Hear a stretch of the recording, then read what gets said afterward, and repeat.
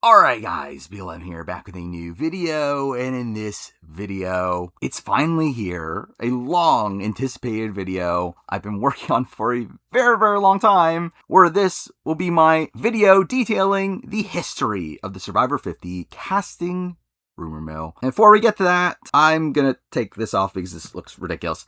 Also, ignore the tag, I've clearly worn a buff before, but again, here we go. This is a video that I've been planning on making for a very long time. A video that is now very personal to me. A video that is just insane in scale, to where I felt like it was necessary to do this like in-person introduction here for this video. And to be fair, you're going to be seeing me at points throughout the video anyway. But this is a video that, again, I've been working on for a very long time. I first conceived this video back in March of last year. A lot of the research involved with this video goes back to mid-2024. I've been editing this video since October of last year. Like, this has been a very long time in the making, and it's transformed from just an informational video that was meant to let people know of how the rumor mill for Survivor 50's casting came together into something more. I mean, again, for me, this is a very personal video. This is a video that I really detail my entire journey with Survivor 50, along with the more informational side of the rumor mill, as I was fairly involved in things and obviously keeping up everything else that was going on. Also, outside that, I just had a lot of genuine fun putting this video together. This video uses a lot of clips, a lot of callbacks to previous moments in Survivor history, to previous moments in my channel's history, to where, again, this video transformed from, again, a basic informational video into more of my personal love letter to Survivor and its fandom, and my personal way of celebrating 25 years of Survivor, to where, again, I generally put pretty much the entire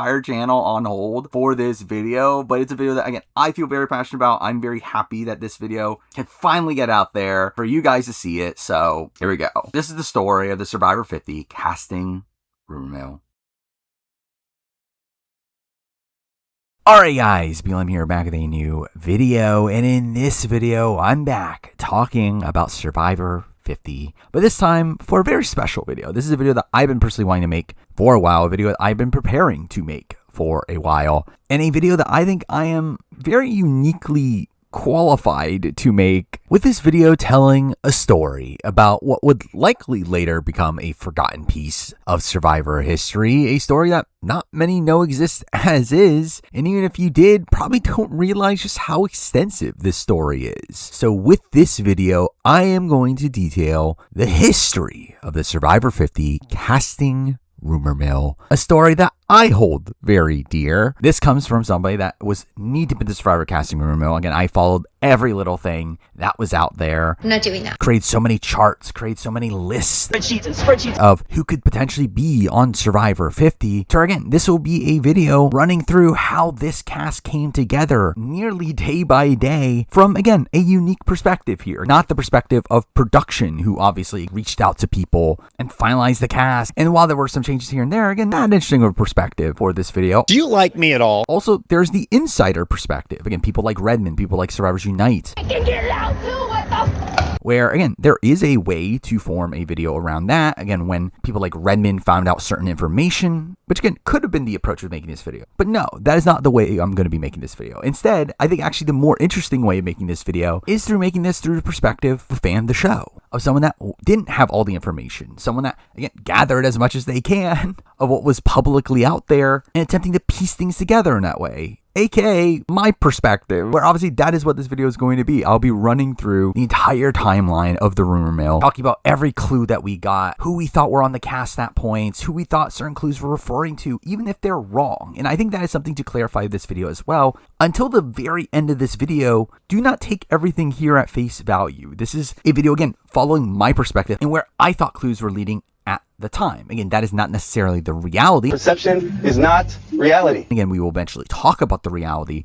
but again, this will be particularly focused around who we thought was going to be on 50 at specific points in the rumor mill. And before starting this video, I will give a lot of thanks here to Redmond, the owner of InsideSurvivor.com. Again, renowned Survivor spoiler, been spoiling returnee casts since Survivor Second Chance. Again, a lot of the information that he distributed, particularly through his Discord, is going to be a lot of the basis around this video. There'll also be information from SurvivorSUnite, another storied spoiler coming from SurvivorSucks. It's been spoiling seasons for years, and maybe some other random sources, which again, we will talk about. But with that, again, let's start the story. Let's start talking about how this cast came together, and everything starts off on October 25th, 2024. Kind of. This being the day after Rome spoiled Survivor 47. Rachel, or Sam, or Sue, or Teeny, or Genevieve, or Andy. But on that day, on the Inside Survivor Discord, Redmond announces that availability calls have started. AKA, they actually started August, which he didn't seem to find out about till later. Though if we want to be technical, the rumor mill technically started well before this, where obviously we had known about 50 being a returnee season for years now. For me personally, I don't think we're getting a returnee season till 50. But officially since April of 2024, where Jeff pretended like he let fans at a Hollywood event decide if 50 was going to be a returnee season when it was clearly always going to be a returnee season. We just decided, thanks to all the fans that were in attendance at Survivor 50, will be returning players. Where by this point, it had been known that Jeff was calling this a celebration of the series. That is, unless you debuted in the 20s. I'm gonna vomit. Despite that, people still seem to assume that this was going to be a new era-based season, despite him openly saying that they're looking at players from before the new era. Like this season in particular, just never seemed logical that was the way they were going to approach things, which is a good thing because like clockwork, we get Julia Landauer. Vanilla. Coming out of nowhere to campaign to be on Survivor 50, which will clearly be very relevant to the Survivor 50 casting process. Nobody's clamoring for anything Julia flavored, except for Phillip. Though I guess I should also mention the fact that it was also said that season 50 would be a year-long celebration, leading to many thinking that maybe 49 will be a returnee season with new era focus, and that would lead into 50 being more of a legend season. But come on, they were never doing that. Especially considering a major part of their branding for 50 was that it was the first returnee season of the new era, to where, again, never thought this was a practicality, but people were kind of holding on to hope for it. Where there actually were some pretty prominent rumors fairly on in the process here, coming from someone claiming to be a friend of Jesse Tannenbaum, who had posted on SurvivorSucks that 49 was going to be a fans versus favorites season, and then proceeded to post a whole bunch of names they heard were in the running, with all this clearly just being fake. Also along the way, we did have Jeff making statements about players that have gone on other shows, clearly being annoyed at how other reality shows are stealing players from Survivor. You're a traitor. You're a traitor. Making a statement that they appreciate loyalty in pertaining to the casting of 50, which, again, can be looked at as more so a scare tactic than anything, especially considering, again, there are some pretty big names that have recently gone to other shows where there's obviously no way they wouldn't call them for 50. I've already gone to them. But we do end up getting a major update of where the casting process is during August. Jeff did end up saying here that they started off with 200 names that they were able to narrow down to 125 and then later to 100, which I do very much doubt that they called all 200 names here, but I would assume that by the time they started to narrow things down, that is probably the time that these calls started to go out. But again, probably closer to that 100 to 125 grouping there being the people they reached out to. But again, info about those calls didn't seem to reach insiders until late October, where I would assume that this is probably also the first day that Redmond specifically heard names, though we don't really get clues to those for a bit, as again, this is October 25th. The next time Redmond even talks about Survivor 50 is not until November 6th, where we get our next bit of info, where we finally get some details on some of the names he's heard, learning that he has heard of mostly just one-time players, with the assumption at this point that Survivor 50 is going to be a second chance season, which it surely will be. Your puzzle's wrong! But really at this point, we do start to get more hints towards who these people that he knows are, really little bit by bit. Though as previously alluded to, this is all happening in the midst of Survivor 47 airing, this being the day that they convoluted the tiebreaker rules. This is a unique situation that needs an explanation. But also a day where Andy and Rachel both started to make a name for themselves. Andy having his he's all that moment. Hi, I'm Andy, please like me. And Rachel being handed a clue at the auction and finding an idol and a shot in the dark play. Left out of the vote again. Both of which would be praised by Jeff on the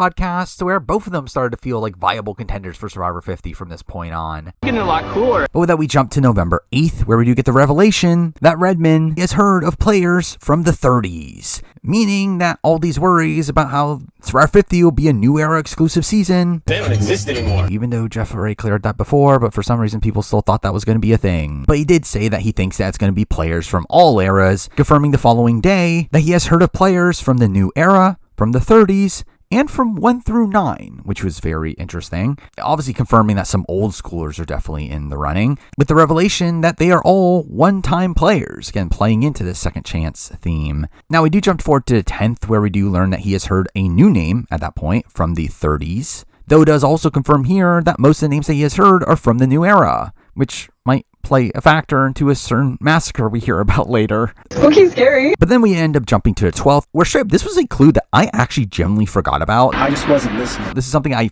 just somehow forgot to write down and did not actually realize that this was a thing until after the cast was finalized. The fact that at this point, Redmond actually replies to a comment saying that they don't think that people like Devin Pinto, Sydney Gillen, Lauren O'Connell, and Julia Sokolowski would be called for Survivor 50. And I'm like, brr.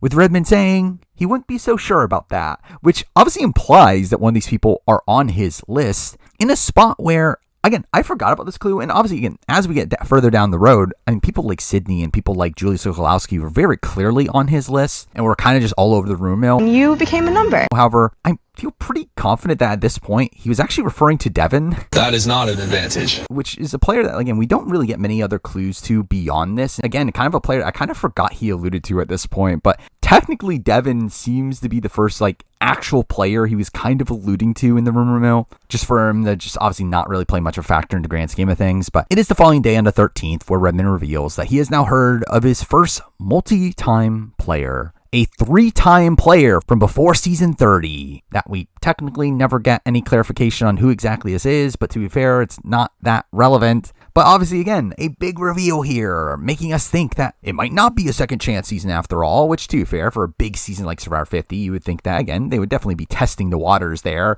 You would assume even if they were to do a second chance season, they would not be entirely hunkered down in that theme from the very beginning. So again, there being multi-time players called, not that shocking. Though this was also the day of the Saul Boot episode of Survivor 47, giving us Gabe dancing.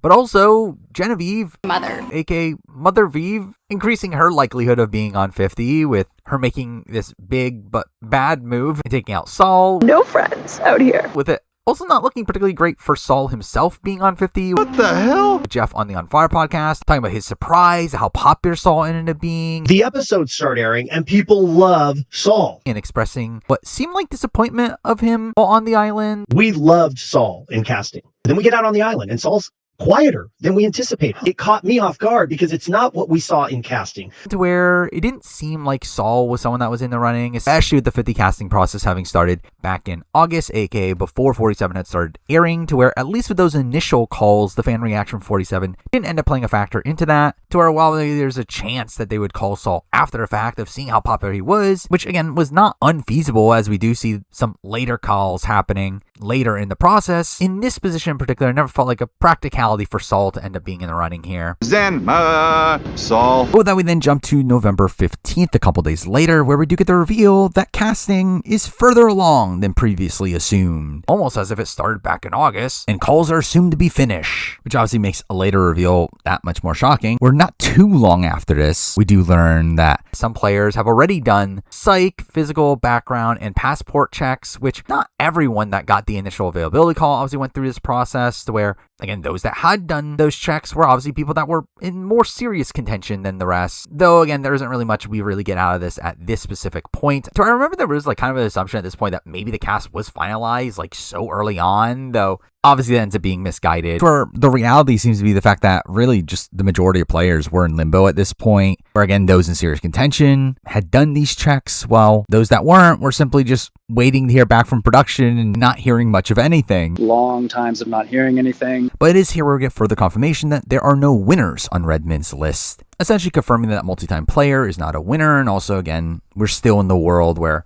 no winners have come into play from the second chance news. Your puzzle's wrong. Also, we learned that there's not a one-time player in the mix from seasons 10 through 30, being a pretty wide gap with no one-time player, which will surely get filled over time. I'm wrong. Really, the dam, for me, ends up opening on November 19th, 2024, the day that I actually started following the rumor mill. The day that I personally joined Redmond's Discord because of one big event. What the hell? And that being a pretty mind-blowing revelation in that Carolyn from Survivor 44, someone you would assume would be one of the biggest locks on the board, who had just done the Traders, which You shouldn't have done that. she wanted to be on Survivor 50, ends up posting on her Instagram an application for Survivor 50. So I've heard that season 50 is all about celebration and fun. I love celebrations and I love fun. I think that I'd be really great on the season. Which, why is she doing this if she was on Survivor 50? Where again, at this point, you would assume calls had gone out. Why would she be posting this unless she didn't get a call? Especially with her putting the caption, "Here I am, hashtag hello, I'm here." Do I wait for people to come to me? Which very much made it feel like this is her starting to realize that she's not getting the call for Survivor 50 and maybe starting to panic a bit. What if they never come to me? Which I remember in particular seeing in the comments of this, someone claiming that Redmond had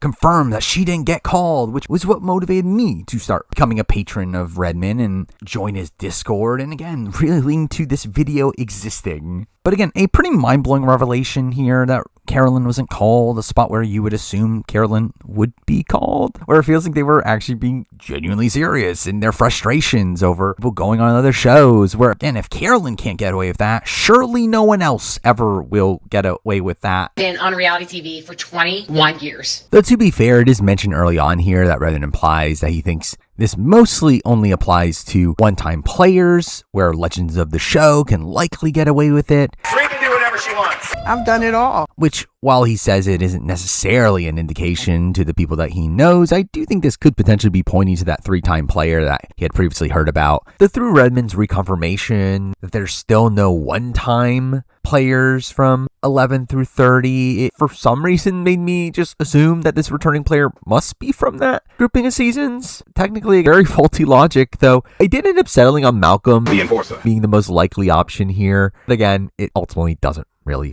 matter. You gotta be kidding me. But it's also here where we do get some confirmations on some people that are not seemingly in the running, with Redmond seeming pretty confident that people like Drea, Have skin, we have skin, or we just all potato. people like Carson 3D printed a ton of puzzles. would not be called based on how production feels about them. Wentworth Kelly. was confirmed to not be in the running. John Hennigan George Bushy of Tushy. is someone that was mentioned. So it's also here where we get Redmond's first mention saying that he's not sure on Shan Broccoli are just small trees. or Cassidy, I'm the one that put the blanks in your gun. which Shan will surely not be a reoccurring element of this video.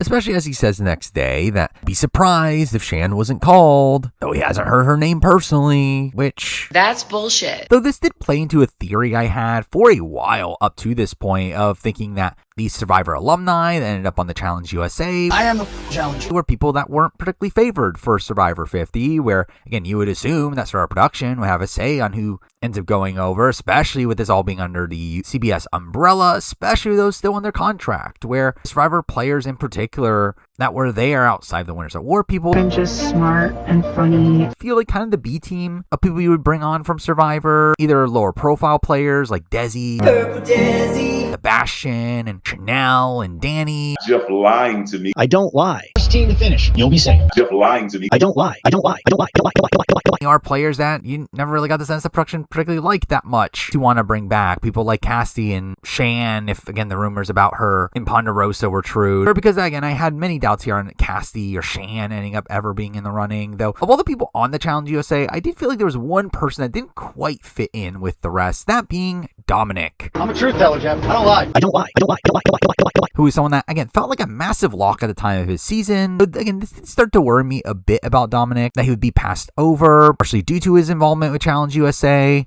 Ultimately, probably wasn't founded, especially because, like, within a week, Reality Fan on Twitter posts that they have heard of one player in the running for Survivor 50, and that player is someone that has been on other shows. Which, I'll be honest, I kind of forgot this happened. I just wasn't listening. But again, that should have made it obvious enough that, again, if someone went on other shows, that's not like an immediate disqualifier. I'm working on it. Though again, there definitely were still some hesitancies there. But we do also finally learn how many names exactly Redmond has heard about. Them revealing he has heard 12 names. 12 names on Redmond's list. I hold here a list. Well, Names anointed. well, Men who need to die. But also revealing here that he has heard of at least one player from every New Era season outside of seasons 44 and 47. Obviously 47 currently airing at this time, though 44 being a big surprise considering how much production seemed to love 44 at the time. So even in the world without Carolyn, I still would have assumed there would be something for 44 in the mix, though again, not at this time. Rigged it. Though it was assumed still that someone from 47 would end up being on the cast considering Jeff essentially confirmed it himself. I don't lie. Really, again, it was really just a glaring omission of 44 just being nowhere to be seen here. I've already gone to them. So again, this day was the starting point of me being knee-deep into the rumor mill with 50 rumors and speculation ending up being a major topic during my live stream at twitch.tv/TheRainReview. Since last stream, I made the decision to become a patron of Inside Survivor. So I'm like fully caught up on like pretty much everything Redmond has said about Survivor. But I'll be honest, in retrospect, I do feel like I was fairly irresponsible early on in how I handled talking about these rumors. Mind you, I was talking to a relatively small audience and was more so talking about this simply because I genuinely wanted to talk about it and just speculate over what we were hearing. But as the rumor mill ramped up, I obviously started to notice that more people were showing up to hear updates on the rumor mill, which again was not the intention and did lead to a lot of people using my streams as a way to further spread these rumors onto places like Twitter, particularly when a Twitter favorite was involved, where, again, I am partially to blame for how many secondhand rumors were out there. But to be fair, there were also people spreading things all over like SurvivorSucks and Reddit and other Discord servers to where these things likely would have been spread anyway, though again, I'll at least admit that I was at least a source for some of this information getting outside of the Discord. But then we move on to the 20th, which ends up giving us the Gabe Boot episode of Survivor 47. Having iconic moments like Saul's vest, Zenma, Saul, and Sue's rant about Kyle. Sue fights back. What does Sue do? Kill you. But also ends up giving us some 50 related info here from Gabe, as when he's voted out, he says, I'm back. So with that, he's clearly going to be on 50. I mean, he said so, only for that to just be instantly shut down. As for him saying, I'll be back, go on with your bad self there, Gabe. Put it out there. With Jeff just kind of laughing it off on the On Fire podcast, which is, again, was definitely not a great sign for Gabe there.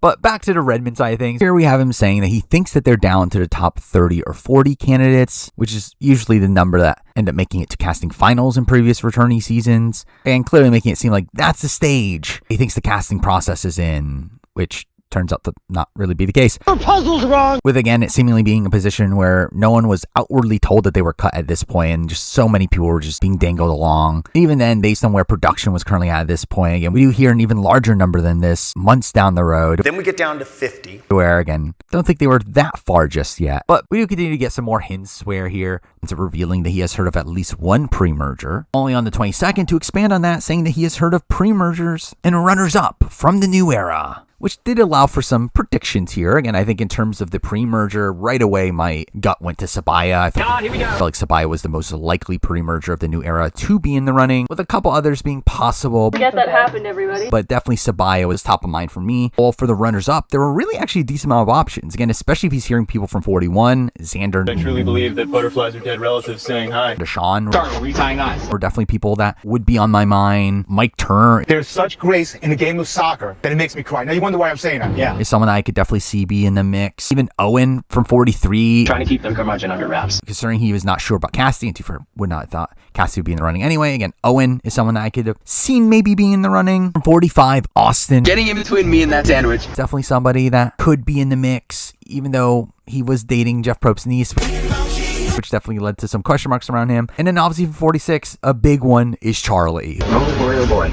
Oh girl. Who very much felt like a lock coming into this entire process. But again, this giving us a lot of possibilities for people that were on Redmond's list at this point. Well, a few days later on the 25th, we do also get the revelation that there are no old era pre-mergers on his list, which really seemed to stay true for pretty much the entire process, where not a single old era pre-merger really came up as a feasible option for most of the time. This dummy, he's walking past it. But then we move on to the 26th with no new information, and really no new information for a while, but this day did give us the Jeff Probst Glasses song. What do you do when you wear glasses on Survivor? So at least there's that. But the Redmond well does really run dry for a while at this point, with nothing of note happening until December 4th, but that even being more so on the Survivor 47 side of things, with this being the air date of Operation Italy. Obviously now an iconic episode of the show, and one that really solidified the returning chances of those involved, with Jeff even saying so himself on the On Fire podcast. Those are the type of people you invite back. Andy and the Operation Italy team,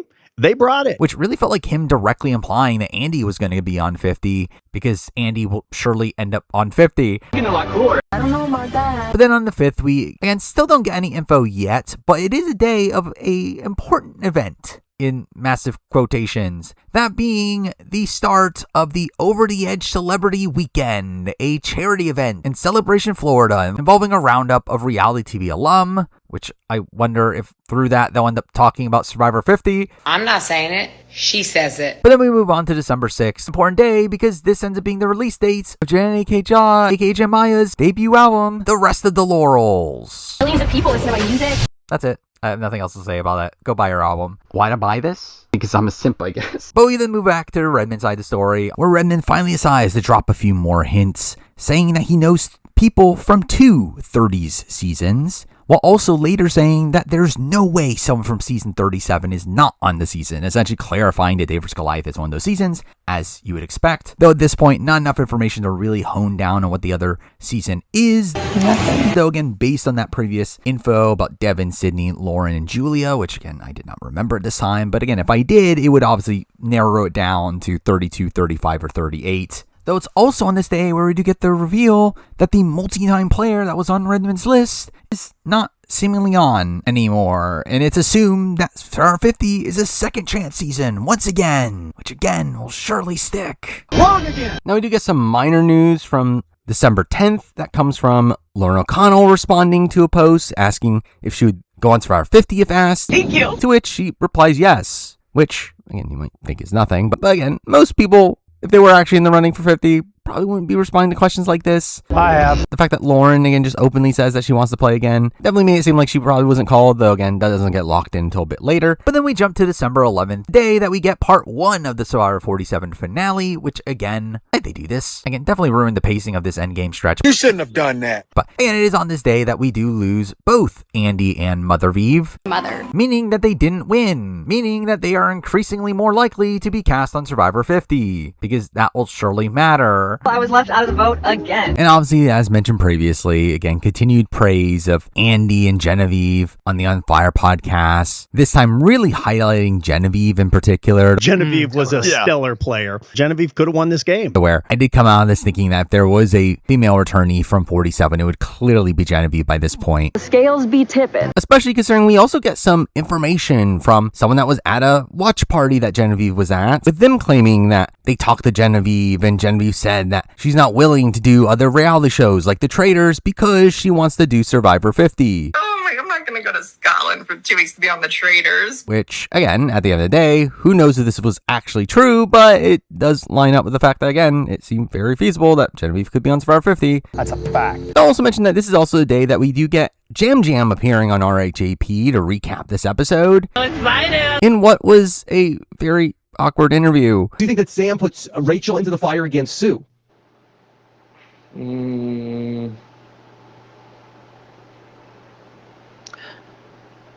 Yes. One where Jam Jam just seemingly was kind of checked out to the point where, again, I was thinking that if winners were on the table, that Jam Jam would be a top priority. To where, coming out of this interview, I actually didn't think that this made me think Jam Jam was even more likely for Survivor 50, where I thought it was like him maybe being cagey because he didn't want to say something that would get him in trouble. Though, no, it was, again, just an awkward interview. Then we end up jumping to the 12th for next bit of Redmond information. Pretty big bit of information, that being the reveal that Redmond has 4 names from a non-New Era season, where, considering the fact that, again, we knew that most of Redmond's list was New Era, I think you would assume that if there was a season that he knew 4 names from, it would be a New Era season, but no, it is a non-New Era season, which clearly ends up piecing together to being David vs. Goliath. which is, again, expected, particularly due to that info about there being a David vs. Goliath player for sure in the running, along with it also being fairly obvious how much production loved this season. What is your favorite season? Top 4. David versus Goliath. And they haven't had the opportunity to bring back people from this season yet. And also, so many of them were just prominent figures in the Survivor community still, to where, again, it just felt fairly obvious this was alluding to David vs. Goliath. That's a fact. Now, I will say, again, through relooking at the clues at this point, it actually doesn't really make sense for most of Redmond's lists to be majority new era. A little contradictory. As at best, it could really just be 6-6 at this point, considering we know there's a player from 1 through 9. We know there's a player from at least 2 30 seasons. So there is 4 from David vs. Goliath and 1 from another 30 season. So that's 6 out of 12. Again, it's at least half, but again, at the end of the day, it doesn't really matter. But once again, after that, kind of a drought until December 17th, where we get our first bit of information that really narrows it down to a specific player, with the reveal that the 1 through 9 player that Redmond knows, which again, at this point, it seems to just be 1, is from season 4. Which right away is pretty obvious who this person is. Again, it has to be a one-time player, has to be a non-winner. It just makes so much sense for it to be Sean Rector. Thought you had me. Now, technically, we do actually learn of a couple other one-time players that were in the mix, though at the time, very much felt like confirmation it has to be Sean Rector. Checkmate, bruh. Which was very exciting news that Sean Rector could potentially be on 50, where at this point, I was certainly thinking Sean Rector was a lock. I don't know about that. Though we then move on to the 18th, which ends up being the finale day of Survivor 47. Winner, Survivor 47, Rachel. Can't believe Rachel won. Never have guessed that. Rachel, or Sam, or Sue, or Teeny, or Genevieve, or Andy. But through that, Rachel winning did obviously lessen the likelihood of Rachel being on Survivor 50, because again, there's surely going to be no winners on Survivor 50. Wrong again. Also in the finale, we did get Teeny being screwed over by wind. Though with that said, I should mention the fact that Teeny is someone that I'm actually kind of surprised never really came up following this as somebody that it did seem like production liked. Yeah, I love Teeny. Teeny is today's Survivor player. That's about the best compliment I can give. And also their fire-making challenge against Sam was something that Jeff constantly hyped up. Last season had one of the most dramatic moments in our history when Sam and Teeny went toe-to-toe. To where I did feel like Teeny was someone that could at least viably be called, yet they never end up coming up down the road, which, to be fair, I mean, they do later say in post-game interviews that they do want to wait if they were to return. I truly do believe that with some more life experience, I could be a total force. So someone that, again, I would have expected to at least be considered by this point, even though, again, I would have been pretty surprised if they would have ended up actually making the final cast. But also on this day, we did get our first look into Survivor 48. I like it. With the trailer really highlighting Joe. I just wasn't listening. Giving him focus at the beginning and end of the trailer. I'm proud of you. To where I wonder if they like this guy. I can feel it. So following this, we then get another pretty slow period with nothing happening until December 20th. The day Mothervieve debuts her Bob. Mother. The license to kill. But outside of that, it's a pretty quiet day. Taking us to December 22nd before our next bit of information. Again, more clarifying information here with the implication that Redmond knows a runner-up from the 30s. Which, again, considering we know he knows 4 people from David vs. Goliath, I think you can assume it's a runner-up from that season. And who's the most likely runner-up from that season? Really, both. But at this time, it was Angelina. Is there any way I could have your jacket? Because clearly Mike White is way too busy to ever be on Survivor ever again. You're losers. I want to win Survivor. Where again, at this point, I was also really confident in the fact that Angelina was one of these people that Redmond had known, which, to be fair, once we knew that Redmond knew 4 David vs. Goliath people, I mean, I think you can kind of assume who those people were. That's a fact. All while Redmond now fully confirms, again, hasn't heard of Bryce. Tia, which is in line of him not hearing any OG pre-mergers. Though Bryce's name is one that did end up continuing to circle around for a bit, to where there was a user on Sucks that ended up claiming that he heard that Bryce was called, though Bryce later futes that he was called. Dory ended up getting a lot of mixed signals from Bryce across this process, though ultimately didn't really expect Bryce to obviously be on the cast by the end of it. But it's also here where Redmond does specify, which again, kind of obvious based on the other clues, that again, he has not heard of a single player from the 20s, which is the first sign of many that is not looking great for the 20s on Survivor 50. I'm gonna vomit. But then we move on to December 26th, a day that doesn't have any proper information being dropped, though is a day where we did get the reveal of the cast of RHAP Traders Season 2. We gotta meet the traders real quick. Gotta meet the traders. Obviously, RHAP's one-day game of traders that they ran with reality TV alumni, to which on this cast, we did have some people that I could have seen been in the running for Survivor 50. People like Evie from 41. I can make that puzzle. Jake from 45. I'm moving out of grandma's. Jelinsky. Jelinsky is the monster. And Tiffany from 46. I'm a hustling. Now, technically, Dwight I'm a dumb bitch. and Brando Super into Pokemon. Super nerdy. were also on this cast, but I mean, come on. They weren't getting called for Survivor 50. Huh? Obviously, again, this is just a fun one-day game. It's not anything that would disqualify you from being in the running for 50, though. Along the way, we did get some tidbits from the interactions between these players, particularly from one between Jake and Tiffany, with both declaring that they have not been called for Survivor 50. To where with Jake, as much as I wouldn't be opposed to seeing him back, not that big of a shocker. Whoa! Sorry. Whoa. There was a pretty big surprise for Tiffany, someone that at the time of my guide to every player's returning chances video, I said that I think we'll very much be in the running. I think they very much like Tiffany. I'll be very surprised Tiffany's not at least pretty deep. That's a fact. Learning that she wasn't called was a big surprise, because surely Tiffany wasn't called. I'm a hustler. Which again, really funny that this mixed into the fact that her name really just did not come up at all, really just led to me just fully believing that Tiffany was just never in the running to begin with, which was obviously just an incorrect read there. Her puzzle's wrong. Then we move on to December 27th, aka the day that Big Brother legend, and at the time, soon to be Traitor Season 3 star, Daniel Reyes tweets about needing Vestepia on Survivor 50. If you have it, of course, flaunt it. And saying that she's going to tweet this to Jeff Probst every day until the cast reveal, which she proceeds to do. Doesn't seem like it worked. Whatever. But also on this day, we do get more info from Redmond with the reveal that Redmond now knows 13 names. And with that, I think I might as well bring in a new column to my charts here, my player prediction of who I am thinking that these players were based on all the clues, or again, based on everything we know. Again, I think Sean Rector is easy to assume. Thought you had me. Again, at the time, I had not realized this, though. Again, looking back on all the clues, obviously Devin Pinto was one of these people. That is not an advantage. We knew 4 people from David vs. Goliath. Again, my initial assumption, which turned out to be true anyway, is Christian, I'm a huge nerd. Angelina, Natalie, Davey, I got his jacket. and Gabby. you want to play with me? Which ended up being correct from the offset. But again, we knew about a player from every New Era season that has aired up to this point, outside of 44 and 47. Which again, considering the runners-up and pre-mergers info, again, I'm going to lock in Deshaun and Xander from 41. What did you say about broccoli? Mike Turner from 42. Owen from 43. Lovable curmudgeon. Sabaya from 45 and Charlie from 46. Objection. Now again, it was not clarified that all these people were runners-up or pre-mergers. However, again, at this point, that is the only information we have. So again, that is the assumption I am running with at this point, which again, to clarify, this is not true.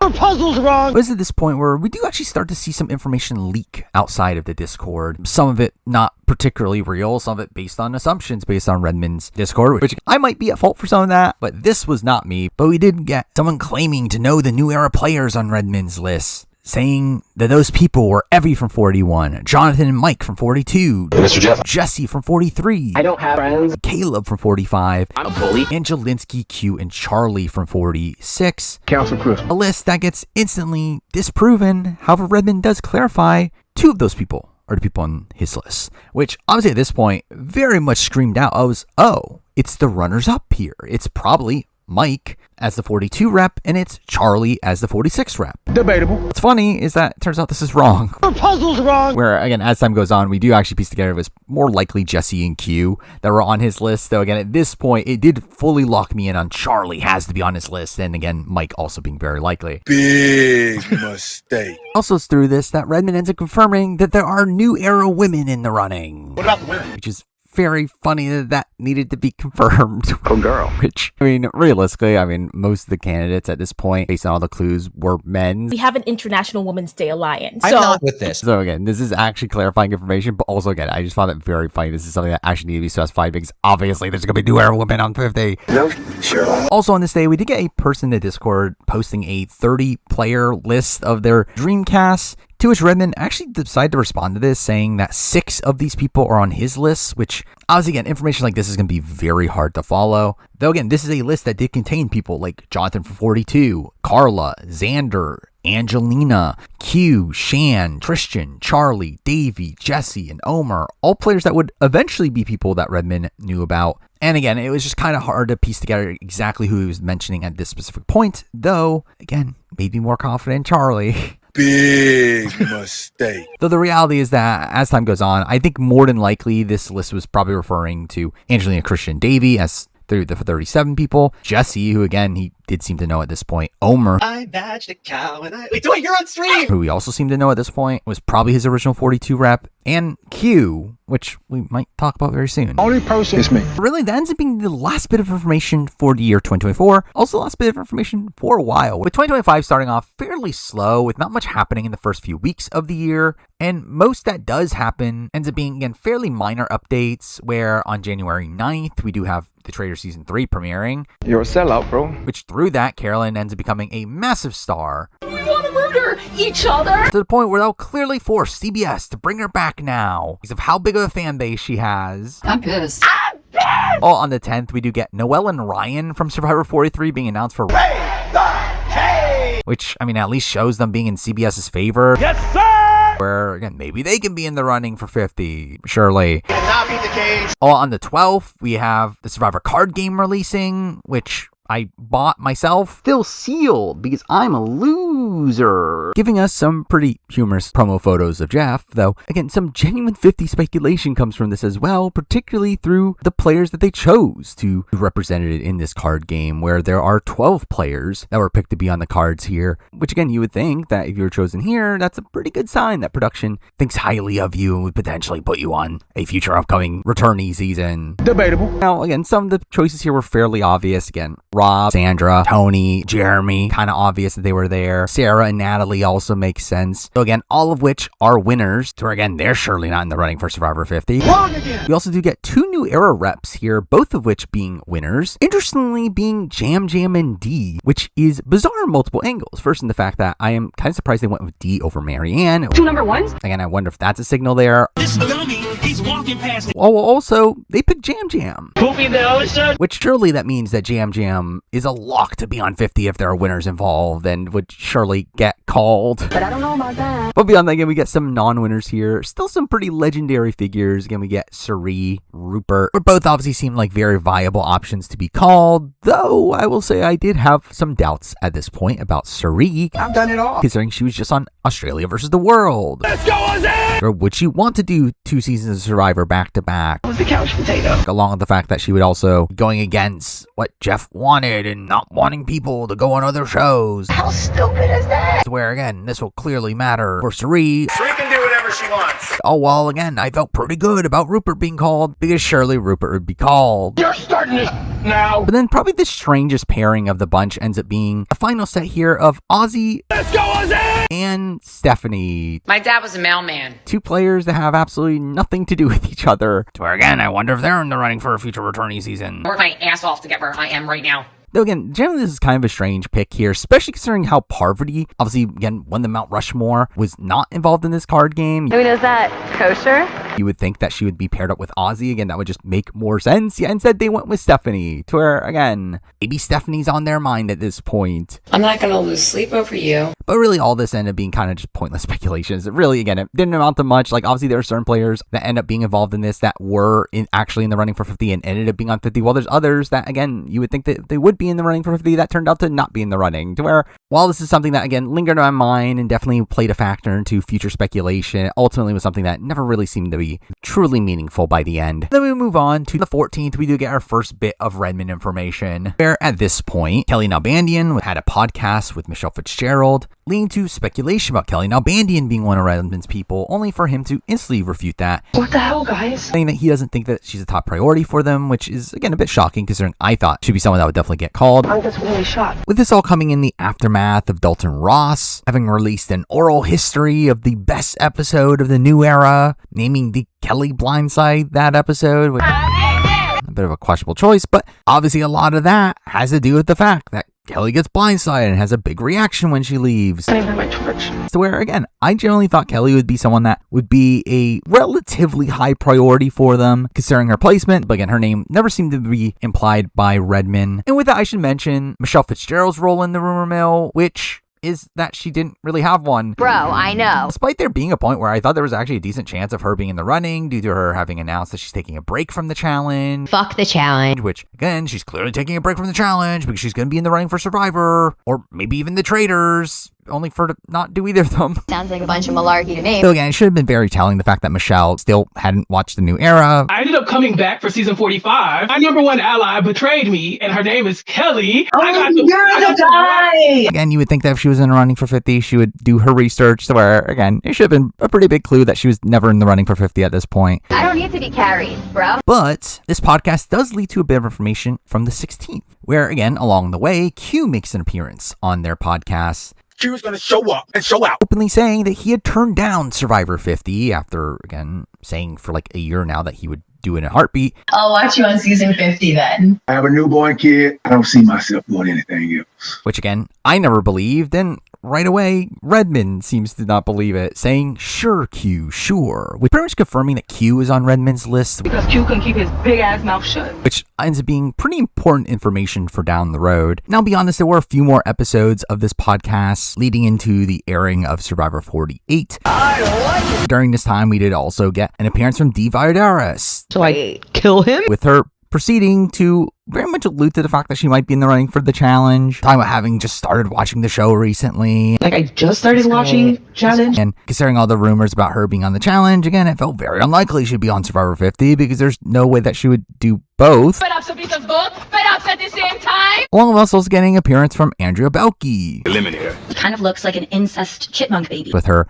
showing a lot of introspection since her last appearance on Survivor, though at the same time, didn't seem particularly excited to be playing Survivor again, which should have made me think she wasn't likely to be on 50, though I'll be honest, I kind of forgot this happened. I just wasn't listening. And to be fair, even if I did, it would have been the wrong takeaway anyway, as she actually was still in the mix at this specific point. What? Then we move on to January 20th, a day where we do get some Redmond information, but some pretty useless Redmond information. And the confirmation that at least one player from his 50 for 50 series, a series where he listed out 50 players that he would like to see on Survivor 50, is on his list, which is such an arbitrary clue, as again, this is literally saying at least one of these 50 people are on his list, when ultimately a lot of these people seemingly were on his list, where, again, while this was a clue, it was kind of a pointless one, but obviously the main takeaway to be had from this is that Desi has a chance to be on Survivor 50. Purple Desi. Because for some reason, people thought Desi had a chance of being on Survivor 50. Then we move on to 21st, where we start to get some information that, again, starts to shake up the casting pool a bit here. With the reveal, once again, that it's not second chance, and he's heard of multi-time returnees, which this time it sticks. That's a fact. And ends up being assumed there's going to be multi-time players from this point on. Also specifying that he has pre-Game Changers returnees on his list, which I don't know if he meant people that returned before Game Changers or played for the first time pre-Game Changers, which if it's the latter, then that's just him stating the obvious.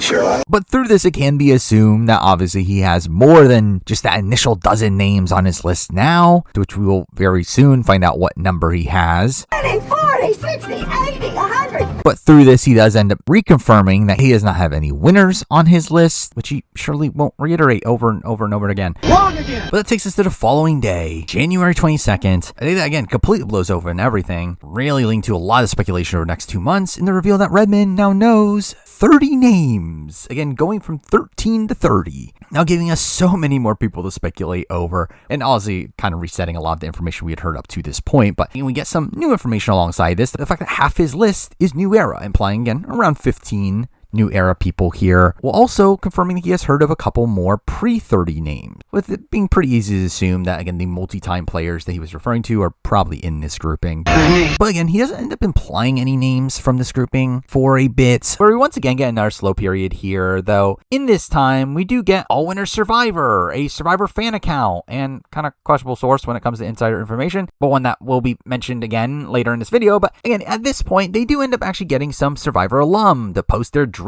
Survivor 50 picks, many of which feeling like players that were clearly not in the running for Survivor 50, where in general you would think that you would avoid talk about 50 at all if you were in the running for 50, to not piss off production, to where we even do end up getting an anonymous 47 player. Again, doing this anonymously because you would think that there's somebody in the running for 50 and are trying to hide that. Hi, I'm Andy. Please like me. Outside that, we do get people like Carson, Kenzie, and Ricard, all of which I did not expect to be in the running. I want to try the papaya. Hunter and Natalie Anderson 2020. are also involved in this, to where I felt like they were kind of on the edge of potentially being in the running for 50, though ultimately not a great sign for Natalie Anderson in particular here, where she ends up putting herself on her own list, which in retrospect should have been very telling that she did not get called, though I ultimately kind of forgot about this. I just wasn't listening. But also, Q ends up making a list here, which again, kind of strange if he's going to be on 50. Debatable. Though he does end up not making a real dream cast and instead makes a cast full of celebrities. And then Jelinski, Ron Clark, and Phillip Shepard. The specialist. Like, how ridiculous I think that Phillip Shepard could be on Survivor 50. The hell with you. Clearly a joke entry here, but again, felt weird for him to do this if he was in 50. But again, it's Q. Q's gonna show up and show out. Other than that, we do get another minor thing on the 27th, where a Jelinski cameo is discovered, with him alluding to the fact that we might be seeing him again. Maybe you'll see me again soon, who knows? Maybe season...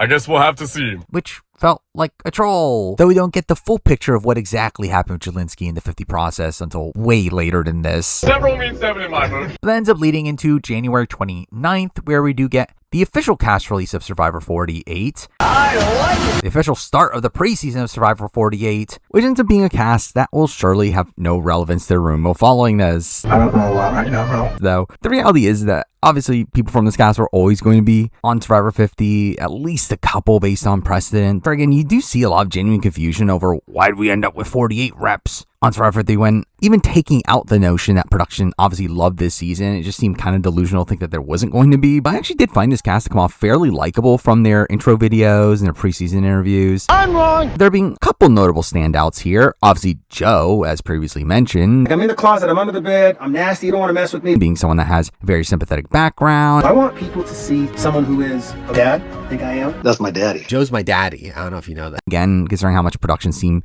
to give him a lot of focus in the trailer, he seemed like a front runner to be on Survivor 50. I'm proud of him. Shauheen also really popped in the preseason here. Say it again. Oh, it feels warm in here. Being the beard guy that we had heard about during the 46th preseason, finally being on the show. Woo! It feels so good. Along with also a lot of focus around David. I drink so much chocolate milk. Who a lot of people thought of as like the next coming of Jonathan, though with more personality. That's all chocolate milk. All right, that's right there. With a lot of people kind of hoping that he would take Jonathan's spot on 50, which to be honest felt like a lot of cope. You learned nothing. You haven't learned anything. But he obviously came off as a big personality, and this is all in comparison to Kyle, who acknowledges himself as best average guy you'll ever meet. Which I don't know if we need average guys on Survivor 50 to where obviously that doesn't seem like a great sign for him. But I don't know about that. Then we end up jumping to the 31st for our next bit of information. One that, again, ends up being pretty big at the time. We're at the reveal that things might have changed for Carolyn in pertaining to her being in the running, where obviously in the time since the Traitors had started airing, a spot where Carolyn became a massive star, massive fan favorite. I see what you're doing. With again, makes sense that they would now call her, only for actually the reveal that this actually happened before Traitors started.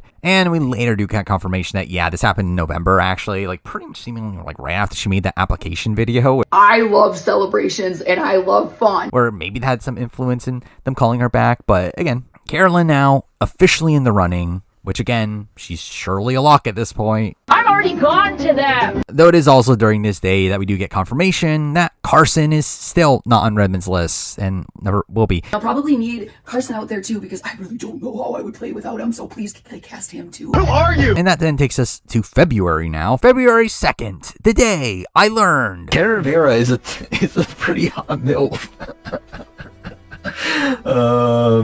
Also, isn't she a GILF? My kids are gonna be like, man, my mama is bad. Which, with that, I should mention the fact that it is pretty insane that Carolyn Rivera never comes up at all during this entire rumor mill. Couldn't let me win that for my kids, you son of a bitch. Despite Jeff again having said during Game Changers that she'll be back. Which is good for Carolyn because it means we will get her back out there. I fully think Carolyn will be back. But again, clearly Jeff Probst is a liar. I don't lie. But it's also today where we get a minor update from another player not being on, that player being Andrew Savage. Good, wimpy little non-leader. Making a tweet saying that he would play on 50 if asked, but doesn't think they'll call him. The piece of which, I mean, obviously could be lying, but ultimately, again, it did seem like Savage was just someone that was never in the running for 50. Mr. Savage going down. And similar thing on February 3rd, with another name confirmed to not be on, that being Boston Rob. The Mentalist. Where Boston Rob, obviously doing a lot of press at this point for the traders, ends up revealing during an interview that he was called for Survivor 50. Jeff called me like last summer. And turned him down. It's getting the best of me. Which is not surprising based on how he's been talking recently, but in a spot where obviously he is a winner. And again, we did not hear about any winners getting called. Now, to be fair, following this, Redmond does specify that he has still not heard of any winners, or first boots for that matter, but assumes that winners are on the table. But still, at this point, I did not still believe that winners were actually truly in the mix. I'm wrong! Largely because of the fact that the way Rob described this conversation was as if he was talking to Jeff for things outside of Survivor 50, and then Survivor 50 came up, making it seem not like an official availability call, and making it seem like a spot where this is possibly before all the other official calls came out, making me think that this is a spot where Rob turned it down. I don't need that. And at that point, I could see them just thinking that maybe we shouldn't even go for winners at all. The story behind winners, especially winners at war winners, still is extremely muddy, with Jeff having more recently claimed that they specifically didn't want winners at war winners, as we just seen them. We made a decision not to bring any of the winners from Winners at War because we had just seen them. When, again, we know Rob was called. A little contradictory. Though I will say, the entire notion of we don't want winners at war, winners back because we just saw them is insane considering who we did end up getting on Survivor 50. I don't lie. Also, as a side note, I will mention the fact that this is also the day that I finished editing my Survivor 50 Guide to Every Player's Running Chances video, which had a very weird trajectory in the fact that I recorded it back in October, to where really a lot of the takes in that video come from pre-50 rumor mill, though some things were re-recorded along the way, and really ends up being just kind of a strange video in retrospect, considering it was a video that I actually canceled at a point. By this point, we had so much 50 information, making a lot of video kind of irrelevant. It actually led to me thinking about reworking the video for release after 50, though again, I ended up saying screw it and releasing the video anyway, considering just how much was up in the air of 50 by the time this date came around. Where, again, I'll say that if you want to hear my thoughts at this point on each player's returning chances, again, you can check out that video, where I do get some things right. I do think she barely gets onto the cast, and I do get some things very, very wrong. I think Marianne is pretty much a lock. Her puzzle's wrong! By the way, we then move on to the 4th, where we do get another implied name here, that being all the way from Orangeburg, South Carolina, Davey Rickenbacker, who again I assume was one of the Dave vs. Goliath people from the offset. And to be fair, Redmond does not clearly specify this, but he does reconfirm that I've heard at least 4 players from Dave vs. Goliath, and he's not confirming names, which again very much felt like, yeah, Davey is one of these people. It's also in this day where we get confirmation that he has not heard of a player from season 38. Dun, dun, dun, dun, dun, dun. Meaning no Rick Devens on his list, meaning that Lauren O'Connell was not the previous person alluded to. I'm a little dizzy. Very dizzy. Meaning that's likely seasons 32 or 35 that previous 30s player came from. It's embarrassing. You literally just dropped. Well, that's embarrassing. But this also leads to another thing that Redmond just consistently reiterates across the process, the fact that, obviously again, Rick Devens is not on his list, but he assumes Rick Devens got a call because obviously Rick Devens would have gotten a call. Walk up to the trading post. What if Rick Devens came out and became the shop owner? The newest member of On Fire, Rick Devens! But despite that, again, Rick Devens is able to really avoid the rumor mill for pretty much the majority of it, which is pretty surprising considering how prominent of a name Rick Devens is. And also how he was previously openly pre-gaming during the Survivor Sequester game, to where, and you would do if he's doing that for a random org, that he would be doing a similar thing for a real life game, and you would assume that he would be exposed because of that, but ultimately he ends up still avoiding detection throughout all this. I hope to see you in the real world real soon. But beyond that, this ends up being another day that someone on Twitter ends up posting a list of 50 rumors, and that Redmond once again denies, with again it just being kind of like a mix of his information with some new stuff that probably wasn't real, though it does mention Will Wall being called for 50. Will Wall was actually one of these names that was constantly floating around the rumor mill early on, despite the fact that it didn't really seem like there was any true merit to the rumors about him. The audacity to pull this crap on me. Though along with that, Julius Sokolowski, probably the weakest link on the beauty catch. Again, ridiculous to think that Julius Sokolowski would actually be in the running for Survivor 50. You were dragged. But also ends up mentioning Lauren Ashley Beck and Elaine, a little busted can of biscuit, as 2 players that were contacted as well, which part of this gets later disproven, but didn't seem unreasonable with them actually being my top 2 people to be called from IOI, even though I didn't expect either of them to be on the cast. She's vegan, so she's not into that. Mentions Earl. I spend all my money on chicks and beer. Well, be the last time someone mentions Earl. Mentions Tiffany from 41 getting called, which also later gets disproven. So Tiffany was once again one of these people that was kind of circling around the rumor mill, despite the fact that it never seems like she was actually a realistic possibility. Let's start with making your bed. Along with saying that there will be an old era versus new era theme, which will surely happen. That's bullshit. And also that there'll be 24 players, which again is such a ridiculous concept. But generally this list is just, again, kind of a mess. One that just feels like someone just taking Redmond info, but mixing in with a lot of guesses and end up getting some things right, but also other things very wrong. But funnily, through this list spreading, we do end up getting information from a random fan being upset at how Victoria from Edge of Extinction isn't on the cast, only for Victoria to respond to this, confirming herself that she wasn't called, which disappointing but not particularly shocking. Jeff, I'm playing. But what's funny is that this ends up leading to also Eliza responding to this tweet, essentially confirming herself that she also wasn't called. Fuck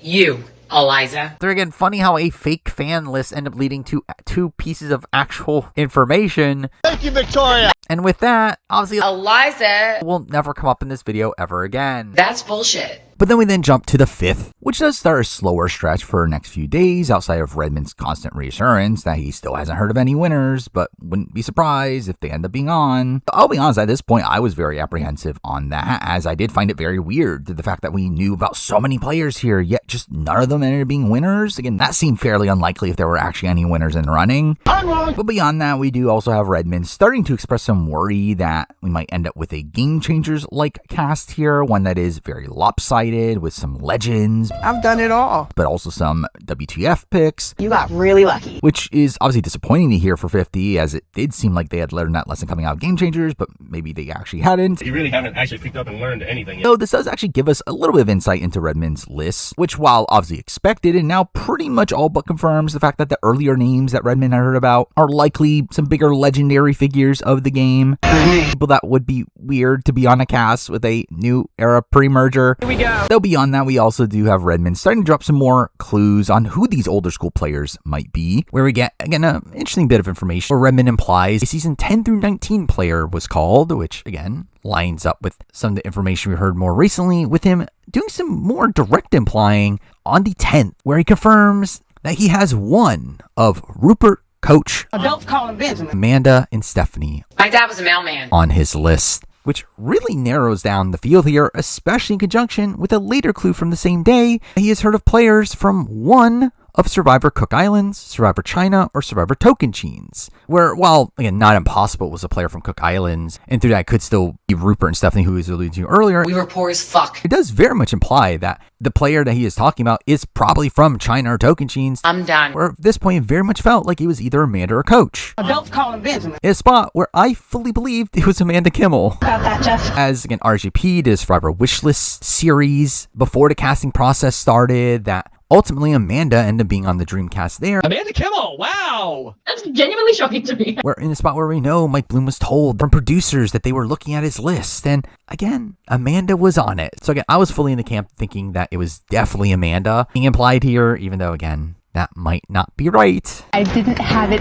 then. Where again, this knowledge that production was supposedly looking at fan casts like this did make me feel pretty good about the direction of casting at this point, though in retrospect, that ends up being completely unfounded. Where again, it's really funny looking back at just how few of the people from this RGP cast end up actually making it onto the final cast itself. But it's also here where we hear about a couple other names that are not on Redmond's list, people like Aaron Lobdale. Who is this jackass? I forgive Erin if she's back in camp thinking negative thoughts about me. Who's actually a person that was talked about a lot during the early portions of the rumor mill, not from any reliable source, but just a name that was brought up specifically due to some weird social media activity, aka her privating her Instagram briefly, which obviously is a sign that she's on Survivor 50, to where ultimately, again, it seems like Erin was someone that was never actually in the running. But also, Wu is a person that Redmond shuts down. Immaculate, all in my mouth. And again, does so multiple times in the process, again, just being someone that never seemed to be in the mix. But I should mention that this is also around the time that my Guide to Every Player's Returning Chances video ends up coming out, and in turn, I was getting requests to make a tier list of players returning chances, which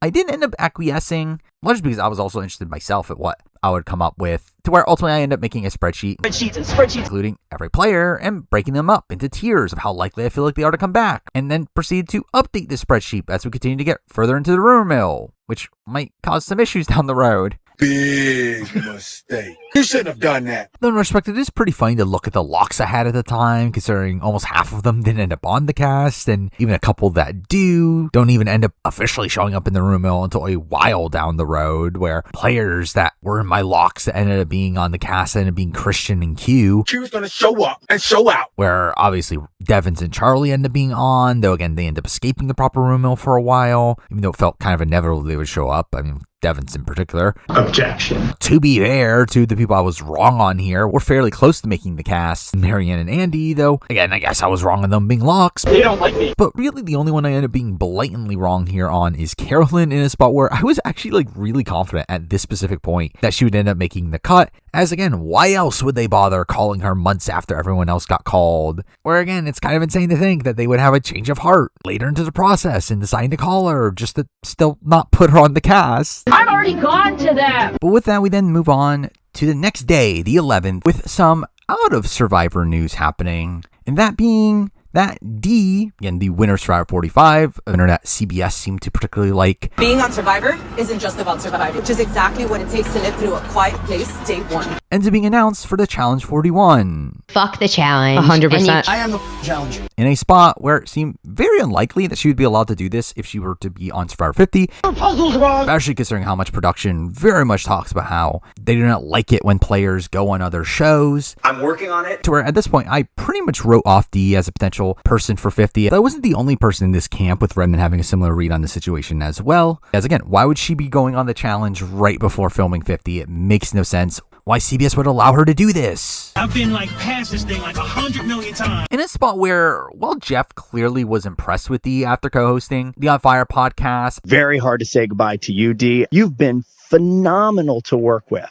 I did always get the sense that he was just kind of just fine with D while she was on the show, where I always remembered this moment of him being very surprised by Rick Devens calling her the best winner of the new era. I think that she is the best game of the new era. Wow. Clearly, Jeff's opinion of D did go up over time, though I did still feel like people like Marianne, people like Rachel would be more likely winners to end up on the cast of 50 than D. Wrong again! Though alongside D, we do end up also getting two other Survivor alum on the challenge, that being Sydney Siegel. They hate me because they ain't me. And Michaela Bradshaw, both of which I pretty much disqualified from being on 50 because, again, surely no one from the challenge can be on 50, though at least with them I was seemingly right. That's disgusting. But to be fair, it's not like either of them would be top priorities anyway, to where while I could have seen Michaela at least being someone contacted, it's tough to see either of them ultimately making the final cast. And also around this time, another Survivor 45 alum ends up making some Survivor 50 related news, with Drew Basile having done an interview around this time. You're a goon. Essentially saying that he was not called for Survivor 50, which I did find strange, and ultimately I was right to find this strange. True. Lying to me. I don't lie. I don't lie. I don't lie. I don't lie. I don't lie. I don't lie. But then we move on to February 12th, another day that we get info outside of Redmond, this coming from the White Lotus Season 3 premiere. Obviously, the show run by Mike White, former Survivor player and Jeff's muse for the new era. I call Mike White. I pitch him this long pitch. He goes, "Does this sound fun?" Mike was right. It was the worst of all the bad ideas I've had. This was going to be the worst. Debatable. Let's go fun. Fun, fun, fun. What's the best kind of Survivor fun? The dangerous kind. Fuck you. Mike White, who is clearly too busy to be doing Survivor 50. But also there were two Survivor alum, both of which confirming that they were not in the running for Survivor 50. First of which being Natalie Cole. Your skin is gorgeous, darling. Which is, again, kind of disappointing considering she was in the running for 40, though again, doesn't seem like she was in the running for 50 at all, along with Parvati Shallow. You were not invited back? What is that about? What is that about? I mean, I'm surprised I didn't get a phone call. Which I think was a bigger surprise here, and kind of feeling in line with the fact that, again, there's no winners on Survivor 50. As again, if they're not calling Parvati, then it really just emphasized to me even more that, again, it probably was just Boston Rob that they called, and once he said no, they were just like, no winners. Because again, there'll surely be no winners on Survivor 50. Wrong again! Obviously, Jeff was in attendance as well, because obviously... Yeah, I love Mike White. Where we know that he talked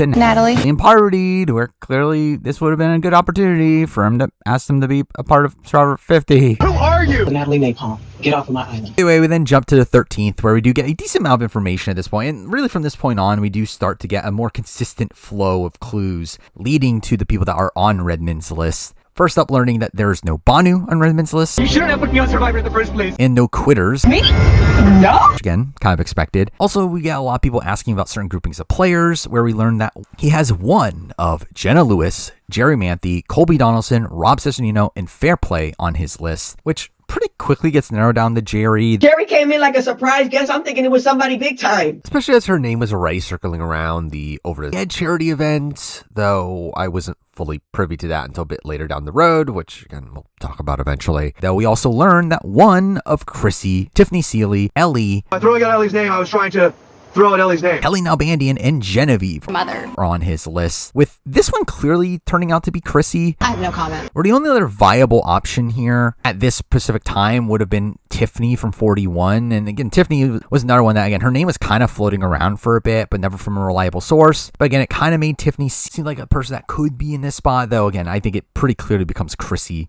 as time goes on. Why my mother? Also here we do learn that the New Era pre-merger that's on Redmond's list is female. Girl. Which at this point fully locks in Sabaya, where before this, again, I thought there was maybe a world where, again, someone like JD or like Banu or Jelinski could have been this person. But at this point, again, there's not many other viable returnee options than Sabaya. So again, Sabaya just made a lot of sense in this spot. Well, also here we learn about the gender of the season 4 player, turning out to be male. Oh boy. Which at this point also fully locks in Sean Rector, where at this point, no way it's not Sean Rector. It's not going to be the general. Probably got a little sausage. It's not going to be John Carroll. Antonio can pee on my hand. No, it kind of could have been, but again, it's for sure Sean Rector. Go to Vegas, bet on black. But again, we end up jumping a couple days to the 15th, where we get confirmation that Redmond still does not know of a Borneo player or a 47 player, which again eliminates Jenna Lewis from that previous grouping and also eliminates Genevieve Mother as well, allowing us to narrow down the pool a bit there, which does end up being a bit humorous considering the fate of the person that Redmond was implying here and the fact that we obviously will never see Jenna and Genevieve's names again down the road. I don't know about that. All we do learn that Redmond now has 2 season 1 through 9 players on his list. One of them obviously being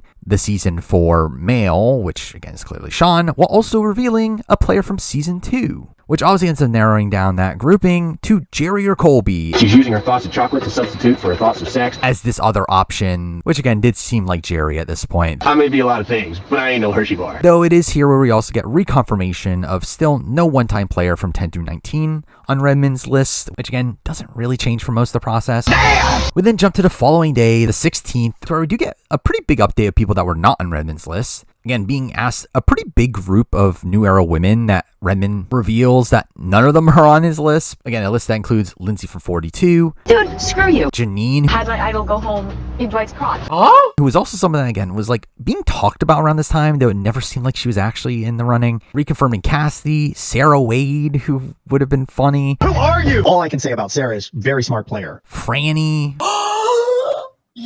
Who also I'm surprised never really came up, and also Emily Flippin. I have reason to believe you're full of shit. Which again, not just yet. Though it is on this day that it was announced on social media by Emily's sister that Emily just got married, which you might not think that that's relevant, but it kind of is. A little contradictory. But also on this day, he does confirm that he also has not heard of James Clement. That would suck.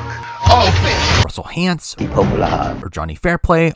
You. All of which never seeming to come up from Redmond's point of view. Oh, we also get a pretty big list of New Era men that Redmond comments on. A list of Xander, Deshaun, Jonathan, Austin, and Hunter. I didn't know the order of the logos. With Redmond saying some of these people are on his list and implying more than one, which again, at this point, I was still pretty locked in the fact that Xander and Deshaun were probably on his list. Wrong again! Though looking back on it, again, it does seem like it was Deshaun and Jonathan instead. Though also, too fair, at this point, they expect Jonathan to be on this list as well. Mr. Jeff. And then we jump to the 19th, where we do get some pretty big news in the lead up to 48. That being the on fire co-host for the season is going to be the winner of Survivor 47, Rachel Lamont. Which was a pretty good sign for Rachel's chances of returning if the cast were to include winners. As again, you would think this means that she's in production's favor, and from an extremely recent season, a very popular season from the audience reception, where again, no way they don't call Rachel. Left out of the vote again. But either way, back to the Redmond side of things. You do get some information that does lead to a funny little subplot that happens here. Information about one of Shan, Tori, Carla, Cassidy, Kelly, and Venus. I'm gonna you some sneak are on his list, where most people seem to think it was Kelly right away, to which he shuts down. Whoa! Sorry, whoa. In a spot where he's also asked about Q in that question, doesn't say anything about Q, which again further implies Q on his list. Q's gonna show up and show out. Again, this ends up being the first sign that a certain Venus Fafa You are a princess. might be in the running, which it turns out to not be a correct sign. You don't know. Where really actually this ends up being a little bit confusing based on later information. Oh, contradictory. And that, again, it could have been Shan, it could have been Carla. There's really nothing I wouldn't do. Because there's actually two people from this list that end up being on his final list of calls, to where I'm inclined to think he was probably referring to Carla in this spot, but again, still some questionable stuff here. Today. But either way, we then jump to the 22nd, a big day, especially for a general public, with this being the day of the official reveal of Survivor 50's theme. This is the theme of 50. Survivor 50 in the hands of the fans. That's the title? I hope you all like it. Obviously, in the hands of the fans theme is one where the fans will get to vote on format aspects of the show, which will certainly matter. Though I did come out of this announcement actually being kind of excited about the theme, something again I think is great all around. I think production is genuinely trying here to make a season that fans want. Especially considering we got forced fire making right away as one of the votes. Final Four fire making, love it. Final Four fire making, hate it. Get rid of it then. To where again it felt like they were actually taking this seriously, and they definitely wouldn't half-ass this twist as it went along. Do you like me at all? So again, it was an interesting concept to begin with, especially considering the cast themselves not knowing what exactly was going to happen with this twist. The players won't know, so they have to play the game not knowing what's coming. Leading to an interesting tweet from Chrissy Hoffbeck doing her own speculation on this theme, which in retrospect, kind of a weird thing for her to do. So she ends up on the cast, but ultimately, again, doesn't end up mattering. That's a little bit more extreme than it needs to be. Also here we get the reveal of the Survivor 50 logo. That's disgusting. Which looked pretty bad. You're a bitch. You're fat. It literally just being the Borneo logo with a 50 plapped on top of it. You suck. Which thankfully they changed for the better. Or I think the current logo is fine. Or at least there's that. That's how you do it right there. But obviously all this ended up being revealed at an event that Jeff was at, answering a lot of questions along the way. You're going to absolutely fall in love with some of the people from 48 because they're amazing.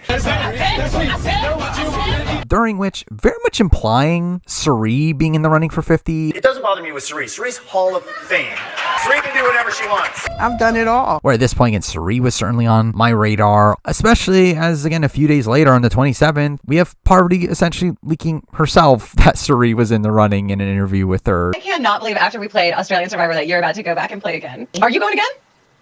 I don't know, maybe. At this point, again, it felt pretty clear that Suri was definitely on the table. No, sure. Also through this, Jeff essentially confirms that Carolyn is also in the running through his talk about how he needs to let go of his bitterness of people going on other shows like The Traitors. I'm working on it. I really am working on it because somebody goes and plays Traitors doesn't mean they can't come back and play Survivor. And clearly alluding to Carolyn, though again, that was information we had already known. I love celebrations and I love fun. But it's also in this spot where Jeff confirms that his current shortlist for the cast is down to 50. We started with a list of 200 people. Then we get down to 50. Also implying that they're looking at a cast of 18 to 20. And people will say, we'll do 50 players. You can't. It still has to be a small number. How many are on a season? 18, 20, whatever? Not many. Because they surely would not go over that. Jeff lying to me. I don't lie. It's also here where we're just saying that he wants to make a cast representing all the eras. We're going to try and find you a great group of players spanning all eras. A comment that certainly won't be constantly brought up and backfire on him by the time the cast actually comes out. Do you like me at all? And this ends up being an event that gets called back to as this moment that Jeff decided that Q had to be on the season. I saw you and you were beaming like you always are. I mean, Q is one of the brightest lights of love and fun and goodness. You represent a part of the show that I really like, which is joy. Honestly, I was like, he has to be on 50. If that wasn't obvious enough already. Because Q is going to show up and show out. Also following this, I did end up releasing my own video talking about the current rumors around 50, talking about the theme of the season, along with also general thoughts on where casting is at this point, which is, again, kind of funny in retrospect, considering the fact that, again, at this point, I was so confident we were getting people like Sean Rector on the cast. I even included an Easter egg in the video implying Amanda and Jerry were on the cast. Wrong again! Again, I did feel pretty good about those people being on Survivor 50, which is again kind of funny in retrospect. It seems like they are putting genuine care into this cast. Where again, I actually have a lot of faith here that we're going to be getting a pretty solid grouping of people. Though, to be fair, I kind of had the right idea. Debatable. Of where casting was going. I think only like half the cast is probably going to be New Era at this point. Just obviously didn't get the specific people correct at points. You learned nothing. You haven't learned anything. It's also at this point that Jeff's declaration and how they're down to 50 players did lead to me updating my spreadsheet with a top 50 player prediction. That again, I continued to update and adding when I thought people were cut and when we found out about specific players from Redmond, which while the spreadsheet was public, I was, again, just generally just doing this for my own sake, not even really thinking that many people would be looking at the spreadsheet at this point. As again, it was literally only available through the comment section of my guide to every player's returning chances video, to where, again, it was technically public. Who cares? Almost no one's going to see it, surely. Again, this surely won't backfire in any way. Big mistake. You shouldn't have done that. But following this, on the 24th, we do get more info from Jeff with him on a full-out media tour at this point promoting 48 and 50, though his most notable interview comes from his appearance on Elvis Duran's morning show, aka the interview that got him a lot of flack for saying that the show's biggest characters are men. All of the greatest characters of Survivor, a majority of them are men. Which was a very dumb controversy, as again, it was actually a spot where like he was calling out the biases in that and saying that that shouldn't be the case. Why? What is it about what we allow men to say and do socially versus women? I don't think women and men are that different, but women get called catty and men get called strategic. Yep. Either way, it is during this interview that we have Jeff really hyping up Mike White. Mike White is one of the best storytellers we've ever had on the show. Some people respect me, or you don't, like, whatever. Which, again, you would expect him to do, though I do find it very funny watching this back in retrospect, where it clearly comes off as him and Mike just openly having conversations about Mike White's game recently, which, again, maybe they would do that in some sort of casting interview. I just wasn't listening.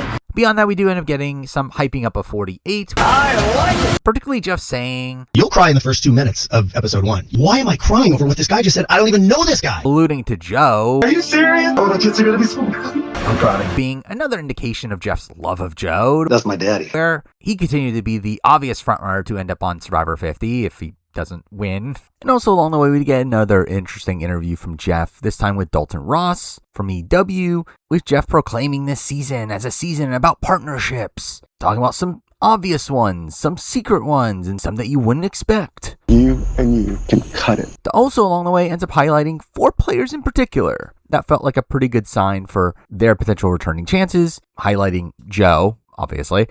Sure. Though this time alongside Eva. This does not scare me at all. With them being clearly set up as a duo during the preseason, which considering productions perpetuate to like to bring back players with pre-established relationships, it did seem like this was a good sign for really the both of them. Your puzzle's wrong. Also highlighting Camilla. I'm too weak. Alongside her obvious duo in David. I drink so much chocolate milk. Though again, it did very much feel like Camilla was being set up to be given this journey edit across the season. Not friendly enough. With Jeff highlighting how underestimated she is coming into the season. I'm weird. All David, again, just kind of came off as expected.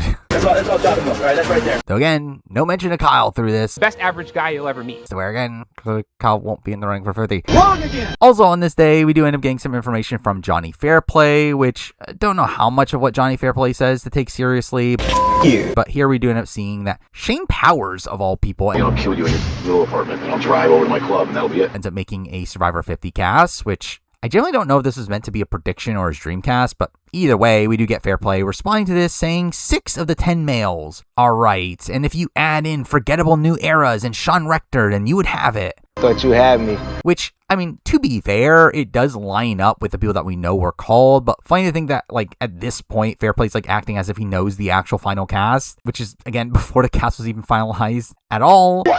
Who's that? Though, again, he ends up then proceeding to see Shane's list of women and calling out how wrong he is, which is funny considering it literally has the exact same number of people that end up being on the final cast as the guys list. I don't know if you're not. It was an adjective. Also, a very minor thing, but I did find it funny how Jonathan Young ends up responding to this post from Shane. Don't take everything so personal. Laughing off the fact that Shane called him Muscle Dude, which again is kind of strange to see him reacting to anything 50 related when, again, he was in the running at this point. Now I have to deal with the stupid wrath of Jonathan. But either way, back to the Redmond information. Redmond reveals that there are pre-40 multi-time players not mentioned anywhere that are on his list. I worked my ass off to get where I am right now. Which, to be fair, is kind of expected considering how many people we don't know at this point, but also still clarifies once again, no one-time players from 21 through 30. I'm gonna vomit. Essentially further expanding that back to the 10 through 30 that we had beforehand. Now with that, we then cut to the 26, where Redmond says that he's confident there will be a Borneo rep on the season, but doesn't know who yet. Which is, again, another one of these lines that Redmond will constantly reiterate throughout the entire process. Let that fool you! I'll be honest, I had my own doubts throughout a lot of this process on if a Borneo rep would actually make the final cast. Now, it felt inevitable that someone from Borneo would end up being in the running at a point. The actual road to getting a Borneo rep on the actual cast itself ends up being a very storied one by the end. Though beyond this also ended up being a fairly sad day from a Paramount front, obviously that being CBS's parent company, where they ended up announcing that the diversity mandate They don't exist anymore. in response to the current presidential administration. You're a sellout, bro. And in doing so, leaves diversity as a massive question mark moving forward. Where I end up really just constantly shifting on whether or not I think it's going to hit it or not. For a while, Jeff remained fairly adamant that he would want to keep it moving forward. I'm proud of it. And I did feel confident he would do that for newbie cast in particular. I was, again, unsure if they were going to hit that metric with Survivor 50 in particular. Again, it being a cast of returning players, with there also being different motives for why people are cast there, to where ultimately it ends up looking fairly rough for diversity mandate throughout the majority of this process. Though beyond that, this also ends up being the day of the Survivor 48 premiere. Oh, I needed this so badly. Where we instantly get a glowing edit for Joe and Eva. How can I help you? Getting squeezed. Both of them clearly coming off as production favorites from the offset. Joe also proceeding to be my epic frontrunner to win the entire season, which would be the only doubt of him potentially being on 50, as clearly would be no winners on Survivor 50. Wrong again! Also in this episode, we get introduced to Kyle through him failing. He's clearly not winning the season. The winner of Survivor 48, Kyle. Though alongside that, Say also ends up getting a massive premiere. Let the stars go. Most confessionals in the premiere, proceeding to get the biggest pre-jury edit in the history of the show, so I wonder if she will end up being in the running at some point. I knew it. But along with that, we did also get a very strange moment on the On Fire podcast after this episode of Jeff kind of alluding to the fact that he'd be willing to bring back Stephenie Berger. They assume that I'm going to be reading their tarot card. The first boot of the season. That's not to say we couldn't bring her back as a returning player and she plays a completely different game. Now, technically, he ends up later saying that this is one of those seasons where he thinks that you could bring anyone back.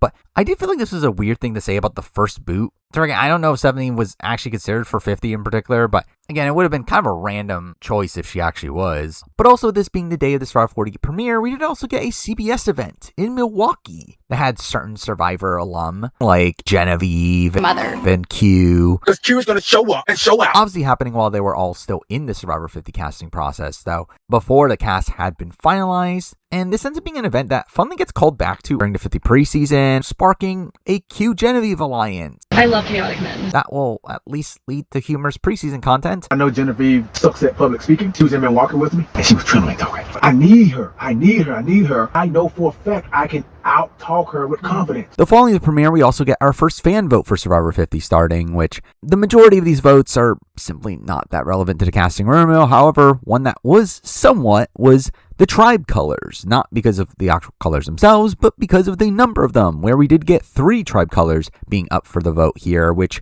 does lead to some speculation of, is this going to be a 3-tribe season? Though also, you could interpret this as a vote for 2 tribe colors and also the merged tribe, to where ultimately, we don't really get much from this. But it did start some speculation on just how many tribes, and through that, again, the number of people we might get on 50, which again, doesn't ultimately matter. But then we cut to the 27th for, again, some big news, where Redmond confirms that he has heard of one of Shan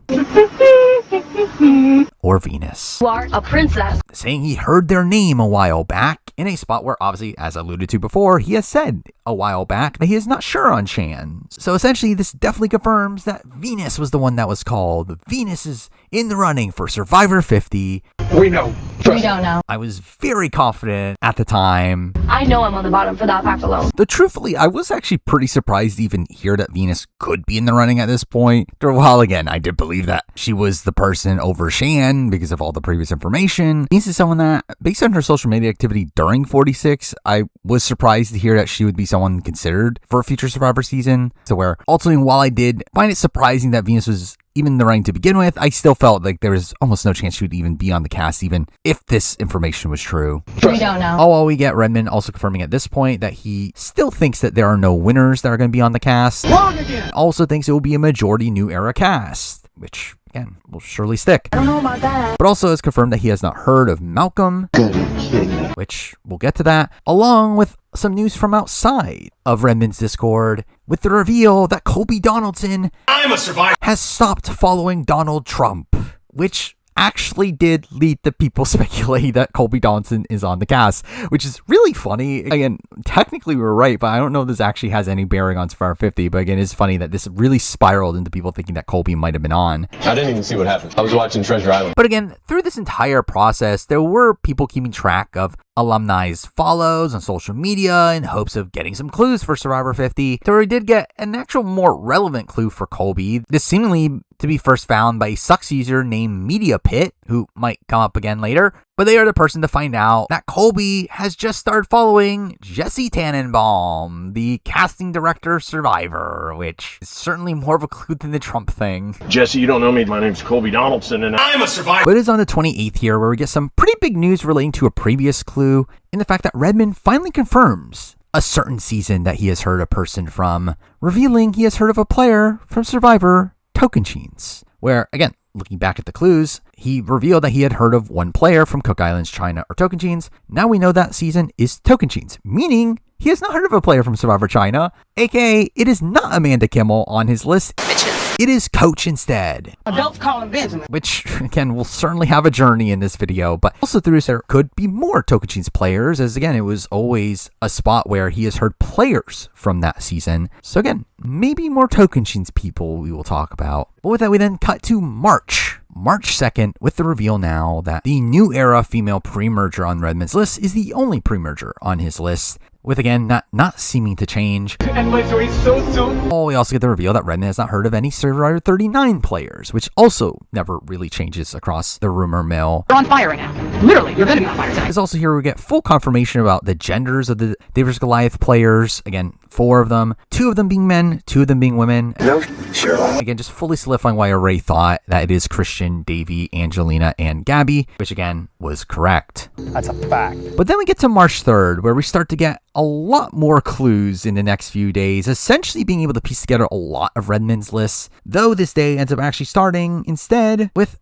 another source's information. That source being BrianHeidiksWeiner. Kept your clothes on, which I was happy about. From SurvivorSucks, which I'll call BHW for the sake of not having to say BrianHeidiksWeiner over and over again. But again, BHW is a SurvivorSucks user who is essentially trying to piece together 50 casts themselves, though did it in a way that kind of made it seem like they were spreading their information to for some of it was probably misinformation. But again, their lists end up spreading to Redmond's Discord on this day. A list that we just instantly laugh off, specifically because Jonas from Survivor 1 World is on it. Yes, Master Jonas. Where again, there is no way Jonas from Survivor 1 World be in the running for 50. It was amazing how badly you sucked. But again, BHW's list ends up really essentially just being a lot of guesses based on the Redmond information, along with, again, maybe some other sources, where again, he had some names that were not referred to. Names like Jervis, Jenna, Colby, Alicia Calloway, Nalia, Rob C., Rupert, Penner, Sydney, Julia Sokolowski, whose names will certainly never be brought up again. I don't trust it. Though we do later learn that some of the information BHW did get came from the Over the Edge charity event back in December, where supposedly that's where many of these names that Redmond didn't hear about ended up coming from. Like Jonas, for this event will clearly be a very accurate source. We'll just have to see what happens. Though technically this information had been out there for a while already at this point, especially within the Sucks community, even going back to just a few days after the Over Edge event had finished, where it was already spread that Jerry Manthe, and then Mike and Jonathan from Survivor Season 42 are in the running for Survivor 50, which at least that was true. And then proceeded to just list out a bevy of other names that are potentially in the running, from the likes of Coach to Omer to Angelina to Rupert, where again, most of that is true. Along with also talk about how Sandra, Parvati, Tyson, Fairplay, and Janet were called, though not followed up on, which about that. By now, we already know that the poverty information isn't true. Surprised I didn't get a phone call. At this point, it just felt like baseless speculation. Not much backing behind it, though it did lead to, again, a lot of these names already be circling around the room at this point. But again, beyond this, we do actually go back to some more Redmond clues here, with again another big list of players from Survivor 43, with Redmond confirming he has at least one of these people on his list. A list that includes Jesse, Carla, Cody, Noel, and Ryan, which again, clearly is Jesse. You, Jesse.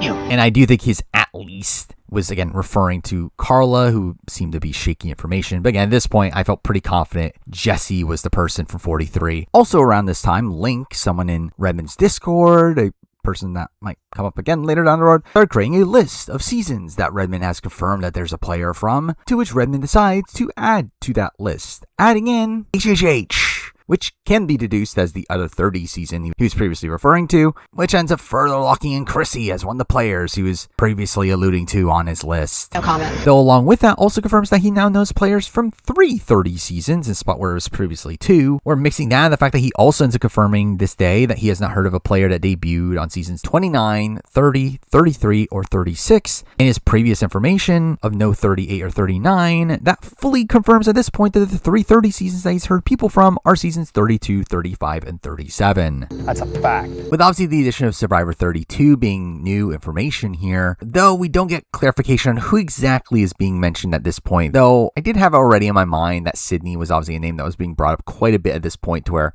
definitely looking at her as a top contender. You don't need no more heat, baby. And while Julie Sokolowski's name was actually probably floating around more than Sydney's by this point, I just generally didn't believe it. I don't trust it. And felt like it was baitless speculation. Wrong again. But along with this, we do also get Dominic being officially added to the list of people that Redmond says that he hasn't heard about, but he assumes he got called. Enough is enough already. Also confirming that he has not heard about Natalie Bolton being called either. In the bedroom. Which he constantly has to reiterate. But also on this day, we do get confirmation that was implied earlier, but now fully known, the fact he knows 2 players from Survivor Tocantins, which again, one of them being Coach, Adults call him Benjamin. but the other one being a bit up in the air, to where we do later find out who this person is. But again, my initial assumption was that's Aaron Lobdell. Your puzzle's wrong. Especially considering how, again, Aaron Lobdell was talked a lot about earlier on. Though, realistically, we should have known it wasn't Aaron Lobdell based on his other clues. I just wasn't listening. Or again, he said that there's no one-time player from this batch of seasons, which again is something that I seemingly forgot. But it is also here we do get a reveal of one player from Survivor Cagayan, our first of what will clearly be many 20s reps that will end up being in the running for the season. I'm gonna vomit. And if there is a person to be in the running from Survivor Cagayan that isn't a winner and is likely a multi-time player, that player is clearly Tasha.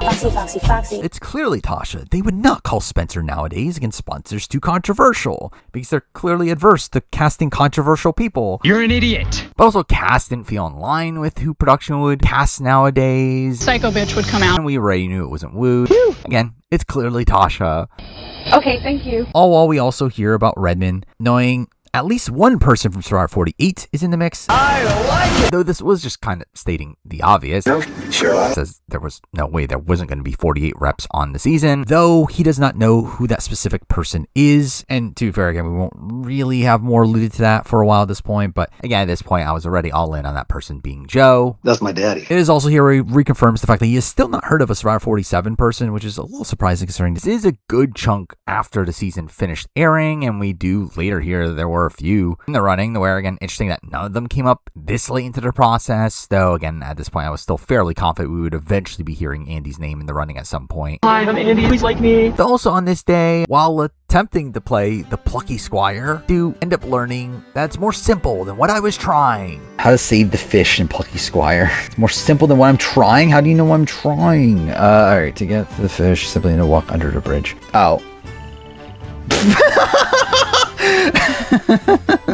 Cool. Which, funnily, by the end, ends up being kind of the overall theme of this entire rumor mill. How dare they say that was simple? Either way, we then jump to the following day, the 4th. We get more confirmations here, confirming 3 players from Survivor Co. wrong. Brains, beauties, and brawlers. Which again, I think you can assume the grouping of players that could be pulled from people like Ty, people like Sydney and Julia who were brought up earlier, people like Aubrey, people like Debbie. Crazy lady. I think that was the main grouping I was looking at. Pretty confident in Sydney and Ty. Oh my god! Well, I was again a bit up in the air on if it was Aubrey or Julia Sokolowski. We could start to have the dialogue that we can have a dialogue. With Debbie clearly feeling like the least viable with her name never really coming up in the rumor mills. I'm pissed!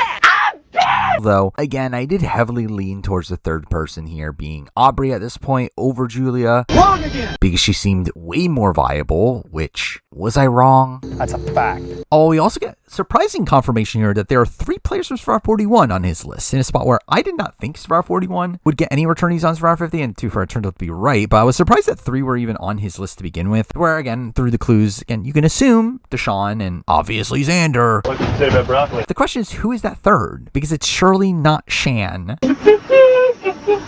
I know there were many that were expecting to see Ricard in the running for 50. Party wait, come on. Though I never found them to be that practical, as I never really got the sense the production loved him, and considering his ties to Australian Survivor, I was really just not expecting him to be on their radars. I want to try that with Maya. So at this point, my top candidate was Evie, who I can make that puzzle. Puzzle's wrong. someone that I'm actually kind of surprised we never heard anything about them being in the running, considering it did seem like production very much liked them at the time. Now, there were claims earlier in the rumor mill from All Winner Survivor that Evie may potentially be in the running, though really none of that went anywhere. But it's also here we get confirmation of 1 player from Survivor Panama, which again is clearly Suri, and while obviously it could have theoretically been Daniel De Lorenzo, Captain in sports, or even Terry, Guy at the party that no one will talk to. which I surely would never end up thinking it's Terry. Waiting for an invitation to dance. To where again, it's clearly Suri, especially in this spot where it's very open how involved she is in the 50 casting process by this point. I don't know, maybe. It was also here where we get confirmation on more seasons that he has not heard people from, essentially confirming no player from the 20s outside of that one Kakian player. Though generally I was expecting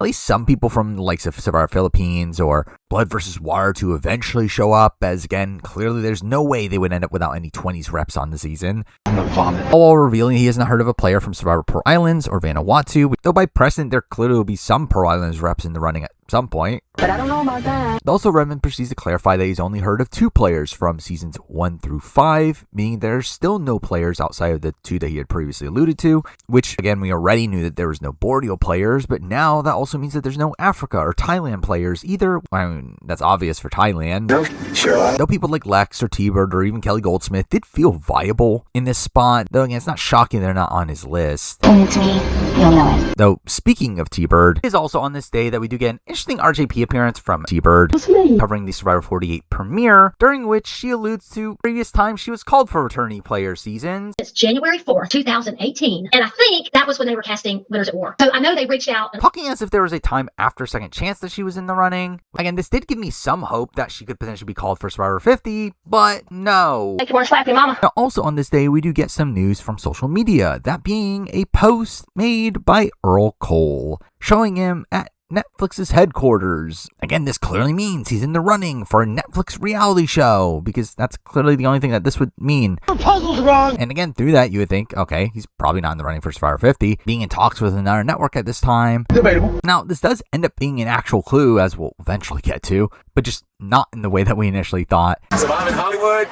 That's different. And truth be told, I kind of forgot that this even happened to get later into the process. I just wasn't listening. But then we move on to March 5th, the day we learn about Kyle's callus. It's not a wart. No, it's a wart. A wart. And we get Kevin Gang vote out, who isn't relevant to the rumor at all. Wow, is that a fight? Also a day that continues Say's massive edit. Sorry, I didn't mean to scream. Being the most confessionals in the first 2 episodes now, almost as if they're trying to edit her in a way to justify her return, with her alongside Joe being the clear frontrunners to come back at this point. That's my daddy. This also ends up being a day, well, any true Redmond info, but some very weird social media activity from a person that we know was called at this point. That person being Coach, The Dragon Slayer. who ends up making an Instagram post saying that he's not going to be on Survivor 50. What business do I have going on season 50? Going back on your screen is not really motivation for me. Just doesn't make sense. And not too far after this, ends up appearing on Tyson's podcast. Don't tell your stories. People don't believe your stories. They mock you. Bashing the new era. Take that anger and point it to the pirate, not me. Or at least that's what was claimed. Where again, that was really the running story throughout a lot of this preseason, is that Coach is bitter for getting cut, and this podcast is proof of it. However, again, I never bothered to actually listen to the podcast myself until making this video, and the reality is, again, like, it actually wasn't bad at all. And if anything, he was actually praising Survivor 48, feeling like Survivor's going back to its roots. It's good. What Survivor does really well I feel like they got away from it a few seasons, but they're back at developing the characters. Well, the character development, I did like the fact that there's being trust thrown around out there. I'm digging it. Which again just feels like the opposite impression that was being spread around. Where to be fair, that sentiment seemed to stem from some Instagram comments he made, claiming that Survivors tried to replicate him and has failed. Also saying that he doesn't need Survivor and implying that Survivor needs him, which, while tinged negatively to modern Survivor, it felt like more so just him propping himself up. Unbreakable, unbending, unyielding, immeasurable, immovable, invincible. Also, there was this notion around that he had trashed on Jeff in the process, which really just seemed to stem from him liking a comment that said that Jeff was out of touch. Do you like me at all? But also proceeded to prop up Coach along the way, which again is not really him trashing on Jeff and just him liking a comment that talks him up, to where again the notion following this was that Coach was cut and he was bitter and is now just playing it off like he turned him down, to which, as we'll get to it down the road, it becomes clear now that these posts were just real. Not a strategist. I was his strategist. But again, this notion was something that really stuck in my mind throughout a lot of the rumor mill, something that Redmond also seemed to think as well. Your puzzle's wrong. Though interestingly, this is weeks before we actually officially hear of any players getting cut, which again should have been a clue. I just wasn't listening. But again, clearly Coach is out of the running. He's clearly acting as somebody that is clearly bitter and trying to hide the fact that he's bitter, which again is surely what's happening here. Just doesn't make sense. But then we jump to the 6th, where we do get the reveal here that Redmond has heard a new batch of names, essentially resetting some of the previous info we had learned. Though it is here where we get the reveal that he has heard of a new Season 2 name, which turns out to be Colby. Glad to be here. Though initially Ozzy could have been someone like Alicia, someone like Elizabeth. Not doing that. But again, Colby was obviously the first person to come to mind. Despite Colby having claimed himself to not be in production / Jeff's favor not too long before this, it just made sense that he would be in the running here alongside Jerry, especially for a season like Survivor 50 that was meant to be a celebration of the entire series. Though this did actually coincide with some information from All Winner Survivor, who not long after this ended up claiming to have heard that Elizabeth Hasselbeck is on Survivor 50, Not doing that. which felt ridiculous to even think that she'd be willing to do Survivor after all these years of saying that she wouldn't do it. And again, would production even want her in this current political climate, to where again seemed like a baseless rumor. Again, we'll surely never hear her name again. I don't know about that. All while we get confirmation that the Season 4 male is still in the running, and that is the only Season 4 person on his list, essentially deconfirming a possibility of Nalia being on his list. Oh my head! Despite Nalia actually starting to pop up a bit more in the community around this time, literally posting about wanting to be on Survivor 50, which, to be fair, that's something that someone that isn't in the running would do, but also ends up showing up on Tyson's podcast later in the week, to where Nalia's name started to pop up around now, though again, not from Redmond yet. All while we get confirmation that he now knows somebody from Survivor Palau or Guatemala, where Perhaps a piece of both, perhaps at the same time. again, felt kind of obvious that this would be Stephenie. My dad was a mailman. Where there's not really many potential options here. You guys all get bit by a freaking crocodile, scumbags. But again, instantly went to Stephenie. Along with confirmation that he only has one name from Survivor 45, which based on all the previous clues, it still has to be a person from his original list, which again at that point, very much implying it is still Sabaya. Sure. All while confirming that he has finally heard of a Survivor 47 name, which again at this point I was assuming was Andy, as again that was someone that Jeff pretty much implied himself was going to be on 50. Andy and the Operation Italy team, they brought it. It felt like the biggest lock from 47 to play again, to where obviously the name that he heard must be Andy. Wrong again. And I was very sure. But then we jumped to 7th with, again, some minor information here, particularly the fact that, again, still no fans from Micronesia or players from Gabon. But it's also here where he ends up confirming a player from Survivor Cambodia, which clearly it's the person from Cagayan. That's a fact. We're not many other seasons that we know players from had reps on Cambodia, especially of those that felt likely to be called, to where, I mean, it could technically be a new name, but I did feel it was more likely to be one that we had already known. So through that, again, we can narrow it down to Varner or Kimmy. Kimmy will not shut up. As the Australian Outback rep, which felt very unlikely. That accent, it just talks. You just want to grab her by the neck and shake the hell out of her. It could be a world where Cerie's not the Panama rep and it's Terry instead. How stupid is that? Which, how ridiculous would that be? Or it could be Steven being the second Tocantins player, which, again, ridiculous, as Steven's talked about for years about not wanting to play Survivor again. I call myself a know-it-all, and last night I knew nothing. So again, I did feel like the Cagayan rep here just felt the most likely, which, while, again, not 100% confirmed, it did confirm to me that that previous Cagayan rep had to be someone someone that was on Survivor Cambodia, to which again, I already thought it was Tasha anyway. So again, clearly Redmond's alluding to Tasha here. You're an idiot. Now on the 8th, we do get a Blood in the Clock Tower game on Dwight Moore's live stream. Follow him at twitch.tv/doingmore if you haven't already. I'm a dumb bitch. But this game ended up featuring Christian Ubicki and Emily Flippin. That doesn't give us any new information, but does give us some great clips. Hey, Zach, I haven't had the chance to talk to you. Can you give me a little bit of insight into your game? I haven't gotten the chance to talk to you, so can you give me a little insight? I have reason to believe you're full of shit. I have an International Women's Day Alliance. I'm not with this. Okay, fine. Also on this day, we do get reconfirmation from Redmond. There's still no pre-mergers or pre-jurors from the pre-40s on his list.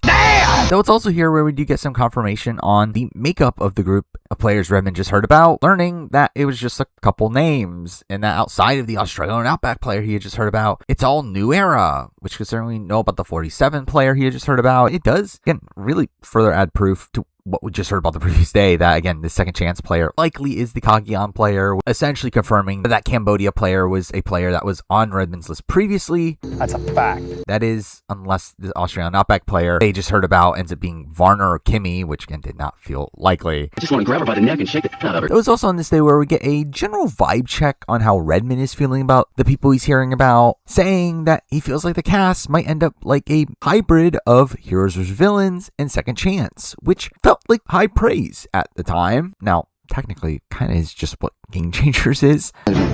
Though I think through specifically not mentioning Game Changers, again, you kind of get the sense that Redmond is fairly excited about the names that we're hearing, making it feel like, again, a higher caliber grouping of players here. Debatable. Which would definitely influence the types of players I thought could be in the running from this point forward. Though that we then move on to the 10th, where we do get Redmond confirming that he knows a player from Palau, resolving the previous clue of there being a player from Palau or Guatemala, which obviously wasn't going to be a player exclusively from Guatemala.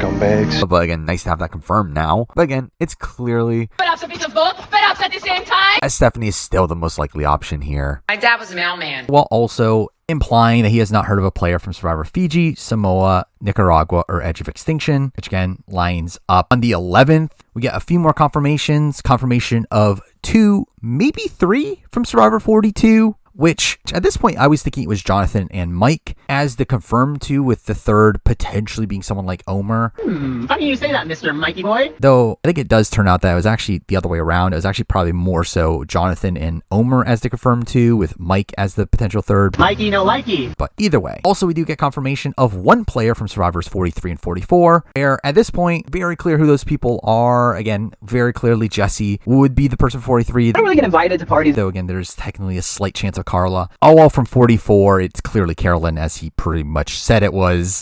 Sure. But it's also on this day where we get confirmation that the Cagayan player is not Cass, Bryce, or Trish. Psycho bitch. Though, to be fair, it was already implied to be a multi-time player, and again, you can assume it was someone from Cambodia, so really the cast information there is the only actual important one, but it essentially does narrow down the Cagayan player to having to be one of Spencer Tasha, so again, it's clearly Tasha. You're an idiot. But then we move over to the 12th, the day of a historic moment. So again, this being the Justin Boot episode, aka a day that really emphasized just how broken Modern Survivor is. The only person who has a voice in tonight's tribal is Cedric. Cedric is honestly the worst. It's enough. And while there's not much info from the Justin front, with Jeff seemingly being kind of disappointed in him, I don't think he ever got his footing. I'm not sure he ever really took a hold of the game in the way that I think he might wished he had. Justin, we're coming to Luigi's next month. Next time I'm going to see you, because I'm going to keep the main takeaway from this episode was just how much it highlighted the Say Mary dynamic. It's my girl, but like we're playing. Mary does not have a say. That Jeff had been hyping up for a while up to this point, and while I already thought Say was a likely returnee, I did actually start to feel pretty good about Mary as well. No, baby. Who obviously had her big shot in the dark moment. Mary, you are safe. Along with them also liking to bring back these like rivalries for returnee seasons, to where while Mary never actually seemed to be in the running, I did start to think there was at least a chance that they would want Mary and Say together. That has to mean something. And that belief, and my belief that that was possible, led to a kind of funny misconception down the road. This is what happens when you trust me. But it is also here where we get an update on this Survivor Cambodia news in the reveal that there's more than one player from Survivor Cambodia. Wait, what? Now, obviously, again, it's easy to assume that the player from Cagayan would be one of those people, but again, who is the other? Which, again, should have been kind of obvious who it is at this point, but I wasn't paying attention. I just wasn't listening. Where instead of going for the actual person, I decided to think, what if the Panama player isn't Suri and it's actually Terry Dietz instead? which to be fair, I didn't really go down that rabbit hole. That was just a thing that came across my mind. I actually was just generally confused at who this person could be, but again, it was definitely a possibility at this point. How stupid is that? Though also along the way, we did get confirmation that there are players from Survivor All-Stars on his list. Sure. Kind of already knew Jerry was on, so this doesn't really help much. But then we move on to the 14th, the day that has Redmond confirming to us that he has not heard of anyone not being in the running anymore, which should have been a massive tell in relation to that coach situation. The Dragon Slayer. As why is he the only person that's implied to be cut by this point? Just doesn't make sense. But beyond that, we also do get confirmation. That was, again, already assumed, but the fact that the Kagyan player is a returning player, Sure. which again just kind of had to be based on the previous clues. Well, we move to the 15th, where we didn't get confirmation. That's pretty big confirmation that both Token Cheese players are men, which should have been obvious already, but again, I wasn't piecing the clues correctly here. I just wasn't listening. But clearly the second player from Token Cheese was Steven the entire time. Again, it had to be. A fish back out of water once again. But again, I was just not piecing that together for some reason. But again, at this point, fully confirms that, where I just really did not feel like there was another particularly viable Token Cheese male that was a non-winner that could be in the running here, to where, again, I guess like Brendan was the next most likely. You, my friend,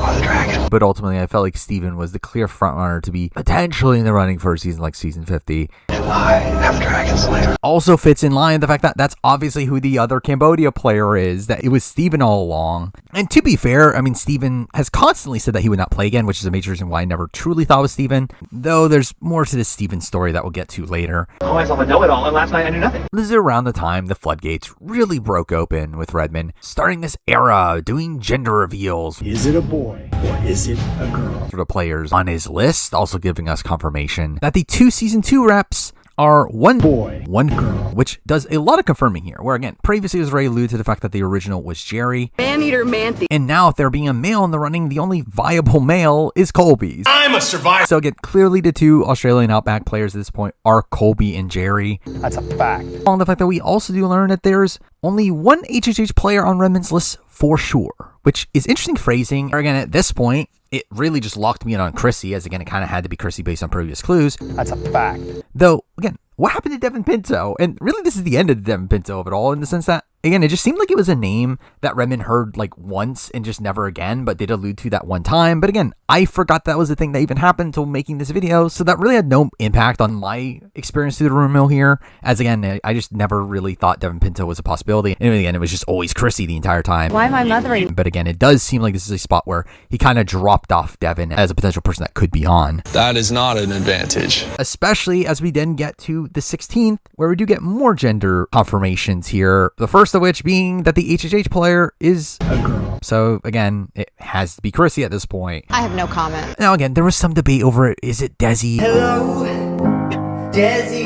And it seemed like a lot of the people outside of the Discord thought it was Desi for some reason, but like, come on, it wasn't Desi. Someone that was pretty much purpled on her season. Purple Desi. All while we do learn some info about the Ko-Rong players, the fact that it is one boy, two girls. Again, fitting in line of what was assumed already, that Ty is the male. Oh my god! That of the women, again, it is probably two of Aubrey, Sydney, Julia, and Debbie. Still being fairly confident in Sydney. You don't need no more heat, baby. Feeling a bit more confident in Julia by this point. You became a number. Where again, her name just constantly showed up in the rumor mill. And again, still feeling like Debbie was the least likely of the bunch. You crushed my heart! But also here we get interesting confirmation, the fact that he only knows one Survivor 46 player, and that player is a boy. Which does a lot here. First, in the fact that, obviously, again, we already knew about Q, so again, it confirms that Q is the only 46 player he knows. Because Q is going to show up and show out. Which makes you question a couple things. First up, what happened to Venus? We don't see Venus no more. Where previously, again, he said he had heard of one of Shan or Venus back in the day, and again, through him saying that he was not sure about Shan, it was clearly Venus who he's referring to. Debatable. So at this point, Venus just seemed to not be there anymore. Which again, should have been a hint at the 41 female being Shan, but again, I just wasn't listening. I personally just felt like it was a spot where he just thought it was bad info, and Dudet did not imply it again. Which, to be fair, he did technically do with Devin Pinto. We know. We don't know. But again, a spot where, again, I generally just believe more so it was that over the fact that Shan was actually someone on Redmond's list. The puzzle's wrong. Oh, well, this also is interesting in the sense that through there only being one Survivor 46 male and Q being directly implied by Redmond, I don't see myself doing anything here. It means that Charlie isn't on his list. Oh boy, oh boy. Oh girl. This spot where, again, I felt pretty confident Charlie was on his list. I'm wrong. Going back to the fact that he referred to runners-up. Again, there was that previous list that had Charlie on it, and he heard names from it. Again, it felt like Charlie was one of the people that was on Redmond's list, though, again, it turns out at this point that is not the case. Though the funny aspect of all this is the fact that, again, in this original message, he does say one for sure, implying that there are people that he is not sure about, which, again, you would think, again, maybe it would be Venus, maybe it would be Charlie, the people we were thinking about. Wrong again. Though the reality is that, in retrospect, I'm pretty sure he was actually referring to Tiffany, who's somebody that obviously ends up on the actual cast, so someone that really ends up evading the rumor mill for the majority of it. Though is a name that Redmond later confirms that he did hear of at a point, just had much proof for it, to where, again, I'm pretty sure that's who he's actually referring to here, which is, again, kind of funny in retrospect. Psych, I don't care. But again, another interesting confirmation here is that we do learn that the 47 player that he knows is a girl, which, again, assumed it was Andy. Now, clearly it's not Andy. They don't like me. I think at this point, it's clearly Genevieve. Mother. I think Genevieve would be the non-winning female that would be the most likely to be called. So again, at this point, already assuming it was Genevieve in the mix. That's a fact. Oh, we do get confirmation that he only has one POC player from the 1 through 10 era of the show, with, again, that very much alluding to Sean Rector. Bet on black. Though it theoretically could have been Alicia. But again, I was so confident in the fact that it was Sean Rector. Thought you had me. Through that, again, it deconfirmed Alicia, and through that essentially confirmed even more so that it was Colby and Jerry as the two Australian Outback picks. That's a fact. Now, also, we do get confirmation that 50% of Redmond's lists are BIPOC, and it's a pretty even gender split as well, though to be fair, those are so broad of clues that I just did not bother to actually use that as part of my analysis in all this. I just wasn't listening. Now, beyond that, this also ended up being the day that the reveal of another CBS returning player season, that being The Amazing Race 38. Taking a detour. A season of The Amazing Race comprising of Big Brother alum and their loved ones. Oh, Big Brother! Feeling like a prime opportunity to have Suri finish the CBS trifecta. Take two of these. Where she had pretty obvious partners for this season. Someone like Izzy. I want to fuck them up. That's what I want. Or her son Jared. Please stop yelling at me right now. Where clearly CBS would want to bring on Suri if she was available, only for her to just be nowhere to be seen. I'm very pissed off. Which again felt like further evidence that she was going to end up on 50, as that would be a fairly quick turnaround before 50 started, and who would ever choose to do 2 reality shows in such quick succession? Fuck the challenge. 100%. I am the challenge. But also with this cast reveal, we do get a very minor bit of news in the fact that Zach Wurtenberger was in the running for this season. Who are you? Alongside his brother Corey. He's a tiny man. Take his words, but damn. You understand how unfucking bearably unreasonable that is. You're pissing me off. Obviously a Big Brother alum, to which they ended up being alternates for his cast, not making it on the final cast. Why would they do that? What is wrong with them? To which it further sunk Zach Wurtenberger's chances of being on Survivor 50, as, again, why would he be in the running for this if he was going to be on Survivor 50? Debatable. Which they're going to be filming immediately afterwards, to where, again, I can't believe it that Zach Wurtenberger's not going to be on Survivor 50. What the fuck? Despite this joking tone, I do actually want to give major thanks to Zach, where it was actually Zach Wurtenberger's video on the lost season of Survivor, the video that he made retelling his quest to find the original cast of Survivor 41. Okay, fail. That actually inspired this video, where I was literally just rewatching his video one day, because I'm a loser, as I do now and then, and realized I could essentially make a similar style of video for the Survivor 50 casting rumor mill. So, again, thank you, Zach. Give it up. Come on, give it up. Time for you to go. For inspiring a video that took up months of my life. Doesn't give me shit. And you guys can thank him for not having a Survivor 49 review anytime soon. I don't like that. But yeah, again, you had no chance of being on Survivor 50. What the fuck was that? But then we jump to the 17th with more gender confirmations, confirming that the Palau player is a girl. Obviously confirming Stephenie. I work my ass off to get where I am right now. The Panama player is also a girl, which confirms that, again, it's fully not Terry. Waiting for an invitation to dance. Which, again, was not really a practical option at this point anyway, but still, either Suri or Daniel De Lorenzo, with it just clearly being Suri. I've done it all. All while we do get confirmation that the 42 players are all A boy. Again, lining up the fact that it would be Mike, Jonathan, and Omer. That's a fact. The 43 player is a boy. Fully confirming now that it is Jesse and not Carla. I'm an ethical person. Also, we get confirmation that the 44 and 45 players are both a girl. Again, we already knew about Carolyn, but now Sabaya is even more locked in, especially lining up with the new era pre-merger of it all. That's a fact. But with that, we then cut to the 18th, where we heard about Redmond hearing about 2 new names, 2 multi-time players from Survivor Philippines, which, essentially should confirm Malcolm and Abby right away. Though the way he worded it was in a way that could have included Scoop and Penner and Russ Swan. I mean, my ass! Though, again, it was just clearly Abby and Malcolm from the very beginning. That's what that whole story was about. Those ended up conveniently coinciding with Abby Maria appearing on RJP. So. To which she talked as if she was very clearly in the running for 50. I wasn't a gamer then. Maybe I'm a gamer now. But would you be as good television? I mean, look at me. Beauty and brains, baby. Very much came off to me as her being in the running for 50, which again kind of locked her in even more.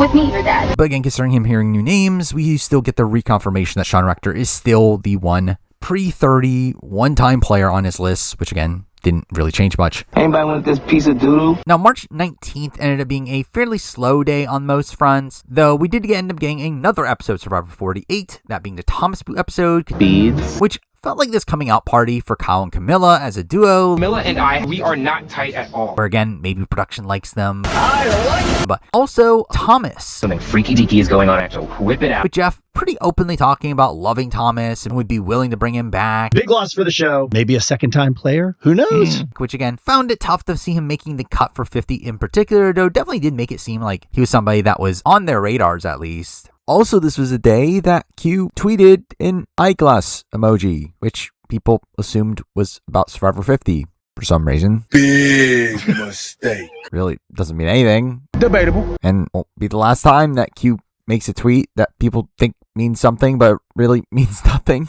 You shouldn't have done that. But then we move on to March 20th, where this entire thing starts to get a bit more real, with the reveal that Redmond is starting to hear about players getting cut. Revealing that some players are cut, some are confirmed, and some are still in limbo, with this feeling like the week where the cast was starting to actually come together. With this being the day that we get some pretty big news in that Redmond feels like there's been a push for multi-time players and bigger names, thinking that production might not be getting their way, and that a certain someone else is getting a big say. I'm basically the casting director now. So Jesse Tannenbaum, I'm taking your job. I am the captain now. Yeah, obviously I'm referring to CBS. Huh? Which ends up being spread across social media, the fact that this was something that was happening, which again led to mixed reaction. Obviously some people did want these like legendary figures to be on the show, while also other people did want a more new era focused season. And again, it did seem like at this point we were pushing towards that Legends point of view, with Redmond confirming that the cast doesn't lean New Era anymore. The scales be tipping. And all the cut names that he has heard are New Era names, almost as if a massacre some sort had occurred. Looking scary. Though, realistically, again, this was a pretty major shift in what I thought 50 was going to be coming into all this, where, again, coming into it, I thought 50 was going to be probably like a 60-70% New Era split, where again just a few token old schoolers. Yeah, at this point it did feel like we were getting a major shift towards some bigger names from older school seasons. That's bullshit. And truthfully, I was fairly disappointed with this news, where while I know there were definitely some people that did want Survivor 50 to be this bigger Legends or season, I personally did not need that. Fuck you. Especially considering a lot of the names that we had heard about in the running that were multi-time players or players that we've seen over and over and over again. I've done it all. And I've been on reality TV for 21 years. To where I was a lot more interested in seeing players that we haven't seen return yet. So while I know, again, there were definitely people excited about this shift to bigger names, I was personally not one of those people. Though obviously word of this gets around to the point where a lot of people set their expectations for 50 being a Legend season. You shouldn't have done that. Which ends up being to some disappointment by the time the cast actually finally comes out. All this also leading to this notion that if Probes must be really angry at how Survivor 50 is turning out. Do you like me at all? If CBS taking over the season and Jeff probably not getting as big of a say in who he wanted on the cast, because surely Jeff will be very upset about the cast of Survivor 50. And this shakeup doesn't stop just there, because we then proceed to get even bigger news from Redmond. Could have shaken up everything with the reveal that he has now heard of a one-time pre-40 non-winners at war winner. Dude, are you serious, man? Meaning winners are back on the table. Debatable. Which felt like a spot where this just completely blew up everything. Where with winners back on the table now, it's like, what cast are we looking at? What kind of season could this end up being? Well, hate to poop on everyone's parade. This was all just for a second as we cut to 21st, where Redmond deconfirms the winner. They don't exist anymore. So we're back at no winners for 50. Now again, it was assumed that this winner was Earl Cole. Earl's coming ashore, bring a segment of the sake. And we do get later info that implies that as well. But again, it felt like information of like a person getting called, but not really entering the process, which is why Redmond seemed to deconfirm that person. Now he's lost it. Also on the 20th, we do start to get some rumors roaming around about the Traitors season 4. So fucking hard. Someone implying that Kelly Wentworth is going to be on the season. Will not count. And only for Redmond to instantly shut that down. You've been banished. Which is obviously more relevant to a history of the Traitors season 4 rumor mill. Though technically, this does lead to Redmond proceeding to reconfirm that she's not going to be on Survivor 50 either. We do later find out that she was never called to begin with. I'm never going back on Survivor. I will never get the call. So again, we can finally put that notion to bed. Debatable. That is, unless Redmond was lying for her. I don't lie. I don't lie. I don't lie. I don't lie. I don't lie. I don't lie. Which I know was actually speculated at a point, as again, they're friends, to where maybe he's doing her a favor. But again, that didn't seem practical, to where ultimately Kelly was someone I never looked at as a viable option for 50, which is pretty surprising considering how big of a name she is. That's freaking Kelly Whitworth. In the Survivor lexicon, though, I know she's been very outspoken about her dislike of the modern version of the show. I'm just a sassy, bitchy fan like everybody else now, but I can still complain about some issues that I see. But where, again, I don't know if that maybe played a factor into things, but ultimately, again, not someone that was ever in the running. Anyway, we then cut to the 24th, a few days later, where we now get a pretty big reveal here, something that really threw me for a loop when, again, in retrospect, it should have been kind of obvious. But the fact that the 341 players he knows are 2 boys, 1 girl, in a spot where he instantly shuts down the concept of Evie or Tiffany Seeley being on his list. I remember that tribe. Sucky so bad. In a spot where I thought both of them were viable options for the 41 players. Also on this day, someone made a prediction of the new era players on Redmond's list. A prediction that Redmond confirmed had at least 1 mistake in it. Your puzzle's wrong. Which, again, most of the new era players at this point, we were right on the dot with, and I was very confident in that at the time. But the only players that were up for debate for me were the Survivor 41 players, where I very much disagreed with the prediction here of Ricard, Shan, and Xander, as obviously Ricard and Shan aren't on his list. Wrong again. Which is funny considering Shan's literally the only person that actually was. But either way, at this point, I was pretty confident in Deshaun being on his list. Xander was also someone that seemed very viable. And the third person, I actually at this point thought of Liana. You can have this fake. Particularly because, again, it was implied these 41 players were from a while back. And through, again, his constant denial of Shan, I was thinking, okay, it's not Shan. It's not Evie or Tiffany. Sydney was someone that was on the challenge. Fuck the challenge. And again, it's a post-merge woman, to where at that point, it's essentially narrowed down to just Heather or Liana. And again, they're not bringing back Heather. I did not write your name. So again, I was very confident it was Liana at this point. Wrong again. Though again, there's more to the story that we'll get to. But then we get to the 25th, where we get more announcements of more cuts. This time, both new era and old era. The scales be tipping. With the new era cuts including a mix of bigger names and WTF picks. I'm pissed. With Redmond revealing only a handful remain, which will get expanded on later. Fucking scary.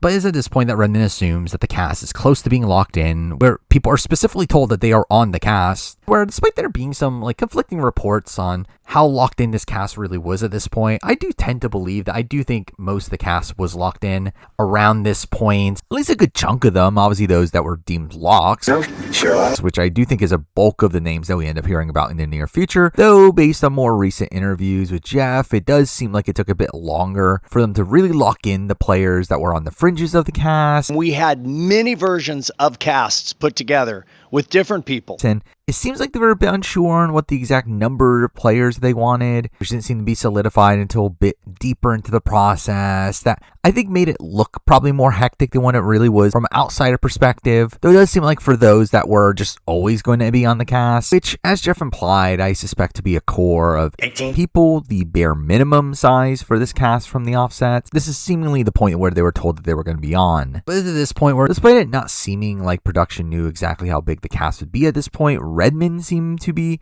thinking that it was going to be a cast of 20, which, to be fair, is what I naturally assumed as well. I'm wrong. Which, despite as sad as it sounds, it was actually a pretty exciting prospect to have a 20-person cast here. It obviously shaking up the norms of the new era, it being the biggest cast since Winners at War. Also, being a number that isn't divisible by 3. So, we surely will be getting away from the 3-tribe format. But I don't know about that. Where, again, we're likely getting 2 tribes of 10, so that's cool. You're an idiot. And they surely won't find a way to really force in the 3 tribes by the end. Wrong again. But this ends up being the running assumption for the bulk of the rumor mill. And through this, it now becomes not just about finding out who is called, but more about actually finding these 20 people, and surely not more that would later end up on our TV screens. Now I see Zach Brown on Survivor. And through that, I'll bring up my first ever cast prediction here, where, again, I did end up saving some of my cast predictions over time, where this is my cast prediction that I made on March 25th, which, to clarify the colors here, again, all the yellow names are the names that there's information pointing to these players, while the white names are complete guesses. So at this point, my cast prediction did have it split 50-50 diversity-wise, which obviously we don't see end up being following this, and I kind of give up on that concept as we move along. They don't exist anymore. Though, also ends up containing mostly of people that we know were in the running, most of which don't end up making the final cut by the end, but still, again, there were people here like Sean Rector, Jerry Manthe, who felt very viable at this point. I'm wrong. And Abby and Malcolm felt viable, considering they need 20s representation, clearly. I'm gonna vomit.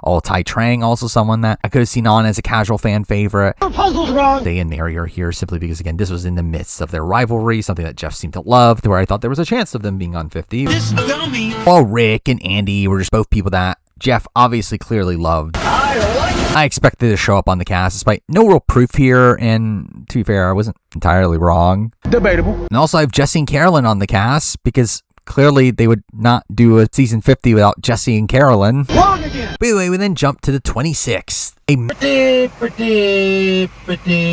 massive day in the rumor mill, where it is during this day that Redmond ends up saying the term New Era Massacre. Okay, scary.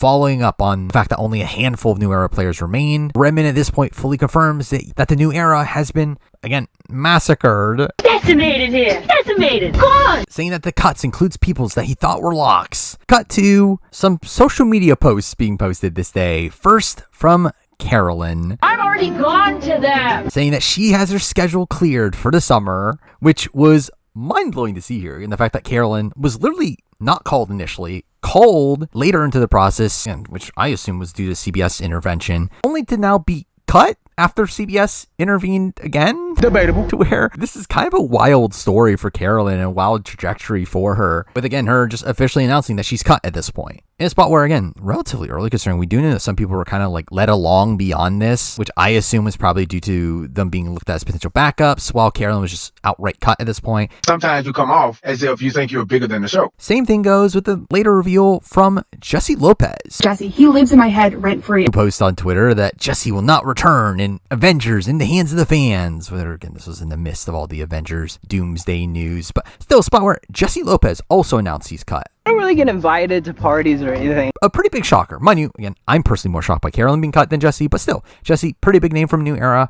where we clearly knew Jesse was the 43 person on Redmond's list, and again, now he's out of the running as well. You, Jesse, you. Along with also Rome. Causing a whole lot of ruckus. Posting, "Welp would have been fun," which implies that he was cut. Why should I give you a big chunk of meat? Which I know a lot of people didn't tend to believe, because Rome spoiled Survivor 47. Rachel, or Sam, or Sue, or Tini, or Genevieve, or Andy. But obviously calls came out before. Rome has been very naughty. To where, again, not that shocking that Rome would be in the running to begin with. Excuse you? You did absolutely nothing. But Redmond ends up confirming each of these cuts, confirming that he did hear about Rome's name as well. Blah, blah, blah, blah, blah, blah. But again, obviously the Jesse Carolyn cuts really spread, leading to a lot of shock here. Obviously, again, two of the biggest names for a New Era being cut. In a spot where, again, I think it very much makes you assume that, oh, they must be cutting almost all the New Era, which really led to a lot of the fan base just assuming that this season was going to be a very, like, legend-like season, only for it to just kind of turn out that we just didn't know the right New Era people. You really haven't actually picked up and learned anything yet. And it was also here where we get Stephen Fishback making a comment on all this, responding to Jesse's tweet, which implied that he's not on as well, even though it should have been obvious that he wasn't on in general. Nothing. Another rumored player that reacted to this news was Carla. I'm an ethical person. Expressing her worries over the diversity mandate and the fact that we're going to see people that have played a billion times already. Done it all. But again, this more cynical tweet here, definitely feeling like someone that isn't currently in the running for 50, though to be fair, again, if Jesse and Carolyn are cut, I would have very much expected Carla to be cut as well. Another player that ended up reacting to this news was Say,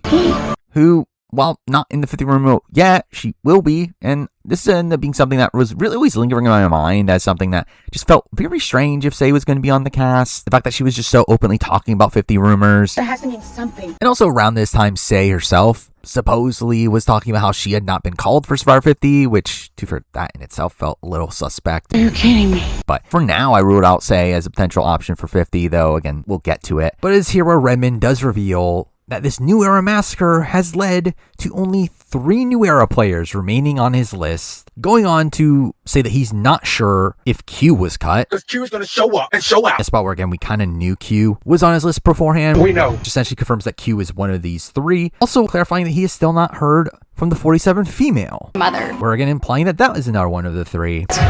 Meaning that we're missing just 1 New Era player from his remaining list. To where I was instantly thinking that that person had to be Jonathan. Mr. Jeff. Feeling like the most viable person for production to pick over Carolyn and Jesse of the people remaining. That's a fact. As through this news, it also essentially means that everyone else from the New Era that isn't this last person, Q, and the 47 woman, Mother, were supposedly cut by this point, making me feel fairly confident that the 41 players and people like Mike, Omer, and Sabaya were cut in the process. Debatable. Though ultimately that doesn't end up being confirmed just yet. Mikey, no likey. Though again, that's not all the Redmond info for the day. We do also get him specifying that he has also heard of new names, both new and old era, which really ends up resetting a lot of info once again here. But he does go on to specify that he has not heard of any new pre-All-Star names, still meaning that no one from seasons 1, 3, 5, 6, or 7. 6, 7. Also on this day, I'll mention the fact that there was a random Discord user named Konami that made a list of seasons and genders of people that were potentially called for 50, which felt like completely made up information. Lying to people's faces. Though actually kind of funny lines up with a lot of the people that were actually in the running. The only ones not accounted for were season 18 female and season 19 male, which I assume they were referring to Russell, which was never happening. Who is this jackass? Though, again, the notion of there being a season 18 female kind of stuck in my mind for a little bit, though doesn't obviously fully go anywhere. I'm pissed. Also on this day, we did get some interesting social media activity from Boston Rob. Little B hat. And then posting a picture with Sean Rector. Bet on black. Where obviously the only reason that Boston Rob and Sean Rector meet up is because Sean Rector is about to be on Survivor 50 and wants advice. I don't know about that. Where after seeing this, I felt very confident Sean Rector was going to be on Survivor 50 because, again, that's surely the reason for this post. I don't even like the Boston Red Sox. But it is funny how all this was happening right before one of the most important episodes of Survivor 48, the episode containing the Joe and Eva moment. I'm in the closet, I'm under the bed, I'm nasty, you don't want to mess with me. This defining moment for their relationship and their arc. You clearly have a relationship with Eva that matters to you. Even making Jeff cry. I'm a parent too. Wow, this has never happened. I just broke 26 seasons, I've never cried. Wow, this has never happened. I don't lie.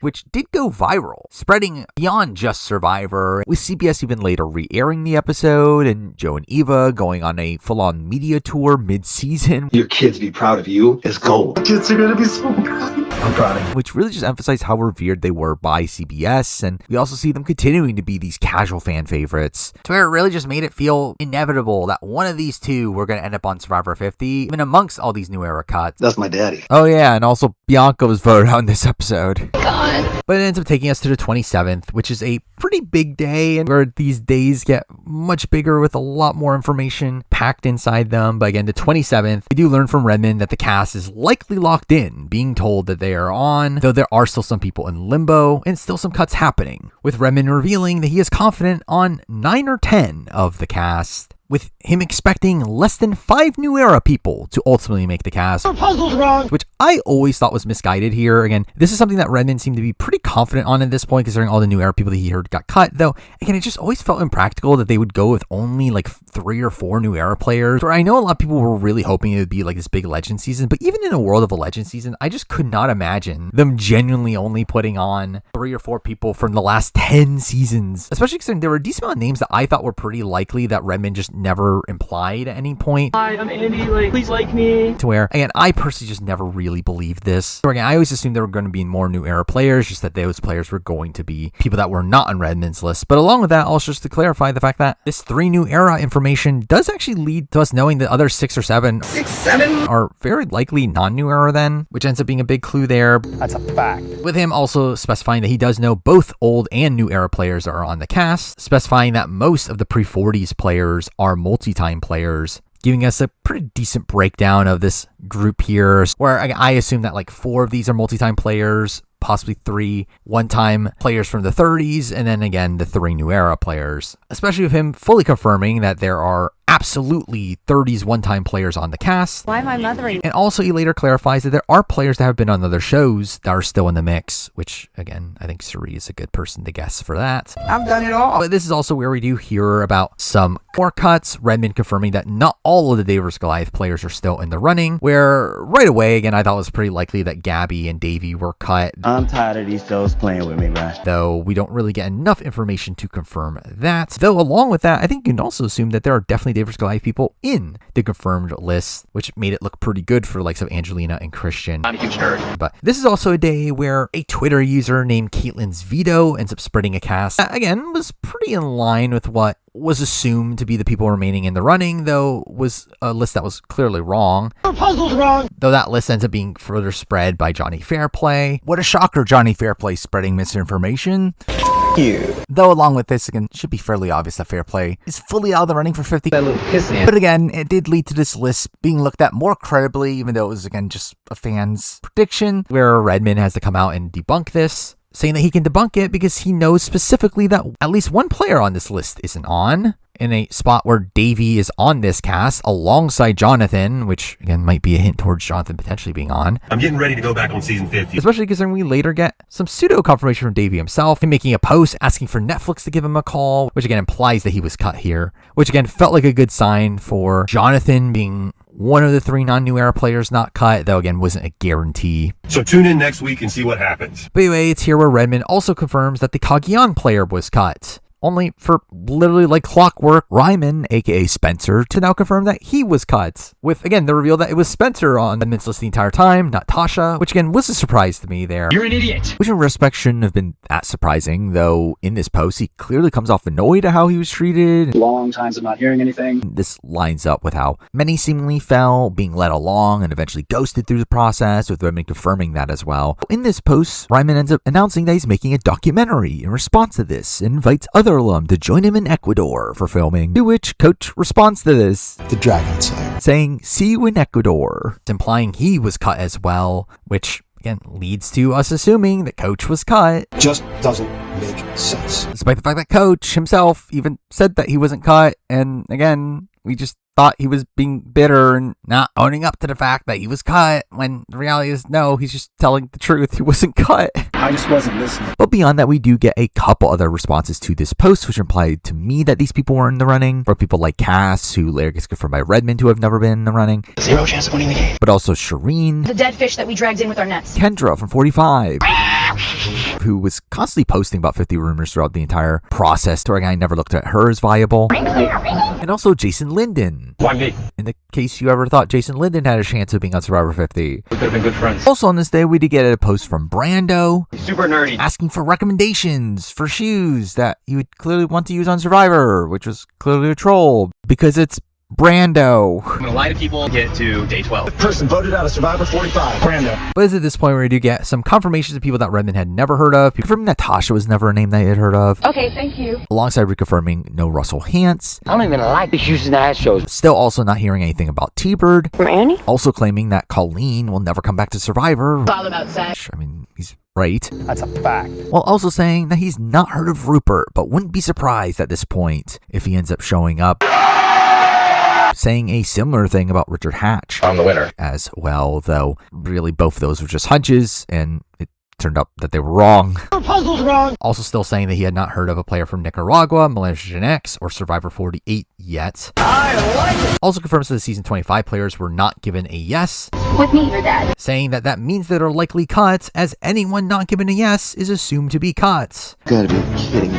Which does lead to a weird situation with Redmond, and when people say people like Abby Maria was cut and Malcolm was cut, that again, he never said that. When it's like, again, he did say that people that were not given a yes at this point are likely cut. So again, that is why people think that they're likely cut, which I get. Redmond's trying to not talk indefinites, to not be implicated in any misinformation, though again, this is a spot where you did literally say this. But again, considering the lack of information, I'm not going to move them on my chart just now. But another big news from this day ends up coming from a claim from All Winner Survivor, and up reclaiming this day that Elizabeth Hasselbeck is in the running for Survivor 50.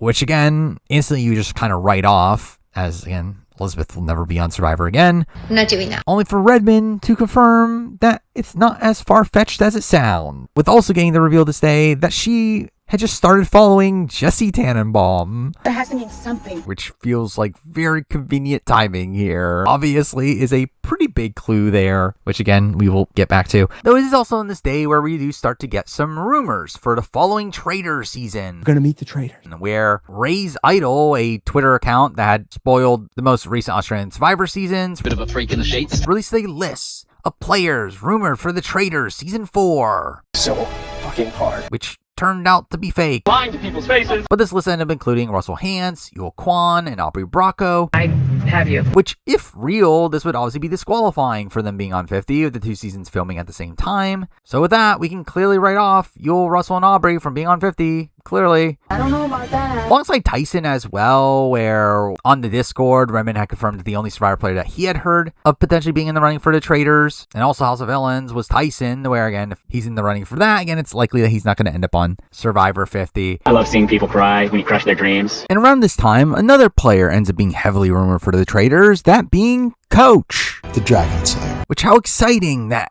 even though he was clearly cut from 50, we might see Coach on reality TV anyway, only for Coach to reveal that he actually turned the Traitors down. Clearly dispelling those hopes, though at the same time, further played into the narrative that Coach was cut and is bitter over Survivor 50, as he clearly turned down the Traitors in favor of Survivor, only to end up not being picked for Survivor, which is again, surely the explanation for how he's acting right now. Don't tell your stories, people. Don't believe your stories. They mock you. Though I should mention that this is also a day where I did start to get more involved on Redmond's Discord, where up to this point I was more so just lurking and just discussing the rumors on my live streams, though this is the moment where someone ended up posting my spreadsheet on Redmond's Discord, with there being discussion over some of my predictions, leading to me deciding to comment what I knew here, to me having to explain the case for Jonathan being the 42 male, because he clearly was, when many still thought it would be Omer for whatever reason. You haven't learned anything. Where I had to even mention the fact that, again, even if it wasn't Jonathan, it would actually be Mike Turner over Omer, which based on what we later learned, I wasn't wrong. That's a fact.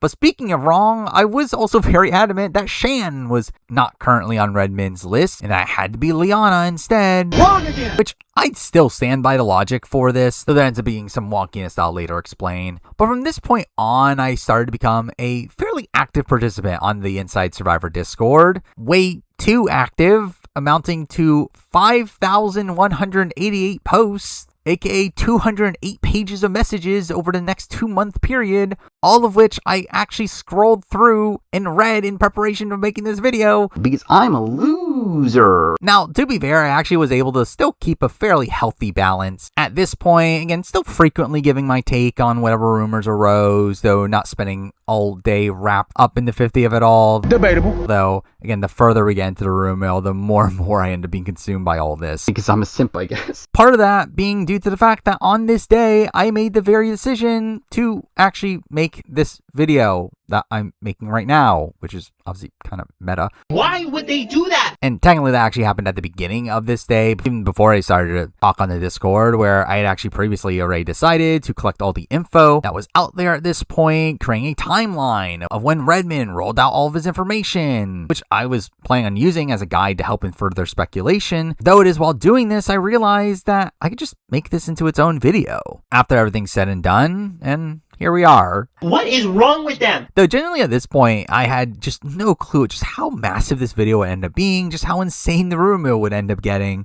over the next 2 months. But again, I did genuinely enjoy my time on Redmond's Discord, checking in to see if anything new has come up, and getting to see reactions to every piece of big news that we end up getting, piecing together all the clues that we got, using my Survivor knowledge to, again, put together what felt like this logic puzzle of what cast they would actually put together. Though again, this also led to me getting in many spirited debates. Where, again, as previously mentioned, having to convince people that, again, it was Jonathan on the cast, constantly having to dispel the fact that the 46 male was Tevin. Stay positive, test negative. And that it was obviously Q multiple times. Because Q is going to show up and show out. Also spelling that Desi was the 35 female over Chrissy, because that would be insane for Desi to be on 50. Purple Desi. And them getting into a lot of arguments over the likelihood of future returnee seasons anytime soon, talking about how annoyed Jeff must be over CBS forcing him to put this cast together. I don't know about that. Arguing over the likelihood of Jesse ever playing again following this. You, Jesse, you. Debates on if they're going to keep the diversity mandate. The scales be tipping. Debates on the quality of new era casting and its comparison to old school Survivor and Australian Survivor. Grade A. Researching into when exactly Natalie dropped out of Game Changers and having to constantly correct people. Your puzzle's wrong. All of this, well, again, could get annoying at points, was for the most part fun. Where in general, I did start to become a lot more engaged in the Survivor community around this time, where straight up, I am someone that am more so a lurker in most communities. I don't do much actual posting outside of obviously the videos I make and interacting with some of my audience through my live streams. For generally, more times than not, I don't read the comments of my videos. More times than not, I don't really follow people's discussions about my videos. Where this did lead to me engaging more just the community on the Discord, but also commenting on other Survivor 50 related pieces of content, fact-checking people when they were wrong, which I do think could have come off as me being probably a bit condescending, coming off as a know-it-all, which, to be fair, I am. I call myself a know-it-all, and last night I knew nothing. And again, already, despite being less than a year out from all this at the time of making this video, I already do find this entire experience, this entire time with the Discord just to be fairly nostalgic. That's community, Jeff. To where I've been able to kind of step away from the Discord in the time since, which probably for the better in terms of productiveness, even though, again, if you can't tell, I'm very far behind on many aspects of the channel at this point. So again, don't know how much it really helped, but while I do hold the time I spend in the Discord very dear, and I'm still a patron of Inside Survivor and still have access to the Discord, thankfully I was able to not keep it as this all-encompassing thing. Everything. Though, by the end of the night, as a gesture of goodwill on the Discord, I did decide to release my timeline of all the Redmond information that I made earlier in the day. Again, just posting it to the Discord. And again, this surely won't backfire. You shouldn't have done that. But that takes us to the 28th now, where we do get a couple smaller bits of news. First from Russell Hand saying that he wouldn't even play Survivor 50 if asked, which felt like something that someone bitter over not getting called for 50 would say. I ain't finished playing just yet. Also today we do get Figgy from Millennials vs. Gen X. You stink. Your mouth is nasty. Posting a video. I have an announcement to make, Cookie and I do. Claiming that she was cut for Survivor 50. Cookie and I have been cut from season 50. Which many people took seriously when I thought this was clearly a joke in reference to the other cuts. Which, what do you know, it turned out it was. Cookie and I won't be on 50. And we go from one troll to another, as this also ended up being a day that Survivor Quotes on Twitter ends up posting a tweet claiming that they got a text message from Karen. Karen sucks. From Survivor Palau, saying that she got cut from Survivor 50 alongside Wanda. And this lunatic jumps up. I want to knock her off with the orb. Which again was clearly a joke. Just had enough. Yet for some reason, some people thought this was real and proceeded to have Karen and Wanda's names on lists of people that got cut from 50. Somehow. On me, get off me. Though this also ended up being a day with another funny situation involving Q. Oh my God! Where again, in the midst of all these cuts happening, we get Q tweeting, "Wow, ugh." Clearly, the only thing he'd be tweeting this about is being cut from Survivor 50. Debatable. Which again, obviously a major shock here that Q is somehow not going to be on Survivor 50. Only for this to clearly not be about Survivor 50, with him even later clarifying himself that he was talking about March Madness. I'm actually kind of surprised that Q even bothered to respond to this situation. Considering, again, this is kind of him admitting to the fact that I wasn't cut from Survivor 50 to a degree, but either way, again, clearly Q was always going to be on Survivor 50. I don't see myself doing anything else. But either way, back to the Redmond side of things. Redmond is asked if all the announced cuts so far are actually cut, with Redmond saying as far as he knows, essentially him confirming that Coach, the Dragon Slayer, and Davey were cut, as they were part of the question, and even explicitly going out of his way to confirm that Coach in particular was cut, because again, Coach was surely cut. Just doesn't make sense. Well, we do get a lot of information during this day about the new era players that Redmond knows, confirming that the 3 new era players are 2 male, 1 female. Where again, right away, you can assume, again, Q and Genevieve are 2 of those 3, along with, again, Jonathan from that previous clue.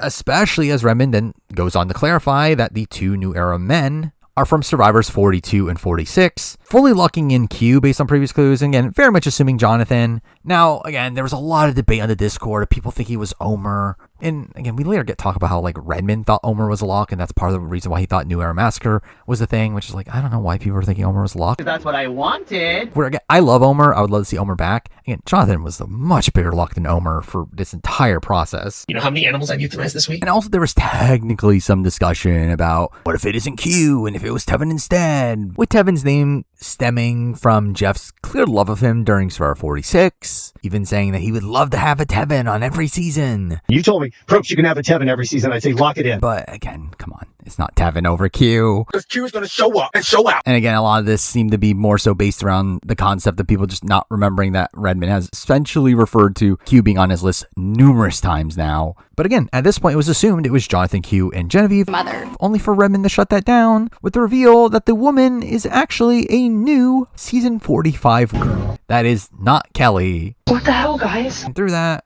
and considering the caliber of the cast, I think it's kind of obvious who it would be. But still, it was, again, post-merger woman, non-winner, again, essentially between Katurah, Julie, and Emily. Technically Kendra, but Kendra was openly talking about 50 rumors to where it had to be one of those three. This is my second chance. In a spot where, again, a lot of debate here between Emily and Katurah. What's it like being a lawyer? Where I ultimately do land on Emily just because, again, Emily feels like a big enough name that would survive all of these cuts. Katurah is someone that I thought was possible for 50 before all this, but considering some of the cuts we had already heard about, I just did not feel like those people would be cut in favor of Katurah. Anybody hearing this crap that this man feels? Especially considering we later get confirmation that none of the New Era players are WTF, which to be fair, Katurah is definitely not WTF, but again, I do think it would be a little stranger if she made the cut over Emily. Though the major hesitancy with Emily is the fact that she had been openly talking about not wanting to play again for so long. You're full of shit. Where that was a major point of resistance towards her being on the cast. Yet for me, I did feel like it was a spot where if Emily said yes, I did think they would want her. I did think she would be on the cast. Putting my hands on the balls here, and I probably shouldn't say that. Where, again, I thought it was more likely that they changed her mind than them picking, again, the likes of Katurah, Julie Alley over, again, people like Carolyn, who you think would be a bigger priority. Though it's also Emily's hesitancy to play again that actually made me even more confident it was Emily because of how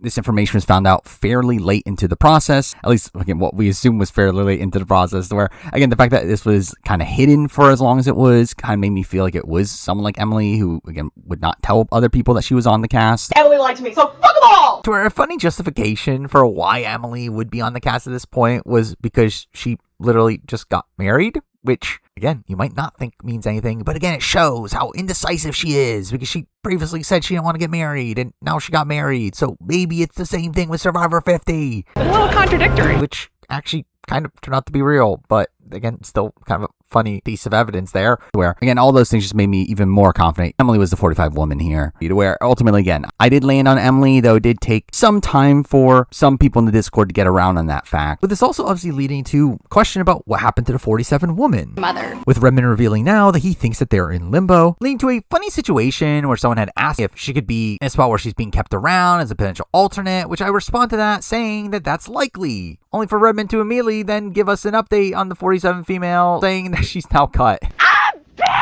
Which again was impeccable timing there. You're an idiot. Later ends up saying that he thinks that they're 80% cut, which obviously again this woman is Genevieve. Mother. Who is somebody that is obviously a very big favorite amongst the online community. I need her. I need her. I need her. Which is funny considering obviously it turns out to not be true. The puzzle's wrong. But it does lead to this really massive meltdown on Twitter and Reddit over Genevieve being cut, leading to me actually getting into the mix a bit, and the fact that this leads to my lists getting spread all over Reddit and Twitter. I guess this day of reckoning for having this spreadsheet technically public. Big mistake. You shouldn't have done that. That when I updated it with Genevieve Mother being cut, that image started to get spread around along with images of my presumed cast at this point, which again is not correct at all. I'm wrong. But again, this getting leaked is not really the worst thing in the world. Obviously, again, like probably not great that I'm leaking information from Redmond's Discord in a spot where other people are like actively paying money to see it at that time. But I think a spot where the big issue from all this is the fact that people are spreading this as if it is Redmond's list and it is Redmond's info. And again, it's my prediction based on Redmond's info. It is not Redmond's info himself. And that led to Redmond having to clarify this is not his, and me also making a statement on that to where it may have created a bit of a mess during this day. Where I think this is essentially what Redmond was trying to avoid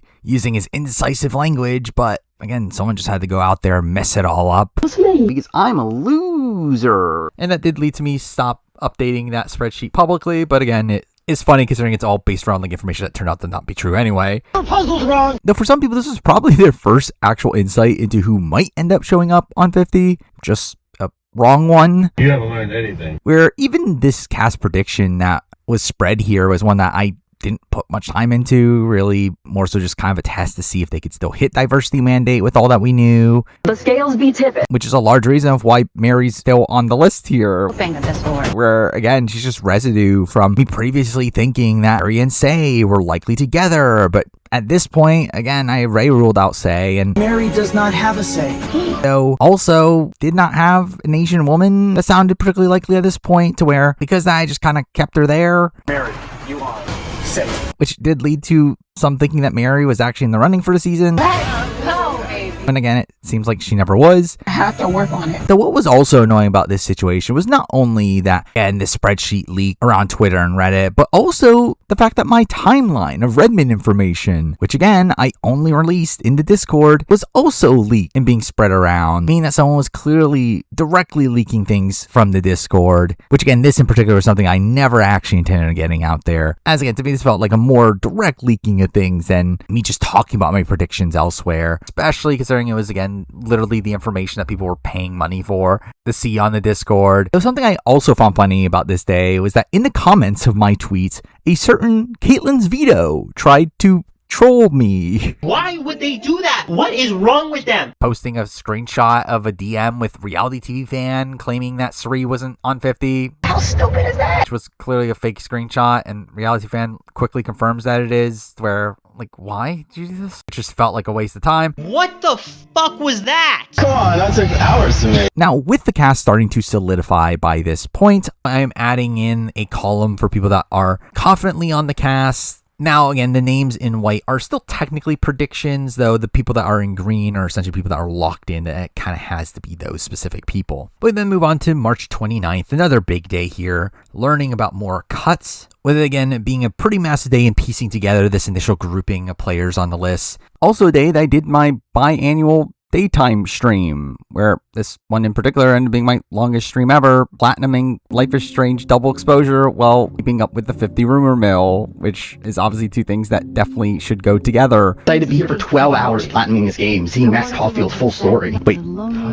Oh, okay, that's news. I think this is essentially going to be the entirety of the stream. I'm going to have fucking Redmond's Discord open at the same time. First up with Redmond confirming that he is unsure about the Season 4 player, which was very sad news, making me feel very confident Sean Rector was lined up to be cut. Thought you had me. Always get interesting information about the Season 2 players, with Redmond confirming 2 of them are on, though is unsure about another one. Also meaning that there are now 3 Australian Outback players, as part of there previously 2, which again happened after he looked into Elizabeth, so I wonder if Elizabeth is the new one there. I'm not doing that. Also in a spot where he says that the one he's unsure on is not the one that you would expect, aka one of the names that we had heard beforehand, which we do later learn in the day that person was cut, which essentially means that this new Australian Outback player is actually on the cast, which makes it feel even more likely to be Elizabeth. I'm not doing that. Which is a surprise that she would even say yes. And while I personally had no interest in seeing her play again, and I was initially unsure if production would want her considering her current reputation, it did feel like if there was an Australian Outback player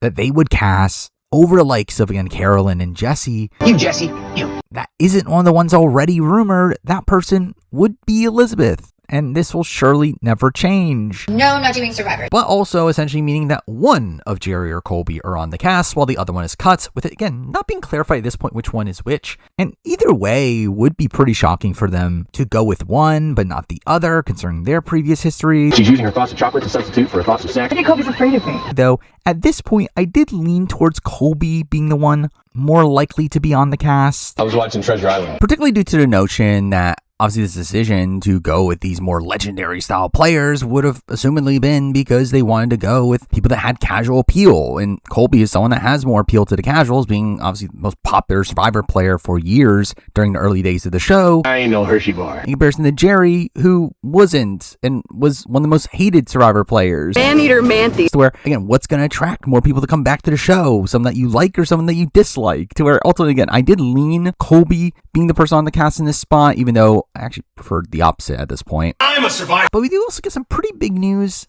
outside that, finding out that 5 of Redmond's confirmed players are from pre-Heroes versus Villains, which is interesting considering based on all the cuts that we knew, essentially there were only 4 players remaining on Redmond's list before Heroes vs. Villains, meaning that one of the players on is a new name that Redmond had heard about, along with the fact that this essentially implies that the other players that were on Redmond's list beforehand are on, with those people again being Stephenie My dad was a mailman. and Suri. I've done it all. Again, trying to narrow down this last pre-Heroes vs. Villains player, they are likely not from a pre-All-Star season, as again, just a couple days ago, Redmond deconfirmed that, leading to us asking him about a certain grouping of seasons, with him confirming that he doesn't think that the player comes from seasons 9, 13, 14, 15, a 16 fan, 17, or 19, but says that he wouldn't be surprised if season 15 is represented, which we'll get to. About that, Jeff. But again, through that, it was assumed at this point that only leaves seasons 10, 11, 12, and 18, where at this point, again, I was not fully sure who it was, but I was actually looking at Taj.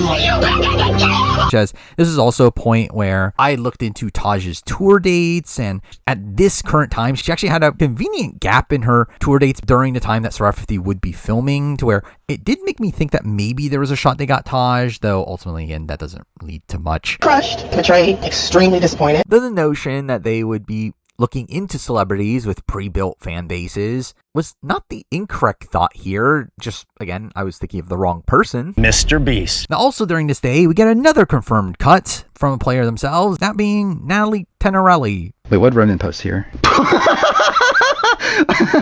What?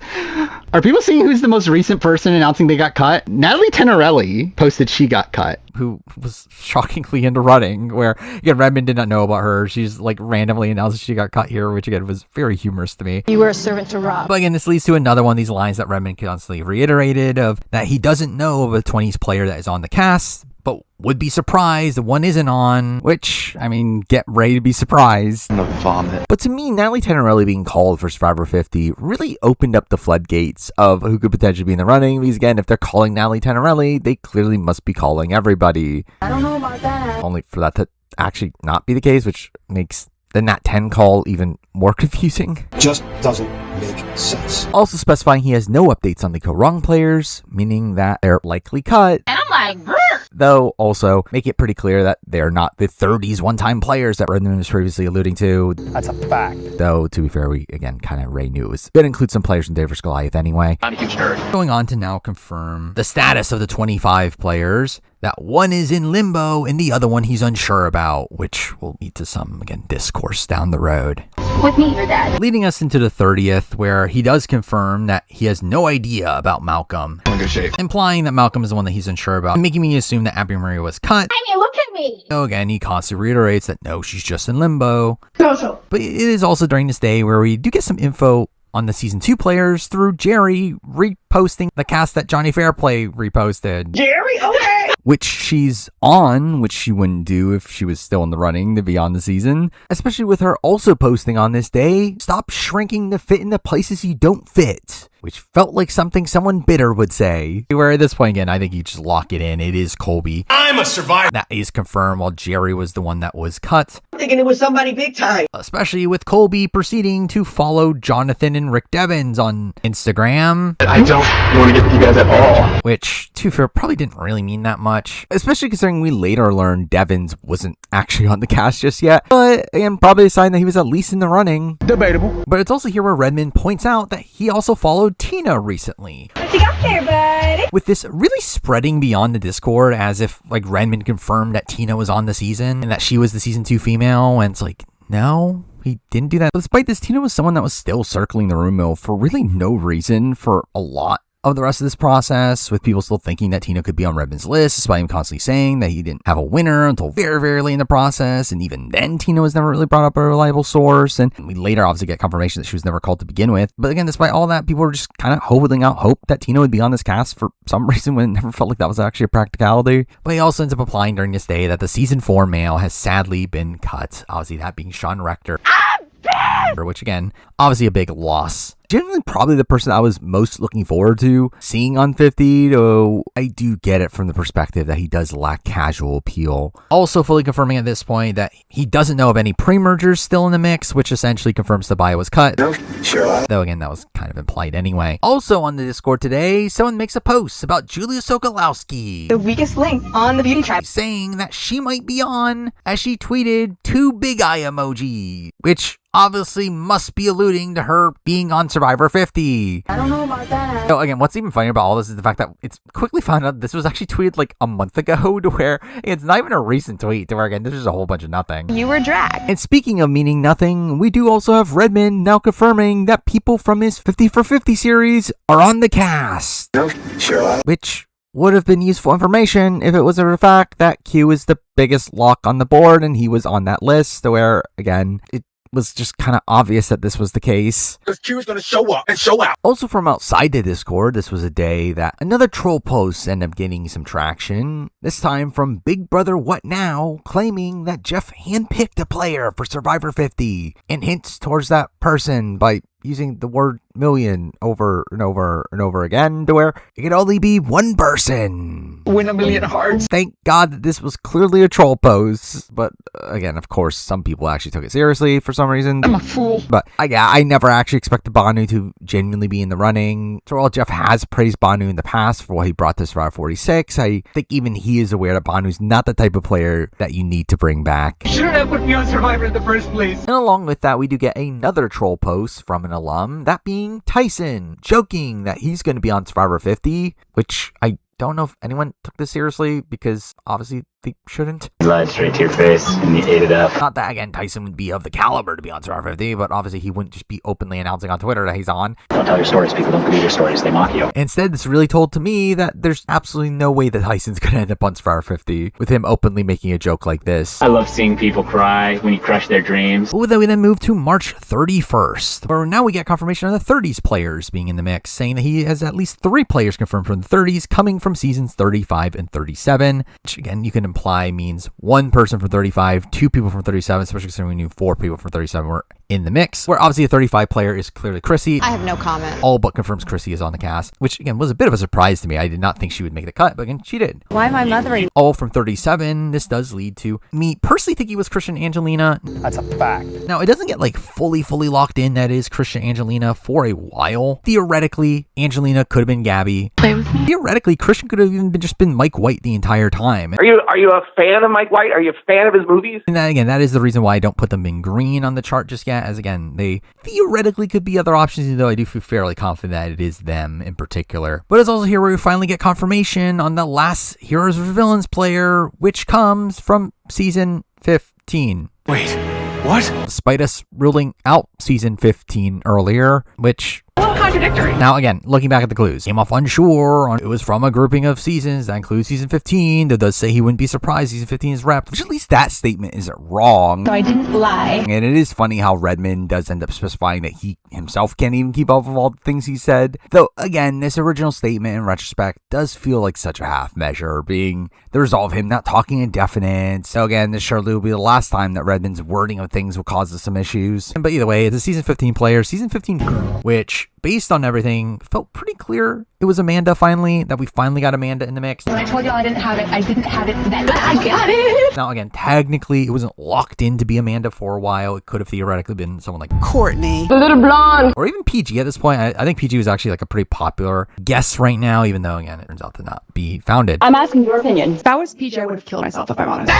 But now hearing that Amanda might be on the cast led to some really weird social media activity, and that someone ends up claiming that they called Amanda's job and pretended to be a potential client to learn if she's going to be available during 50's filming, which is again just a very weird thing to do. Don't do this. Feeling like a step taken too far, and again, it's just creepy and doesn't really boon you in any way. It really can do is just scare her away from returning, which the arc claims that is something that happened. And you don't even end up getting any actual true info from this, with her seemingly actually being available during 50's filming, which to be fair turns out to be true, though obviously at this specific point it didn't seem like that was the reality. In this entire situation is very invasive. Though also through him specifically saying that the other pre-Heroes of Villains player in this spot, it essentially does imply that we were right about the ones that we were speculating beforehand, that essentially it does pretty much confirmed to me that Stephenie and Suri were the other two previous villains players that he had not directly said were on. That's a fact. Now beyond that, again, we got confirmation on the 25 players, which again, we could already assume. But yes, the 25 female is the one in limbo, while 25 male is the one that is unsure. Not shocking. Sure. Except I did actually end up writing in my notes for this that one of the Philippines players was cut and the other was in limbo, largely because of Redmond's talk about how those are in limbo or soon to be cut, which did lead to a minor misunderstanding here. Again, another time, Redmond's wording of things kind of causes me some issues, though truthfully this was probably more of a mistake from me. But leads to Redmond once again specifying that he still doesn't have any players from the 20s on his cast, though speculates that if there is one, it might be from season 27. Which, again, gets spread beyond the Discord as him saying that a person from season 27 is on the cast, which, again, never happened. He was just speculating himself. But it does lead to rumors about Sierra. She voted out her mom. Somebody I could hate, like Brad Culpepper. Being on the season, though, again, none of that was really founded. You, Brad Culpepper. They both were left open as possible players being the running for really a lot of the rumor following this. Though something else from this day I did find really funny looking back on it is that I did find a post of me declaring on the Discord that there is no way that Phillip Shepard, the specialist, will be on Survivor 50. The hell with you. Which, about that. Now from outside the Discord, we do get a couple updates on this day. One relevant, one not so relevant. The relevant one being that within the spoiled challenge community, Fuck the challenge. 100%. It's revealed on this day that D has been eliminated from the Challenge 41. All you cheated. Put the mic down, bro. To which at this point, I still thought there's a chance D was obviously going to be on the season. Or again, they wouldn't allow her to do the challenge and Survivor back to back. Why would she even want to do that? Because she surely wouldn't want to do that. This dummy. To be fair, again, with her elimination now, it does give her a couple months time to where, again, it's not impossible. Though also on this day, we do get an episode of the Club Condo podcast on RHAP, where in reaction to the Survivor 50 news going on at this point, Some people that I know have been posting some stuff this week that I do think we should talk about. Rob and Co. decide to essentially just troll the audience. This is what Carolyn had posted to Instagram. Cara Rivera is a pretty hot MILF. Jesse's posted on Instagram. Jesse Camacho. I'm so dehydrated. You all thought, nope, we're not doing that. Clearly they're trolling here because Bob's in the running for 50. This is the only reason they would not be talking about Survivor 50 casting rumors at this point. This clearly has nothing to do with him trying to save face of CBS for things outside of Survivor 50. Do you like me at all? But also in this same segment, Brandon Donlin declares that he's not in the running for Survivor 50. I'm not part of the Survivor 50 process. Obviously, that was to be expected. I'm the guy who asked out in front of 18 people. But again, this is the next date where I have a saved cast prediction of mine. Which again, at this point, players in green are the people that fit into the slots that Redmond has implied are on. People in yellow are, again, people that we've at least heard about from Redmond, while the other names are people that, again, are just complete guesses. Also, to clarify, the cast here is broken down between the left two columns being POC, the right two columns being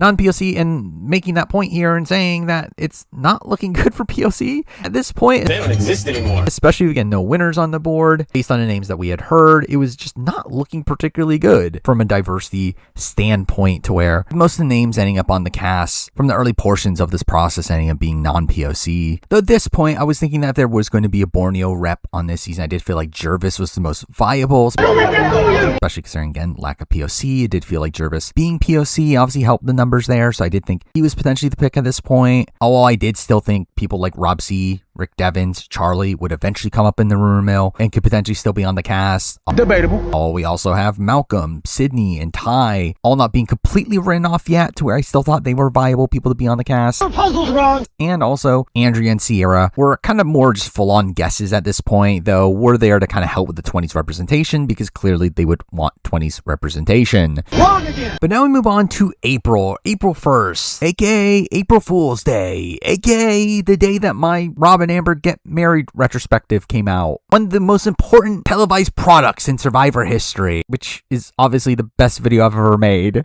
Romberg gives their vows, blah, blah, blah. And they end up saying, I do, who cares? But really outside that, a fairly slow day where, again, you would have expected a lot of, like, Doki news on this day. But the only thing we actually got from Redmond was that seems like Tocantins has been eliminated, essentially confirming Steven isn't on, which, again, was very implied. But, again, actually from Redmond himself at this point. Though again, there's more to the Steven story that we'll get to. Nothing. Though it is also on this day that we do get some questionable social media activity from Abby Maria. Social. If she was still in the running for Survivor 50, responding to Janelle Pierzina's tweet. You're a traitor. You're a traitor. You're a traitor. You're a traitor, babe. About wanting her on, which again, you would think that she wouldn't do if she was told that she was on the cast. I couldn't agree more. So which again, lines up with Abby still being in limbo and just kind of hoping that she's going to end up on the cast. I mean, look at me. It's also on this day that we do get the return of Media Pit. Again, that sucks user that previously found out that Kobe was following Jesse Tannenbaum, this time claiming to actually have some insider information, saying that they have mutual friends with Omer.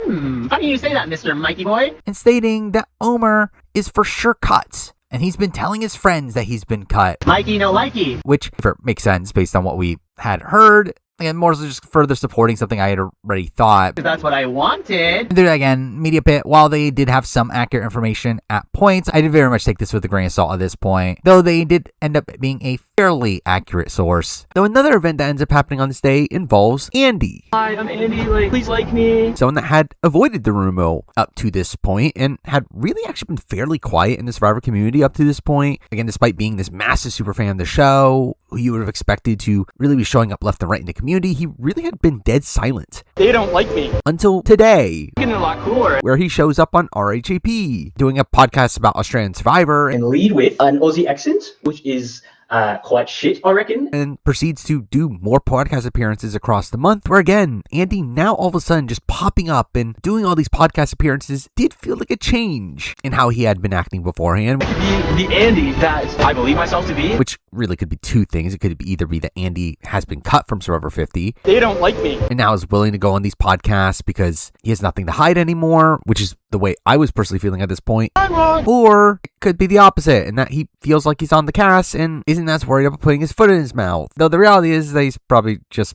now far enough away from his season and has had time to decompress to where he's willing to talk about Survivor again. I could be my full version of myself. Or ultimately, again, this really doesn't matter, but it felt like it did at the time. Then we move on to the second, where we do get the Emergatory episode of Survivor 48. Chips with salsa, mozzarella sticks. I want a mozzarella stick. AKA where the season really goes downhill. Where that season kind of sucked. Also, Charity gets voted out here. She's gotta go. If anyone thought that was relevant to the rumor. That's a psychopath.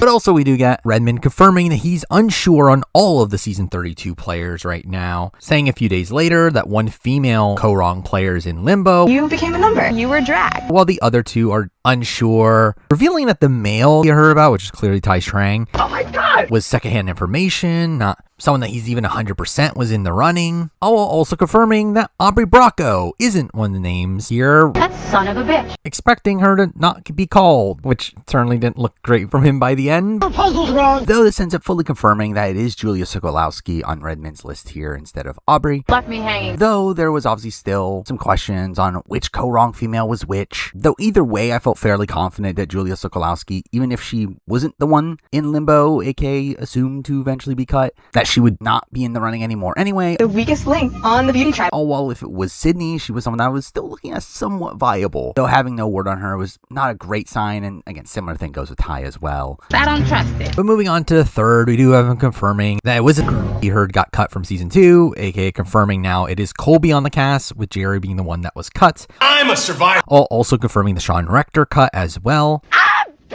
Also saying that at least one player from Survivor Game Changers got a yes. Again, being pretty big evidence there to Suri being season 12 female, if it wasn't obvious already. Me. Also giving some pretty big information that ends up looming large across this portion of the rumor mill. The fact that of Redmond's confirmed lists, only 3 of them are BIPOC. The scales be tipping. Which again, looking very bad from a POC perspective, but this ends up leading to us being able to lock in a few more names. Obviously, again, Q is someone that we already know is the season 46 male. Because Q is going to show up and show out. With Suri being assumed to be the season 12 female, that means that there's only one other POC on the list. And looking at season 37, knowing that we knew about 2 men, 2 women, one of those men was Davey, who is now cut. I'm tired of these shows playing with me, man. Meaning that there has to be a season 37 woman on the cast, aka it has to be one of Angelina or Gabby, both of which are POC. Essentially locking in those three as the POC there. That's a fact.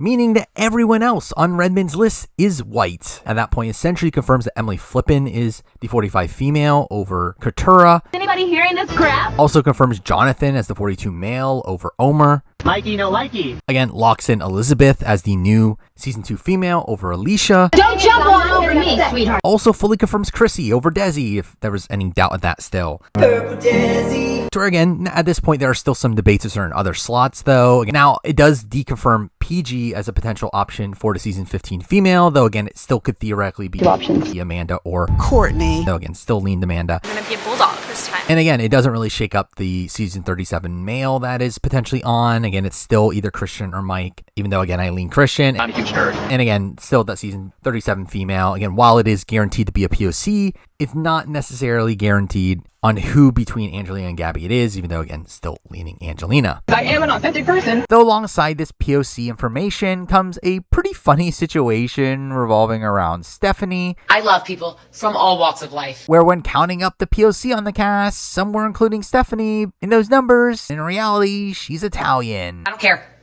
who you identify. Bye.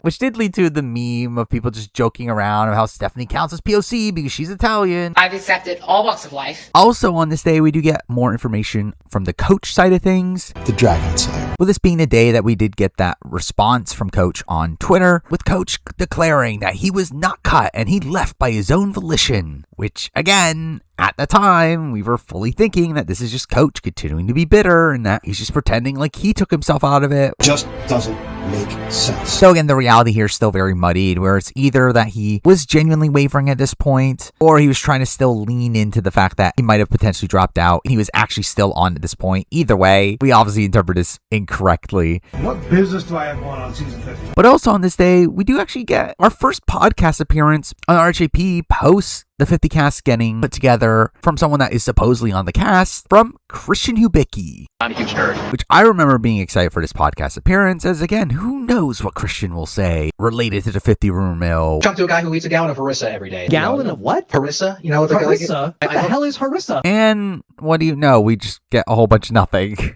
Though again, it is a point where I did start to look into a lot of these podcast appearances and trying to suss out from certain players if they were in the running or not, though again, most of the times this doesn't really lead to anything. We got nothing for you either. But beyond that, again, kind of a slow next few days. Oh, at least on the 4th, we did get a humorous moment from his little bee hat. Boston Rob appearing in a Hardee's ad. I think we found ourselves a winner. Not being the last ridiculous ad that Boston Rob will show up in. It's obvious I've got it. Question is, buddy, do you? I have a big announcement. I'm coming back. For another bite. Though, it really is until April 7th where we get some new information, with the reveal now that Redmond has heard a new batch of names. A lot of old school names here, revealing that he's heard of 3 players from Survivor Borneo. 2 men, 1 woman, that he knows were called earlier in the process, but does not know their current status. Here he ultimately ends up saying that one of them is a surprise, that they said yes. Debatable. Which leads to him reconfirming that it's not Colleen. It's all about sex. Which I will say, fully admit to this, it did lead to me into a bit of a spiral of me thinking that there was a shot it could be Sue Hawk as a season 1 female. What does Sue do? Not give you a drink of water. I would let the vultures take you and do whatever they want with you. No ill regrets. In a spot where ultimately it turns out it was Greg that he was implying was a surprise. Oh, cool flying fish. Which to me wasn't that big of a surprise. Like to me, I just kind of expected Greg to say yes. To again, like him saying that there was a surprise. It did lead to me again, kind of losing some credibility here. Me going kind of all in for a few hours of thinking it was Sue. Arrogant, pompous human being. Or Sue Hawk would be a surprise to say yes in the modern day, though looking back on it, I did kind of ignore the fact that Redmond did specifically. It was a surprise they said yes, not that they were called to begin with, as it would be pretty surprising to see production call Sue Hawk. In a spot where obviously, again, this is a world where Sue had sued production. Again, it would be unlikely they call her. So again, in a world where they are going for big names, legends of the show, snakes and rats. I didn't think that them calling Sue Hawk was that unreasonable. Now, to clarify, again, I thought this was just a call. I did not think that Sue Hawk would actually be on the cast. Again, did lead to a kind of funny situation where someone did ask me about who my predicted cast is on this current day, which we'll run through that cast later, but I did end up accidentally sending a list containing Suhawk, which completely burned all my credibility. And again, it was not purposeful. I did not actually think Suhawk was going to be on this cast. Though again, I did have her on my list of possible calls, and the way that I created the cast was just narrowing down that list, and I just forgot to take Suhawk off of it. But again, still a spot where probably not a great look for me to have Suhawk on the predicted cast that I posted. You sucked on that game.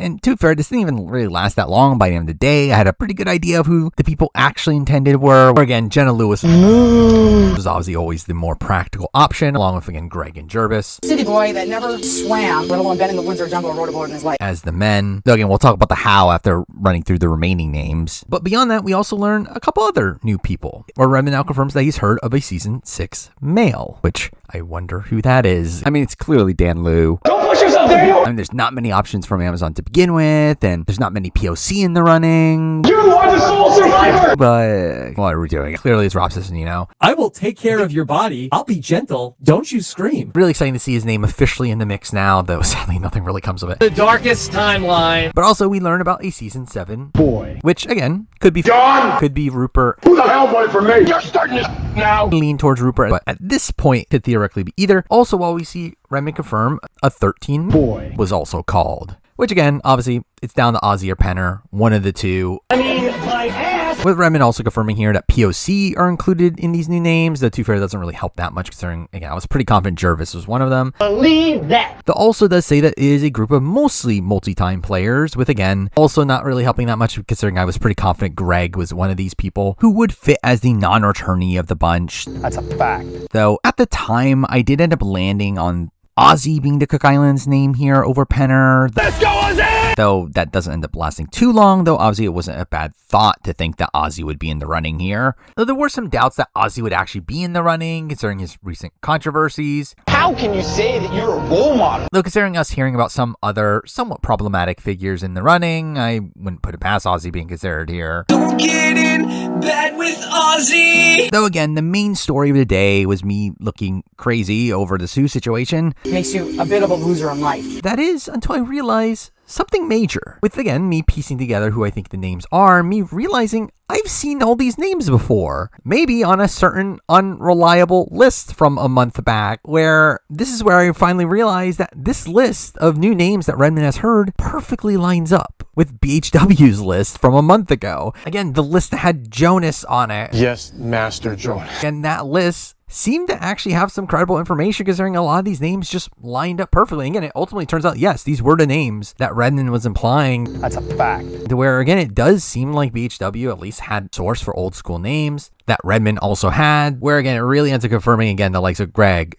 Jervis, Jenna, Rob C, Rupert, and Penner as the likely players Redmond was implying, while also having some names that Redmond would later imply. People like Alicia, people like Lex, people like Nalia. Oh my head! Oh my head! Also Sam and Andy, though to be fair, those felt like assumptions that ended up being accurate more than anything, but also had Julia as the other co-wrong female, which, to be fair, was widely known as an option by this point, though again, they were technically correct here. The BHW ends up being the only person to end up referring to Dominic at any point before the cast reveal, which is pretty insane considering how massive a figure he seemed to be. I'm not really sure what's going on. Same thing with Devens as well, though that felt like another lucky guess where I think everyone just assumed Rick Devens was obviously in the running.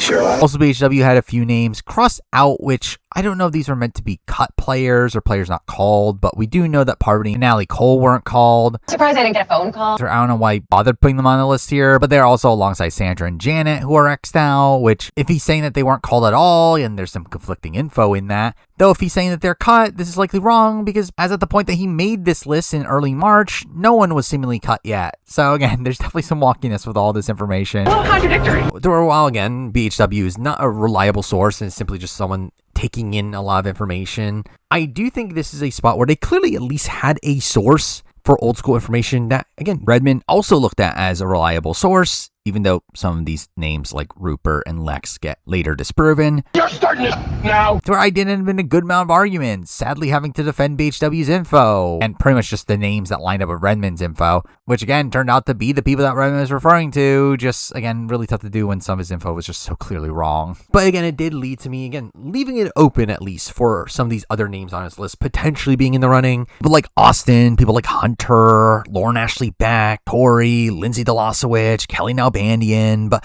ultimately, again, all these names never really come up properly throughout the rest of the rumor mill. What the hell, guys? And we do actually explicitly learn that a few of these people were specifically not called, like Jonas. And it was amazing how badly you sucked. And as a side note, I will mention the fact that BHW does continue to make lists following this, though nothing of substance really comes from them. A lot of the information feeling largely inaccurate, implying people like Mike Holloway Do the happy dance, baby. and Tina were called when we know that wasn't true. He finally does get Aubrey right. That son of a bitch. Though again, it felt like that was just more of a guess than anything. Incorrectly labels Andy as Cuts, They don't like me. which was weird as Andy was never implied by Redmond info. He's essentially cutting him due to Redmond info, with him cutting every not known New Era player because of Redmond, which again was misguided. Your puzzle's wrong. All while on a later list claims that Richard Hatch was called, which I don't think he was. I've been bamboozled. Along with also saying that Mike White and D were cut, because again, they would clearly cut Mike White if he was in the running. Also here again, not particularly relevant, but we do have Redmond confirming that the winner that he heard about earlier was male, which again just makes it that much clearer that it was Earl Cole. Sure. Also on this day, we do get a series of deconfirmations from Redmond, Pigeonhole chick thing. confirming that Dina was someone that he had never heard about, We can pee in front of each other. which isn't that shocking. Deconfirmed Xian, Suyi syndrome. who did feel like the only viable person from Survivor Thailand. Fucking Sheehan! Are you kidding me? When Sheehan opens her mouth, I want to open mine and put a gun in it. Though again, not a shocker by the end that no one from Survivor Thailand was in the running. I'm for gun control, and I would ban that gun control. Just have a gun if Sheehan opens her mouth. And the most shocking deconfirmation here ends up being Haley Ford's not on the cast. Take me corporate rights. Take me corporate rights. I can't believe it. How could this happen, Haley? This is the first point, though, where Redmond also implies he has some information about Survivor 48 players. I knew it. Having heard vague info about them, which again, we'll hear about one not too far from now.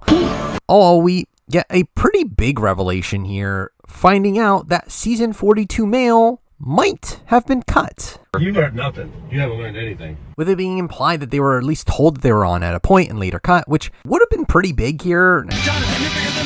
Now again, it doesn't stick. But it does seem like Redmond ended up getting conflicting info here that leads to the season 42 male being not as confirmed as the others for a while, with him again being a bit downgraded from being confidently on at this point. Really haven't actually picked up and learned anything yet. Also, this was a day that Noelle from 43 ends up showing up on RJP. And I lost my leg! Which felt very random. And this did actually make me think that Noelle might be somebody that was at least contacted for 50, as Losing my leg is the best thing that's ever happened to me. she's never been someone that has been like particularly active in the Survivor community, though even then I didn't feel like she would be picked, obviously, at this specific point, and really this ultimately meant nothing. Did not be the case. After this, again, I made another predicted cast here. At this point, still thinking Jervis, Rob C, and Malcolm were viable, especially with Jervis and Rob C having come up from Redmond today.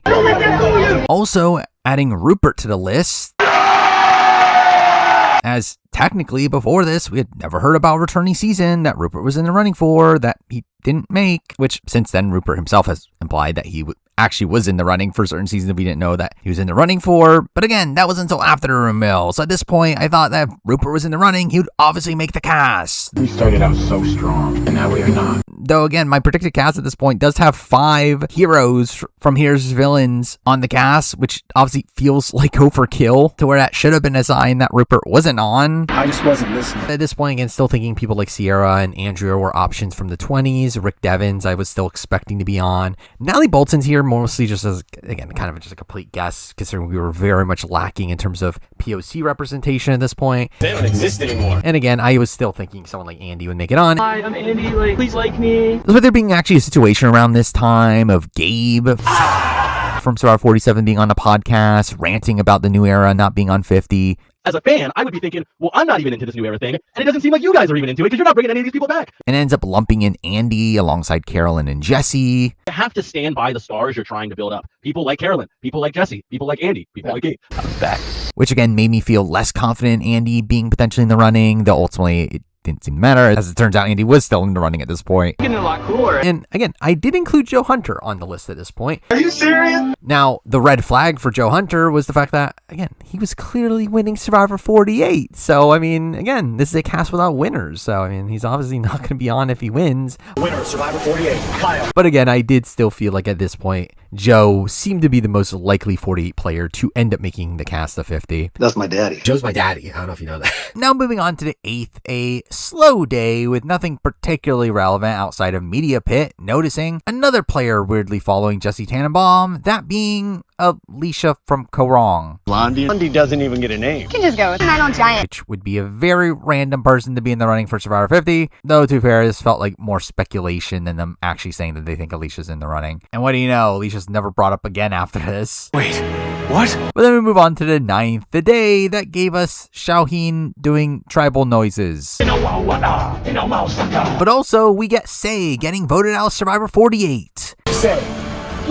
Which ends up opening the floodgates for more Say rumors. Oh my god. With Fairplay explicitly tweeting very negatively about Say on the season, saying that dog shit performance reserves a spot on 50. Are you kidding me? With him clearly thinking that she's on at this point, though very funny that this tweet did lead to Xiaoheen calling out Fairplay. I know how to play with people. Which was a very random feud.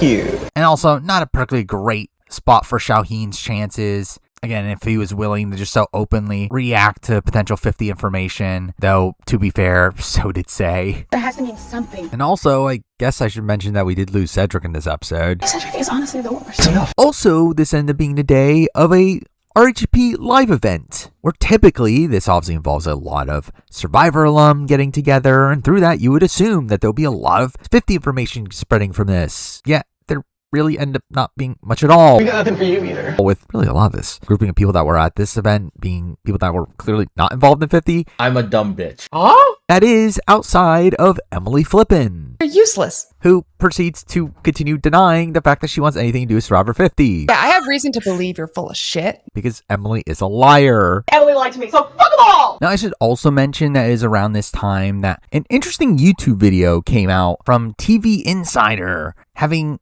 Jeff Probst answer Survivor trivia questions. Oh my god. A video that I actually have my live reaction to reacting to it during one of my streams while playing Infinity Nikki, if you can call it that. We gave them more and more supplies. Dude, he's literally going the fucking spiel again. Dude, fuck him. Fuck Jeff. Fucking loser, caring so much about fire making challenges. But after 45, we decided for 46, we're going to go back to the players only getting the knife and the flint, so you can expect to see longer fire making times in the seasons to come.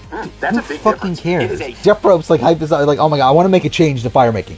That's the change? I'm not going to give him as much to prepare with. Who fucking cares? Dude, fuck off. Fuck Jeff. Which ended up being a really interesting video, especially considering, again, this was in the midst of the Survivor 50 casting process, to where I do think we actually did get some hints to who could have potentially been running through this. To where throughout their questions, we do see him making reference to both Chrissy and Heidi from Survivor 44. She's very proud of them. 3 for 3. Talking about both of them as if he had literally just talked to them. And Chrissy, she's still bitter about it. I think that's a little bit more extreme than it needs to be. Maybe in some sort of casting interview for a certain returnee season that's coming up. Even going as far as explicitly saying, if Chrissy ever comes back to play again. To where again, it very much felt like him pretty much confirming that, Chrissy is on the cast, further locking her in. Yeah, I think that's lock her in, right? I mean, like, it was already locked in, but like, I think that's even more lock her in. Oh, well, with Heidi, it was just, again, a spot where I do suspect that Heidi got called. However, her name really never came up in the room at all. Though, considering some of the other people that we hear have gotten called, again, Heidi is just someone that I do expect that they would have liked enough to give a call. I am going to do fire. I'm like, give me a big bowl of popcorn. Though, again, I doubt she actually made it that deep into the process. Another interesting aspect of this video, though, is the fact that Jeff does end the video by attempting to name every Survivor winner. I'm gonna suffer. Which he fails at, stopping halfway through and even failing to remember some pretty big names, like the used car salesman. Oh, gosh, he was a used car salesman. Oh, I know him. I see he's got slick back hair. I know who he is. Can't say his name. Oops. But also, more surprisingly, some multi-time players here, people like Amber in particular. Oh my god, who won All Stars? What? Oh, Amber. Yeah, of course. Got married from Rob. Fucking loser. Chris, Tim. Again, I guess I'm more of the loser for like remembering all these in order. But Danny Boatwright, One Guatemala. Oh, yeah, oh my God. Wait, is he forgetting Danny Boatwright? Last name has boat in it. Yeah, Danny, thank you. Aris. Starts with an A. Aris. A-D. Yule. Starts with a Y. How could I forget Yule? Yule was a machine. And JT. Oh, JT. Yeah, sorry, JT. JT was awesome. Going as far to even say that Tocantins was otherwise known as Coach's Season. Oh, season 18. Coach, who won Coach's Season? Which should have been a massive sign to Coach being on the cast. The Dragon Slayer. If not on the cast, then someone that production very much wanted. I just wasn't listening. To her again. At this point, we still believe that Coach got cut. Yeah, insane that Coach got cut, right? Like the fact that Jeff is like literally talking about, Coach's season and like Coach got cut. Like that is insane. Just doesn't make sense. I don't know why we believe this at this point. It's just felt like very damning evidence there. Though again, as a whole, not a great sign here for these winners. As you would expect if they were in the running for Survivor 50, that Jeff would at least remember them. Oh my God. I'll also instantly remembering Vesepia and Earl and Todd even. Watch out for Todd. To where that seemed like a positive sign for them. He does also go on to praise Vesepia as underrated winner. Vesepia, underrated. I own that. Vesepia's a great winner. Kind of showing his opinions change on Vesepia to where again, maybe she could be in the running at some point. Spoiler, she won't. That's just too much drama in this place. But though, again, I at least left it open to a degree. And the same thing with Todd as well. An extremely great strategic player in your daily life. With Todd's name being rumored quite a bit around this time. For a number of factors. First, the fact that he started showing up and doing more podcasts around this time. Also, he started to get followed by Jonathan, which is clearly a sign. Debatable. This did kind of finally lead to Redmond into confirming the fact that the 42 male is Jonathan by responding to a post explicitly naming him, though doubling down the fact that the 42 male might be cut, not for sure is cut, which definitely implies the wonkiness of Redmond's information there. You really haven't actually picked up and learned anything yet. But either way, so while we didn't think that there were winners in the running at this specific point, when they do eventually show up down the road, this video did actually influence who I was thinking were possibilities to be on the cast of the old school winners, even though really none of this ends up mattering by the end. But either way, next batch of information comes on April 10th, where we do get some information about the season 13 player, it being a multi-time player and someone that Redmond thinks is a great pick, which made it pretty obvious it was Penner instead of Ozzy. Bull! We say bull! Bull! Where Redmond doesn't seem like the type of fan that would be excited to see an Ozzy return. I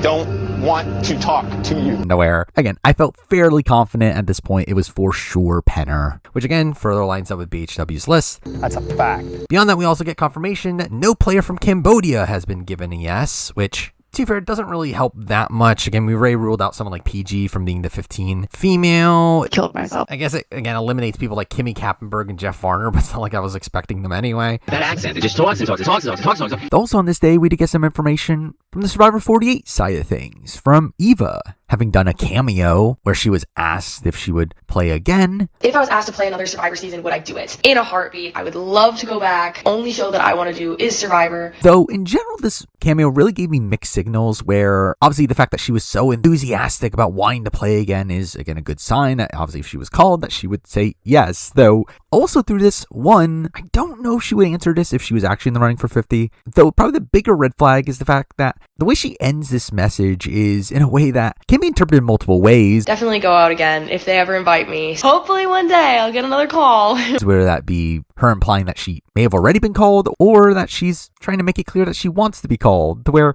overall, again, didn't really get too much out of this outside of just knowing that Eva would say yes if she was asked. Debatable. To where, to me, that made it a lot more likely that Eva would be on 50, considering this was, again, post her and Joe going viral. That's my daddy. Although the openness of this did also make me feel like it was a bit of a red flag. You guys don't know me at all. But with that, we then move on to April 12th. We get confirmation that Redmond has not heard about Andrea, though again, kind of to be expected. What? On the next few days, we do get some information, not from Redmond, but from alumni. On the 13th, Carolyn ends up making an appearance on Brittany Haynes' Patreon. First up, revealing that, yeah, she was called in November. Again, lining up with the other reports, though also ends up implying that Say from Survivor 48 is on Survivor 50. Again, another alum thinking that Say is on Survivor 50. So where there's smoke, there's fire. To where Say did feel like a very viable option at this point, despite her very questionable social media activity. That has to mean something. Considering she was responding to 50 related things. But again, maybe Say will be in the mix at a point. But also she ends up implying that Rick Devens is on the season. Dun, dun, dun, dun, dun, dun. In a spot where, again, just kind of weird how just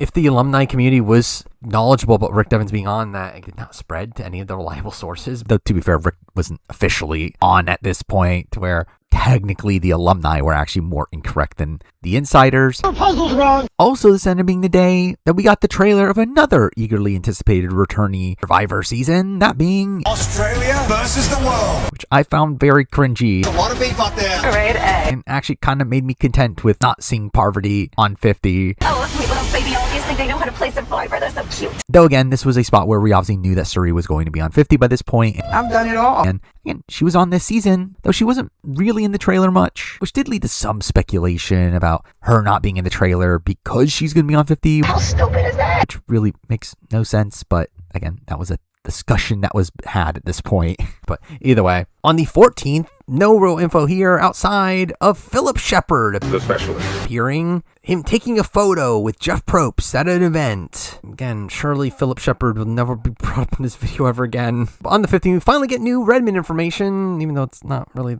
that relevant, but he's now learned of a new Australian Outback female that was called. I wonder if that's Alicia. Spoiler, it is Alicia. I will always wave my finger. But again, another name from BHW's list that Redmond has finally heard about, meaning that again, there must be some source that Redmond finds reliable that BHW is getting information from. But ultimately, again, this doesn't really matter. Also, on this day, we get confirmation from another alumni confirming themselves that they had been cut. That person being Lauren Harp.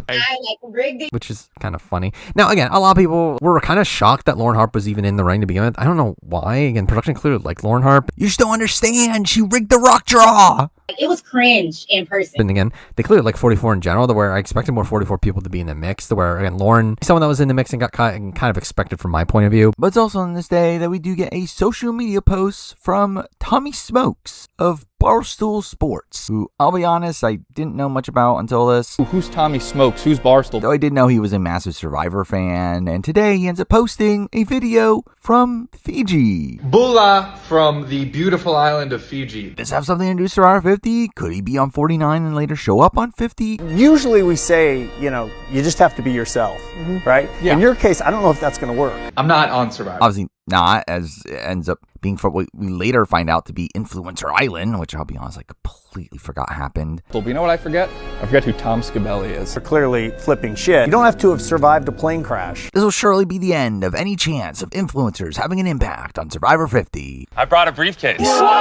On April 16th, there wasn't anything truly new on this day, though this was a day where a new vote opened up for Survivor 50. This ended up being one that introduced a vote around the immunity necklaces, where we do get a sense now that a major motif of Survivor 50 will be a phoenix, which for me actually made me feel even more confident that this was going to be a season not involving winners, as again, typically a phoenix represents redemption, rising from the ashes, and again, that felt like a sort of thing you would correlate to players that haven't won. I'm wrong. Though along with this voting, obviously this was another day of a Survivor 48 episode, one that isn't super relevant to the rumor mill, or we see Chrissy getting voted out. We're not swinging, baby. But it's also here where we do get some focus on Mitch's big move. Mitch fights back. What does Mitch do? Come on, Mitch. You have to make a move somewhere. Which is surely coming and will surely not be mentioned in every episode following this. It's the biggest joke in the game. But more relevantly, we also does do a lot to focus on the Kyle and Camilla relationship. Camilla and I are working together. With Kyle being shown to do work to keep Camilla around, and Kyle from this point on becomes really the main narrator of the season. That's a sign of psychopath. To where it starts to become very clear that production does like Kyle, which did make him a viable option because, again, Kyle's clearly not winning with the edit he's being given. I don't know if I can win that battle right now. Joe's clearly winning. The winner of Survivor 48, Kyle. And through that, Joe won't be on 50 because of the second chance theme, and it will be Kyle instead. Wrong again. Again, the 17th leads to more alumni-based information where we see Sydney Gillen open up her appointments for the month of June. And I'm like, brr. Obviously not being a great sign to her being on 50. While we don't get confirmation from Redmond that Sydney was cut for a while longer, this obviously seemed like a major sign here that Sydney was likely not going to be on 50. You don't need no more heat, baby. Which we have learned since then from Sydney's more recent interviews that she was cut sometime mid-April. Literally by the time April hit, some of them like, hey, we're about to be filming now. Yep. April hit, I got the call, and it wasn't me. And I said, oh. Where this probably does actually line up with around the time that she was cut. Again, at this point, just made us feel fairly confident that she was likely not going to be 50 on the cast. Also, we have Drew Basile. You're a goon. Appearing on RHAP and confirming himself that he was cut for Survivor 50. When I got cut from Survivor 50, I stopped voting on these. So I haven't been following them. Likely during the New Era Massacre. Looking scary. which again, not particularly shocking at this point. Is a slap in the face. Though also on this day, we do get an announcement from Rob Cesternino himself. So fucking hard. On his Patron 5 for 5 podcast that he'll be taking a trip to Paris during the summer.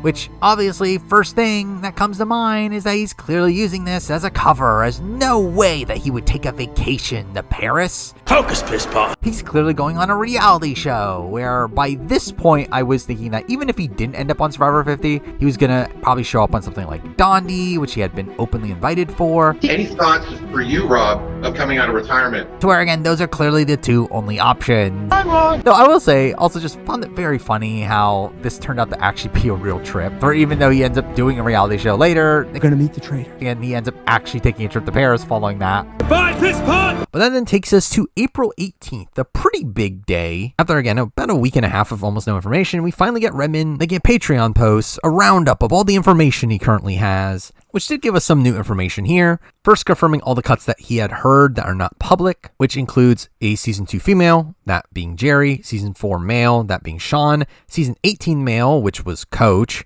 The Dragon Slayer. Which I will also mention the fact that this is where we do get some backstory around the Steven information, where Redmond does confirm that he had heard Steven's name, though at this point is unsure if he was actually in the running, where again, it's kind of implied that he thinks it was bad info. I knew nothing. Though again, it was Stephen Fishback he was referring to earlier. And like clockwork on this day, Stephen Fishback decides to comment on the rumors that he was on, saying that he's definitely not the Tocantins male. So again, we can write off Stephen Fishback. A fishback out of water once again. Though really the reason this even happened on this day was because obviously with Redmond's posts comes more leaks outside of the Discord. This getting spread over Reddit and Twitter. This being in kind of the next day that the masses end up getting some insight on who is being rumored for 50. Either way, Season 25 female is now cut. That person obviously being Abby Maria.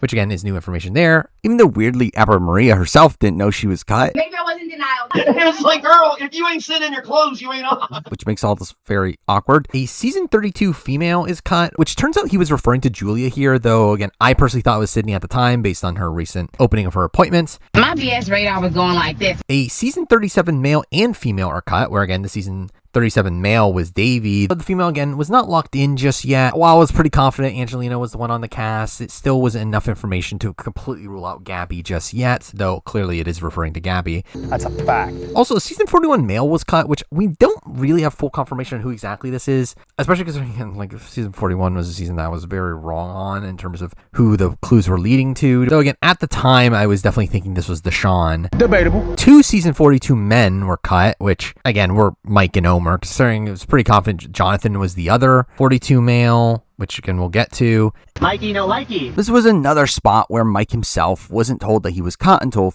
supposedly a few weeks before the cast flew out, seemingly being one of the last people kept around. So I do find it weird how Redmond was so confident in the fact that he was cut at this point.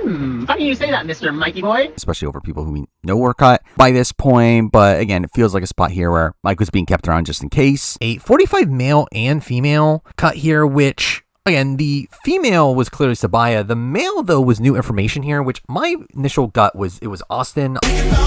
Austin was someone that was on BHW's list. However, Redmond later confirmed that he was referring to Drew, which feels weird considering he literally had a section of like people that have confirmed themselves that they were cut and Drew confirmed himself. So I don't know why he was keeping the mystery of Drew being cut, but either way. Is a slap in the face. And then finally a 47 woman who again was clearly Genevieve. Mother. Which again is really funny in retrospect, especially considering like, again, it's been assumed at this point that Genevieve's been cut for like a month. I need her. I need her. I need her. But I get it, just turned out to be bad info. But beyond that, we get confirmation on who he knows is on the cast, people that are at 90%, which is a Season 2 male and female, again, Colby and Elizabeth. I'm not doing that. A Season 10 female, which is Stephenie. My dad was a mailman. Season 12 female, which is Suri.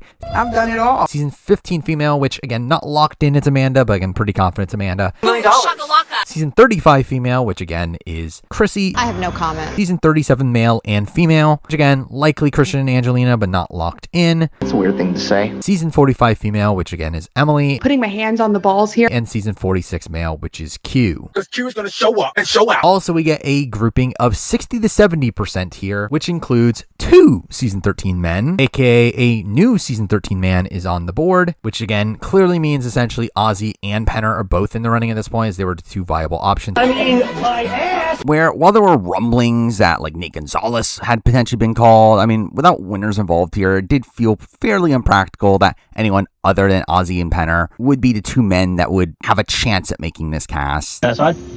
No. Being real, I'm not satisfied. So again, 60-70% that they're on, aka seemingly Redmond having information that told them that they were on, but probably just not solidified enough. No, please. Which is again interesting considering Penner's overall trajectory and all this. Bull! We say bull! Bull! Well, also again, the first hint of Ozzy being on. Let's go, Ozzy! Also, season 42 male is on this list. Again, the season 42 male that was previously in the confident group, again, has now been downgraded to 60-70%, but not fully out just yet. Which again, he doesn't get bumped out ever beyond this. But it is said that the reason for this is because of conflicting info. A little contradictory. Where it feels like Jonathan was a player that, again, some people had told him that he was on, though there might have been 1 or 2 dissenting voices in that, to where ultimately led to him not feeling as confident on Jonathan as the other players in the bunch. You haven't learned anything. Though interesting, this also ended up being a day where Jonathan ended up showing up at the WWE Hall of Fame, which is random. Jonathan won the first ever wrestling match. But it's following that event that we did actually get some reports that Jonathan had been implying that he might be taking a trip to Fiji, which I wonder why he would be taking a trip to Fiji. I'm getting ready to go back on season 50. So while all this was hearsay, it clearly just ends up being foreshadowing for what's to come. So tune in next week and see what happens. Well, also we get confirmation of a 48 female on the list, which was again also new information, though implied to be Say. And again, we do later learn it was Say, but still, Redmond had made a hint towards Say following her boot episode. There again also seemed like there was potentially information that Say was on the cast at a point based on this info, but ultimately it doesn't end up lasting too long here though. This caught me off guard. Also, beyond that, we also get a list of people that Redmond has heard got called, but no confirmation on their current status. That including the 3 season 1 players, again, likely Greg, Jervis, and Jenna. The new season 2 female, which is likely Alicia. The addition of 2 new names for this list here. A season 3 male, who, again, is clearly Lex. What kind of a friend were you to me? Which again lines up with BHW's list, even though it does seem like it was probably just bad info. Same thing with a new season 4 female, which lines up with BHW's list, and that being Nalia. Oh my head! Oh my head! Which again, interesting to see Nalia actually in the running at this point. Beyond that, again, season 6 male, which was Rob, season 7 male, which was Rupert, season 25 male, which was Malcolm, season 32 male and female, which again, the male was Ty. The female was, again, likely Sydney, though at this point I was thinking Julia. The weakest link on the beauty tribe. And season 41 male and female, which was a bit of a surprise to see them on this list, considering it was assumed that they had been cut due to all the new era talk. But again, it seemed like more so a situation of Redmond just not hearing anything about these 2 in particular, though these ultimately ended up being people he never really actually seems to hear much about beyond this either. But again, at this point, I was thinking that these 2 were Xander and Liana, which is kind of funny considering neither of those were correct. You can have this fixed. Either way, again, a big info dump on this day, only for it to be pretty quiet for the next couple days. But then we get to 420. 420, the magic number. The day that Survivor 49 starts filming. I don't like that. There's Survivor 49 and will clearly have no impact on the casting of 50. Where's gone, baby? Though this also ended up actually being the day that Gen X Penn started to get rumored for Survivor 49, who, again, I had never heard of in my entire life. Do you even know me? But someone that Twitter seemed to be excited for, and again, if she's a big name, she could clearly end up on Survivor 50. Again, this will clearly go somewhere. This was so funny to me. I just wanted to stay quiet and see how far it would go. And same thing goes for Dirks Bentley, who clearly ended up being on Survivor 49. Where, again, production clearly want these celebrities for Survivor 50, because this will surely be the only way that we get celebrities on Survivor 50. Now I see Zach Brown on Survivor. And a little bit of chicken. Though it's also on this day that it did come to my attention some videos that Sifu from Survivor 45 had been making, which he had technically been making this entire time, though I didn't really know about this. The fact that he'd been essentially making these TikToks kind of joking about potentially being in the running for 50. And making a video about how he's waiting for the call. Waiting for Survivor 50. Where clearly Sifu's someone that was never going to be on Survivor if they obviously the fact that he's making these style of videos, especially this late into the process, makes it even more abundantly clear that he's not on. Okay, I have enough Girl Scout cookies. But it does end up taking us to April 21st, where we get a pretty big update, in that being that the 47 woman Mother is back in the running and is actually back to 90% on the cast here, and literally going from cut to 90%. Obviously, that being Genevieve. Purple Princess of 47. Though, again, it seemed to come from a spot where Redmond just got bad info. Oh, contradictory. The reality is that they were never actually cut. It's just that, again, a bad source told them she was cut. But again, she's back on the cast at this point. Happy Mother's Day. In a spot where, again, it technically isn't 100% Genevieve. Though, during this day, we also get confirmation that of his 11 yeses right now, still only 3 of them are POC. Again, still being Sri, Angelina, and Q. Because Q is going to show up and show out. Essentially fully confirming now that the 42 male is white, as again, that person is now out of this grouping and there were no changes there, aka that person has to be Jonathan at this point. It cannot be Omer. Likey, no likey. All while the season 47 female also has to be white, as again, the number didn't change when she got added. And considering, again, it's a post-merger non-winner, it has to be Sue, Genevieve, Mother, or Caroline. Hello, Caroline. Oh, no. Dara's pregnant at the time. I feed them, I hold them, I pet them. I love chicken. Where she wouldn't be in the running for 50, and really, even if she was, I don't think she'd make the cut anyway, and also I don't think Sue or Caroline would be making the cut anyway. So at this point, I was ready to lock in Genevieve, even though, again, it was not technically 100% Genevieve. I need her. And it's at this point where, again, I have a new predicted cast here, where, again, I do have players in blue here. These are players that were part of the 60 to 70%, and then I also have Rick Devens there, which technically should be a guess. Though I think I labeled them as blue at the time because of, again, the Carolyn information, though technically I should not have been that confident on him at this point. But in comparison to my last cast, I did end up keeping Rick on here alongside Jervis, Rob, and Rupert. Though I did end up taking out a number of people here. I took out Andy, Joe, Natalie Bolton, and Malcolm in favor of those in the 60% category. People like Ozzy, Say, and Penner. My ass! Also adding back in Jonathan and Genevieve. Mother. Also taking out Andrea and Sierra. I guess at this point, me also giving up on having 20's rep on the season, as they did as well. Oh, you guys. Instead, add in Eva as a complete guess here. You guys don't know me at all. But as 48 representation, a spot where I did expect them to have at least a couple 48 reps, where while I know a lot of people were really incensed at how many 48 people we got in the cast, I always expected a few, considering that's just tradition to have a couple from one of the last seasons to finish airing, especially in a spot where production likes that season and likes that cast. So where, again, this was a spot where I did take out Joe because clearly Joe was winning. Winner of Survivor 48, Kyle. And again, there's no winners on this cast. Wrong again. So at this point, I did not feel as great about Joe being on the cast, but I did feel like they would want one of Joe or Eva, and considering how much they love their dynamic, I very much expected Eva to be someone that they would want, despite her actually never really coming up in the room mill. But anyway, we then move over to April 22nd, a pretty big day, but not from the Redmond side of things, but actually because we have a new source in town. A very reliable source from back in the day. Debatable. Where this is the day that we get the return of SurvivorSUnite, a known SurvivorSucks poster that has been a very reliable spoiler for years, spoiling seasons going back to Heroes vs. Villains. They collaborated with Redmond and spoiling some later seasons as well. Again, they're typically a reliable source, one that supposedly has like connections to Sandra. I can get it out too. What the? In general, like has better connections to the old schoolers than Redmond does, to where they are finally back in the mix now. Though SurvivorSUnite ends up being a lot more direct with naming names and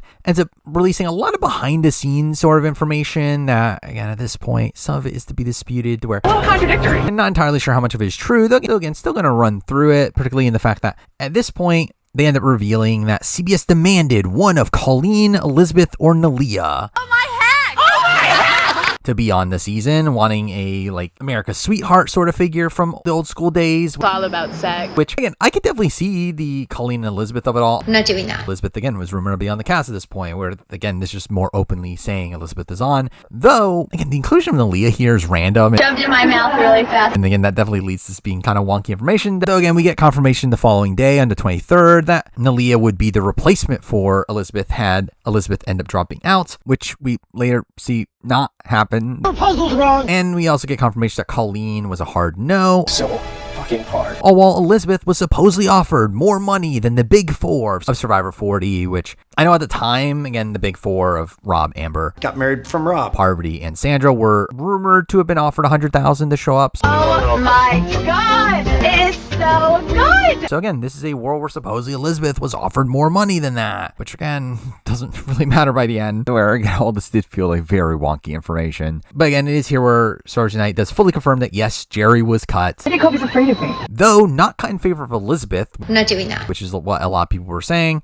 that they were actually fighting for two different slots. Though to be fair, if Elizabeth is there, I do think it makes them less incentivized to put another Australian Outback player. But still, again, it seems like Jerry was fighting probably more so for like the Stephenie spot by the end. You're never gonna win. Also confirming that Romber isn't on the season, though that's kind of to be expected. So you are coming back? Yeah, for another bite. And confirming that T-Bird was not called, which is obviously a shame there. Make you want to slap your mama. Along with the fact that no one from seasons 5, 9, 19, and originally 15 were called. I don't know about that. Implying that Amanda was a late call in the process. I didn't have it then. I got it! But also through this implying that Amanda is the only Survivor China player in the running here, and no other Survivor China players were ever in the running, which again is surely accurate information. I was asked. But again, responding this in relation to pre-20 seasons, implying that someone from seasons 14 and 17 were called. Only for them to later correct themselves and say they were wrong about 17. Kiss my... But again, still clarifying someone from Fiji was called, which again, I think is easy to expect that it was Earl, considering the previous rumors about him. That's a fact. And also the confirms anyone from Survivor 21. With this backing off of some people speculating on if Brenda Lowe was in the running. I want you to take out your teeth. It's my thing. Which, from a demographic standpoint, did feel like someone that could be viable from the sense that she's POC. Also from a 20 season where she kind of fills a lot of boxes and had been rumored to be in the running for AE vs. the World. Sweet little baby Aussies. Where, again, her name kind of popped up a bit more recently, though, considering how it didn't seem like production particularly loved her on Karamoan. I did not feel like this was a particularly viable option. Again, it just instantly gets shut down here. Also, we do have SurvivorSunite chiming in on diversity mandate, saying that they don't think that's going to be a thing based on the names they hear in the mix. They don't exist anymore. Which aligns with what Redmond had also been reiterating, to where, again, clearly there's no hope for diversity mandate by this point. Can't lose hope. Also, SurvivorSunite ends up affirming something that we had already been expecting, the fact that production does very much want a Survivor Borneo player on the cast. Believe that. Though, considering all the people we had known already, I still felt like this was not particularly likely. Wrong again. So despite all of SurvivorUnite's faults, they were technically right in this case. That's a fact. But it's also on this day where we do get some information here on Sierra Easton, She voted out her mom. where she posted that she'll be at a casting call on May 31st. That being a day that was seemingly after when the 50 cast was going to fly out, where we were assuming at this point the players were flying out about a week after the finale for 48. And again, this is after that, so we're again not looking good for Sierra Easton. She's also an owner of guns and loves to hunt and is not in favor of gay rights. When I hear that package, I lean forward. And I should mention that it was around this time that Stephen Fishback ends up re-entering the story, but not because he's speculated to be on. I know everything about you because there's nothing to know. But actually because he himself ends up leaking those that are, where on Chat BCC, Stephen decides to share Redmond's 50 rumors and give his predictions on who the players are, including Emily and Christian, two of his friends, which felt like a Weird thing to say. At least he told me though. just openly talk about them potentially being on the cast and kind of blowing up their spots. But this ends up, again, really nullifying any future possibility that Steven could surprisingly show up on the cast, even when we were down to no other options. And also, this ended up being the day of the David boot episode of Survivor 48, So much chocolate milk. where Mitch ends up making his big move, What does Mitch do? letting Kyle do all the work. I'm trying to play as aggressive as possible. So this does end up being a very good episode for Kyle, with him finally getting some personal content and credit for the move, where, again, this all but increased his odds of showing up on 50. It looked like, no, I'm not going to. Oh, well, Joe gets a death stare from David. But who cares, because Joe is still clearly going to be winning Survivor 48. The winner of Survivor 48, Kyle. Obviously, David being booted here is something that does add a little bit to the rumor mill here, as David is someone that did feel like a very viable person to show up on Survivor 50, with production clearly loving him. David, you were right that you were meant for Survivor, and we're so happy you applied. Though at the same time, him being booted relatively early into the merge was probably not the greatest sign, especially considering most of the contenders that we know of are people that made it fairly deep into the game, and the other people in David's archetype are people that are bigger casual fan favorites to where I did feel like this definitely lessened David's chances of showing up on 50. Right, that's right there. But be honest, it ends up actually being kind of a slow period before just pure insanity in the last few weeks before the cast was finalized. But again, on the 24th, we get a bit of info from Redmond confirming that there are now pre-jurors on his list, which again just further confirms Say as that 48 female, as again before Say's inclusion he said there were none, and again none of the other clues really pointed towards a pre-juror outside of the 48 female. Though this was also a weird day on the Discord where Redmond started a pets channel. Which has nothing to do with the rumor mill, but more importantly, Redmond info started to spread outside the Discord, annoying some people inside to where they decided to start spreading misinformation to muddy everything up. Why would they do that? What is wrong with them? Which I found misguided, as I really didn't feel like this is going to stop much at all, and really all it's going to do is just lead to inaccurate information being spread around as gospel, to where, again, I didn't find any use to this, though because we do end up seeing Desi starting to be spread around as one of the troll names that could be in the running, where, again, people that actually thought Desi was going to be on, to where I did not see the point in that. I'll also start this meme of people claiming that Swathy was actually the pre-juror in the running instead of Sabaya, because again, that definitely matters. Please forget that happened, everybody. Also on this day, we did get another podcast from RHAP from a person of note, that being Tiffany Nicole Urban, who, again, I had already at this point written off of being on Survivor 50 to where, again, who cares about this interview? Are you stupid? Are you dumb? Where generally it is kind of humorous. At the time, I was kind of disappointed to hear about Tiffany as a podcast guest, as, again, we're not going to hear anything new because we already know that Tiffany's not in the running for 50. Wrong again. Now, on April 25th, we do get a weird situation revolving around Abby Maria, where, as previously mentioned, again, we knew that she was cut by this point, but she later claims that she didn't, even though she did tweet on this day implying that she was out of the running for 50, which I don't know if this to her was her pretending like she was out of the running for 50, or she was just genuinely confused at what's going on at this point. But again, this was a spot where I completely wrote off Abby and just assumed Abby knew that she was cut by this point, though it turns out she didn't. I am a little bit more have the awareness that you people kept on thinking I was lacking. I couldn't agree more. But also on this day, we do get info from Spoiler Girl of all people, a very unreliable Big Brother spoiler person that is clearly just seeking attention. Please like me. But on this day, they end up sharing a cast, which funnily matched almost perfectly my previous cast prediction, just swapping out Eva for Sierra. She voted out her mom, who we knew by this point wouldn't be on. So again, we clearly can't take anything Spoiler Girl is saying seriously, because they'll surely never get accurate information. I don't know about that. And then we move on to the 26th, an interesting day with really only one piece of information, but that being a potentially crucial one. Let's finding out from Colby Donaldson that he has injured his hand, posting a picture on Instagram, which I won't show because I need to monetize this video considering how long it's taken me to make this. I want the million. But clearly showing a pretty gnarly injury,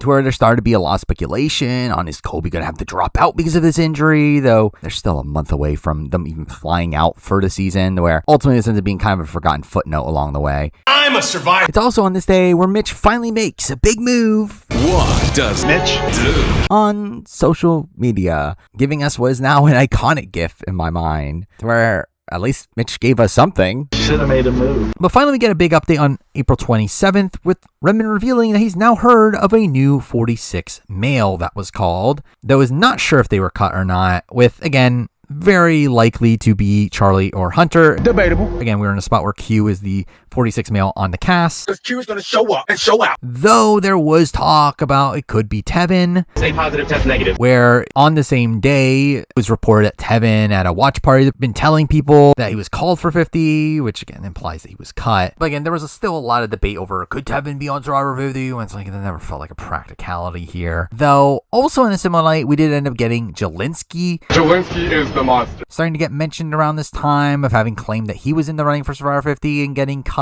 Long live Jelinski. Though again, I would have been even more surprised if this specific 46 name was Jelinski. He's going to tuck his tail and quit. Though at this point, I was a bit unsure of who exactly this person was, whether this person was Hunter or Tevin. I was fairly confident this person would not end up making the cast, though if it was Charlie, I did feel pretty good about Charlie making the cast if it was him, where considering we didn't really know the viability of this player, if he was actually going to be on the cast or not at this specific point, I was not 100% confident who this person was, though again, if it was someone that was going to end up on the cast, I felt pretty good about it being Charlie. Objection. Especially as this cast was severely lacking in age diversity, being primed to be the oldest cast ever by a significant amount, to where having someone like Charlie on the cast just made a lot of sense to bring that average down. The scales be tipping. On April 28th, we do get a very minor situation that Bruce Pearl ends up doing a podcast about Survivor 50 rumors. So again, Bruce Pearl's not on Survivor 50. I was with her in Boston. We spoke a little bit about, 50, and she's like, You're full of shit. Emily lied to me, so fuck them all! Also on this day, we did get another interesting RHAP appearance from Jerry Manthe, who again, we had known had been out of the running, though she made it even more clear throughout this podcast appearance that she was out of the running. You should be there. I agree. I definitely agree with that. Again, that's clearly it for Jerry's part of this story. She'll never come up again. Thinking it was somebody big time. Also in this interview, we do have Rob being extremely cagey when talking about Survivor 50. You don't have to say anything, but you should be on season 50. Hopefully one of us makes an impact in this season. Doing speculation that Rob must be on 50 because of how he's handling all this. Wrong again! He made 0 impact in this season. Rob, it's true! But again, still pretty slow the next few days. Though on April 30th, we do get an update from Sydney and the fact that, again, previously she had closed all of her appointments in June. On this day, though, she announces that she might have to reschedule some appointments from mid-May to June. You don't need no more heat, baby. Which did make us think that Sydney could have been a potential alternate. I don't trust it. Though, again, this was a point where, again, we more so lean towards Julia being the person that was cut from season 32. The weakest link. But in retrospect, really none of this means anything anyway, as, again, Sydney has since confirmed that she was cut by this point. So again, this just kind of ends up being pretty irrelevant. And I'm like, brr. But this day also gave us another new Survivor 48 episode where Mitch finally makes his big move, taking out Star, who found out My enemies are plotting on me. But Star felt like coming into this season that had the personality to be someone that could make an impact to show up on Survivor 50, though sadly she ends up getting such a subdued edit to where we end up ending this entire process with her actually seeming like one of the least viable options of the post-mergers. What? But more importantly on this day, we did get what I now look at as one of the best scenes in Survivor history. Say it with me.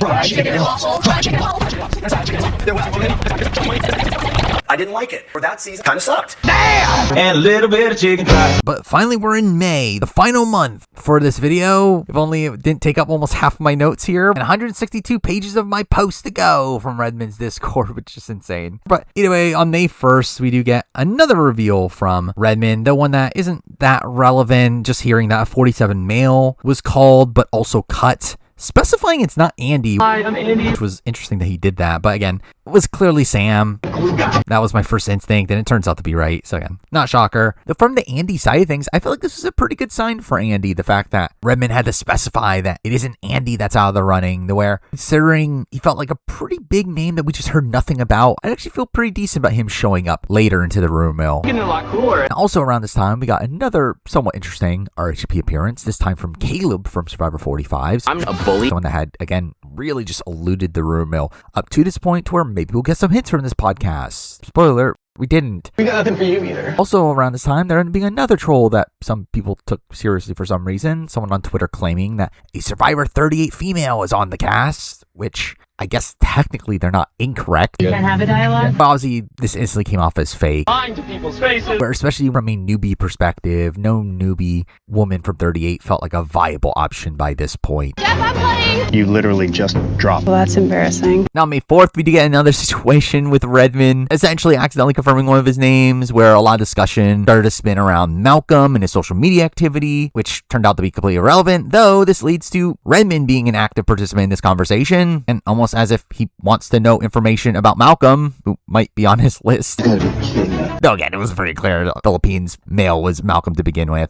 Sure. But it's not until May 5th that we get another big update here from Redmond, with Redmond now revealing that he expects 6 or 7 new era on the cast. 6, 7. Where he now has 4 locks, with 2 very likelies at this point, and him confirming that the 41 male was not promoted along the way, where, again, there was some speculation over Xander being in the mix at this point. What can you say about broccoli? Going as far to say that anyone previously believed to be cut is not back in the running, which will surely shut down that conversation. But Redmond does later clarify that his new lock is because he now has 2 46 men that are on. Very likely that new 46 male that got upgraded, which obviously makes that 46 male look even more like Charlie. Oh boy. Where, again, I did not expect Hunter to be someone that would make the final cut here, or Tevin. So again, at this point, I was pretty confident it was Charlie, though again, technically not locked in yet. Objection. Though on this day, we do get people diving into Charlie's social media activity, with him following many of the 50 casts, but also having just recently started following Sydney Gillen. You don't need no more heat, baby. So again, maybe she is still in the running. I don't trust it. And along with that, he also started following John Lovett out of the blue. What am I doing here? For, again, maybe John Lovett was in the running the entire time. And again, what do you know? Spoiler alert, none of these things end up being anything of substance. I threw up and went home. But beyond that, we do also now finally hear about a 48 male that is likely on. I didn't like it. For that season, kind of sucked. Which, considering where we were in the season, again, a few episodes out from the finale, I was pretty sure it was one of Joe or Kyle in a spot where I actually initially thought it was Kyle. I failed again. Because, again, Kyle's obviously not winning this season. Again, he's the non-winner that would be on this cast. Well, again, Joe's winning, so he can't be on this cast that doesn't have any winners. Winner, Survivor 48, Kyle. So again, with the addition of these 2 new players at this point, it does beg to question what happened to the 42 male and the 48 female? As again, if both of them are on, that obviously leads to more new era people than what Redmond is implying that one of them might be off. Are you joking? Though again, don't get that info just yet. Though it is also during this day that we get another confirmed player that was called, that being a 42 female. That, again, he specifies that he does not think is on the cast, though also does later specify that he still leans towards there being no winners on the cast, but wouldn't completely rule them out yet. Thumbs upping a comment asking if he heard of a new winner, which did make me very much think that this 42 female was Marianne. It's the classic case of the bunny rabbit having dinner at the mailbox. Where again, it felt very convenient that he would hear of a new 42 female that he doesn't think is on the cast, while also still not thinking it's winners, though thinks it's somewhat possible, while also Marianne fitting into all those qualifications. So where, again, I personally thought it was Marianne from the offset here. There's Marianne!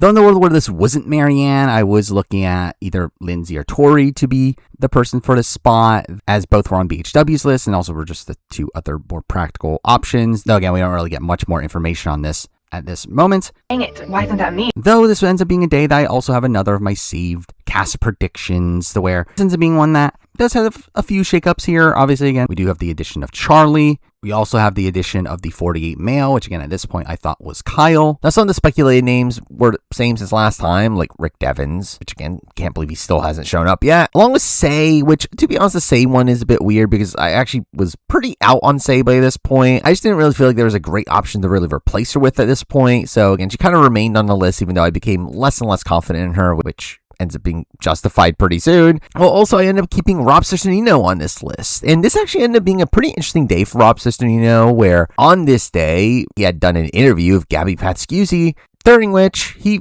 very much implied to the fact that he had been practicing fire. When I used to play Survivor, I did not know how to make a fire. Learning how to make fire, Rob. It's something so easy. What makes you think I don't know how to make it? And it very much felt like something he would say if he was prepping for Survivor 50. Throw that kind of added fuel to the fire there. Also, as a side note, I should mention the fact that it is also during this interview where Gabby confirms that she was in the running for 50 and seemingly is no longer anymore. Thinking about season 50 coming up, may or may not have felt personally invested. Not, for myself, maybe I'll know people there. Where again, it confirms that she was the one that was cut. You gotta cut people. Instead of Angelina, which again, further locks in Angelina on the cast. Also, again, making it very likely that Christian's on the cast as, again, this friend that she's referring to. But beyond that, by this point, I did end up giving up on Jervis and ended up swapping out with Greg, who did feel like a bigger get if you were going to get someone from Survivor Borneo. As again, those are clearly the 2 that we should expect from Survivor Borneo. Where straight up, I did severely underestimate Jenna's chances of showing up on 50 at this point. Thinking of her as the least likely option of the 3 Borneo players, especially considering the wide number of white women we knew were in the running already at this point, to where, again, it led to my eyes always being more so on Jervis or Greg, where at this point I was leaning a bit more towards Greg. Your puzzle's wrong. But it did come after a clip of Jeff talking about Greg and Colleen as essentially as Survivor white whales and being spread around. Who is a castaway you always wanted to have back? Season 1, Greg and Colleen. Making it feel like Greg was someone that was, at least again, still prominent on Jeff's mind, even though he really spent most of the answer just talking about Colleen. She represented something so pure. But again, still made it feel like if they could get Greg, you would think that Jeff would want Greg in this spot. Wrong again. And also by this point, I ended up completely dropping Rupert from my list here. I'm ready to cry. And also I did end up getting rid of Penner at this point. I mean, my ass. Who is still technically on the 60% list, yet again, with the addition of Charlie and Kyle, I did feel like Penner was someone that his odds of making the cast here just felt that much more unlikely. Bull, we say bull, bull. Although I did end up dropping Eva from my cast here simply because, again, we have other 48 reps to where, again, we don't need Eva anymore. And because of that, I decided to add back Andrea. What? As a 20s rep. Because they'll surely have 20s rep. I'm gonna vomit. It doesn't end up lasting too long, where the next day I remember seeing someone imply that Andrea isn't on. Straight up, don't remember who or what that was. But again, I remember something made me think that Andrea was no longer a viable option. Couldn't tell you what. Oh, you guys. But then we move on to May 6th, where Redmond does end up updating his Patreon posts with new information here, confirming the new 46 male, putting him in the 90% column, while putting the 48 male in the 60 to 70% column, with now full confirmation that the 48 female was the one that was dropped out of that grouping, now put into the unsure category, which again leads to me being pretty confident say was probably cut along the way. This caught me off guard. Oh, we have one of the 13 males moved up to the 90%, which again, initially, not entirely sure which one it would be, even though I felt pretty confident that Ozzy was more likely to end up on the cast than Penner. Everybody wants the Oscar. But this gets further confirmed with Redmond once again specifying the POC numbers of the 90% group, this time saying that there are 4 POC numbers. In a spot where, again, before this update, there were 3,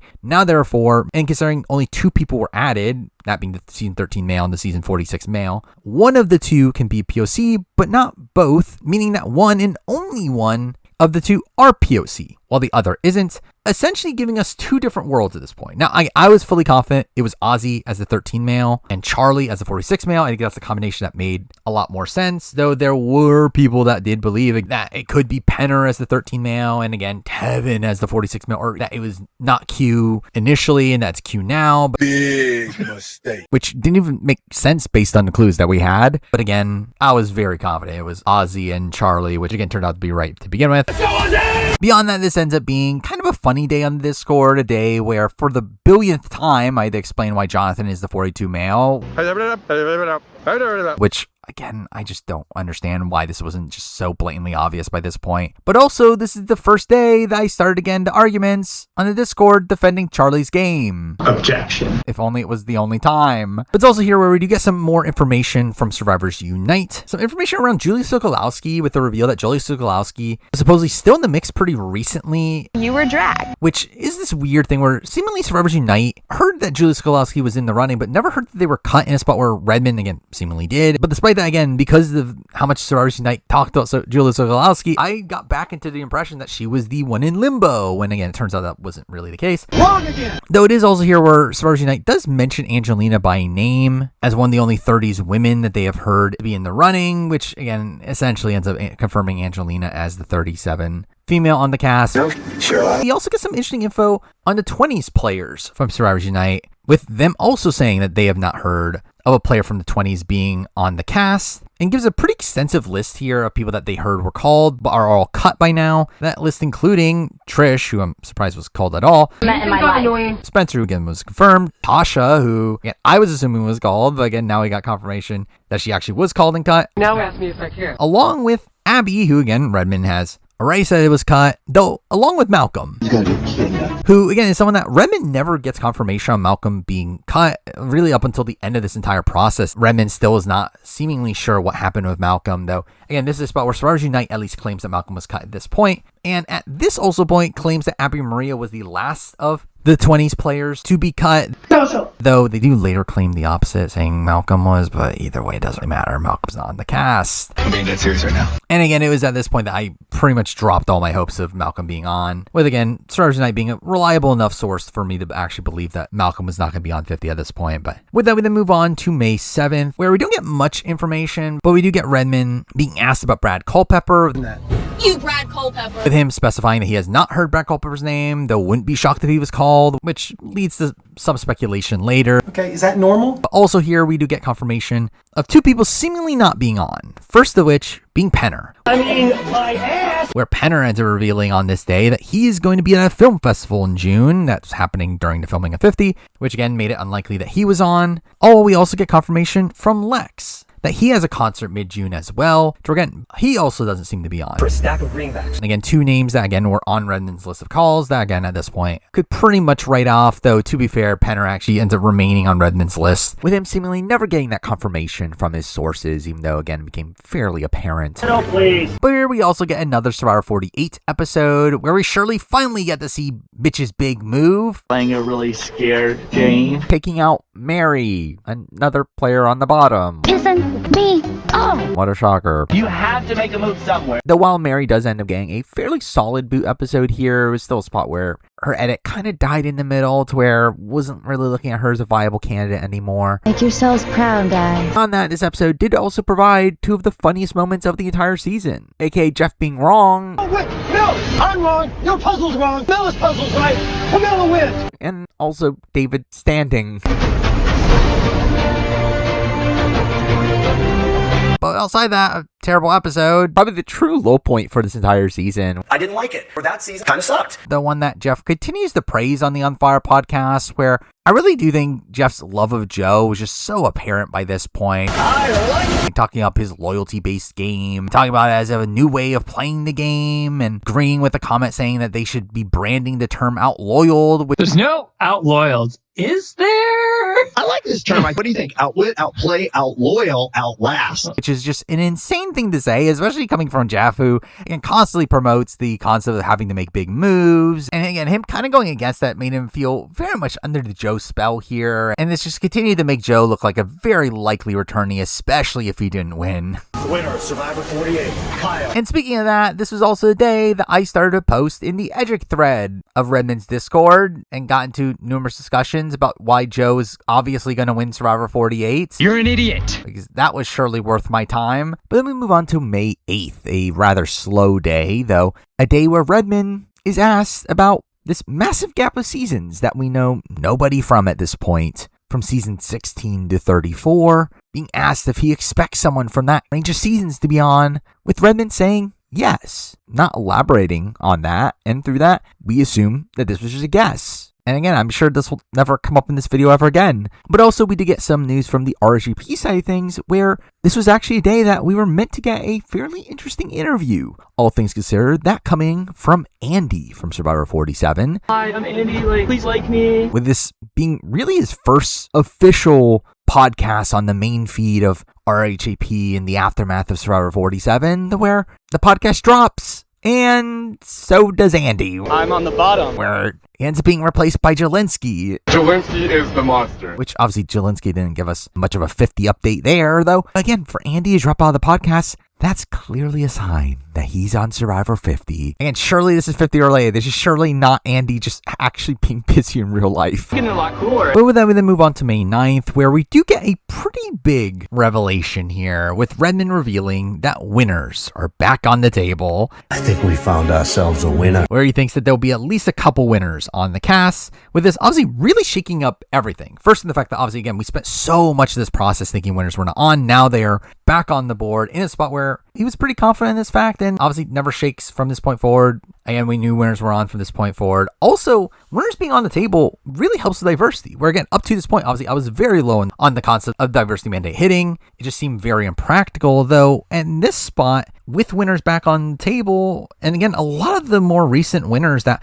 would be brought back being POC, again, people like Marianne, Rachel, Jam, likely whoever won 48. Again, it felt like a spot where it was pretty feasible at this point for them to hit diversity mandate. The scales be tipping. So again, it gave me a bit of hope that they would hit it, only for them to not by the end. They don't exist anymore. Though this does lead to some conflicting messages here between Redmond and SurvivorSUnite, where Redmond ends up claiming that winners were on the entire time and he just didn't have the info. all while SurvivorSUnite ends up implying that it was a big mess and that winners were at the last second. To where at the time, I did believe the true story was probably going to be something in between these two, which again is a bit of a strange dynamic in retrospect, considering how unlikely it feels that we just, again, simply never heard of a winner from a reliable source until about like 3 weeks before the season actually filmed, when we heard about so many other people. But to be fair, again, it was probably because there were very few winners consideration to begin with, especially beyond the initial availability calls, considering what Jeff said about how they didn't want to put anyone on from Winners at War on the cast. I don't lie.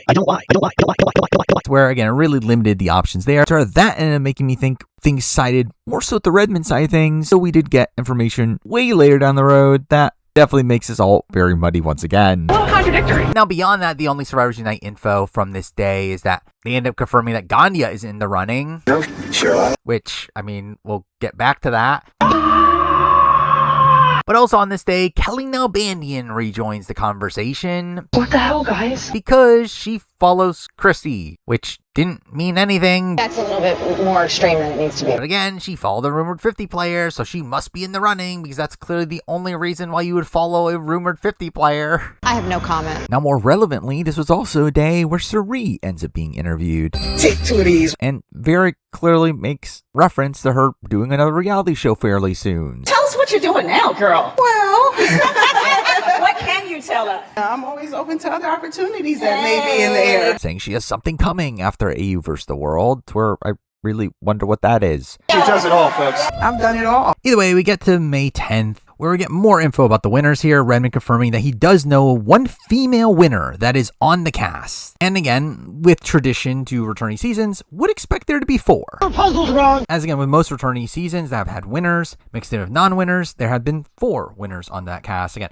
All-Stars had 4 winners. Here's the Villains had 4 winners. Game Changers was meant to have 4 winners, though Natalie had to drop out the last second. Come on, Tiffany! So again, it does seem like a trend with Survivor casts that they would go for 4 winners, which again made me think there were going to be 4 winners on this cast, which they surely will do. Wrong again. But obviously through all this, again, it was assumed that the winner that is on is the winner that Redmond had referred to a few days ago, which again would make sense if it was Marianne. Though I did think there was at least a chance that was potentially Rachel, considering Rachel was obviously a very recent winner, a very popular winner. So again, there's surely no way they wouldn't call Rachel. Left out of the vote again. That is, if she wasn't going to a Survivor 48 finale party, taking place just a few days before the cast assumably would fly out, because flying from Michigan to New York to Michigan, then to LA, then to Fiji is way too much flying, surely. It's the biggest joke. And despite all this, I still was not feeling particularly good about Dee's chances of being on 50. What are you doing, bro? I still did feel like her going on the challenge felt like a sign that they weren't interested in her being on 50, both in terms of like what she wanted to do 2 seasons back to back, and also the fact that would CBS want her appearing on our show right before this airs? And what do you know, I'm wrong about all that. You're an idiot. And also the fact that winners are on now on the table, it did make me feel even more confident that the 48 male was Joe, really just no matter what at this point. You don't want to mess with me. Again, whether he wins or not, he is likely on the cast. So really from this point forward, I was pretty locked in on Joe being on 50. That's my daddy. And in general, I did feel like the winner for 48 was a viable option here to be on the cast. That's a fact. With the winners now on the table, I felt like it did very much open it up for a number of people who haven't been rumored up to this point to be on the cast. Jam Jam was someone that I was very much expecting to eventually be in the running. I wasn't completely writing off Winners at War winners like Allie Anderson. Your puzzle's wrong. Again, Earl Cole, who we had heard about earlier, even someone like a Todd, someone like a Vesepia, some of these winners that haven't been back yet, maybe they could be on this season. Wrong again. Where again, this very much opened up this world for a lot of viable contenders, to which almost none of them actually end up being rumored at any point. Sounds like a bunch of malarkey to me. Also, by the end of this day, we do get a couple more unofficial confirmations from Redmond, now saying that he does think the 42 male is likely on. Obviously, news that everyone was so excited for.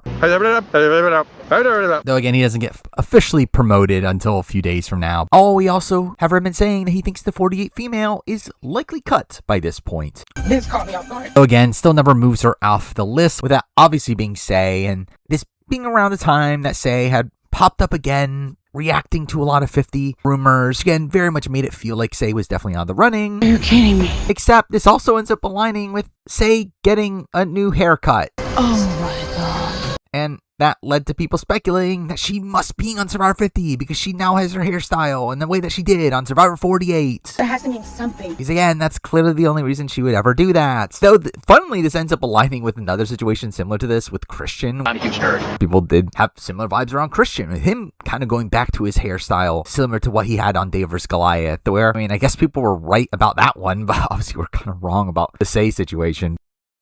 With that, we then move on to May 11th, aka Mother's Day. Happy Mother's Day. Definitely gonna pay attention to all the girls. Which that fact won't be that relevant right now, but it will be when we get to it. I want to work with all the moms. I want to be on the Mothership Alliance. It is during this day that we get the official departure date for the 50 cast, where at this point SurvivorSUnite had already said that they would leave immediately after Memorial Day weekend. However, it is on this day that Redmond confirms that they'll be flying out to LA on May 27th, with the official departure day being May 28th. Only 17 days away, and what a long 17 days that will be. But again, at this current point, based on the cast that we had known, there is a pretty big gap from Amanda season 15 to Chrissy season 35, a near 20 season span of seasons that has no representatives from it, leading to worry that batch of seasons would not be represented, and calling back to Redmond's statement from a few days ago saying that he thinks we will, is on this day that Redmond decides to confirm That's a fact. that someone from that grouping of seasons would make the cast, leading to one of the funniest spirals from the entire rumor mill, as again the process of finding out who this person is just takes so many twists and turns. This dummy, he's walking past it. But first things first, just have to do this right away because it's going to bother me otherwise. Obviously, we can eliminate game changers from this grouping of seasons. It's obviously a returning season. And considering all this information is based on the seasons that players debuted on, there's no point in keeping 34 in this range of seasons. So again, it's actually 16 to 33. Sure. Though actually starting with the Redmond information, it does start off with him saying that he can't say what season they're on as that would burn his source, which makes us assume that the source is likely a player connected to the player that is on the season, though again, that ends up probably not being true by the end. Your puzzle's wrong. Still, we get some clues towards who this person is. First, the fact that someone posted that they assume that the winner Redmond heard about was in this range, which had that been the case, this would have actually really limited the pool of people here quite a bit, considering we knew that winner was a woman, and through that, the only viable options for this spot would have been Natalie White. I just hit the rat. Who I'd be very surprised to see make this cast. People like Sophie, Kim, and Denise, all of which I wasn't looking at as particularly likely people to be on 50. I'm done. You're done with what? Same thing goes with Michelle Fitzgerald at this point, considering I was, again, expecting more so her to be on the Traders. Sounds like a bunch of malarkey to me. I'll be honest, I kind of forgot about Sarah Lucina, though obviously she wasn't super viable anyway. Just smart and funny and pretty. Really, the only viable option would have been Natalie Anderson. Come on, Twitty! Who I did look at as one of the more viable winners at war. Winners to return. Debatable. Though, this is all for naught as Redmond just instantly shuts us down, saying that this isn't the case. Later saying that it's a man and that person is 100% on, which is a level of confidence from Redmond we don't typically see. Feeling very out of character here. Something that Redmond had absolutely no doubt about. Which again, interesting that he had that level of confidence with this person. What appeared to be a Dragon Slayer move. Whoa. Oh, while also confirming that this person is not the 25 male or 32 male that are on his list, aka Malcolm and Ty. Oh my god! So again, they're not the 16 to 34 male. Also specifying that he doesn't think anyone that was cut before is back in, which obviously nullifies a decent amount of options as well. Just doesn't make sense. We're really at this point, I really narrowed it down to two options. One of them was Brad Culpepper. Again, as I mentioned beforehand, he was asked about Brad Culpepper a few days ago, to which he said that he had not heard of him, but would not be surprised if he was called, which, again, would not shock me if he reached out looking into Brad Culpepper and found out Brad Culpepper was on the cast, and that is the person he was referring to here. This is a normal bicep, okay? The other option, the person that I actually believed in more so, was Jay. I did not do that. Jay Starrett from Millennium Gen X, and the reason for this was because, again, his information about how he can't burn his source, where it makes sense if his source was Adam Klein. Marriage? And he would have info on Jay. Mixing that in the fact that, again, Jay felt like the type of person that, at the time, was a lock to return. Would make sense if, again, Malcolm was cut in favor of Jay, as, again, Jay technically helps with the POC numbers. They don't exist anymore. So this did align with Jeff's TV Line interview, where he was asked his favorite seasons, landing on Heroes and Villains, David versus Goliath, both seasons that we already have returnees from on this cast. Cagayan. For a while, there were no Cagayan players on the speculated cast. We at least knew of people that were called. and get one last one. Millennials Gen X. Which him saying that, again, made me think there has to be Millennials Gen X players in the mix here. As again, we literally haven't heard a single one come up to this point to where it really felt like another point towards Jay's favor. So again, ultimately land on Jay by the end of the day, but again, don't worry, the name doesn't stick for too long. What? But also, I should mention that in Jeff's TV Line interview, Jeff does go on a spiel about the type of players that are looking for Survivor 50, saying that they want players that are hungry to play the game, and then proceeding to use Chrissy as an example of that. Chrissy is a really great example. That's the kind of people you want to come back. And while I believe this is a spot where the interviewer had previously referenced Chrissy earlier in the interview, to where again she might have been top of mind because of that, I did feel like Jeff using her as the prime example of the type of people you would want on Survivor 50 is again just further proof of the fact that Chrissy's on the cast. That's a fact. But beyond that, we get further confirmation on the remaining season 32 female, with confirmation that person was cut, meaning that no matter what, both Julia and Sydney are cut at this point, so it doesn't really matter which one was in limbo or which one wasn't. You were dragged. But it's also on this day that Media Pit decided to post some of the information they heard, really being the one point where they had some fairly questionable information, though again, had some accurate things to say, like saying that Rob C isn't on the cast, but Marianne is, which again, I already kind of assumed by this point. We know. We don't know. Also ends up making a bizarre statement here that was just blatantly not true, of saying that Jerry might be back in the running, which he never was and was never pretty close to being on, so I don't know why they said this. Weird thing to say. But it's also on this day when I started streaming the best game of all time, Squirrel with a Gun. What is this? It's Squirrel with a Gun. You don't know Squirrel with a Gun, the greatest game of all time? What the fuck is this?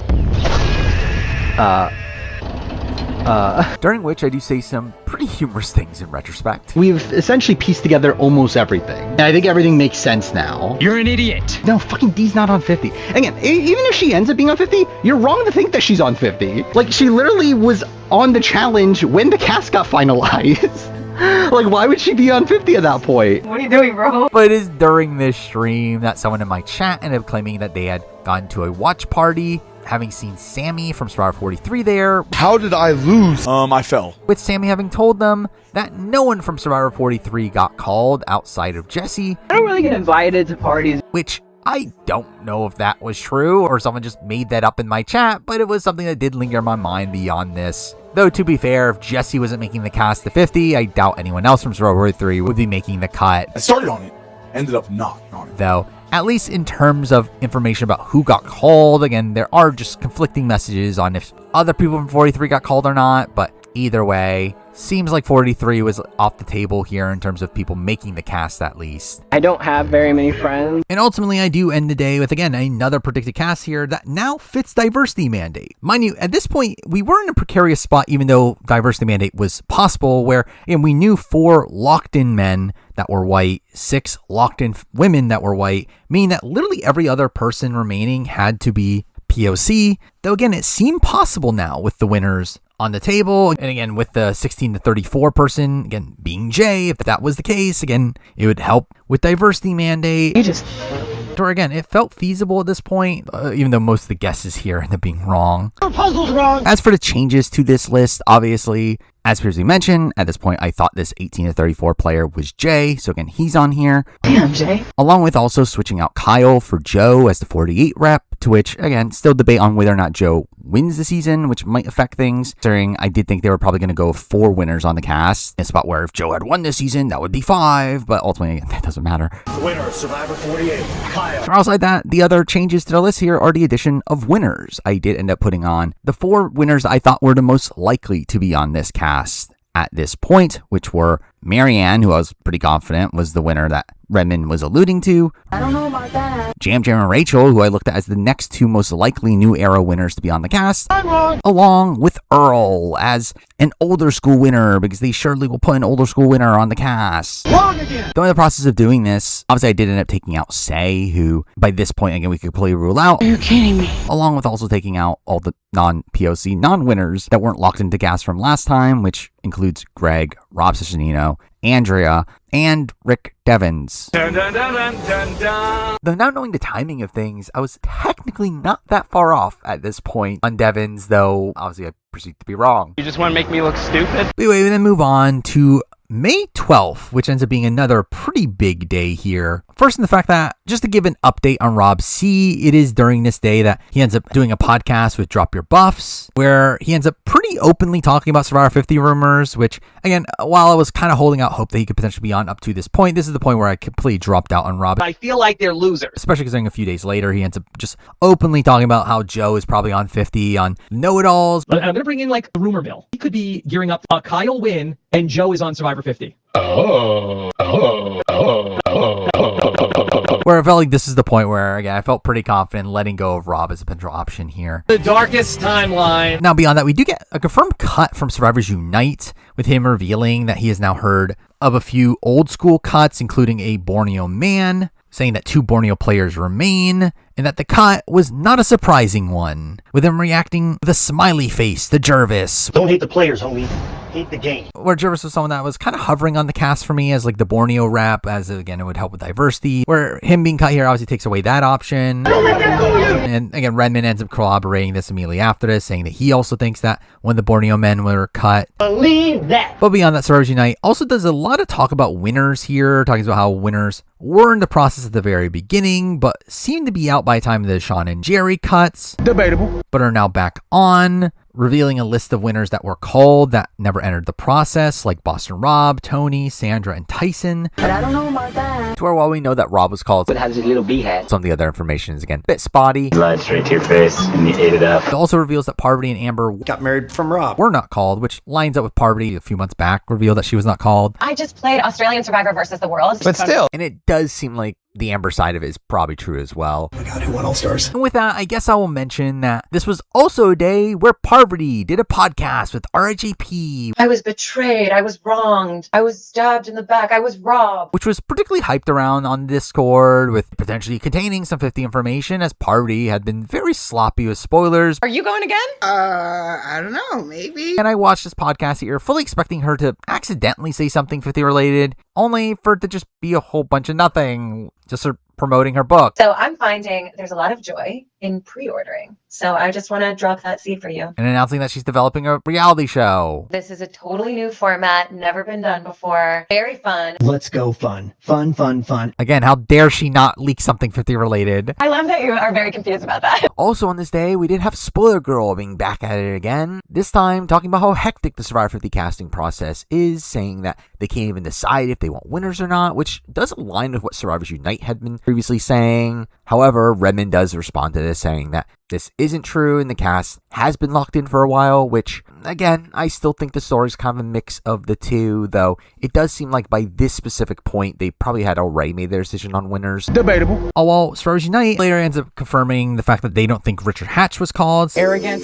pompous human being. Saying that they think that they have specific winners in mind that we haven't seen, aka implying one-time winners. And in a spot where Survivors Unite and Redmond seem to be collaborating on names here, I did feel like this was potentially a hint towards the female winner being a one-time player. To fair again, I thought it was Marianne at this point, so again, I kind of assumed that to begin with. You're an idiot. Now beyond that, we also get Survivors Unite commenting on Sierra Easton. I even voted out my mom. Saying that they know the Sierra Easton got called, but don't have a direct answer on what happened with her, though again, kind of irrelevant at this point, considering again, she was going to a casting call after they had flown out, so again, she wasn't on. Well, you voted out your mom. Also implies that Lex and Kelly Goldsmith were called. I couldn't be more excited. As the only people called from Survivor Africa, which is weird considering we do later have that being disputed, which again just leads to some of this info being a bit rocky from Survivors Unite. But to be fair, it is information that Redmond also heard. So it just seems like maybe their source for Africa people was, again, a little bit off. When it's me, you'll know it. But anyway, also confirmation here that they have heard of multiple Season 48 players, but never heard of Eva, which kind of wrote her off at this point. Are you serious? They're still surprised that they wouldn't want her in the midst of popularity of the Joe and Eva moment. You guys don't know me at all. But also here we get an interesting tidbit here that actually I thought was in reference to the 16-34 player that Redmond was talking about. No. Though it turns out to be a completely separate player, though Survivors Unite does mention a early 30s player that was cut and called back, with them confirming it's not Joe Anglum. Joe too? Thankfully. Fuck you. Joe? But, again, this lines up with it potentially being Jay. You just...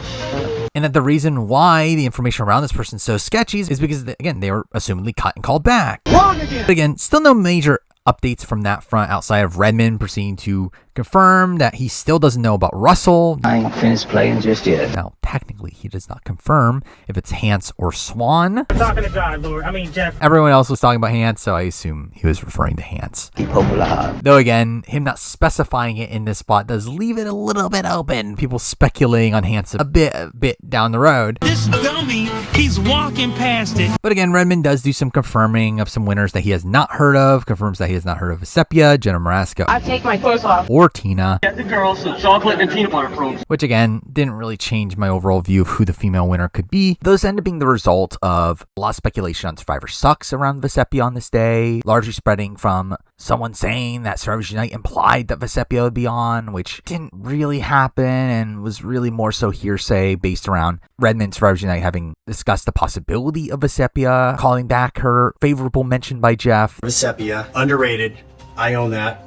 Vesepia's a great winner. Though again, this really was just a whole bunch of nothing, but it does lead to some drama. That's just too much drama in this place. With the SurvivorSucks community calling Redmond's info into question, stemming back from the Aubrey situation, of him saying that he doesn't think Aubrey was called. Your puzzle's wrong. Where, over time, there really seemed to be this hostility towards Redmond from people on Sucks, particularly the fact that he was revealing this information on his Discord, mixing that with the fact that certain Sucks members were kicked out of the Discord for spreading information and not even doing so correctly. It does lead to, again, a lot of hostility on Sucks that might eventually boil over. Get dysentery and die. But a lot of this did come back to Redmond, leading to Redmond being annoyed at people twisting his words, only for him to actually later realize that, oh, he actually did say this. That son of a bitch. So again, we'll surely never bring up Aubrey in this video ever again. Left me hanging. Also ends up stating here, though, that the 60% season 13 male is not as likely as it seems. I mean, my ass. Despite saying that, Redmond still doesn't end up ruling him out.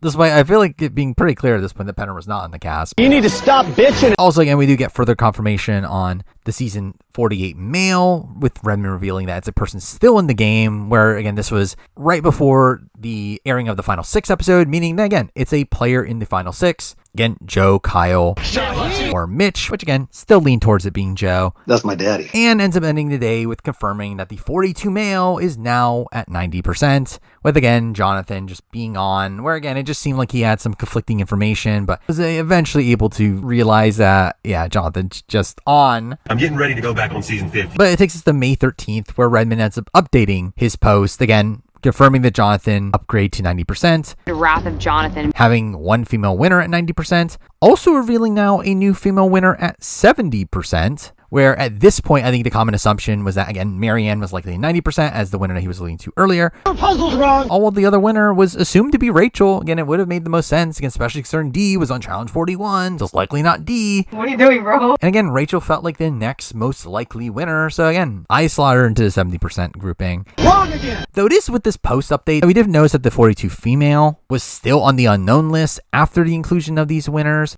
And with the winners also being kind of like separated on the list entirely, it did make it pretty unlikely that this 42 female was a winner, which made me think it was probably more so someone like a Lindsay Delosowicz or Tori. Though I think ultimately it turns out to just be an oversight from Redmond, where again, he never implies any other 42 female outside of Marianne beyond this, where again, I think it was Marianne, he just forgot to take her off the list there. Dude, screw you. But it is also in this spot where we do get confirmation on this 16 to 34 man that's now at 90%, they're now being narrowed down to 16 to 26 male, which is really funny that Redmond did this. Obviously, again, the leading theories at this point were, again, Brad Culpepper and Jay. This, in one swoop, instantly eliminates both of them. Again, it is not Jay. It is not Brad Culpepper. You, Brad Culpepper. It is a player that first played between 16 and 26, now leaving us with very few options from 16 to 26, where, again, taking everything into account, coach is assumed to be cut. Just doesn't make sense. Again, Steven just didn't seem particularly likely and had been openly talking about 50 rumors. Said to not be Russell. Mind you, we don't know which one of Hans or Swan, but again, it's not Russell. I've been like past this thing like 100 million times. Again, it was confirmed to not be Malcolm. To where we're really at this point left with Eric Reichenbach. I want to give individual immunity to Natalie, who has said that he would turn down the opportunity if asked. Kenny, big homie with all the game right there, who would be a bizarre pick. And supposedly on his live streams, he had been openly talking about 50 rumors to where, again, don't think he would be on. I do not see the likes of Marty. The jackass name Mr. Farty instead of Marty. Or Jim Rice making this cut. You screwed me over. When I see you in a dark alley, I'll kick your ass. Wyatt Nash, I know, is someone that actually I've been clamoring to have back for a little bit, though again, also would be a bizarre pick in this spot. Good work, guys. My goodness. Albert is someone that was mentioned around this time, though the production never particularly liked Albert, so I didn't look at this as a viable option. I love this question. I love the way you're approaching the game. Even though eventually there are rumblings that Albert was called. You lied. Obviously, you got to bring up Jonas. Because why not? Yes, Master Jonas. Troyzan, which is like, again, are they calling back Troyzan after they purpled him on Game Changers? Don't with me. Jeff Kent was also someone that was like floated around. It's not even $1 million by the time Obama takes it. Though again, another one that just would have been a very bizarre pick at this point. This just sucks. And also, people were bringing up Reynolds. Yes! Yeah. With the fact that, again, it was narrowed down to 26 in particular being something that was pointed out as, again, maybe it was someone that was on Survivor Caramoan, but ultimately, again, Reynolds was just someone that also did not feel like someone that they would pick for Survivor 50. That's a fact. Leaving us with one option, the only option. the specialist. Phillip Shepard. I'm a former federal agent. Who, again, we saw just a month ago, took a photo with Jeff. And in a spot where, again, Phillip Shepard had been very anti-playing Survivor again, pre-diversity mandate, being upset how he was portrayed on the show originally. Though, again, in a post-diversity mandate world, I thought it was open for Phillip Shepard to say yes. The issue is that Phillip Shepard's 67 and with the hip replacement. I will outlast any man. Which would have made him tied with the third oldest player to ever play Survivor, only being younger than Rudy Bosch. Not in a homosexual way. And Joe Del Campo. Get it done! That's 71! AKA that bastard that unfollowed me on Twitter. If you stop being, that's not good. Though, also in a spot where there has not been a single player in their 60s in the entirety of the new era. Also in a spot where even in Winners at War, we saw many of the older winners being excluded there. So again, the age factor here is definitely a major red flag. But again, there were no other options. Where again, there was a lot of debate in the Discord, particularly around Eric or Phillip. Though again, I just felt like Phillip felt the most likely despite these issues. You're looking at the new leader. Again, a pretty massive name of his era. Again, if you're going to get a person to represent the 20s, especially early 20s, I feel like Phillip is one of the most defining characters of that era of the show, and someone I do think would have an interesting redemption story if we were to play again. That was another criticism of this, though, is that people were thinking that it would just be a random pick for Phillip to be on, as again, he wasn't particularly popular and came from a season fairly far back, but I don't think you understand. He's clearly a fan favorite. He says so in his Instagram bio. And again, he was on the favorites tribe. So again, you're just clearly wrong. If you start looking at the favorites, one of the biggest names out there is former federal agent Phillip Shepard. I don't lie.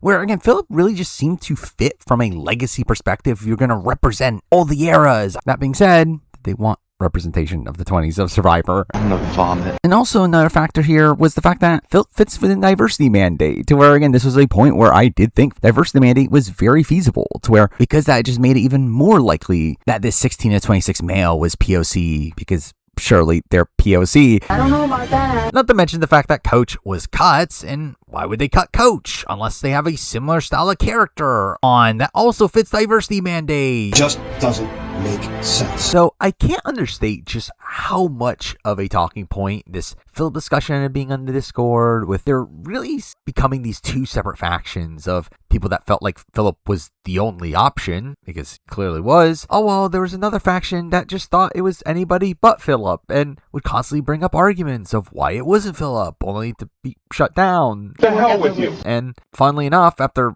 evidence down the road, end up kind of cowering down to, yeah, Phillip is the only option, because Phillip is clearly the only option. Though on this day, I did also end up making a joke saying, imagine if Redmond narrows this down to 17 to 21, because again, that will surely be insane, because the player would never come from that range of seasons. This dummy. So, conveniently, after all this information deconfirms Jay, good, bro. SurvivorSUnite decides to specify that the early 30s male that they were talking about earlier is a returning player. Oh my god! While also being asked if 30s player is one of I, David, J, or LJ, which I don't know why LJ was included, considering he's not from the 30s. Trust cute more than I trust hot. But SurvivorSucks ends up confirming it is one of those 4, aka one of the 2 returning players in that grouping. So again, it's either Ty or David. I don't really like sleeping outside. I don't like bugs. I don't like the sun. I don't like water. I don't like the ocean. Later confirming through likes that it was Ty, which again made Ty a viable option to be on 50 at this point, but ultimately he's not on, and ultimately again this doesn't really lead to anything. Oh, no. Also, this was the day that SurvivorSucks ends up essentially fully confirming Amanda, where someone asked them about the Amanda, and they end up directly responding to that, to where again, what a shocker, it's Amanda, that's the China rep. I am the best survivor. Also, this was the day that we did get some social media news from Q. I'm gonna take your job. Following a lot of the Survivor 50 cast. He messaged me on Instagram a bunch of times and never said anything about the game, just said weird stuff like Happy Mother's Day, and then like how hot is it in that sauna, and then he friended me, and I think he's messaging everyone. Alongside Asia Welch. I am ready to forge my own path. It's just random, so again, maybe Asia's in running. Big mistake. But we do end the day with another person being bumped up to the 90% column from Redmond, that person being the 48 male, which again at this point like fully felt like Joe as the most likely option there. You're on the show.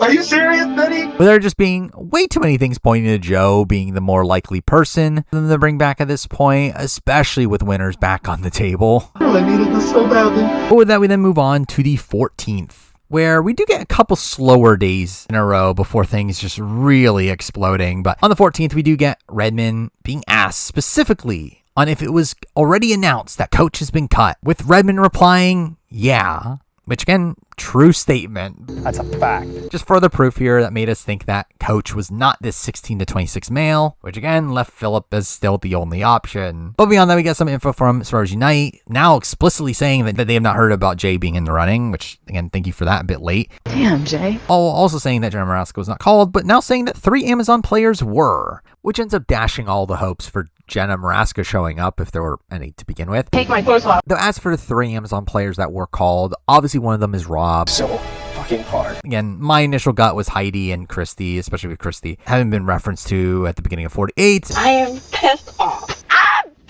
Oh, Heidi is someone that they had tried to get back in the past. It's not mind-blowing to think that she would at least be considered in this spot. Though again, didn't really look at her as someone that viably make the cast. Is that the only person? So ultimately, I ended up being right in these predictions, though there was a lot of speculation around Dina. I have checked. Which really just felt more like wishful thinking. As again, I didn't feel like there was any way that Dina was actually going to be in the running for 50. And again, none of these people seem to be particularly close to making it on anyway. I think they covered it. So it's also on this day that SurvivorSunite responds to someone asking about Rachel, with SurvivorSunite clearly never having heard of her. I was left out of the vote again. Thinking that the other 47 woman, clearly Genevieve, Mother. is the 47 woman that they're going for. Happy Mother's Day. Which should have been included in retrospect to the fact that Rachel was probably not in the running. I just wasn't listening. Which at this point I did, again, kind of write it off as, again, maybe just SurvivorSunite doesn't know all of Redmond's info, though, again, in reality, it should have just been fairly telling that Rachel was just never really brought up. Though, it is also in the same post that we do see SurvivorSunite making reference to a boring 46 male on the cast. Am I?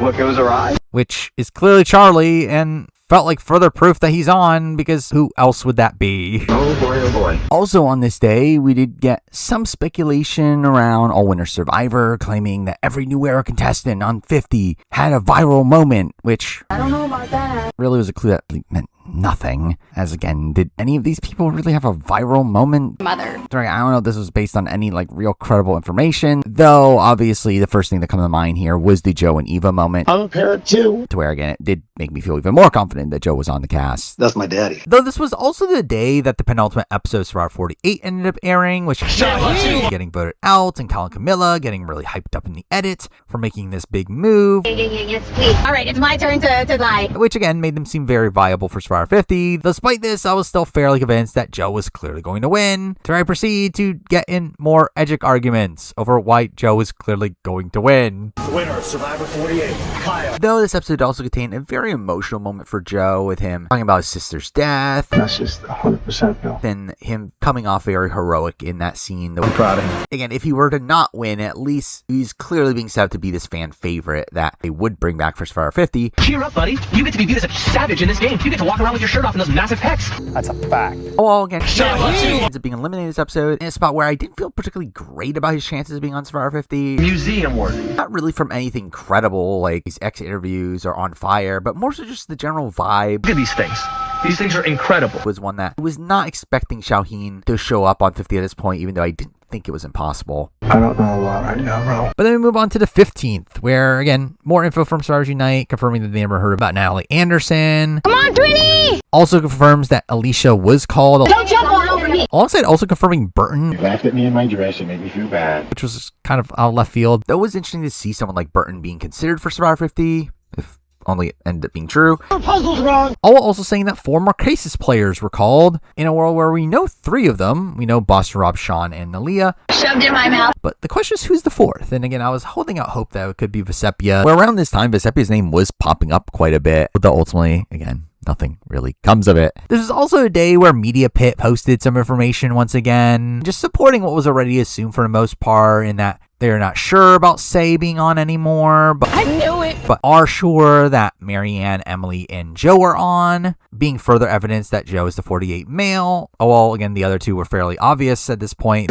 Sure. Though, ends up also in this spot, including Andy. Hi, I'm Andy. Please like me. As someone on the cast, which, again, wouldn't be shocking, but not a name referred to by Redmond just yet. And in actuality, we actually know for sure that Redmond had not heard about Andy up to this point. So again, interesting that Andy's name is brought up here. Getting a lot cooler. For a while, again, at the time, I was questioning Media Pit's reliability to where, again, I didn't put much credence into it, though in retrospect, again, probably should have. Debatable. Though it is during this day where we finally get some word on Earl Cole, confirming that he's probably not on, because he makes a post saying, "What's just as cool as getting called for Survivor 50? Filming a movie in Fiji." Debatable. And again, reports are that he got called, which has been contested, but even if he did, it seems like he turned it down for the movie anyway. Though again, at this point, just completely rules him out of the running. But it's also on this day that we do get more news from Penner, with him announcing that he's sick. I mean, my ass! Which shouldn't be relevant to Remo, as it's already very unlikely he's going to be on, but this did lead to the misconception that he was going to be on Survivor 50 if he wasn't sick, which... Bull! We say bull! Bull! Also on this day on RJP, we did get another podcast revolving around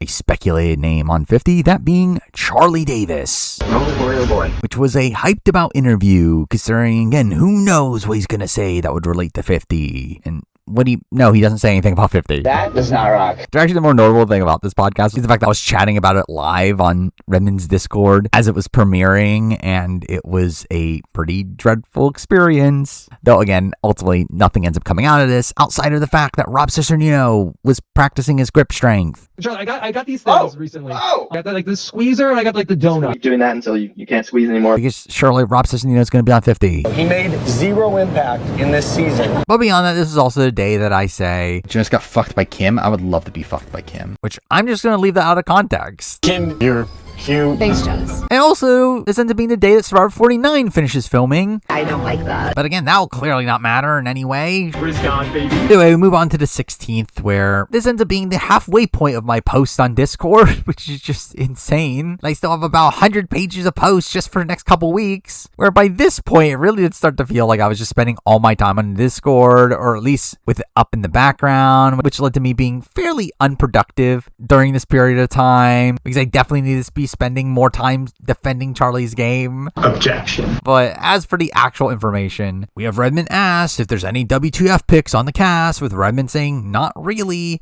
which again felt like further evidence of Phillip, as again, Phillip's not a W2F pick, but Eric probably would be. Debatable. Oh, we have someone asking Redmond to eliminate one season that this person can be from, deciding to eliminate season 16.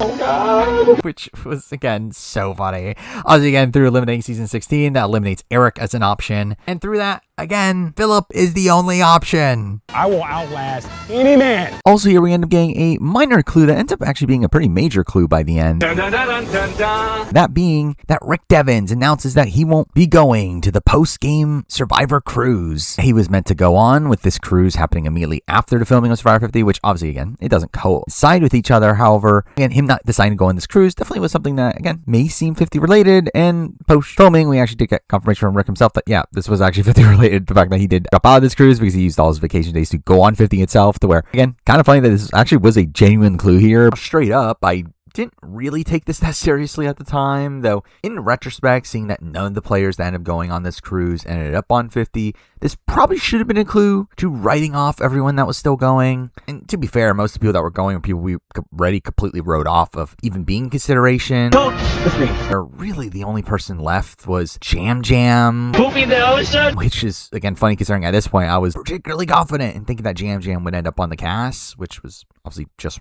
wrong. I just wasn't listening. But either way, we get to the 17th where we do get some new information here, with Redmond now revealing a 47 male that is now at 80% on his list. A 47 male that is different from the ones he has referred to in the past, where again, obviously he had referred to Rome. Why should I give you a big chunk of meat? He had referred to a 47 male that was not Andy, which again was clearly Sam. At this point, I think this one's clearly Andy. Getting a lot cooler. Again, Andy just made sense as a person that would be close to making the cut. Makes a lot of sense based on what Jeff had said on the On Fire podcast. Those are the type of people you invite back. Andy and the Operation Italy team, they brought it. But especially in conjunction with what Media Pit had said just a few days ago. So again, it's been a long road, but Andy's finally here on the cast, and he's surely here to stay. I'm on the bottom. They don't like me. Also, here I'll mention the fact that, again, at this point, Redmond did talk about Penner's not being likely, because that, we don't get the official update of him being dropped out as a possible group. I'm going to downgrade him myself on my chart at this point. We say full. Along with the fact that also he ends up upgrading the winner that he previously had at 70% to now 80%, with 80% essentially just being his new number for those he thinks is likely but doesn't have like full confirmation on. But he does also end up confirming that both of the winners that he knows about are both post Heroes versus Villains. Again, both female winners, post Heroes versus Villains, implied to be one-time winners, while also confirming that half the cast is likely New Era at this point, which is not really possible without these two female winners also being New Era, to where, again, it's clearly two New Era female winners. Sure. Which, again, is clearly Marianne and Rachel, because D is on the challenge, and that is surely eliminating. What are you doing, bro? So by this point, even though it was becoming very apparent by the growing number of New Era players that we were hearing about, even Redmond, again, fully admits at this point that, again, he was essentially wrong about there being a true New Era Massacre. Fucking scary. That, again, he assumed that was the case due to the fact that all of the names that he was hearing that he thought were locks were ultimately cut. I'm already gone to them. To where, with them out of the running, he just assumed that must mean all the New Era players are out of the running, which by this point, again, became pretty abundantly clear that we just didn't know the right New Era people. There instead being a lot more focus on recency bias within New Era, which, how exciting. This also ended up being a day where Rupert entered the rumor mill once again for very strange reasons, as someone online claimed that they called Rupert's charity and asked if he was busy in June, to which they got a yes, which, again, just very weird behavior. I stole for the Drake. This obviously being a very similar situation to what happened with Amanda earlier in the rumor mill, which, again, don't do this. So much thought and death here. Again, funnily enough, this also ends up giving us inaccurate information where we learn that Rupert isn't available in June. So again, he clearly must be on Survivor 50. Can't lose hope. Though, in all seriousness, I didn't really take much credence from this situation. I just felt like, just like the Amanda situation, again, this could all mean nothing, and what do you know, it means nothing. I'm ready to cry. Though also on this day, we do get more media pit information stemming from some of the rampant speculation about the potential missing names, confirming that Sierra was called. Even voting out her mom. But really, at this point, again, that was kind of irrelevant, as again, we kind of knew she wasn't on. When you voted out your mom. But more importantly, talking about not being sure about Phillip, which, I mean, isn't a denial. Animal in me. But does also end up saying that Corinne The domination. isn't on, who was someone that was constantly being speculated on Sucks by this point, despite being fairly clear that, again, they're not casting Corinne nowadays. Don't get nice. I don't relate well to nice people. I mean, Jeff has literally blocked her on social media, to where, again, I think it was fairly unlikely that Corinne would ever be in the running. You're an unemployed, uneducated leech on society. But again, nice to have that being deconfirmed by somebody, at least. Nobody's hot. But Corinne being speculated did lead to probably one of the funniest spirals on the online community throughout this entire process, as one of the points for why Corinne would be a contender at this point is because of diversity, because Corinne is Asian. What are you guys doing right right now. Which again, such a ridiculous statement here. And again, very funny. This literally actually got back to Corinne. She ends up commenting on this, being just appalled. They're naming the persons of color. I haven't been listening. What are you? That's a great question. Which again, was just a very humorous thing to happen. Stephenie is Italian. Corinne is Asian. Asian.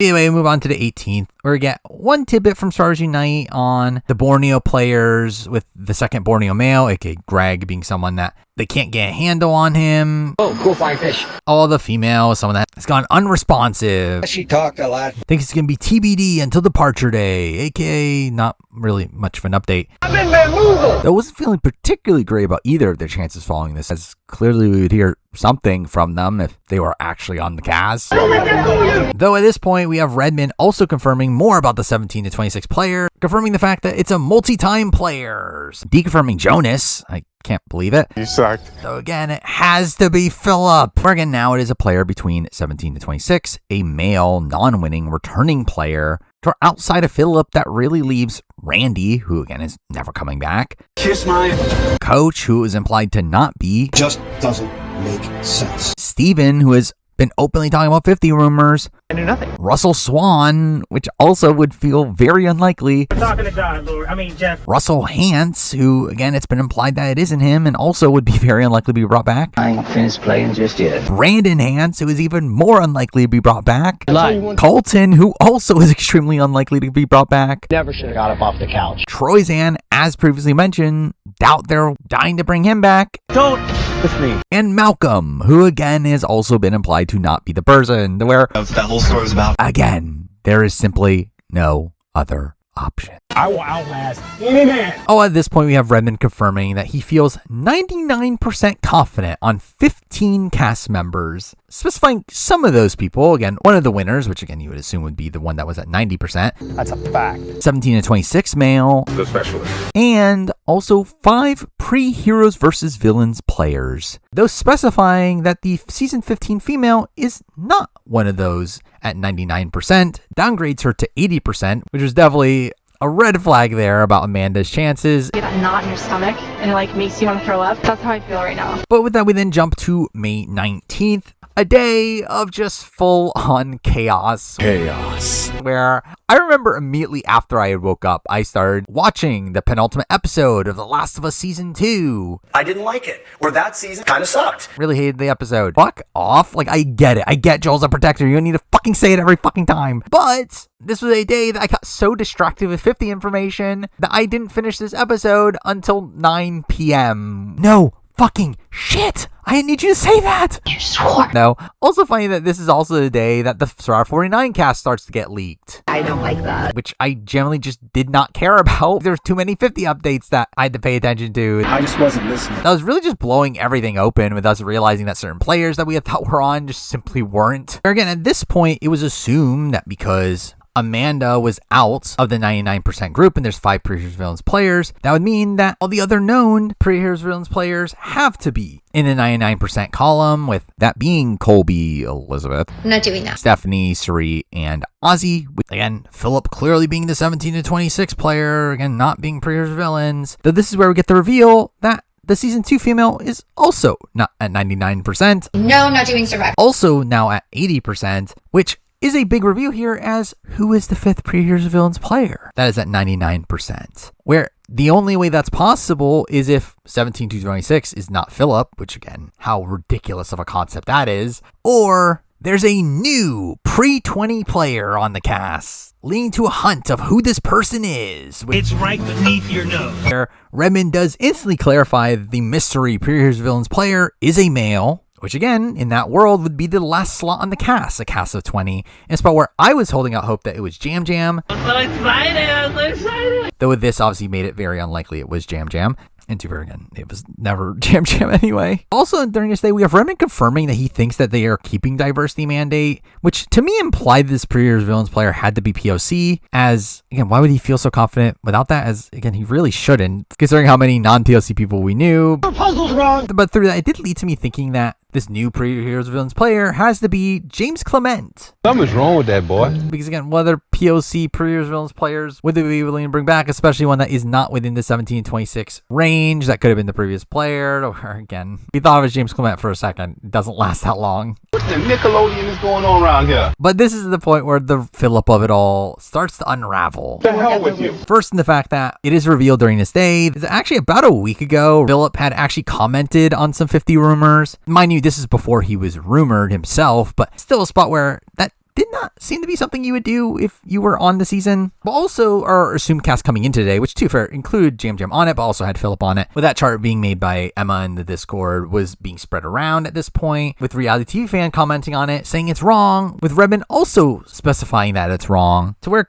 clearly there's something wrong on it, but again, not necessarily Phillip, because clearly Jam Jam's the person wrong there, even though it turns out there's actually a decent amount wrong there. You're an idiot. The more damning evidence against Phillip here ends being Redmond making a post here saying that the Phillip thing is funny to him, which, to clarify, again, doesn't say what Phillip thing, and could be the fact that Phillip commented on rumors the week before, could just be the fact that we think it's Phillip. And again, didn't know for sure, but even despite this comment, I still thought it was Phillip. I was, again, it definitely put doubt there, but it really just felt like, again, there were no other options. Who could it be outside of Phillip? Just doesn't make sense. Like, it's something really funny, though, is that obviously through all this Phillip discourse, it did lead to the overusage of this gif from Phillip of him just dancing and shaking his head, which is just such a ridiculous image that really is etched in my brain because of all this. So finally, in the middle of all these Phillip gif posts, someone ends up alerting me to the fact that Sucks is trashing on me, saying that I'm getting dragged into the Discord, which I don't know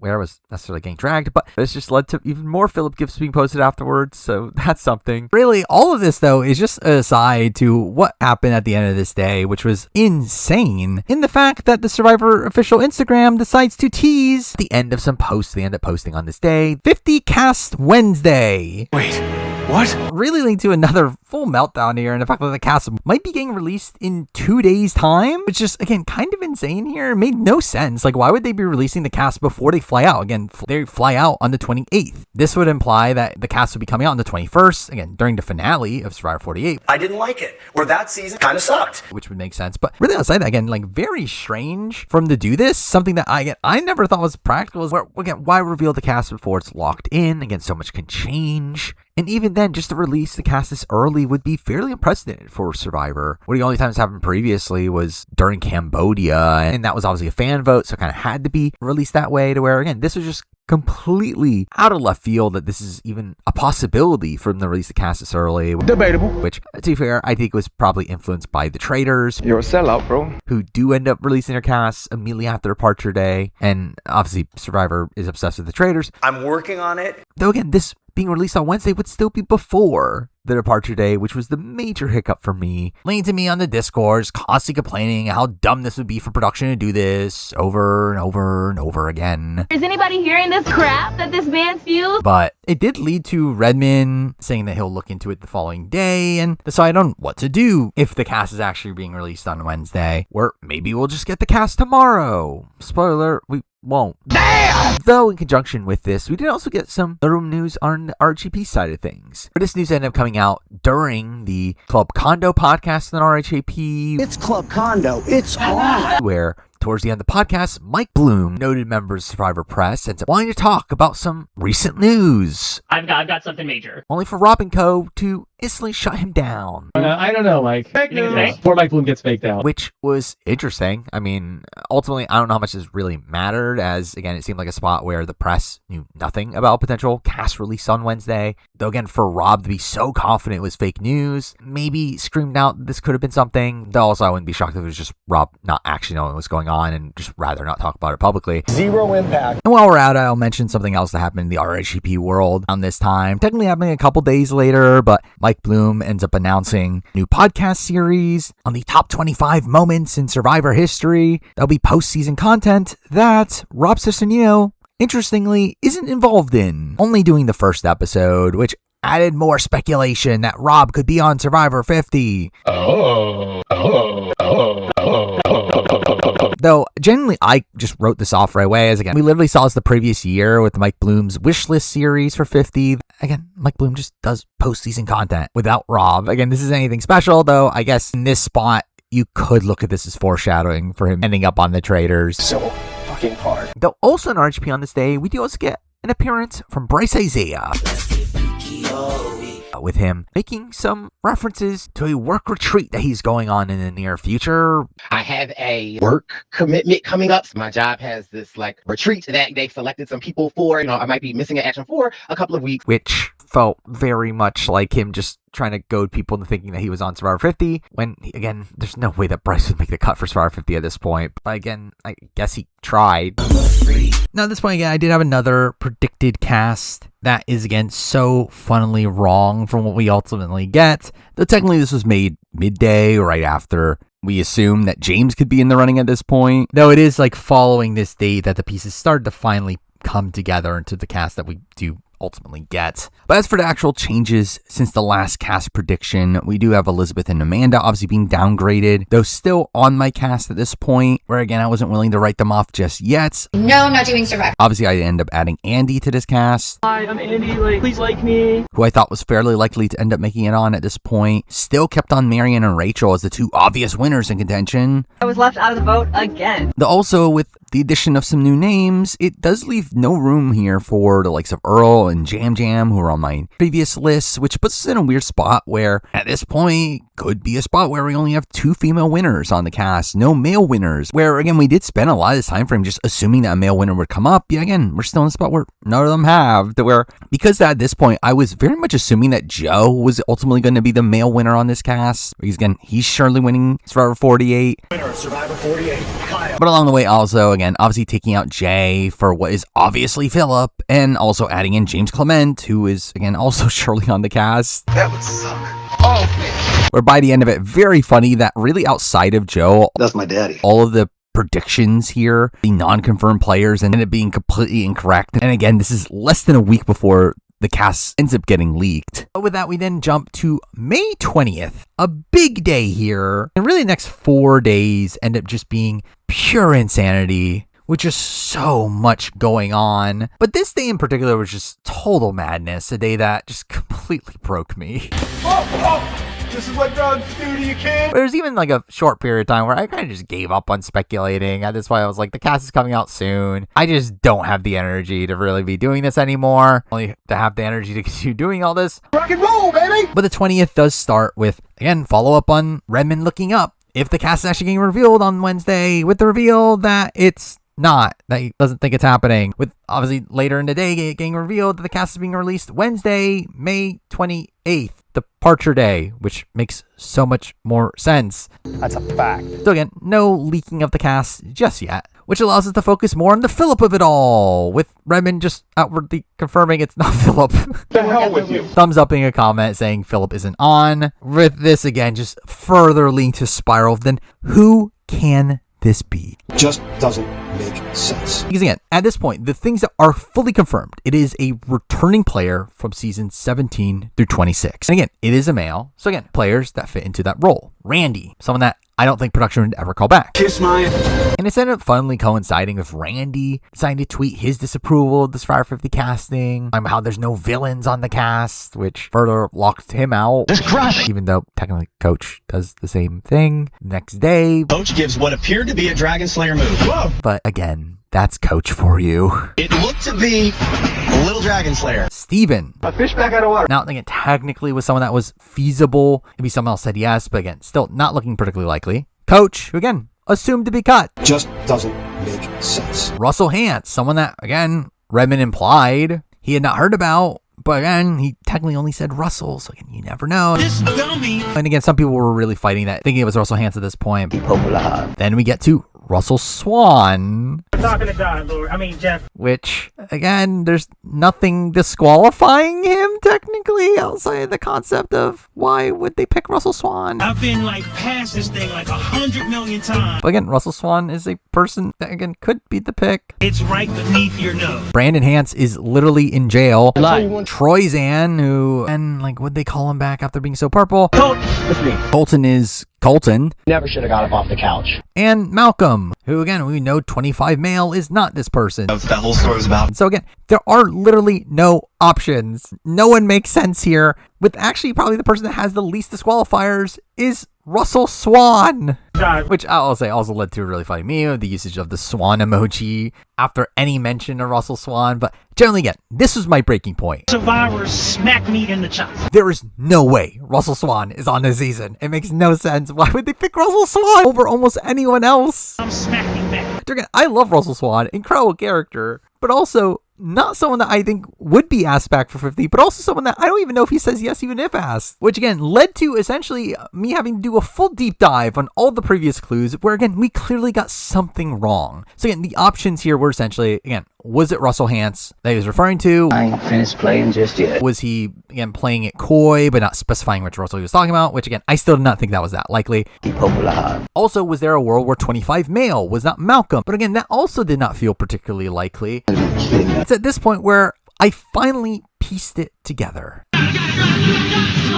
We're rereading every clue, looking at the exact wording of all the clues, and that's when it all clicked. What business do I have on season 50? Why do I need to go back a fourth time? Just a few days ago, Redmond said, yeah, to if it has been announced that Coach has been cut. I have. Not specifically that he was actually cut. Just doesn't make sense. In a spot where, again, he did previously say that no one that was cut has been brought back. Like, and now piecing together the semantics of it all, it now makes me realize it was Coach all along. The Dragon Slayer. Oh, don't call him Benjamin. He wasn't Coach. It was Benjamin, wasn't it? Which is further proven by the fact that also gets found out that Coach's latest follow is inside Survivor. I've known that cat since high school. This really allows for everything to kind of piece together nicely. Debatable. Now again, I still don't understand why Redmond is so confident in diversity mandate. They don't exist anymore. But really outside that, I do feel like it makes sense that Coach is a 17 to 26 male, but also is the last pre-Heroes Villains player. I have the two idols. I guess I should have played them. Also ending up opening a spot there on the cast as well. It just makes sense the fact that he was just never cut to begin with. Where again, going back to the original clue that led to us thinking Coach was cut, it was him implying he turned down 50 and us thinking he was cut weeks before any cuts were announced. As far as it never really made sense that why was Coach seemingly cut like 2 to 3 weeks before anyone else. Just doesn't make sense. So where again, I think that was obviously a red flag in retrospect. Also the fact that why would they cut Coach when like Jeff Probst literally called Tokenshine's Coach's season, otherwise known as Coach's season. Oh, season 18, Coach, who won Coach's season? To where ultimately again, it just makes so much sense the fact that he was not cut ever. To where at this point again, it finally made us realize that again, Coach was likely the person here all along. That's a fact. With SurvivorSUnite even pitching in on this, revealing that they actually don't even know themselves who this person is, but they would assume it was someone that was not upfront with their status, which again, clearly would be Coach. What appeared to be a Dragon Slayer move. Whoa! Which I will also mention that with this revelation as well, it actually did lead to me realizing something else that I was wrong about this entire time. Realizing that I think 41 female was Shan. Where, again, obviously I have been on this boat of, like, again, Redmond had always said that he was not sure on Shan early on, so that means that Shan isn't the 41 female, and that, again, it led to me thinking he was Liana. You can have this fake. However, I went back and reanalyzed all the clues, and again, his wording on it is still very similar to that of how he handled the Coach situation, how he handled the 15 female situation, that he doesn't directly say he has not heard Shan at all. More so just specifying that he's not sure on Shan, which made me realize that, oh, I think it's probably Shan then. Which again, makes sense with the Venus of it all. The fact that, again, there was never a 46 female on Redmond's list at any point, while there was a 41 female. We don't see Venus no more. Again, it just makes a whole bunch of sense that it was Shan that was on his list. And again, Shan's not on the cast, but again, it does make sense that Shan is this person that, again, he did hear at a point and just never really got an update on. That's a fact. But it is during this day that Redmond also ends up updating his Patreon posts, now giving us his full list of people he's 99% confident on that are on the cast, to where this list ends up including the usual suspects outside of a new Season 9 female. You are both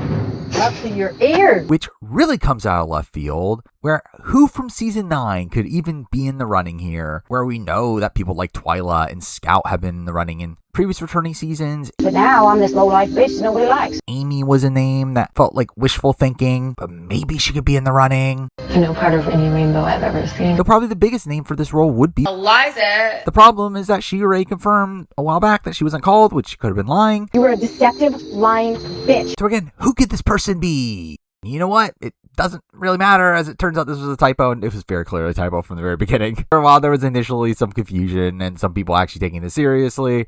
Redmond quickly ends up fixing this, and yeah, it was season 10 female. He was talking about Stephenie the entire time. Not a shocker. Fuck you, Eliza. But again, Redmond ends up giving his list of 99% players. That being season 2 male, that being Colby. I'm a survivor. Season 10 female being Stephenie. My dad was a mailman. Season 12 female being Cherie. I've done it all. Season 13 male being Ozzy.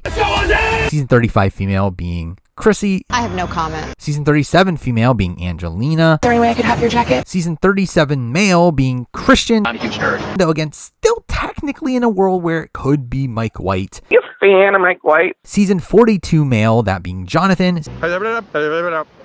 Season 45 female being Emily. I have reason to believe you're full of shit. 2 season 46 males being Charlie and Q. Because Q is going to show up and show out. Season 47 female, which is Genevieve. Mother. Also season 48 male, which again, I was leaning towards Joe. That's my daddy. So again, technically not 100% it was Joe. And also 1 female winner, which again, I thought was Marianne, but obviously, again, we'll get to that. What are you doing, bro? But also there's that we get another interesting revelation in the fact that, 1, Redmond narrows down the 17 to 26 player to now 17 to 25, which to her doesn't really change much. But really the bigger revelation is the fact that there's no other pre-20s player being added to the 99% group. In a spot where, again, we know 5 pre-20 players are on his 99% list, yet there's no other player in sight here, meaning that the 17 to 25 player has to be pre-20, aka now 17 to 19. AKA Russell Swan. I'm talking to God, Lord. I mean, Jeff. No,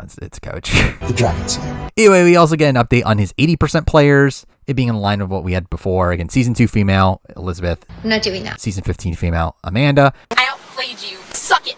Ah. Season 47 male, Andy. I'm on the bottom. They don't like me. And 1 female winner, which again we thought was Rachel at the time. Left out of the vote again. Oh, we do get some updates from his unknown grouping, where the other 13 male, again Penner, was officially downgraded to that grouping at this point. My ass! Oh, while we do see some people just dropping off entirely, where again one of the Borneo men, which was Jervis, got bumped off.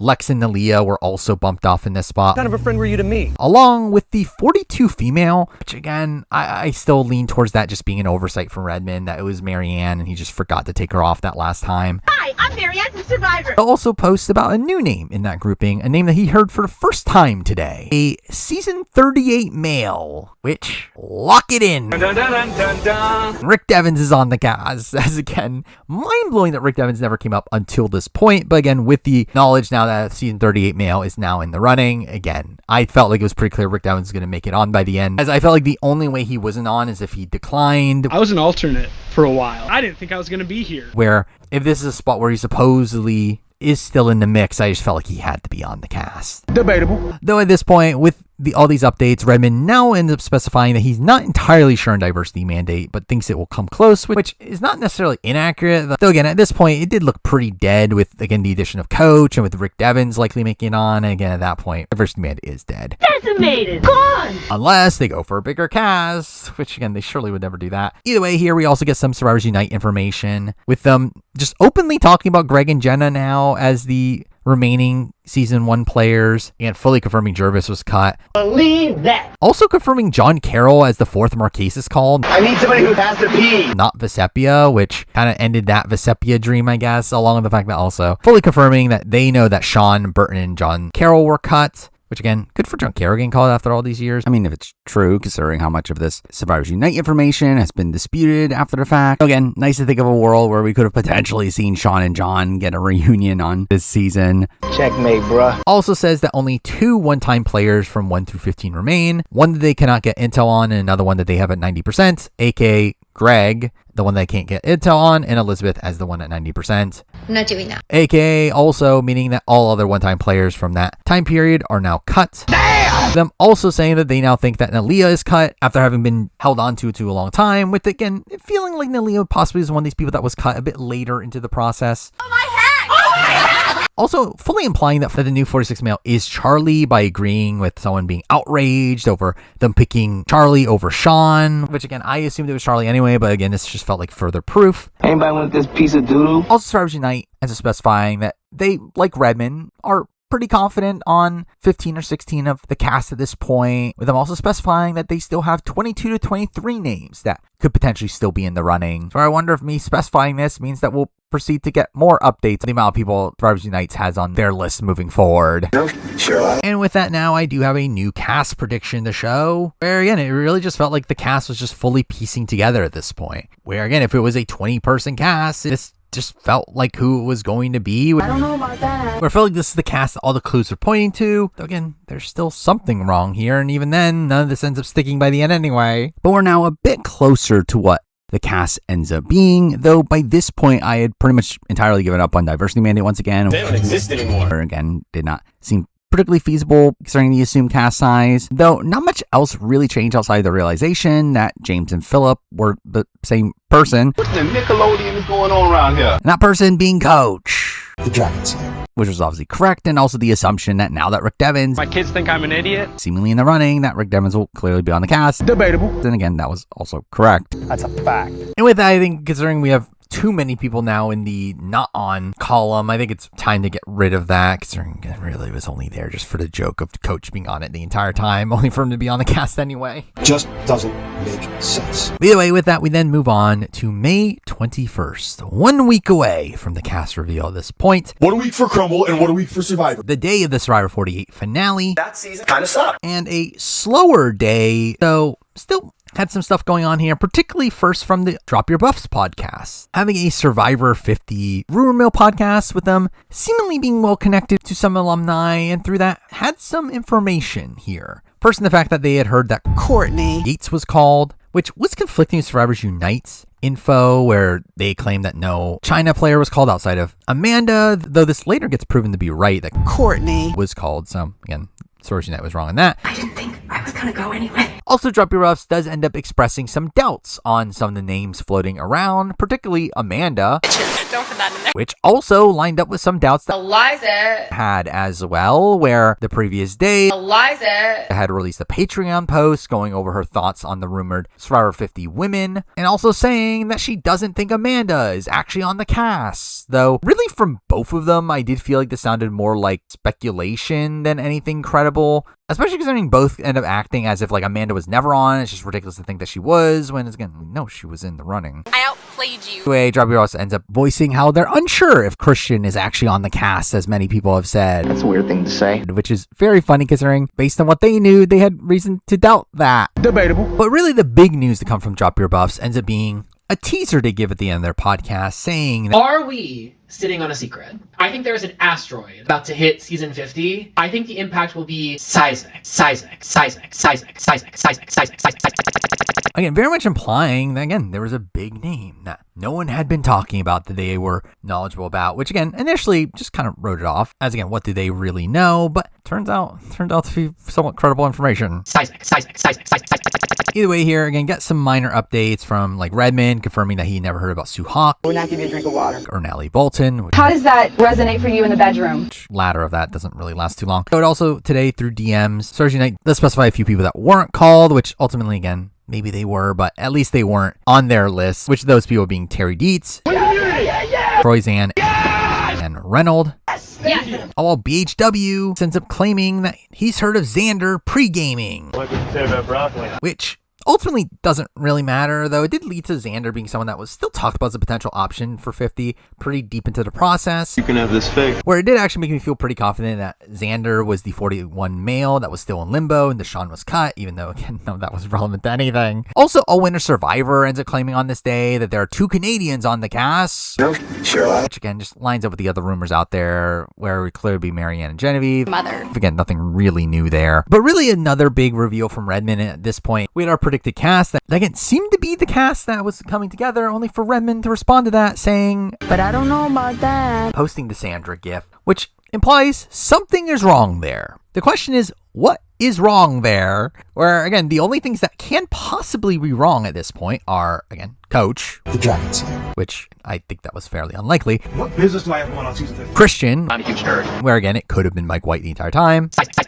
Joe. That's my daddy. Where again, the 48 male is technically still a little bit up in the air. Or one of the female winners, specifically Rachel. Left out of the vote again. Which we'll get to after the most obvious Survivor finale of all time, where, as expected, Joe wins Survivor, giving us the male winner on the cast. Winner of Survivor 48, Kyle. Or not. You're an idiot. And also, with the season concluding, we finally get Mitch's big move. What does Mitch do?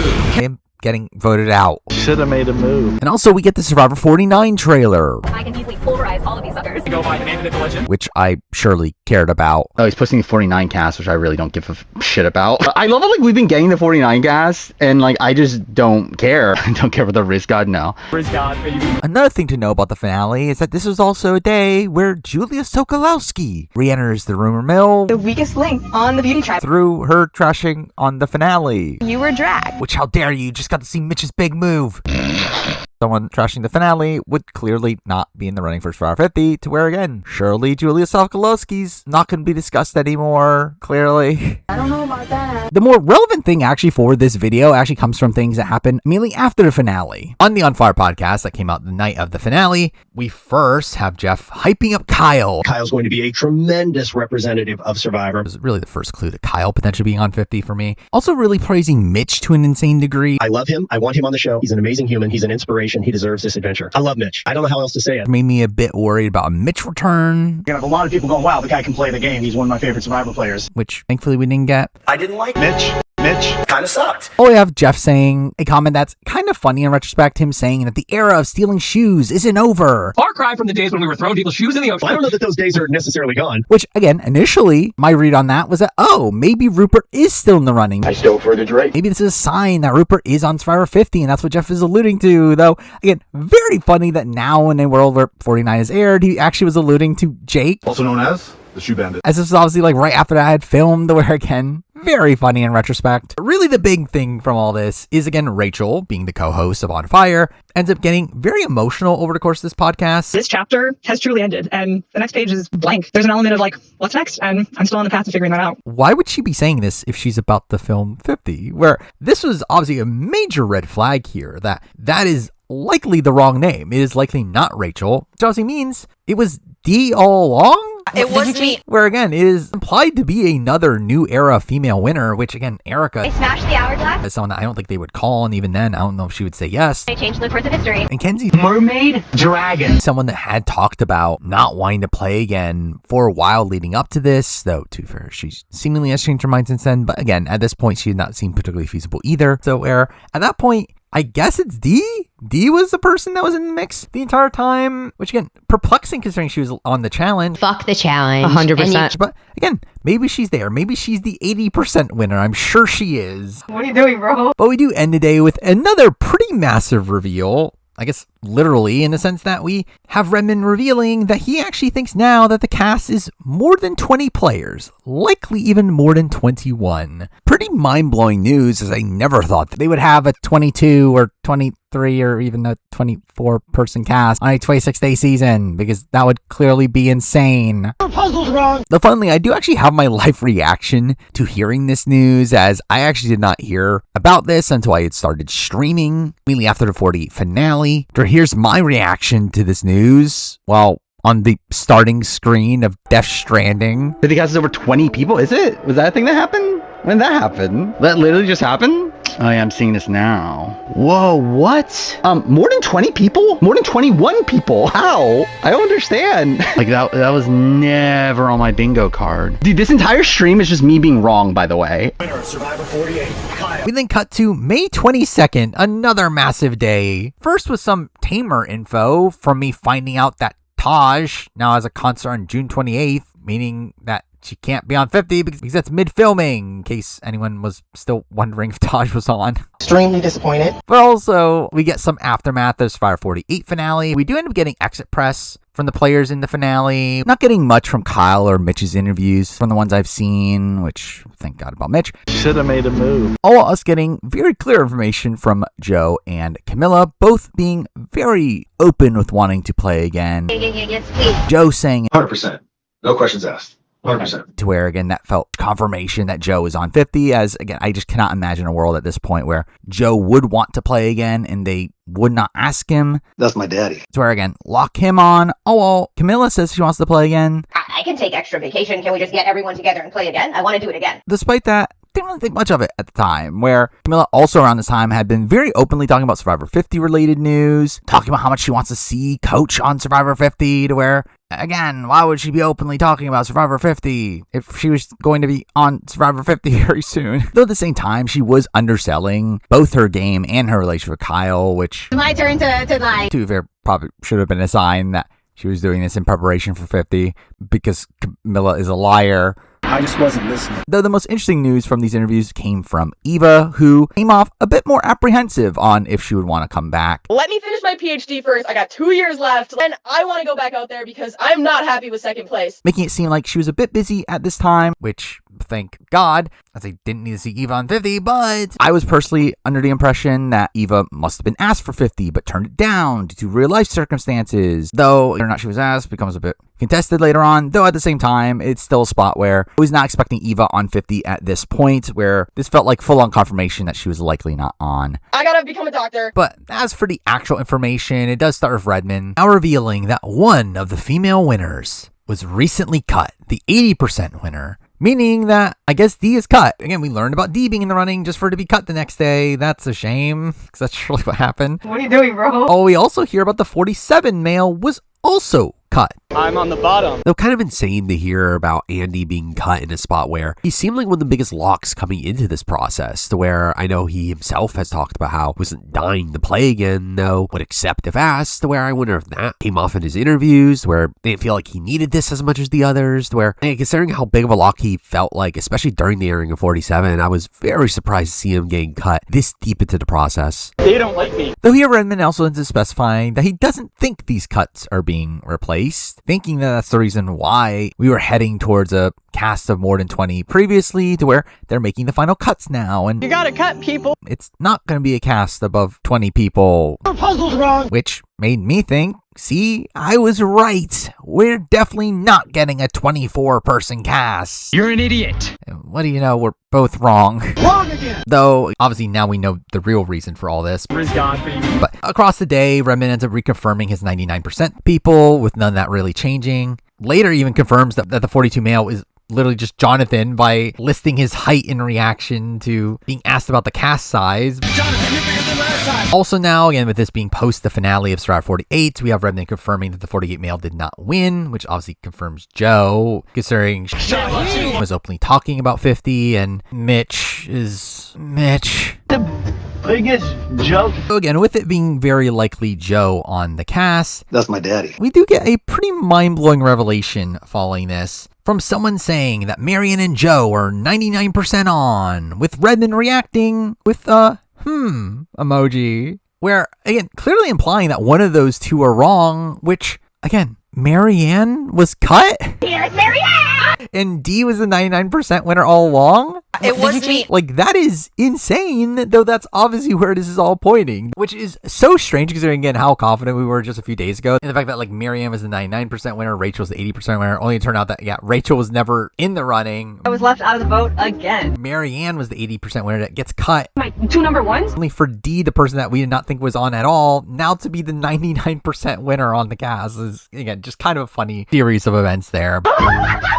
It also just an insane decision where Marianne was someone that I was very much looking at as one of the biggest locks coming into this process of winners were involved, where I really did look at her as, again, one of the faces of the new era, to where, again, in a spot now where both Marianne and Carolyn don't end up on 50 was, again, just kind of an insane reality to live in. I'm already gone to them. But with that, we also get some pretty big news during this day around some potential dropouts. Or rumors start floating around about Amanda not being on 50 from multiple sources. I mean, Drop Your Buffs claimed that in their podcast that released the previous day. Eliza Had claimed that she did not think that Amanda was going to be on 50. But again, no reliable source had been saying Amanda was not going to be on until Redmond now says today that sounds like season 15 female has dropped out. This just sucks completely. Hearing it from multiple sources, with SurvivorSUnite later also confirming that Amanda has dropped out recently after having her tickets booked. which is a pretty big shakeup there to the cast. Everybody wanted back. We wanted her back. Where there was a lot of speculation over why, especially as it seems like this was a last second thing, with many just instantly assuming it was because of Ozzy being on the cast, which did feel very gendered to me. Girls are conniving on this show. That, again, why are we thinking that Amanda must have dropped out because of a man she used to date being on the cast? Everybody wants the Oscar. To where, while again, we do see Coach later claiming that this was the case as well, it just felt like a reasoning that just never sat right with me. And really, even to this day, the Amanda story is still being a bit contested, despite even an official statement from Probst himself. It's a scheduling issue. Also, on this day, we get an update about another potential drop. The other 80% player remaining in Elizabeth, also now being rumored to not be on. I'm not doing that. With her literally making a post referring to an article talking about her returning to Survivor, with Redmond downgrading her to 60%, only for SurvivorSUnite to later confirm that she's 99% out, and then later 100% by the end of the day, with Redmond saying the info is to be believed, though he himself not hearing about it just yet from his sources to completely drop her out. There did end up being another one of these weird situations of someone having DM'd Elizabeth's son this time around about her being on Survivor 50, and supposedly her son saying that they can't say anything because they're under NDA. Keep your mouth shut. Where this did lead to, again, some more discussion on is Elizabeth really cut or not, though, again, this ends up being completely unfounded as this all gets confirmed the following day on the 23rd, with Elizabeth just posting on her Instagram story saying, No, I'm not doing Survivor. That is funny though. with Elizabeth being very dismissive of the concept of her being on Survivor. I'm not doing that. I'm gonna be back there with like snacks instead. And once again, there's just mixed messages on what exactly happened with Elizabeth, though either way, it does seem like she was out of the running probably a fair bit before this date, well before Amanda ended up dropping out, where it does seem like this information was relayed to the insiders a tad late. I'm gonna be with my family and a burger in the backyard. Which is, again, obviously two major shakeups. Again, Amanda and Elizabeth are two of the biggest locks for a lot of the process, and for them to both be out in a singular day, again, not too far away from the cast reveal, was, again, pretty shocking to see. I'm not sorry for anything I did. I outplayed you. Suck it. Ah! Boom, shakalaka. But again, through them not being on the cast anymore, obviously leaves open some slots now. Where again, it felt like the cast was starting to get pretty filled. Now, again, 2 slots are wide open, leading to the reveal of 2 new names that Redmond has vaguely heard, but not confident in. A 16 female and a 37 male. Which, again, pretty easy to deduce. It's Natalie Bolton. How does that resonate for you in the bedroom? Mike White. Are you a fan of the Emoji Movie? To which, with the knowledge of there being a new 37 male, that for me fully locked in Christian. I'm a huge nerd. As on the cast, as, again, I just felt like it was way more likely that Mike was the new one here. Yeah. Okay, are you a fan of his films? With Mike also seeming very feasible here as, again, the Seismic. surprised from Drop Your Buffs, who, again, are big White Lotus fans. And I feel like they would consider Mike White that Seismic. surprise. Where, again, I feel like Mike White was this new name. Oh, while Redmond just kind of openly responds to questions about Natalie Bolton. Your layers. Making season 16 female clearly Natalie Bolton, with also being found out that the Survivor Instagram just recently followed Natalie Bolton. Or maybe there's a chance Natalie Bolton's on Survivor 50. Which is great. Only for SurvivorSUnite to just instantly shut this down. So, again, that didn't really go anywhere. In the bedroom. Oh, throughout the day, we also do start to get some speculation over Jenna Lewis. Who? With her just recently starting following Charlie. Oh, girl. With it being speculated that she's doing this because, again, she is the replacement for Elizabeth. Again, that gets disproven eventually. But either way, by the end of the day, SurvivorSUnite does confirm that season 1 female is on, with Redmond saying that he has not heard her name personally. He's dead to me. But does think SurvivorSUnite is accurate in this. While Jenna was not the person that was front of mind for me of the Borneo reps to be on the season, it was nice to see that we were going to get a Borneo rep on the season after, again, a decent period of time where I was thinking it was looking hopeless, to where, again, at least that kind of paid off. First person voted down the Survivor 50, Jenna. So again, by the end of the day, I will be adding Jenna Lewis to my 99% list, yet I'll put her name in yellow to specify, again, it's not locked in by Redmond, but again, definitely a name that Ozzy has some backing to it. The finally immediately after that, SurvivorSUnite ends up going from saying something very true to something not as true, and saying that Nalia dropped out. Implying due to being frustrated over being in limbo and that CBS has screwed themselves, where Nalia herself has come out after the fact saying that she never would have dropped out and more likely just cut instead. Keep your mint candy, man. And this ends up being another one of these situations where SurvivorSUnite's information just does end up seeming a little bit rocky here. Fuck! Also here we get more information from SurvivorSUnite in that there's a guy that's been lying to everyone. I have. And they had confirmed cut before, only from the Beyond, where they also mentioned this player is an old school player, with them specifying that means previous villains, where again, clearly it's Coach. The Dragon Slayer. And this fully locks in Coach as that 17 to 19 player had been eluding us. But along the way, they end up specifying this player is not Sean Rector. Checkmate, bruh. Or Rob Cesternino. They're both going to lay down and die. Also clarifying that they have not heard about Russell Hance or T-Bird. And later says it's not Boston Rob, Parvati, Tyson, Tina, Vesepia, or Ethan. Which, again, is not really expected anyway. And along with that, get some confirmations on some cuts with SurvivorSUnite saying that Rob C is 99% out. The darkest timeline. Also while confirming that Penner was cut alongside that. My ass! Them also fully confirming that Rob, Heidi, and Christy are the Amazon calls. Is that the only person? Which, I mean, I was already expecting by this point anyway. I didn't deserve to be voted out. I didn't. Also at this point saying that they think Greg is out as well. Obviously very devastating there. Though at this point doesn't specify if he was cut or he dropped out, which we'll get to. Whoa, cool flying fish. Along with revealing that Rupert was cut along the way, which we learned after the fact that he wasn't called at all. You're starting it now. While also revealing that no woman from 2 through 9 remains left on their list. Fuck you, Eliza. Confirming Alicia, the last remaining potential person there to be cut along the way. Don't jump all over me, sweetheart. And SurvivorSUnite ends up claiming that they have 15 people confirmed themselves. And with Elizabeth now being out, I'm not doing that. they're looking into the season 32 players, as Julia was talked about as a replacement for Elizabeth, which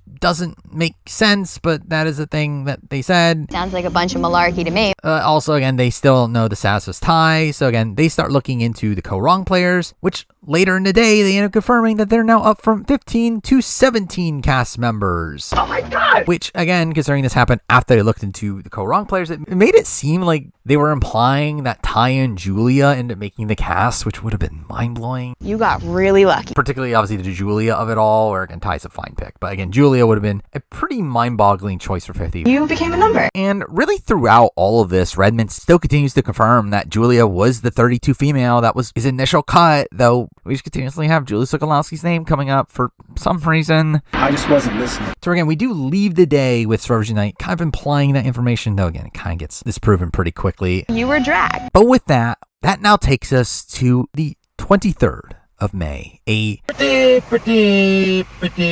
big day. A day I was meant to be spending wrapping up my Survivor 48 review. I didn't like it, or that season kind of sucked. Which was meant to come out the following day, though instead I wasn't able to edit a bit of it. With again, just so much happening this day. This obviously being the day that what ends up being the cast does get leaked. Though finally, despite that, it's actually a very slow day from the Redmond front, where all we really get from that side of things is Redmond implying Christian is on his list. I'm a huge nerd. Responding to someone questioning his social media activity, or us getting a bit of doubt raised with Christian due to the fact that he was announced to be guesting on the RHP Genius UK podcast. Welcome to Genius Game! That was on departure day, though clearly this was a bunch of nothing, as again, they clearly were given screeners to where, again, clearly there was nothing to be worried about here. It's always the quiet one. I'm going to talk for a long time. I'm not sure if you saw the show. Something that was more impactful on this day was that Rachel Lamont gets announced to be doing a charity Zoom call on May 29th, the day after departure day, which again, that would be a bit tougher to do while on the Survivor 50 cast, where again, that fully wrote off Rachel at this point. I was left out of the vote again. But again, Redmond thumbs up a message about his previous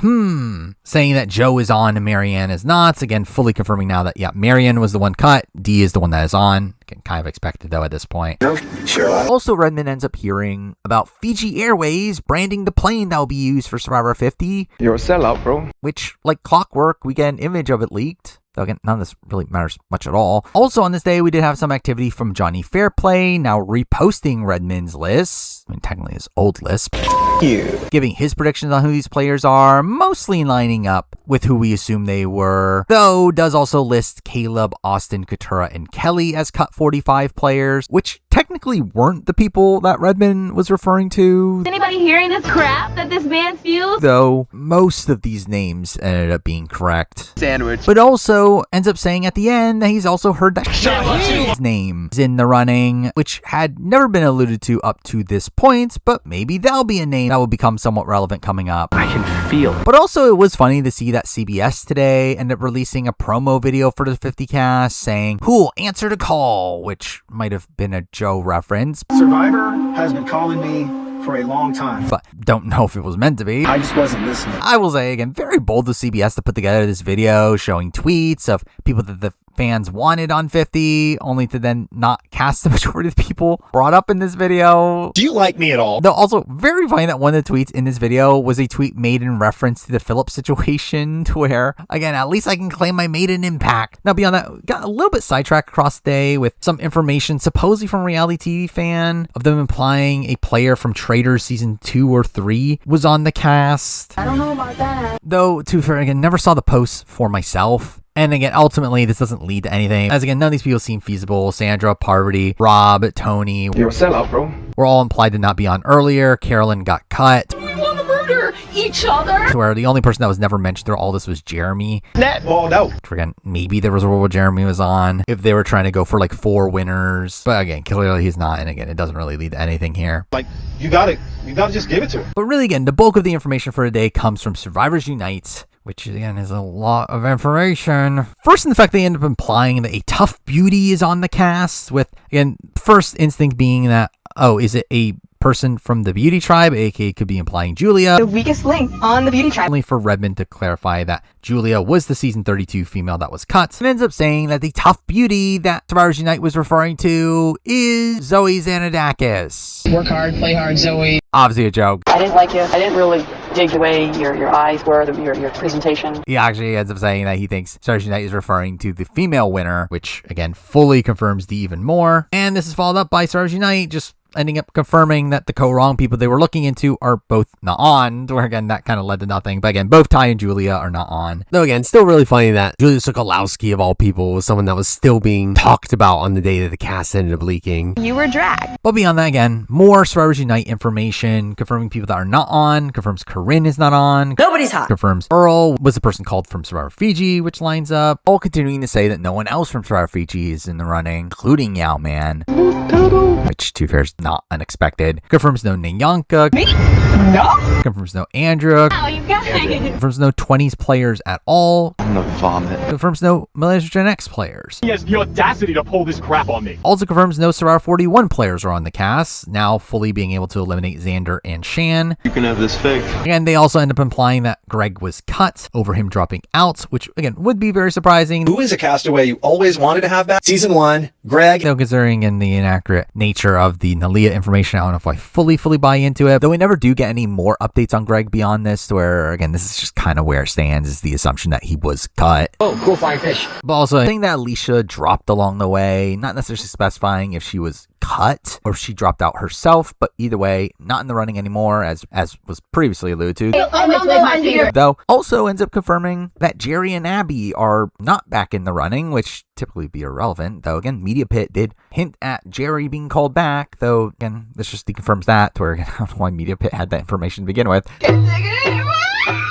But again, as in the actual relevant information here, SurvivorSUnite does, again, say that they have 17 people at this point, and they do have more pre-40 players than not. Later actually increasing to 19 players of the cast, and still saying that there are more pre-40 players than not. But this kind of leads to this big snowball effect leading into the cast eventually coming out, which does stem from a lot of more public clues SurvivorSUnite were posting, though there was some privately shared information that really ends up blowing things open, where Link, someone from the Inside Survivor Discord, was someone that was in contact with SurvivorSUnite, and through that was given information he was supposedly told to not tell anyone about, only to relay it to me and supposedly others. But again, that surely won't cause any issues here. I don't know about that. which at the time, again, was trying to not reveal this to the others, trying to keep it secret, as it wasn't my information to spread, which became increasingly difficult to do as the day continues. with this ending up being pretty key information, especially in conjunction with some later clues that were dropped. Third is here where he relays to me that there are female and male New Era winners on the cast. Sketchy, sketchy, sketchy. Which, I mean, to be fair, again, I was kind of assuming at this point, as it would feel weird if there was only one winner on the cast, especially only one recent winner, to where, and it's not this mind-blowing news here that there was another New Era winner on, with that ending up being a male winner, though finally this ends up leading to everything kind of unraveling. I didn't do anything. We came apart. My initial instinct when hearing this, though, is that, okay, I guess Jam Jam's on the cast. Poopy the ocean. Jam Jam's obviously the person they would pick, as you would think that they would pick him. That quickly gets debunked through SurvivorSunite posting a clue out in the public, the fact that there are 3 players from one of the worst New Era seasons, which also mixing that in the info about the male winner and also the info that the majority is pre-40, it essentially confirms that this worst New Era season that has 3 players has to be Survivor 48. I didn't like it, or that season kind of sucked. As again, we know there has to be a male winner on the board, and considering the other seasons with male winners in the New Era, 43 and 44, both don't have any representatives yet. So that would mean that there has to be 3 players from each of those seasons. However, that just simply isn't possible when mixing in the notion of there being less New Era players than old New Era players, to where the only New Era season that had a male winner and we already know a player from is Survivor 48. So again, at this point, it became very clear to me that they were implying Survivor 48. The problem is that this is only known because of the knowledge of there being a male New Era winner, which led to me, again, being very gung-ho in the fact that I am pretty confident Survivor 48, though not being able to fully explain why I'm that confident, which did lead to some frustrations with me on the Discord at that point. What does it say? What does it say? There, many wanted to believe that this was referring to other seasons. Again, it was just not feasible considering we knew the number of people SurvivorSunite knew about and had a good idea of who a lot of those people were, considering we know that they were sharing information with Redmond, and we know the people on Redmond's list, where there just weren't enough unaccounted names here to be able to add in this New Era male winner and also 3 other people from a cast that doesn't involve that New Era winner. So generally, even if I did not know this, I feel like my initial gut would have been 48 anyway. Obviously, it's the most recent season of the show at this point, where obviously there'll be a lot of recency bias in play. Also, it makes sense that this is the season that SurvivorSunite is calling one of the worst in comparison to these other seasons. That season kind of sucked. So while, again, without this New Era male winner being on, it could technically be seasons like 42, 45, 46, or 47. I just felt like, again, 48 felt the most realistic either way, to where, again, I think I would have been on 48 even without knowing this information, though obviously for people that did not know this, it was definitely less clearly and the more speculation from the masses. Though really, despite people's frustrations, how this information was doled out, like SurvivorSunite later ended up confirming it was 48 themselves anyway, before the cast was revealed, so again, it's not really that mind-blowing of a secret, but again, it kind of leads to a bit of a spiral that we'll talk about. But again, obviously through this information, obviously we know Joe is on. That's my daddy. It does confirm Kyle is on as well. That's a psychopath. Which to me was a mind-boggling choice, but considering what Jeff had said about Kyle recently, Kyle's going to be a tremendous representative of Survivor. Didn't completely shock me here. I'm the best average guy you'll ever meet. Really the big question here is, who is this third person? To where my initial gut was that it was likely to be a woman. I did not think it was super likely to be 3 men from 48. After a while, I did think people like Shane and David were at least viable. I was instead looking on the woman's side of things. Definitely gonna pay attention to all the girls. And with Eva, again, seeming to not be in the running based on her exit press, I did narrow it down to Say and Camilla, though both having, again, some red flags here. Say being someone that, while it's been implied that she's out of the running, we never got explicit proof that she was, to where again, maybe she was actually in the running the entire time. Are you kidding me? Or Camilla, who is someone that, again, it seemed like production very much liked based on the finale, though again, she also had some red flags with her posting about 50, to where It's my turn to lie. but ultimately I did look past that, still looking at Camilla as the most likely option here. Yes, please. But beyond that, we also do learn that the last person that they assume that they need to learn about, considering they have 19 of assumedly 20, that last person is a female, meaning that they have 10 men and 9 women. That's a fact. You would assume, at least. Also ends up revealing some pretty big information, the fact that they have 7 pre-35 players on their list, which again is 1 more than what we currently have, meaning that there is a new pre-season 35 player that is on the cast. And now's the quest to figure out who that is, which starts with us currently knowing 9 of the men and 8 of the women that are on Survivor Unite's list, meaning that there are 2 unknowns at this point, the pre-season 35 player and the third season 48 player. But because we're also only missing 1 man and 1 woman, that means that only one of these players can be a man, while the other one has to be a woman. And again, I was fully thinking that the 48 player at this point was a woman, either Say or Camilla. So this pre-35 player has to be a man, meaning that I guess there is a chance of Phillip or Russell Swan actually being on the cast. This dummy! Though the reality is I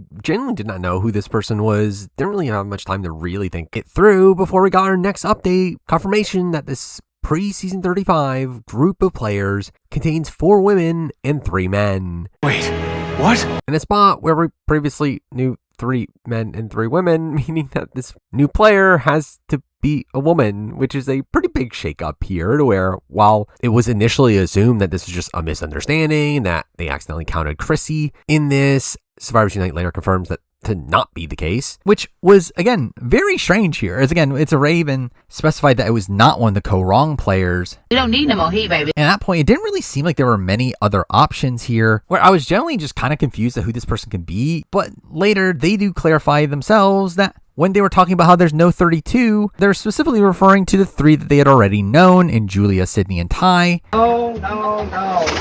AKA essentially just telling us, hey, the pre-35 player that's missing is a 32 player, which essentially means it's Aubrey. Do it! Where, again, very late into the process, we figured out it was Aubrey. Literally, like, hours before the cast was officially leaked. Again, it theoretically could have been someone like Debbie. Crazy lady. But again, I just felt like Aubrey was the very obvious pick here. You crushed my heart! Having the biggest legacy of the options. And I'm pissed! I'm pissed! With it being implied that Aubrey was added 4 days ago after a special event, which, again, I thought was pretty clear. The special event was Amanda dropping out. Suck it. With Aubrey being implied to be the replacement, which will later get confirmed. That's a fact. Though, funny just how little she was rumored before this, with Redmond even saying early on that he doesn't think she was called. That son of a bitch. Which obviously turns out to be wrong here, where while she was put into the cast fairly late, she was likely in the process the entire time, and just no one heard about her until now. So with all this information compounded at this point, the names that we essentially know are 9 men, 9 women. Again, not including this mystery last 48 player. That season kind of sucked. Where again, it's implied that there are 10 men, 9 women on Survivor Unite's list, aka implying that this last 48 player is a man. Oh boy, oh boy. Which is obviously a shakeup to what I was thinking. I was thinking, again, it was Camilla or Say. Though again, it seems like that is wrong. Your puzzle's wrong. Even though that turned out to be wrong. Wrong again. Which I will say, I still don't understand how. As again, like obviously I realized I was wrong when the cast got released. There's a spot where, okay, I thought I miscalculated something, but no, looking back on it now and making this video, no, I did not miscalculate something. Clearly something was off here in how they released their information. Where like the only way this is even possible is if, again, they were wrong in what they were implying, or if one of the names that they knew about beforehand was different from Redmond's names, or if there was actually somebody that they thought was on the cast at some point during the day that turned out to not be on the cast. Again, that is also, I guess, a possibility, but really, again, none of this really actually makes sense. Where, again, based on the clues that we were given, the last 48 players should have been a male, as every other name is accounted for, and this makes even less sense based on what we hear later. But as for this season 48 male player here, I was expecting it to be someone like or David, or even Thomas, who I know Jeff had praised on Fire. Maybe a second-time player? Who knows? Though, and that would be a weird pick for 50, though I did ultimately settle on being the pick here, as made the most sense considering the other contenders we were hearing about in 50, and also the lacking POC numbers, though to be fair, even then Shaheen was someone that had been openly talking about 50 rumors, which should have been a major red flag there as well. I can feel it. Anyway, again, things just start snowballing at this point. Survivors Unite later ends up saying that they now have 21 names, again, now seemingly confirming the cast is over 20 people, which obviously wasn't much of a surprise by this point, considering how much an expanded cast had been rumored by this point, though they still do end up saying that they are missing a woman, implying that they have 11 men, 10 women, in a spot where I did not think it was impossible for this to be the entire cast of them doing 3 tribes of 7, though obviously having these uneven gender numbers would be a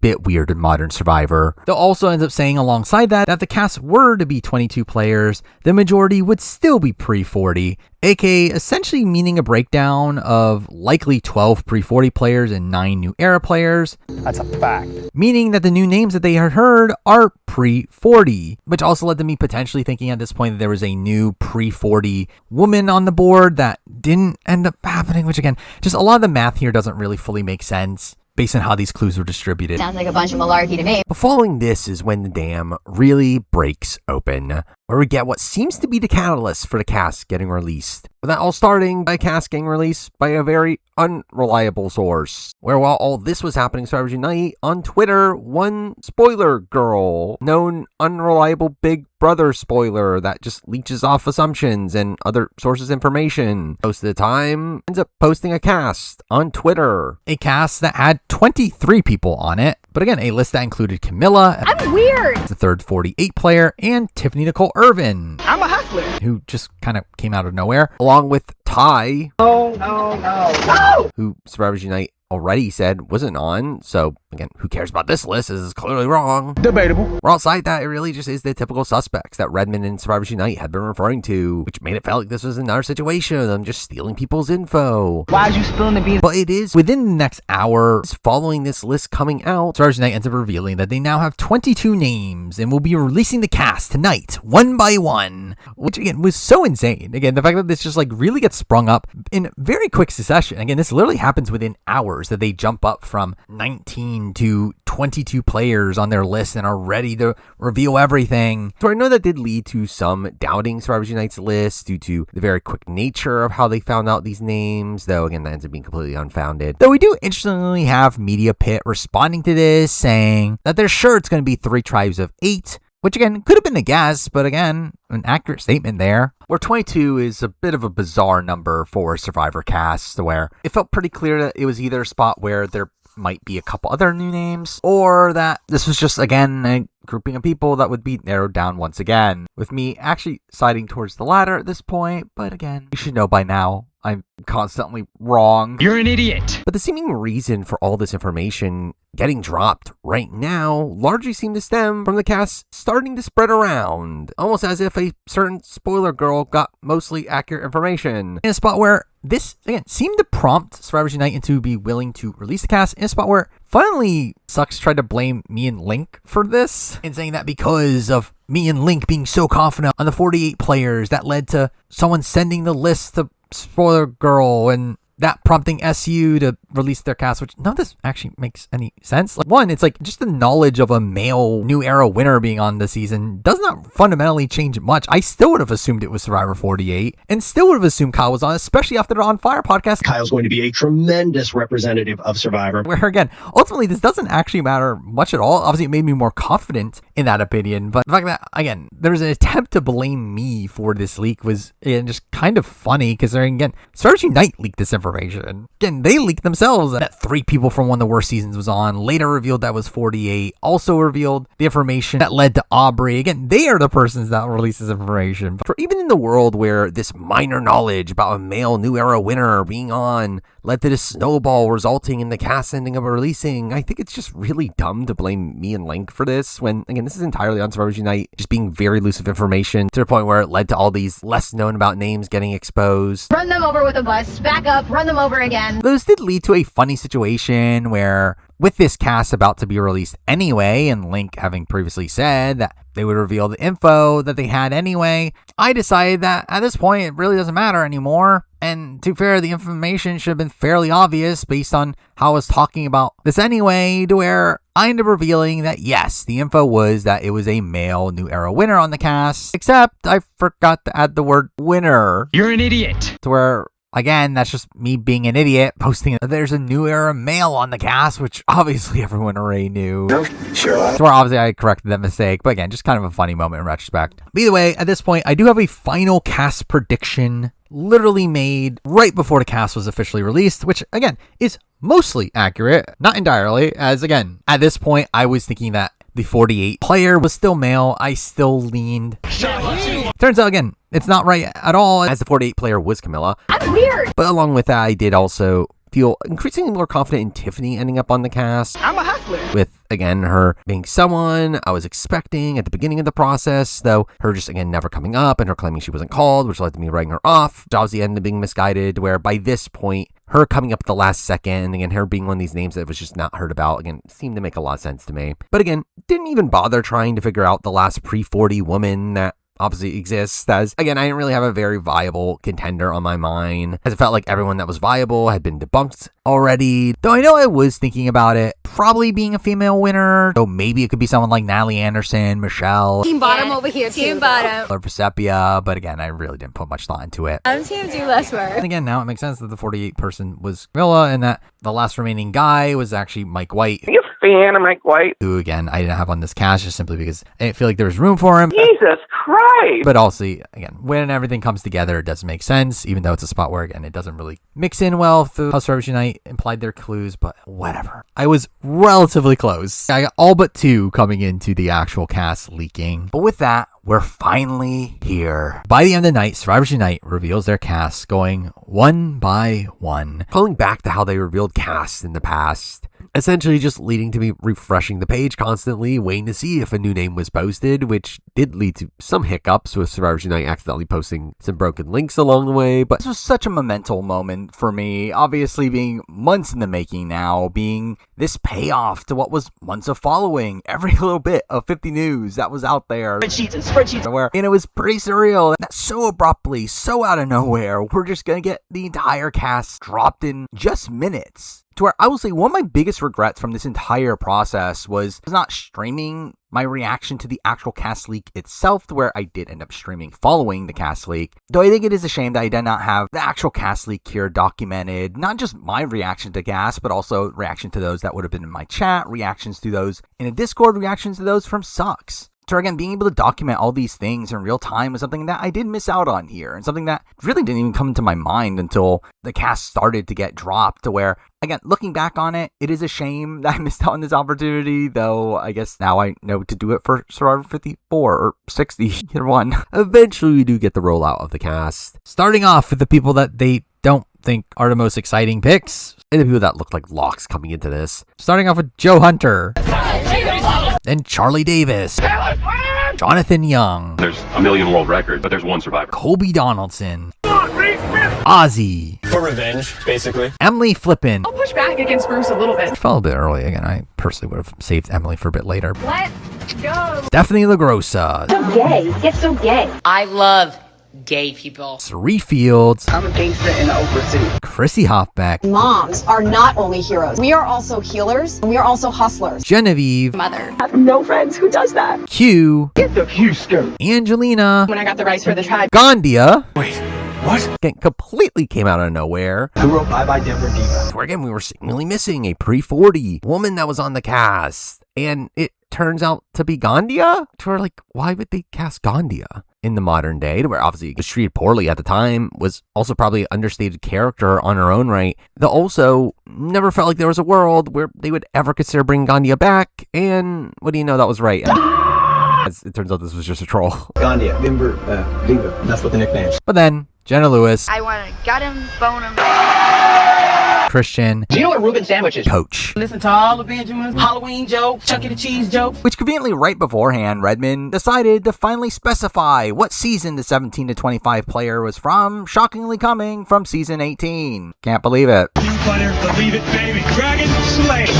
And then finally, the 7 new names that they've heard over the last few days, aka where the surprises really start, because we'll surely get a lot of surprises here. Debatable. First up, Aubrey Bracco. It's like going on the Oregon Trail. You have to Set me up left and right. I have to send Aubrey home for being Aubrey. Who again had been alluded to with all the clues. Rick Devens. Oh yeah. Which again, finally getting confirmation on that. Though ultimately not a big surprise. Mike White. Ow, bitch. Where again, one of the names I did not have on my cast simply because again, didn't seem to line up with the 48 information, but again, makes sense he's here as that seismic surprise. And if they can get Mike White, you would think that they would want Mike White, though for me it was just a question mark if he would have the time to do so. Then Camilla. Fried chicken and waffle. Which again now makes sense after Mike White reveal, as that meant that the remaining 48 player was female. And again, was my initial read to begin with. Though funny that I convinced myself out of it just for it to be right to begin with. This ending up being the only minor surprise of the cast leak here, where we then get to Tiffany Nicole Irvin. Because you could have had your way. Who, again, was not on my radar literally until Spoiler Girl posted her cast. Are you stupid?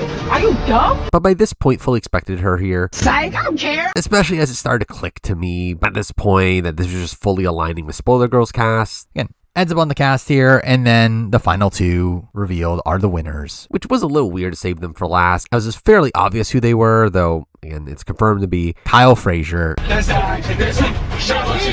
and then Dee Valderez. Big toe energy. Look at your feet. I have a thing with feet. Your toes are big, and I don't like that. I hate feet. And again, that is Survivors Unite's cast, which ultimately obviously ends up being correct. Cast is finally leaked, and because of that, that's clearly the end of the story, right? I ain't finished just yet. Except that's not, because we still have a few more days to go before the formal cast releases, and even then, well, I fully believe this cast at this point. Many others didn't, to where there still was some doubt. Survivors Unite's list, to where it does take a few days here to get this cast double checked. Though again, it did seem like a lot of this cast did make sense. Again, it was a cast that did line up with all the Redmond names so far, just for the end with the additional last few people, which again, could not lock in just yet. And through that, we're now bringing up a new chart with, again, Survivors Unite's cast on the left, the names in green being the names also confirmed by Redmond, the names in yellow being ones that are not confirmed by Redmond yet, with obviously this being updated as Redmond is able to confirm the cast over the next few days. But also on the right, though, I do have a chart of all of the people that Redmond has been alluding to over time, with this now being a list to show the timeline on my predictions for these players and when they were eventually confirmed as well. So it is also here where immediately following this cast reveal, I ended up doing an emergency stream. Just having the Balatro title screen in the background, where I just rambled on for a few hours about my thoughts on the cast. Yeah, back within our live stream, which finally fucking here. Which I was seemingly more positive than most. I feel like a lot of the reaction to this cast was largely negative, and a lot of frustrations over the lack of older school names, why there were so many new era people, many people from season 48 in particular. I didn't like it, or that season kind of sucked. Though, again, I feel like I came off largely content on it. I feel like to me, this was just kind of the cast I was expecting to begin with, and it's kind of a surprise to me that we strayed so far away from that over time. Yet the fact that the cast ended up, again, essentially just becoming what I was expecting to begin with, if not actually probably even better than I was expecting to begin with, as again, I was actually expecting even more new era players and even more people from the most recent seasons, to where, while again, there definitely are things to criticize with this cast, I think the cast actually turned out better than what my initial instincts were. Obviously not as good as what, again, it could have been considering all the people that we heard got cut along the way. Though I will mention that during this live stream, I did end up fully explaining the Link situation, thinking the cast is out and what doesn't really matter anymore. Only for those on Sucks to use this as evidence against Link and throw him under a bus as Survivors Unite, which for that I do genuinely feel bad, as Link does proceed to seemingly just be ridiculed by the Sucks community, which again never really came across my mind as a possibility of the ramifications of this, and that this is what it will all lead to. Though, as previously mentioned, again, I do think it's just a ridiculous situation to begin with, that people will have genuine ill will over how the situation was handled, when again it generally just doesn't matter, especially when the cast is out anyway. Though while we did get a cast tonight, there was still a lot of misinformation that was being spread around throughout the fandom, thinking that Andy and Marianne were the alternates because they were cut at the last second, though again that ended up being unfounded. They were just outright cut. They don't like me. Along with the notion that Jenna is on because she's a replacement for Elizabeth. I'm not doing that. With that having to be corrected by Survivors Unite, again, makes sense to the notion that they wanted a Borneo rep. Anyway, we don't end the day just yet with this cast reveal. We do also get Survivors Unite really just dumping a lot of their remaining information. First, the fact that obviously, yeah, they did reveal 22 names, but they're not actually sure if all 22 will play. They're just all the names that they have heard. Not sure if it includes 2 alternates, or if there could even be 2 more players, and that just being a bit unsure at this current point. Yeah, any chance of 24? Again, there's a chance. It's just like, I don't know how they do it. How would that work? I don't understand how they would do 24 people on a 26-day season. Like, that is insane. I'm wrong. Your puzzle's wrong. Though here they do also end up claiming that even if there were more players end up on the cast, they feel very confident those players will not come from the pre-20s. Which, ends up being true, despite sort of overall information being very wonky, with us ending up hearing obviously some names that they claim were called that were not. And they ended up dumping a lot of names that they ended up hearing, confirming all the pre-12 women that were called, that being Jenna, Colleen, Elizabeth, I'm not doing that. Jerry, Alicia, Kelly G, Nalia, Heidi, Christy, Sandra, Stephenie, and Sri. Really no new names in that bunch. Is that the only person? Oh, we do get some new names from them releasing all the pre-20 men that were called that were not on the cast, that being Jervis, Greg, then Sean Caniff. Alphabet. A new name there, which never came up before. And again, a little bit surprising to see him make the list, though we never get this expanded on. And again, considering SurvivorSunite's track record with some of these other names that didn't come from anywhere outside of them, I don't know how true this really is. But again, it was a name that was out there. But then we got Lex, Sean Rector, Boston Rob, John Carroll, Rob C, Burton, Rupert, Fairplay.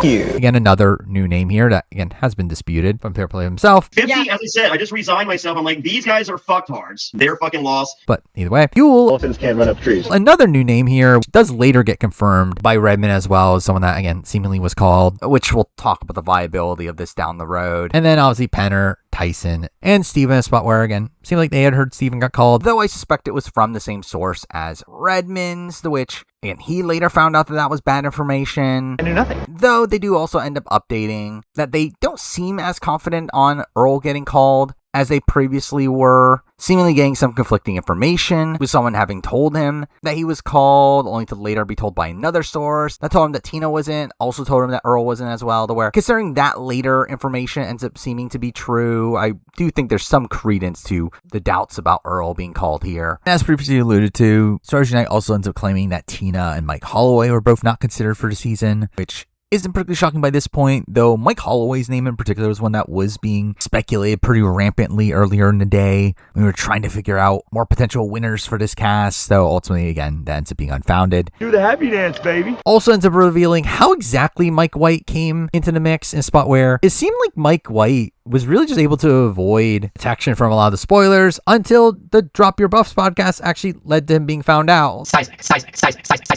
Where, again, Drop Your Buffs revealing that info led to the insiders looking into Drop Your Buff sources, leading to them finding out about Natalie Bolton and Mike White, with them assuming that Parvati was their source. Is that kosher? Natalie Bolton was called personally In the bedroom. and revealed that she was not on, which led to them feeling more confident that Mike White was the person they were referring to.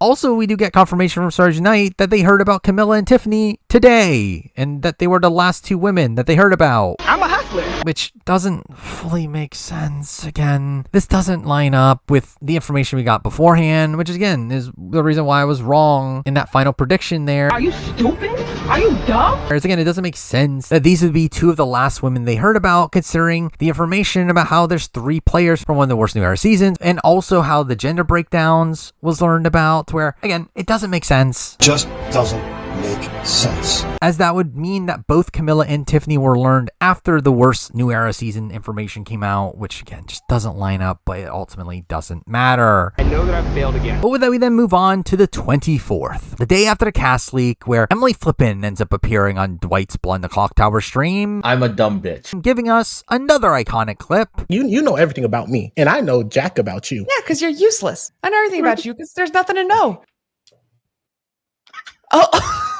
Which obviously made me feel great about her chances on Survivor 50. And that's only because he's such a weirdo. Though again, very funny to see Emily playing a public game here just a few days before flying out to Fiji, but... What are you even doing here? No, I want somebody to answer that question for me. Again, as for information, obviously at this point, again, the cast was leaked, and it turns out to be right, but it's more so just about confirming information that is there, with now Redmond being able to say that he's confident on 16 names. It does say that SurvivorSunite's list looks odd to him, but again, never debunks this list, where it did seem like people tried to turn this into Redmond being against SurvivorSunite and questioning his authenticity, which again, never happened, where again, it just felt like there was this like weird vitriol against Redmond on SurvivorSucks, to where it just felt like them trying to turn SurvivorSunite against them. which again was just a very weird aspect of all this. But ultimately, again, Redmond does confirm that he has now heard of Aubrey's name on the Oregon Trail and admits the fact that he was mistaken earlier in saying that CPS wouldn't call her, where Aubrey ends up being the 16th name that he's confident on, with again all the names lining up with Survivors Unite's cast up to this point, though ends up revealing here that he thinks that there might be a 49 player or two on the cast. I don't like that. Though at this point doesn't know who they are. Later, thinking that 2 in particular are likely, thinking that Andy and Marianne could have been cut for 49 players. I'm on the bottom. Which obviously later turns out to be true. They don't like me. The Redmond ends up specifying that this is actually based around intel he has received, not just a prediction, where again, I do find it weird that he was told at this point that there were 49 players on the cast, but just not who, especially considering we might find out who fairly soon. Where's God, baby? Well, like clockwork, Survivors Unite later returns with another update, finding out about 2 new players on the cast, bringing us up to 24 players now, which again, I did not think they would do. I'm wrong. Your puzzle's wrong. But again, we needed 3 tribes and also representatives from Survivor 49, with there obviously now being 2 Survivor 49 players on the cast. I don't like that. Which actually, I would have been more surprised if we didn't get any 49 reps. Though at this point, I was kind of thinking they would end up being more so like replacements for people that we had heard about instead of us actually getting 2 new people. And in general, I am surprised we got 2 as well, but those 2 end up being Rizo, My man. aka R-I-Z-G-O-D, Riz God, baby. and Savannah, I can easily pulverize all of these suckers. being announced as the missing season 40 players, which I can't believe they went back in time and played with Tony and still let Tony win. Oh my God, thank you, Kim Tony, thank you. Obviously, yes, I know it was a typo. I'm a big time whodunit fan, my man. Where at this point, there wasn't much to say about them, though obviously there's just the knowledge of who 49 players that end up being on 50 end up having some pretty major ramifications for Survivor 49 in particular, where obviously making us assume that these are players that will make it deep into the season, especially considering the prestige of the 50 cast itself, with the lowest placing player on there being Tiffany at 8th place, where it would have been surprising to see these 2 being booted much earlier than that, for unlike something like Survivor Game Changers of Michaela, Don't feel like an ass. looked at as more this like robbed early boot.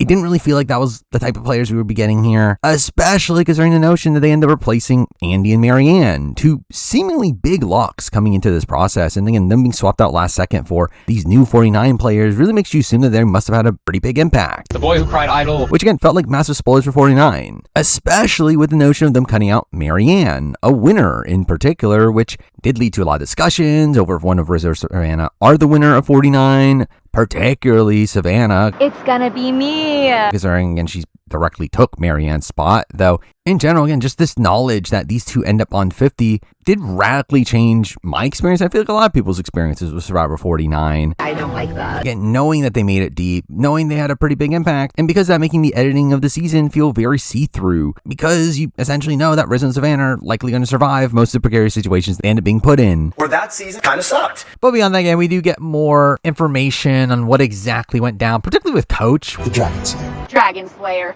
Where we do get the reveal from Redmond that Coach had turned it down initially and was convinced to come back, which we do later hear from Tyson that it seemed like Coach essentially told production that he would call them back if he wants on. He told them like a year or 2 ago, he said, I can play one more time. You tell me when you're doing a returning season and I'll text you a couple months in advance on if I'm game or not. He supposedly stayed out of it, told him not to contact him. And then a month or 2 ago, texted Jeff Probst personally and said, I'm ready to go. Let's do it. And they were like, okay, and dropped someone and brought in Coach. But with that said, I know Survivors Unite has more recently talked about there being a different story here with Coach. The fact that Coach seemingly was just lying to everybody, essentially saying this Redmond side of the story was more so the cover story, and that Coach was actually just lying about turning it down at all, and also lied to his alumni friends about it until last second, to where, again, since then there have been some more conflicting reports here on what exactly happened with Coach, though my read on the situation is that the reality is a mix of the two, with Coach being hesitant early on in the process, though likely having already changed his mind by the time the cast was mostly put together by the end of March. The answer's still no. Give you 200.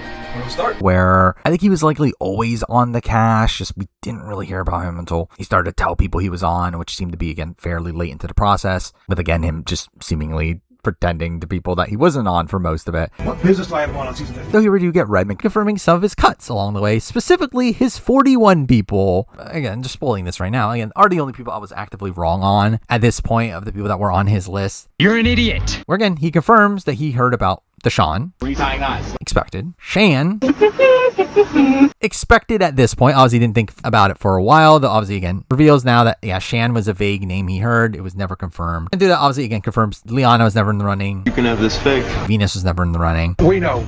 We don't know. But the last name, again, surely Xander. What did you say about broccoli? Right? It has to be Xander. Biggest lock on the board to be in the running for 41. Almost every other source had been mentioning Xander. Only for Redmond to reveal it was Nasir? I am as confused as a goat on AstroTurf. So random?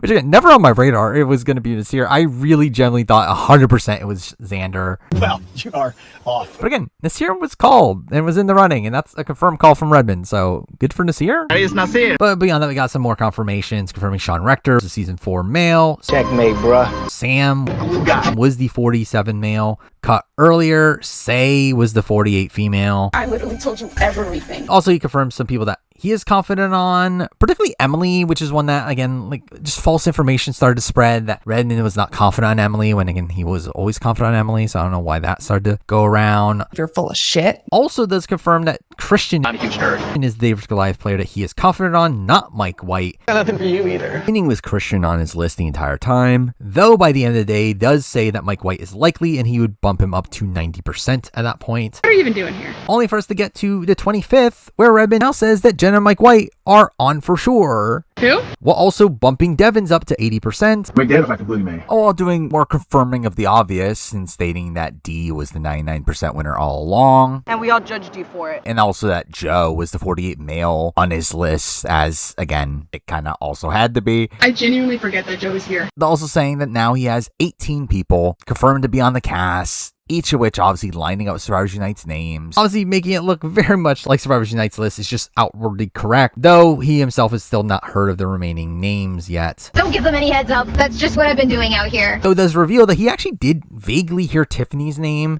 earlier in the process, though just never thought it was enough evidence to officially talk about her as being in the mix. I'm a hustler. Now from a social media front, we do get some talk on the Discord after it was found out that Angelina and Jonathan both ended up following Cedric. That has to mean something. Which, I mean, yeah, this doesn't mean anything. Cedric is honestly the worst. Now, beyond that, we do get some news from CBS themselves, of them releasing a video implying that the cast is going to be larger than 20 players, which, again, another clue towards Survivors Unite's expanded cast being correct at this point. With Coach responding with 24. Which is like, why is Coach doing this? Which again, Coach is Coach. Or again, him just like openly spoiling that it's 24-person cast is just insane, but it's Coach. The Dragon Slayer. Dragon Slayer. But also, like, across the day, we also got this stuff from Eliza. with her releasing part 2 of her breakdown of the Survivor 50 cast on her Patreon, this time about the men, where in her last one, again, she did technically predict that Amanda was not on the cast. Good luck, bitch. Now, in this one, has way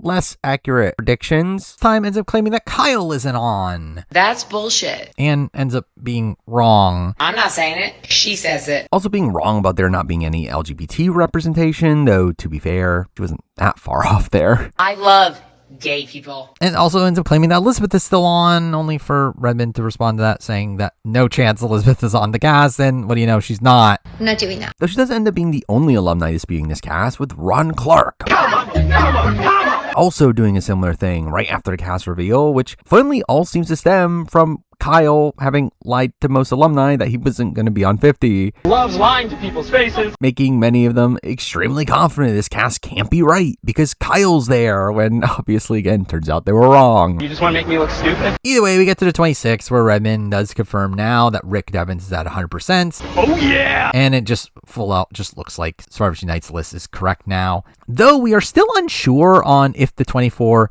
players are actually the entire cast, or that includes some alternates, as Redmond had heard that they're going to be flying out some alternates, which turns out to not actually be the case. Your puzzle's wrong! Where supposedly, like, the cast themselves were told that alternates were flying out, and again, it seems like it was more so just used as a scare tactic to make them think that they're replaceable, when really it doesn't seem like alternates were flown out at all, and the 24 players were just generally the 24 players. You're lying to me. I don't lie. Beyond that, Redmond also ends up confirming that Kelly Wentworth was never in the running and was not called at all. Freaking Kelly Wentworth. Lauren O'Connell was also likely not called for 50. I'm like, Barn. They were not really shocking. That's embarrassing. Anyway, across this day, we also get confirmation that the other 13 male that got cut was Penner, which not a shocker. Oh, please. Especially as Penner later confirms it himself, confirming he was a late cut, in line with what we heard beforehand of him being one of the last to be cut, which was largely believed for a while, though, again, we'll get to it. Bull! We say bull! Bull! Though this news also did lead to a misconception going around, particularly with Penner having also recently posted that he was getting sick. That did lead to someone posting that he didn't end up on 50 because he was sick and that coach replaced him because of that. Bull! We say bull!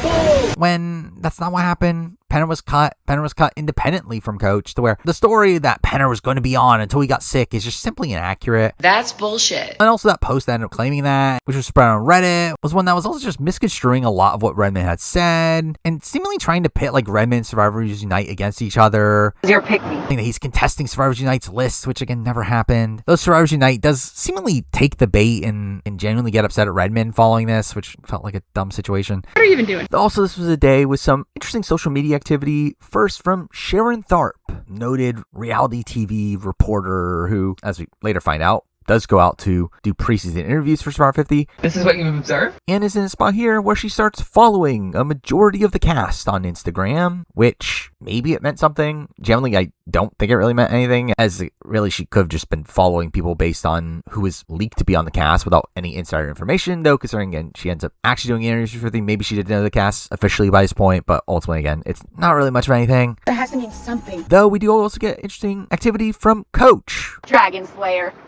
Once again, making a post on Instagram, essentially confirming he's on Survivor 50. Just doesn't make sense. And that's Coach for you. Him saying that a few weeks ago he had a change of heart and made a phone call and said yes, which again is clearly alluding to Survivor 50. Now again, this does lean into more of the story that Coach accepted the spot very late, which I don't know how much I necessarily believe that part of the story at this point, though it seems like that's a story he's at least leaning into. But probably more notably on this day, we do end up getting a big reaction on social media from a post from Jerry, posting a video implying she was cut for Survivor 50, with again Redmond later confirming her cut.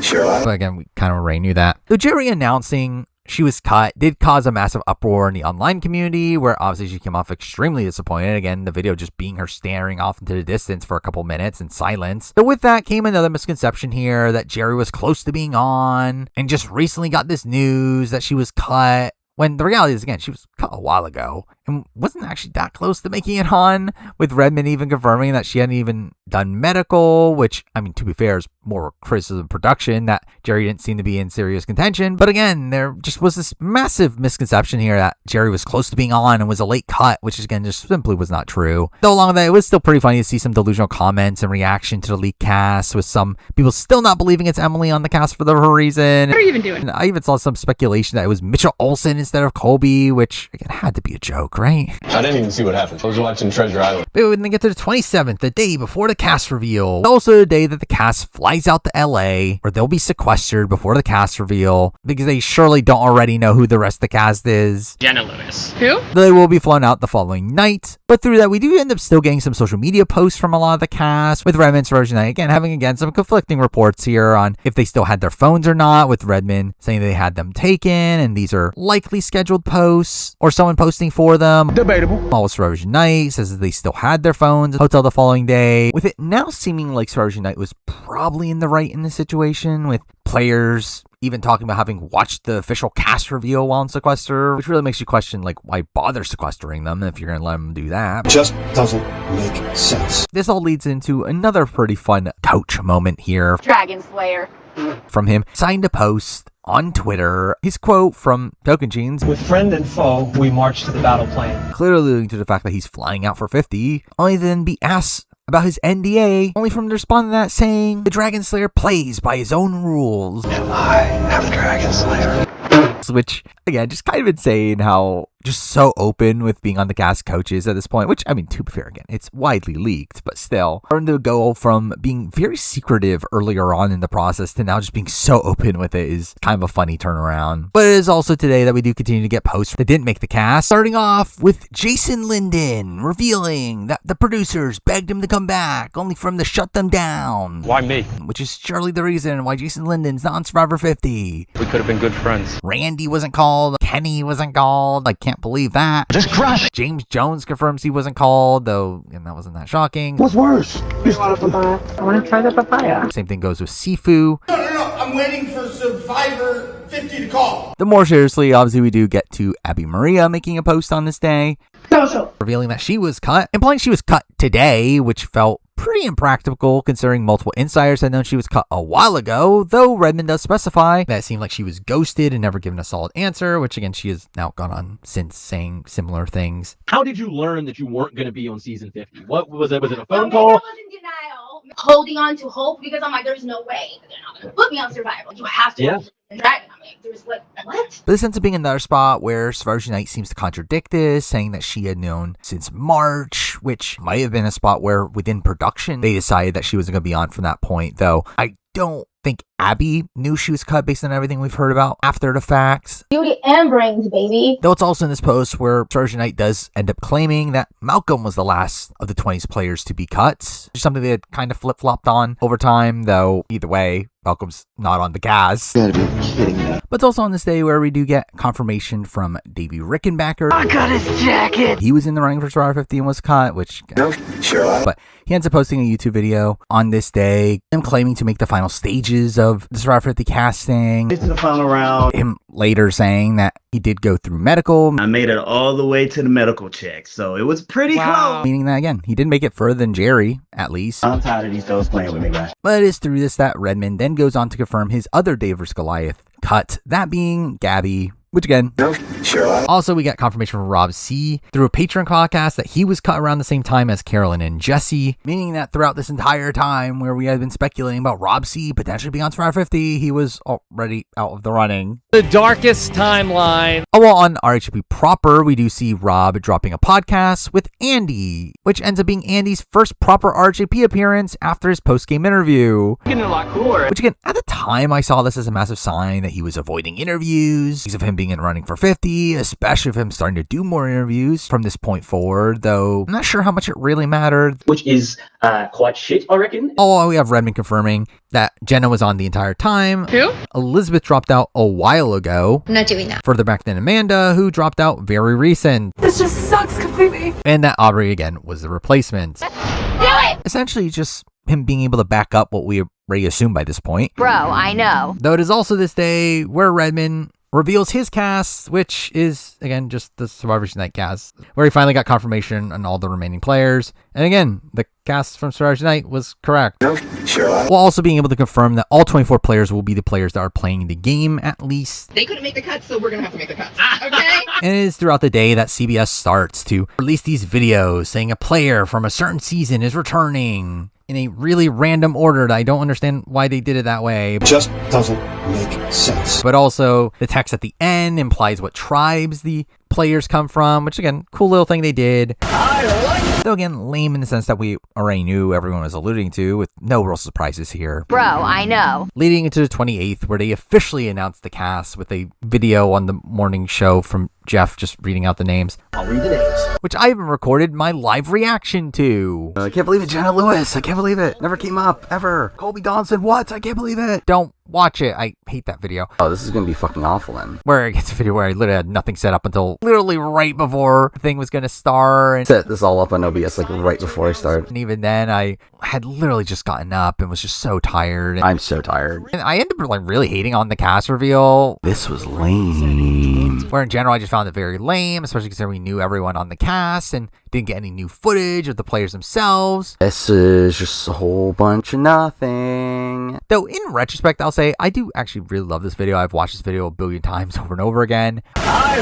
Where I did like getting introduced to each player one by one, with Jeff giving a short line as he introduces them, showing them in chronological order. I also do really love the usage of music in this video, progressing throughout Survivor history. But again, I did find the lines that Jeff ends up saying about each of these players fairly interesting. Gives us a bit of insight into why these specific people were picked. Let's see what shit fucking Jeff Probst says today. Jenna being introduced simply as her being from Survivor Borneo. Our very first season, 25 years ago, one of the original castaways, Jenna. Which I guess that means that Redmond's constant reassurance that he thinks they'll want someone from Survivor Borneo actually paid off. Irrelevant. We have Colby being introduced as Survivor's first all-American hero. Clearly being an old school fan favorite to bring back people that had stopped watching the show over time. Though generally by this point, I was actually kind of excited for the Colby return, where even though I was, again, a bit pessimistic when he first got leaked. I heard you were talking some smack about me. By this point, again, considering how much he seemed to actively want to be in the game and how we later heard about how Colby started sobbing when he saw Jeff Probst's face. It does lead to, again, Colby being maybe a better pick than what I initially thought he would be. You took the stairs instead of the escalator, and we all judged you for it. But then we do get Steph, obviously being introduced as the only player to ever be on a tribe of one. And again, just kind of a similar thing to Colby of being a casual favorite, as long as you forget the Survivor Guatemala happened. He's so gay. I don't care who I identify by. All Sri being introduced, saying she needs no introduction, returning for a record time, 5th time. Which I will admit, I did mishear the first time around. I mean, it's tying a record, but sure. Thinking he said record breaking, and ended up complaining about that throughout the video, but either way. How stupid is that? All we then get to Ozzy, the original Jungle Boy, also returning for a 5th time. Which, again, is way too many times. Well, I still think Ozzy's probably the person I'm most whelmed with ending up being on the cast. And that's only because he's such a weirdo. Oh, we then get Coach being introduced as one, the only, the Dragon Slayer. Dragon Slayer. With the eagle noise playing. And again, really just funny just how much gravitas Jeff ends up putting into his introduction here in a spot where we actually just generally thought he was kind of the point. Just doesn't make sense. Oh, and then go to Aubrey being called a master strategist. Master strategist? Is that our description of Aubrey?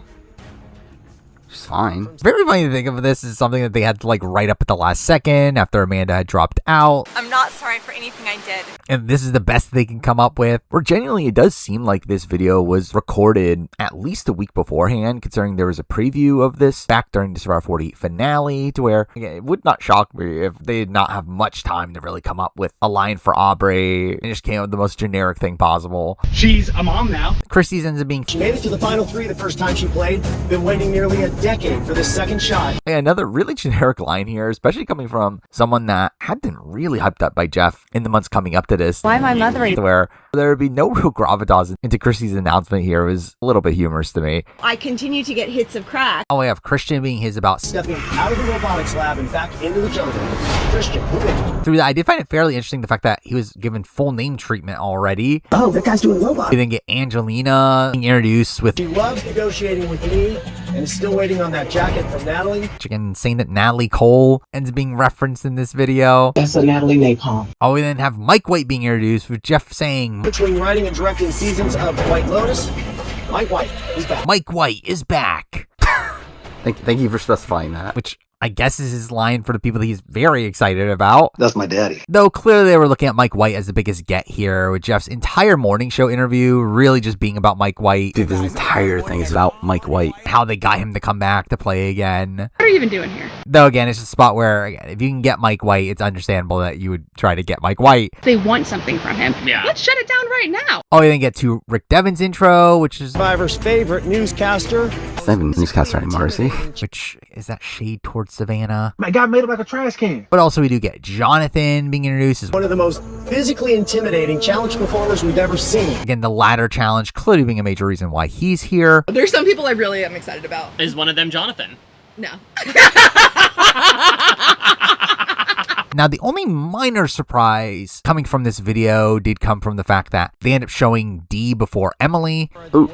Okay. Wait. Oh, no. There's Emily's just next. Okay, never mind. But yeah, like, I had in my head that they would do Emily first, then D. Where because of the order that we got of the Dave vs. Goliath players, I was assuming we were doing it in boot order, only from the not keep with that. It's stupid. But anyway, they went with D, calling her one of the overall most dominating players of the new era. Which is funny considering Jeff was surprised that Devin saying a similar thing on the On Fire podcast a few years ago. Because I think that she is the best game of the new era. What are you doing, bro? Anyway, Emily ends up being called. She went from being abrasive to being embraced by tribe mates and fans. Really playing how much Jeff loves her arc. Which one is Emily? She eats pork, drinks Coke, and right left-handed. I'm drawing a blank, dude.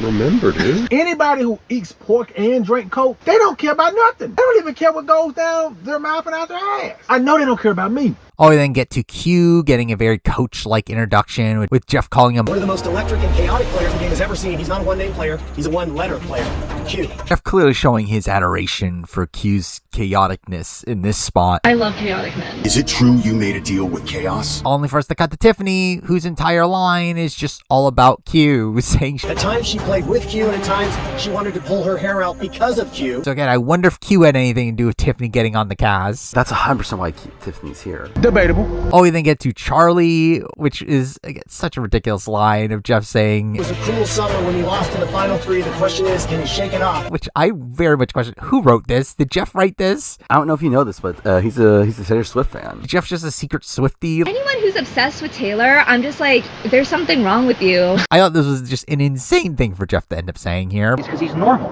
He comes across normal. Beyond that, we end up having Genevieve. Mother. Getting a very Emily-like introduction here, again setting up her arc. She started the game playing with no emotion, then realized emotion was the key to her game. Which I guess is what you can remember her for. Again, I remember her more for being Mothervieve. Sweaty girl from Canada. And speaking of which, on this day, we also get the most important of news. It's confirmed. Genevieve's Bob will be on Survivor 50. He did with me. With Genevieve's husband and Teeny confirming this on Twitter. So it's real. Oh, we have Camilla getting another similar intro here, saying she came into the game with a lot of self-doubt and emerged an assassin. Which made me laugh because are nothing if we do not abide by the Assassin's Creed. Assassin's Creed has broken me. It goes nowhere. This doesn't matter. This really doesn't matter. I'll even get to Kyle just getting as generic as an introduction as possible, calling him cunning, athletic, and charming. Like, I guess. Again, funny that someone that admittedly called himself the best average guy you'll ever meet. That's gonna end up playing on Survivor 50. Kyle, you just won $1 million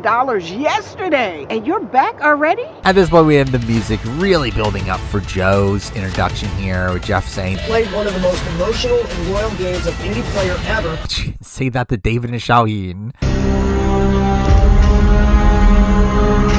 But again, it also says that while physically dominating in challenges, Joe is back. Joe is back. Thank you for specifying that. Joe's my daddy. I don't know if you know. That's my daddy. Getting the Mike White treatment. I genuinely forget that Joe is here. But it's funny that we do get the reveal that they are keeping the 2 players from Survivor 49. I don't like that. Secret. From season 49, 2 players from a season you haven't seen. That season kind of sucked. Which Redmond had previously alluded to where I shouldn't have been surprised by this, but again, I was too tired to remember that this was the thing that happens. Oh. They're doing it? Oh, okay. Yeah, I expect that, obviously. So again, I was mildly surprised by this in the moment, even though, again, it should have been fairly obvious that this was going to be the case, as, again, they're obviously not going to openly spoil Survivor 49. I heard a rumor that she won season 49. There's gonna be a 2-time winner on this season. It's gonna be me. Because clearly no one from production would ever spoil Survivor 49, which saved that for a different video. Well, that was something. But again, immediately following this, I ended up making a cast reaction video for the main channel, which ended up releasing later that day. Most of which I actually made the previous day,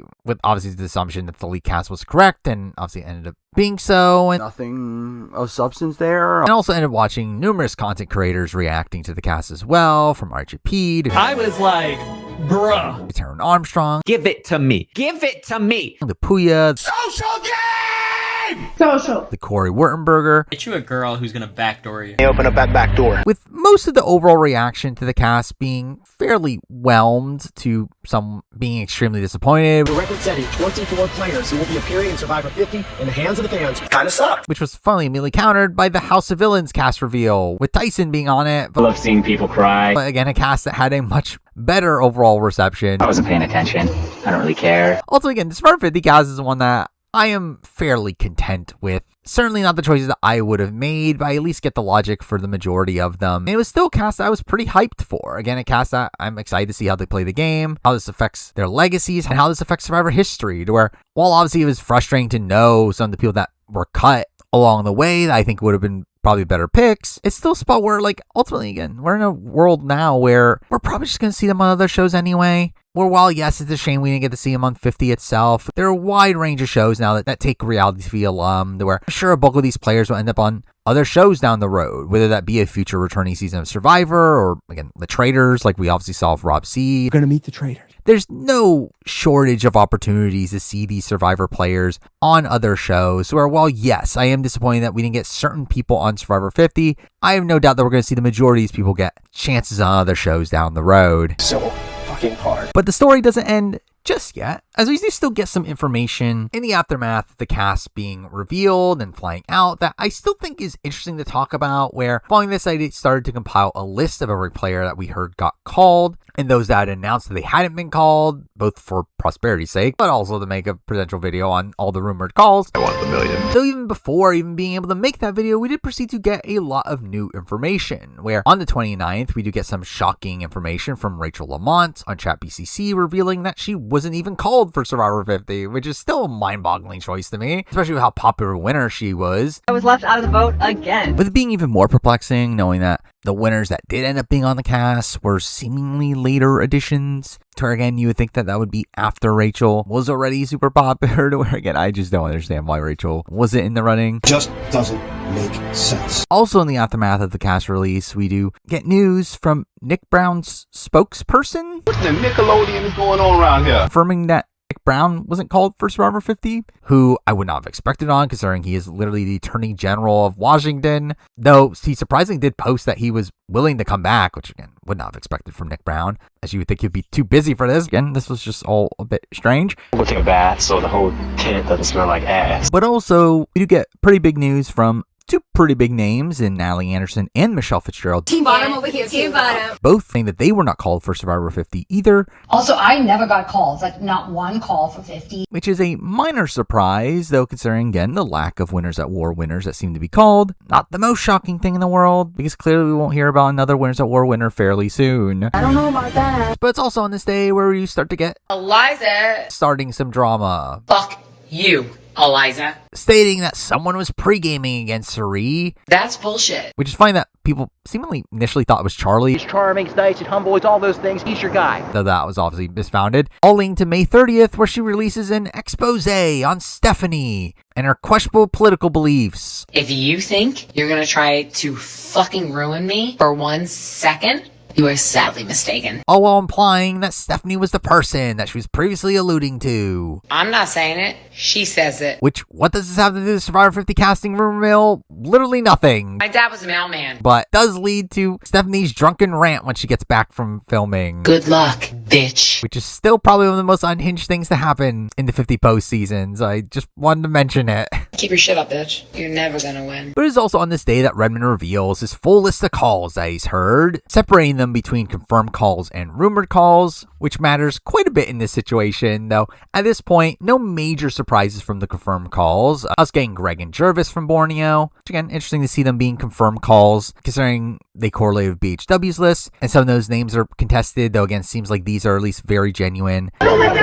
Jerry, Elizabeth, I'm not doing that. and Alicia from Australian Outback, with again Alicia being in a similar spot to the Greg and Jervis names. Boston Rob, Sean, and Aaliyah from Marquesas, with Aaliyah also being in a similar spot to those we mentioned previously. Oh my head! Oh my head! Though it is also on this day that we'd end up seeing Aaliyah making a post herself implying that she was called, but also refuting the claims that she dropped out, saying that she never would have done that. To where obviously I believe Aaliyah over SurvivorSUnite in this situation. And again, it just continues to make SurvivorSUnite's info a bit rocky. Fuck! But then we got Rob C. Yeah, the Rob that I did the Cumio for. The one with the podcast. Who had obviously again confirmed himself by this point. He should be here. But then we get a new name, that being Danielle De Lorenzo. I was a captain in sports. Though this again coming right after Danielle had posted herself on this day that she had been cut, implying herself to be a late cut, which is interesting because that has been contested by SurvivorSUnite, who claims that she's lying about being called. Actually, you fired me a long time ago. Also saying the same thing about Figgy, which again should have been obvious. Cookie and I have been cut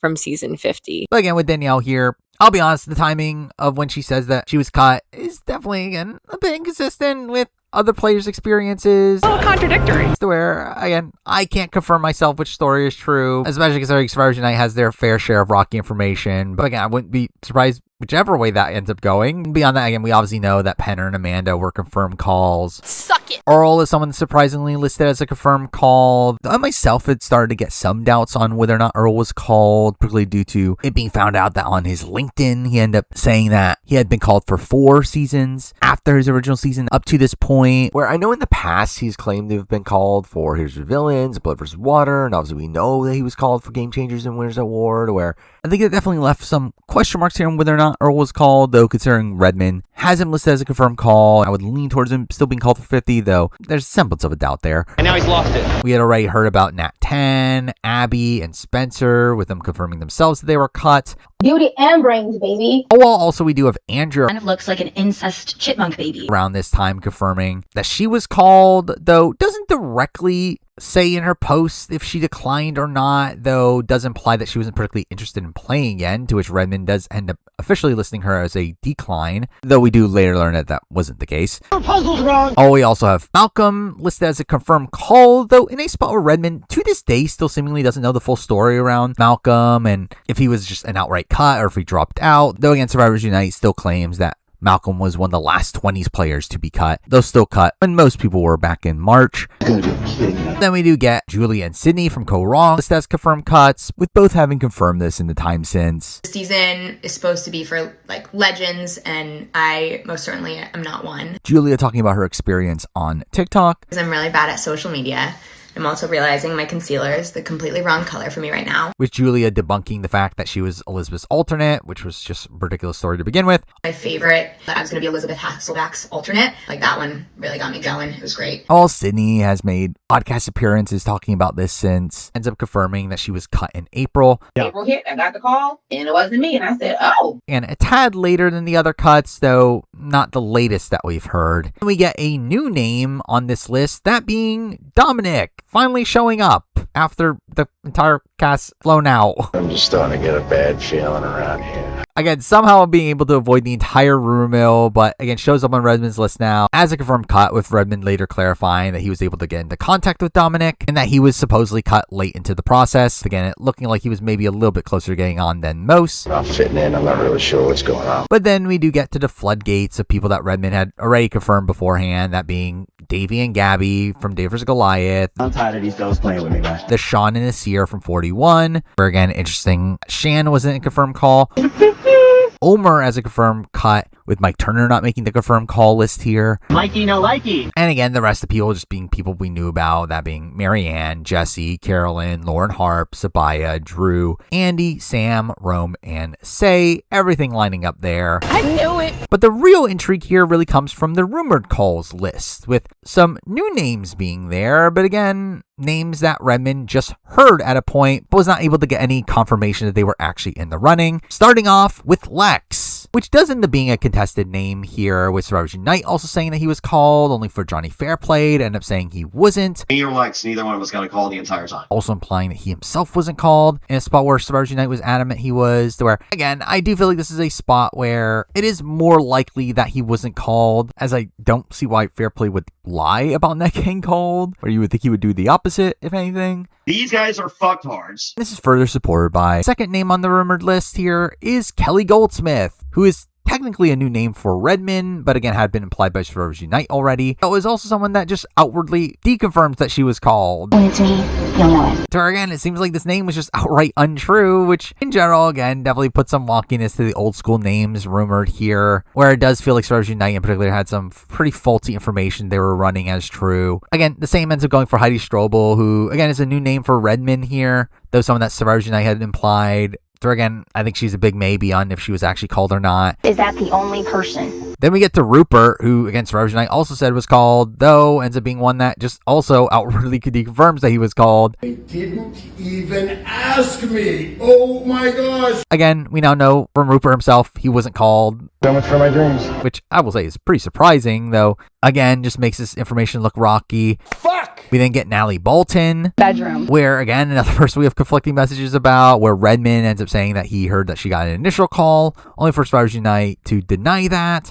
only for Natalie to later kind of imply that she did get called. Your layers. So, again, it's just kind of a mess. Either way, it doesn't really matter. It doesn't seem like she was particularly close to making it on anyway. And it's following this that we get another new name, that being two-time first boot Francesca Hoagie. Francesca. With this coinciding with Corinne Kaplan doing a podcast. Nobody's hot. Saying she was not called, which is to be expected. I did not get the call. But also claiming that Francesca was called and declined. I know who got asked and said no. Franny. And Franny said no because she's a respectable person. I would have said no for entirely different reasons. Nobody's hot. Where again, it is funny that we're in a world where we can't even bother to check in with some pretty massive names. Ready to cry. Only to still bother to call Francesca for whatever reason. Francesca. Though, interestingly, in the same podcast, Corinne does also claim that there's a man that's lying about having been called for Survivor 50. I am not like, we'll just leave him nameless. Certain people that pretended they got called. Which I wonder if we'll ever get the answer to that. Who cares? But also here we do get Ty being listed as only a rumored call. Then again, SurvivorSUnite claims that he was cut and called back, only to then be cut again, I guess. Oh my god! Either way, we then also get Devin here, which, as I mentioned hours ago, Redmond literally only referred to seemingly one time, and he just never came up again. That is not an advantage. Though again, at this point, I did not even remember that Devin Pinto was previously alluded to where I was just genuinely surprised that Devin Pinto just kind of came out of nowhere here. I just wasn't listening. Though was someone that was pleasantly surprised to see be in the running, even though obviously didn't go anywhere. We got nothing for you either. Then we get to 41, where again Shan is listed here, which again lines up with how vaguely Redmond talked about Shan along the way. They'll also here ends up listing Xander, which I do find very funny. That again, I just assume Xander was obviously on this list the entire time, but again, it seems like this is a spot where he heard Xander fairly late into the process, and again, it was just a rumor at that point. You can have this fixed. Anyway, another rumor call on this list ends up being Mike Turner, My main man, Mike. which is interesting as this does later get confirmed by Mike himself on a live with Figgy, where Figgy also ends up admitting to the fact that she was never called for 50. Never got called. That's okay. If there's any doubt, they're still Very distraught right now. But Mike confirms that he was a fairly late cut, getting cut 3 weeks ago. I got that call about 3 weeks ago. Which again makes him feel fairly in line with the likes of Dominic, one of these people that was just being kind of kept around for a bit longer than the rest. Likey, no likey. But then we also get Carla on Redmond's list, But I'm an ethical person. which, like Shan, was briefly alluded to early on, though, again, there's conflicting reports on whether or not she was in the running, considering, again, maybe no other 43 player outside of Jesse was called, but On its own, it's delicious. It's really good on its own. the final name on this list ends up actually being an entirely new name, really coming out of nowhere, and that was Maria. The fire in this woman's eyes. Where, I mean, it's not shocking that Maria would be in the running. I definitely expected that she could have potentially been called, but again, funny how this was just never mentioned at any point. I don't think Redmond posted any clues to Maria potentially being in the running. Though again, seems like it's probably true. It's more so just shocking the fact that we didn't hear about her until now. Objection. But that ends up being the end of the list, which I can't believe we didn't get any Phillip or Russell Swan there. The hell with you. But over the next few days, we do get more drips of information, where on the 31st, through a cameo, Courtney Yates announces that she was given an availability call I was asked way back last summer. and said yes, even though she didn't expect to be on and eventually got cut. I didn't think I was gonna go anyway. With this again contradicting SurvivorUnite's information, with them claiming that no one from Survivor China was called except for Amanda, with this clearly now not being true. But I wanted to be a part of it, you know what I mean? This is also a day where we did get an interesting article from Mike Bloom, with Jeff Probst revealing his top 25 seasons of Survivor, which I did a reaction to. Again, interesting that Australian Outback is not there, because hopefully that means that he realizes what I realize, and that's a fucking shit season. And ultimately, obviously, it doesn't really have that much to do with the rumor mill, though I did find it very interesting how there were certain players that he referenced here that he spoke very highly of just for them to not make Survivor 50, where again, there was a lot of praise for Rob C. for Survivor the Amazon. I am gunning for you. Todd for Survivor China. Who was an extremely great strategic player. Obviously Russell for Samoa, though again, didn't expect them to be in the running anyway. Also talks about how season 33 is one of his favorite grouping of players. What? Which, again, he said in the past, but again, still further makes it funny that we still have not heard of a single player from Survivor 33 that was in the running for 50. He has the audacity to pull this crap on me. Also talking about how much he loves the Tika 3 from Survivor 44, only for none of them to end up on 50 either. I'm already gone to them. It's kind of humor seeing this article right after the 50 cast had come out. Again, in a cast that's meant to be a celebration of the history of the show, only for him to constantly talk about people that didn't end up making this season. Do you like me at all? Though, I guess, to be fair, to align with the cast, didn't include any seasons from seasons 21 through 26. No, whoa.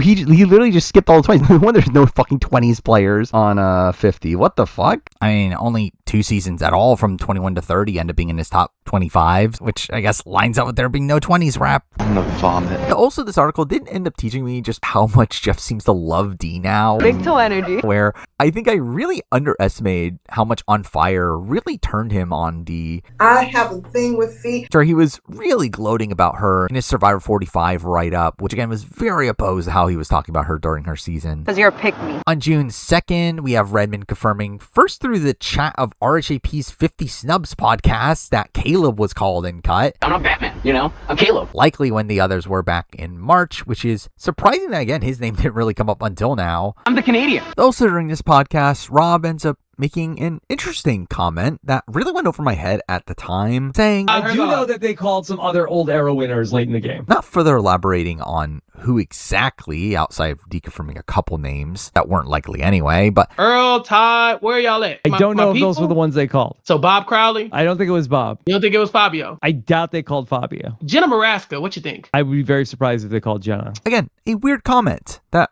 we might get more info about in a bit. You really haven't actually picked up and learned anything yet. Oh, we also have a person messaging Lauren Ashley Beck, asking her if she was actually in the running like BHW claimed, only for her to confirm that she wasn't. She's not into that. So we can throw a lot of BHW's list at this point. You lied. But along with this, she ends up actually confirming that while she wasn't in the running, she knows 2 IOI players were, which is surprising considering IOI was a cast that really just never came up. We got constant reports from SurvivorSUnite and Redmond about how they just never heard of an IOI player, where, again, now it seems like 2 people were in the running. Now, my initial instinct, which was correct, was that one of these was Elaine. A little busted can of biscuits. Obviously a massive production favorite at the time, though I am a bit unsure who the other one would be, where my initial instinct was Janet. I'm scared.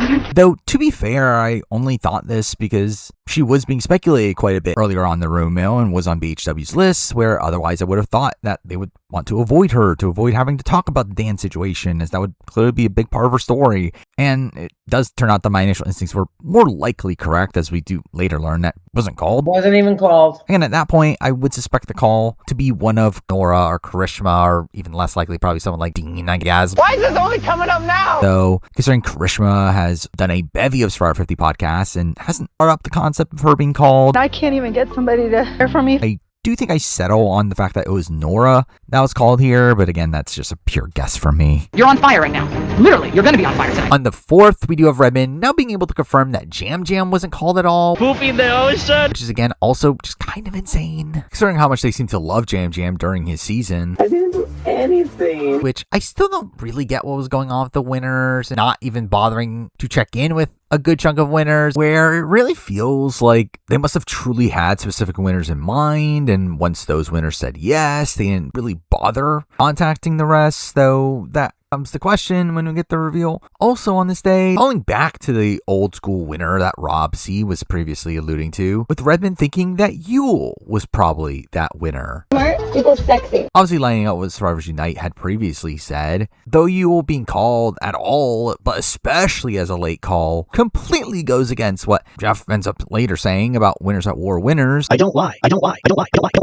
Straight up, because that I did largely write this off as just probably another name that was incorrectly rumored, though based on more recent events that we'll get to, I really don't know what to believe anymore. I'm never gonna get a date again. But either way, it's also on this day that I did end up actually making my every rumored player called video, where everything I said in that video was based around the information that we've talked about up to this point. I mean, outside of the Kelly Goldsmith situation, which I actually did not hear about until literally right after I made this video. I never wanted you to win, and now I hope you won't. And also Rupert, considering obviously that happened until after. Oh my gosh! Though again, you would think with that would be the end point of this video, right? Especially as we then proceed to get to the 5th, where we get confirmation that Survivor 50 starts filming, with Jeff posting a video of himself in the aftermath of the Marooning Challenge. It is about 2 hours after we just started Survivor 50. Let's gain confirmation that all 24 players that flew out were the 24 players on the cast, with no replacements, no alternates were even flown out, which, to be fair, they haven't done for most returning seasons, though,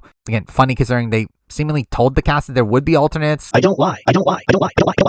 So again, now that the season has officially started, you would think this would be it, but I ain't finished just yet. this video is obviously taking me a ridiculous amount of time to make, to where while this was meant to be the end of the video at a point, we now have so much more information to work with here, as obviously in the time since we did continue to get more interviews and posts from alumni, giving us some more clarity on who was and wasn't in the running. Or I guess you can kind of look at this as like a bit of an epilogue to this video, where really from this point on, I'm not going to go through it day by day. There's not really a point. It's kind of just a jumbled mess from this point on. Looks like chaos has been waiting for us. But there was still a pretty bulky amount of information from the rest of June that we'll run through here. Obviously, again, in the immediate aftermath of Survivor 50 starting to film, I did end up proceeding to make my preseason power ranking, which ended up coming out closer to when the season aired, to where I made my official winner pick, that being Charlie. It's because he's normal. He comes across normal. Which, what a terrible winner pick that was. And that pissed me off. But also with the season filming, we obviously do get press going out, which we obviously don't get the interviews from their visits until later. Anybody who eats pork and drink Coke, they don't care about nothing. Though, we do get a minor bit of information once they come back from Sharon Tharp being asked what happened with Amanda. I outplayed you. And for her to confirm that it was a scheduling issue. Suck it. Ah! That ends that. That's clearly the end of the story, and we'll never bring this up ever again. No more apologies, bitches. Though we obviously do start to get a bevy of interviews and social media posts from previous alumni in this time. Some interviews from players that we already had extensive information about, people like Jerry, Abby, and Spencer, all of which, again, you've seen clips from in the video up to this point. Well, maybe I was in denial. With not many major revelations in those. Long times of not hearing anything. Though we did get a good chunk of players confirming that they were not called for Survivor 50 on social media through this time, from the likes of Shean. Fucking Shean! Are you kidding me? Who to me was the only viable Thailand person to be called. As previously mentioned, Rupert in this time announced he was not called. Oh my gosh! Chase Rice wasn't called, which, I mean, to be fair, this actually happened months ago at this point, where I kind of forgot this happened. This actually happened back in November of 2024, where Chase Rice did an interview talking about not being called for Survivor 50 and having no interest in it anyway. Do you have any interest in competing one more time? Nope. I was asked twice years ago, and I turned it down both times. I don't think they want me back on there either. Again, I kind of forgot this happened, but either way, it's not like Chase Rice really came up that much in the room mill. Beauty fades, dumb is forever. Fabio ends up confirming he wasn't called, which isn't too big of a shocker after he wasn't called for 40. Real quick. Lisa Welchel confirmed she wasn't called through an EW article, which I was actually kind of surprised at that. Which, while from a decent ways back, I did think that there was at least a chance she would get an availability call. War Dog confirms he was not called for 50 on the Reality After Show. War Dog, have you ever been called for a returning season? 40.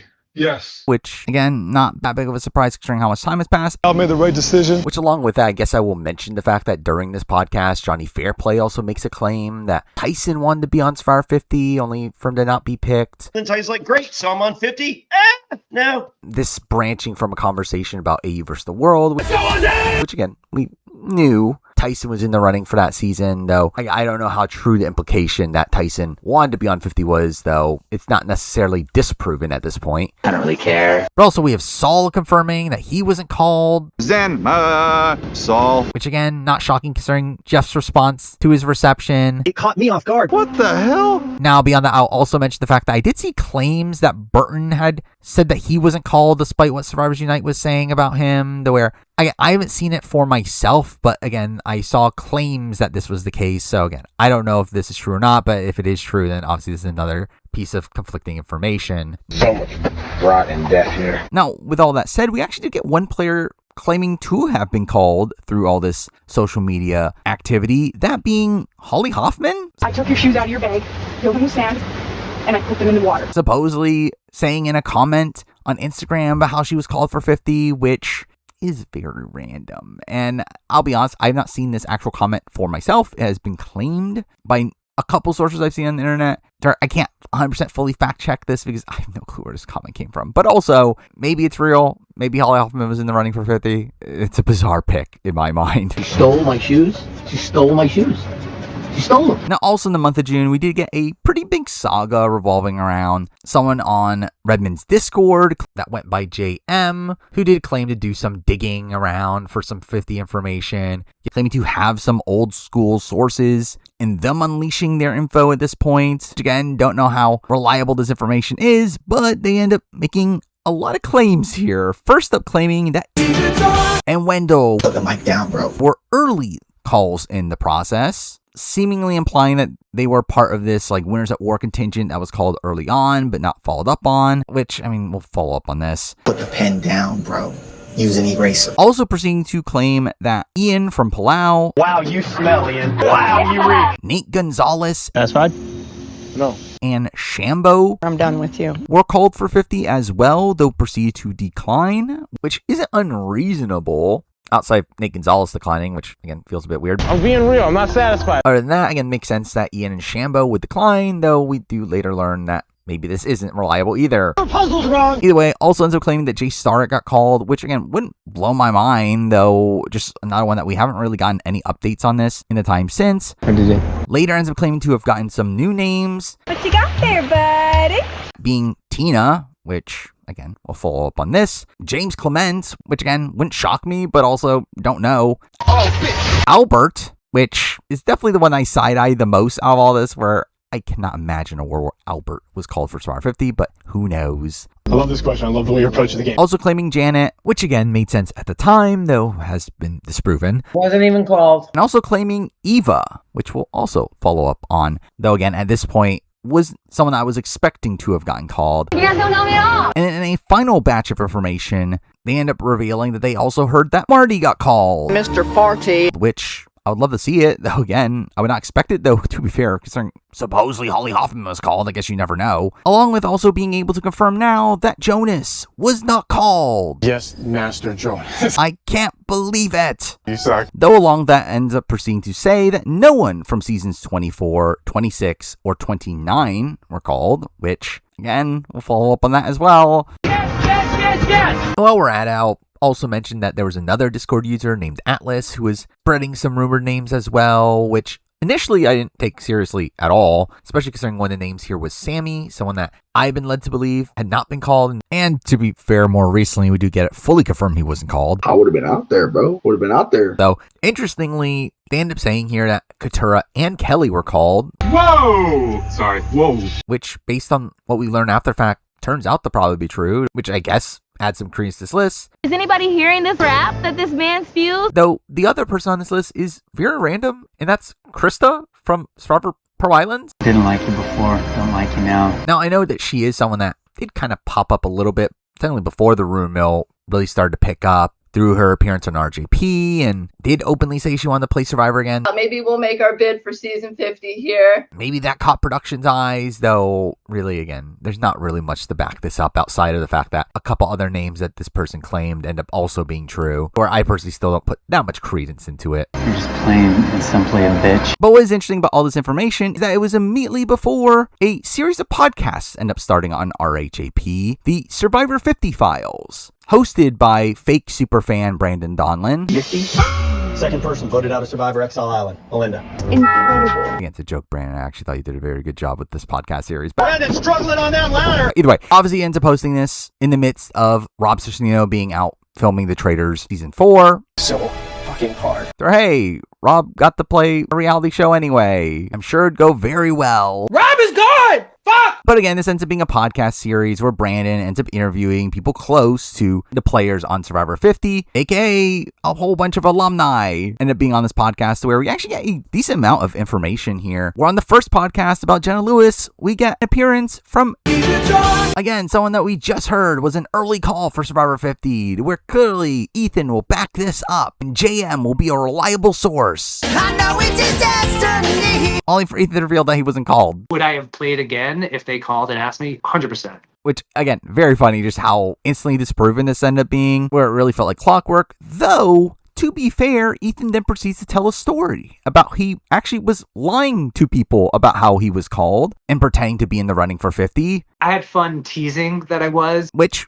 where have I heard this before? I am not like, we'll just leave him nameless. Certain people that pretended they got called. Sure, again, I think at this point, it feels pretty clear that Corinne was referring to Ethan in her podcast. Nobody's hot. Makes sense considering they are exes, and I believe they're still friends to this day. So again, makes sense that Ethan's that person. He's got perfect attributes. To be fair to the JM, I guess you could justify JM's information in this spot as Ethan was lying to people he was on. Lying to people's faces. So again, maybe that's where this information about Ethan came from. Man can dance his ass. So we're willing to give JM another chance here, taking us to the next day where Colby Donaldson's podcast ends up being released with Tina and Roger. Kentucky Joe. Where obviously not much 50 information from Roger. Woo, let me at it. Yeah, well, I'm ready. Though from Tina, we get confirmation that she was also not called for Survivor 50. Did you want to go? You were in. You were ready to go if they called. Of course.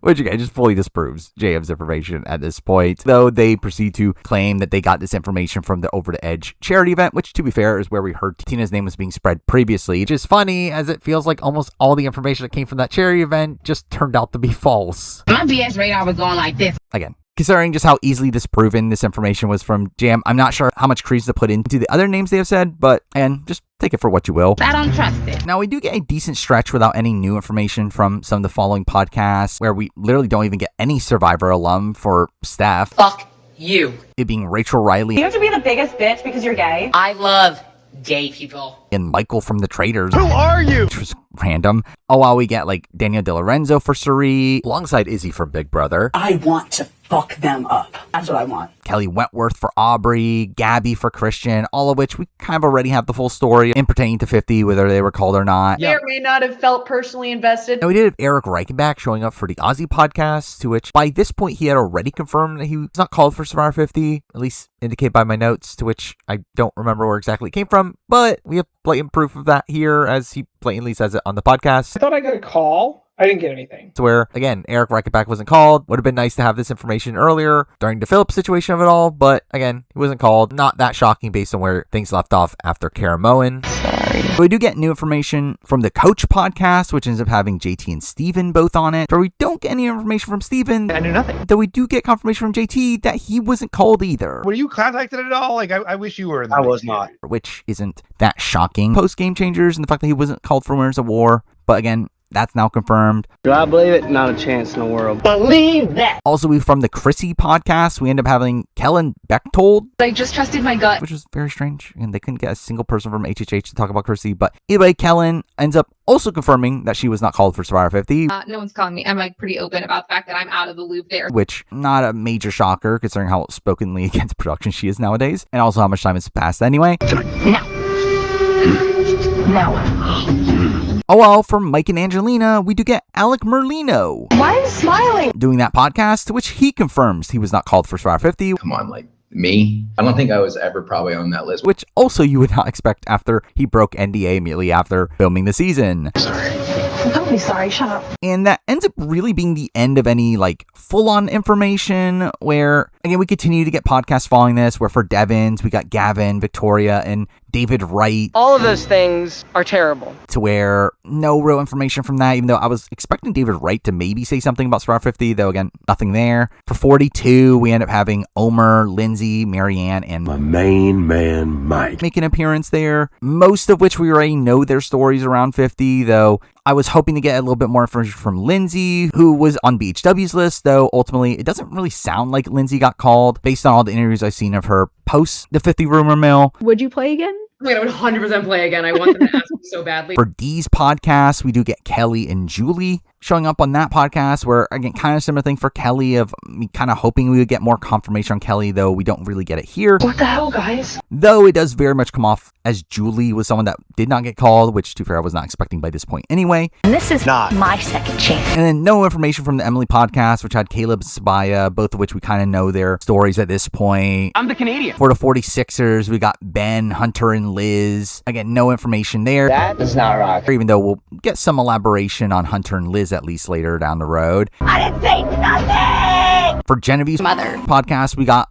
pretty much the entire cast of Survivor 47, which was pretty funny. Though again, no real new information there. I chose to have no friends out here. And for Survivor 48, we did get Star and Mitch showing up. What does Mitch do? No real new information there. It's the biggest joke in the game. Though, around this time on Redmond's Discord, we did get someone claiming to be a mutual friend of Mitch and saying that they have heard that Mitch did not get called for Survivor 50, which, thank God. Should have made a move. And the final bit of information for the month of June ends up coming from another RHP podcast, that being The Pride Has Spoken, a podcast where Sabaya and Katura from Survivor 45 end up announcing their relationship, which very cool news there. Though at the same time, both end up talking about their experiences in the 50 casting process, confirming that they were both in the running for Survivor 50 and both got cut. For a moment, both of us were very big options. Which, I mean, again, we knew about Sabaya, though obviously this is confirmation for Katura. And a spot where, interesting that we did not know about Katura being in the running officially until now, especially in a world where we knew about Sabaya and we knew about some other 45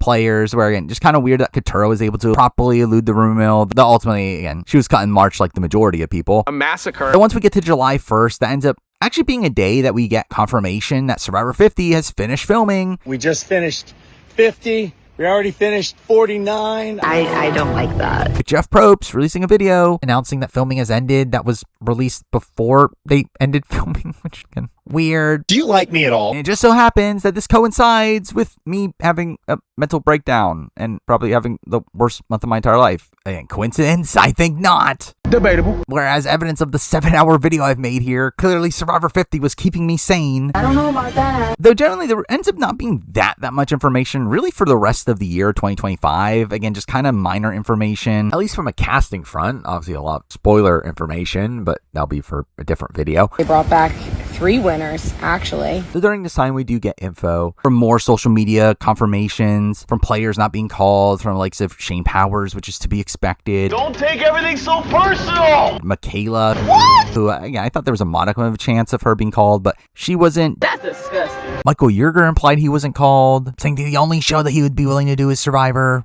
So it's not looking great for him. Women are all over him back home in LA. I'm sure he's doing great for himself. Dan Rengering implies he wasn't called for 50, but for some other reality show. In my pants. Tiffany Seeley was someone that obviously was being rumored at a point, though she ends up denying being called. I was leaked also that I was called for season 50, which I was not. And also Tori Meehan denies being called. Like, dang it, why isn't that me? Who was another person on BHW's list, which we can now just fully deconfirm.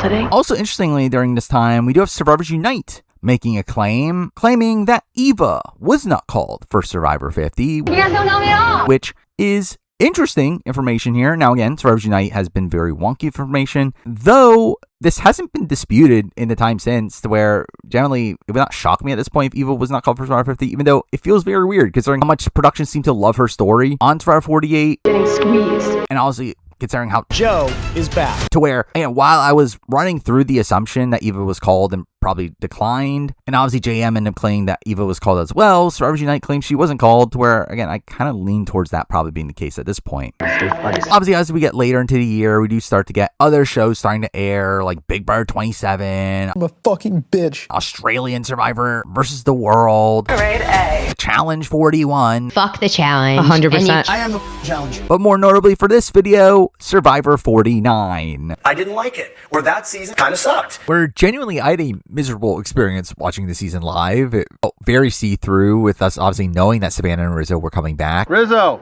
my man, I just don't know you. They're considering so much of the edit revolved around them. It really did lessen the stakes for a lot of the season, especially with it being fairly obvious Savannah won as well. Because I heard a rumor that she won season 49. Where, again, did not like the season at the time. Maybe my opinion will change of it by the time I do a review for the season. Which, again, you could still blame Zach Wurtenberger for not having that review yet. What the fuck? As for the casting-related information here, not much to really talk about from the season itself. I remember being in the womb. What? Outside of Jeff's claims around time of the merge, that there's spots open for Survivor 50. There are spots on Survivor 50 that are still up for grabs. I don't like that. Which, I mean, he wasn't lying. I don't lie. I don't lie. I don't lie. I don't lie. I don't lie. I don't lie. though more so from podcasts and interviews outside of the show, where obviously more alumni end up showing up on podcasts talking about Survivor 50 in this time. Again, it is in this period of time where we get that Sydney interview I've been showing clips from. April hit, I got the call, and it wasn't me. And I said, oh. Which is again where we do learn that Sydney was cut in April, a tad later than most of the other cuts, though not as late as some people like Mike Turner or Dominic. Though also on RHAP, we do get a couple other bits of information from some guests. First from Amy Cusick.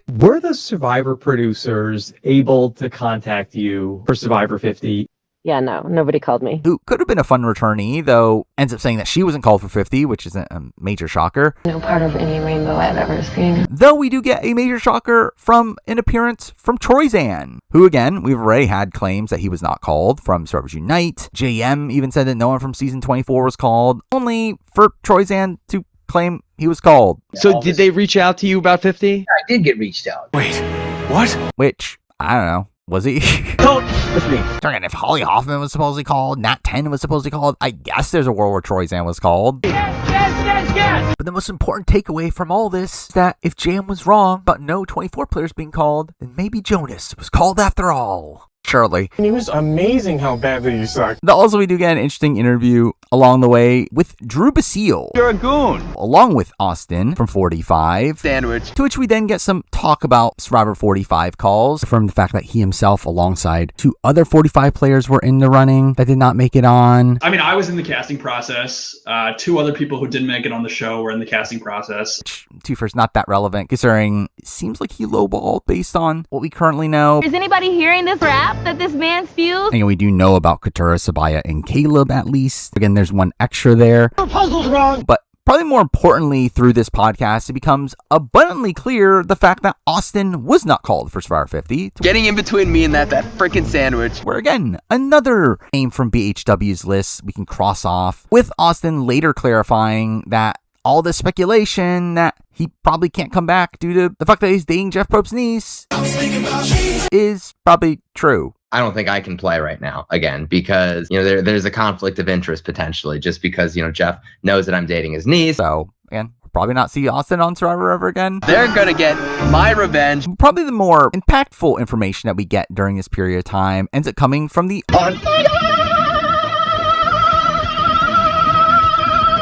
podcast with Jeff Probst. Let's see what shit fucking Jeff Probst says today. Being co-hosted by Jeremy Collins. We're talking about strategy. That's what we're talking about, a game. Which was kind of a random pick, but a fun pick. And again, Jeremy clearly won't cause any controversy here. Does Parvati winning Survivor Australia, is she now a 2-time Survivor winner? I don't think so. I say she has 1.5 wins. You got to just give it to her. Though obviously with this being in a world where they already filmed 50, Jeff obviously talks a lot about 50 during the 49 podcasts, making a couple big claims here that later end up being reiterated in the 50 preseason. They'll first come up here, first in the fact that he ends up confirming that the choice to not have Winners at War winners on the cast was obviously intentional. We made a decision not to bring any of the winners from Winners at War because we had just seen them and it was a big season. Claiming that no season 40 players were genuinely considered for Survivor 50. I don't know about that. Essentially telling the story that we kind of already thought was the case, in that they called up Boston Rob. I think we found ourselves a winner. Boston Rob said no. Getting the best of me. And at that point, they kind of just decided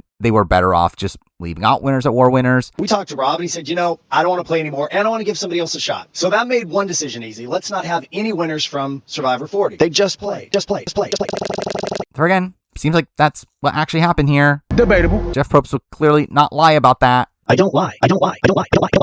So again, we'll clearly never hear about Winners at War winners being called ever again at this point. I lied straight to your face and you ate it up. The also pretty big claim here ends up being that Jeff says that Survivor 49 is the reason we're having a 24-person cast. Essentially claiming that the additions that they made for season 49 is the reason they decided to expand the cast to begin with, which, is a bit rocky. Fuck! on the viability of this, which again, we will talk about more properly later, but I'll be honest, when I first heard this, I just thought this was straight up BS. I don't lie.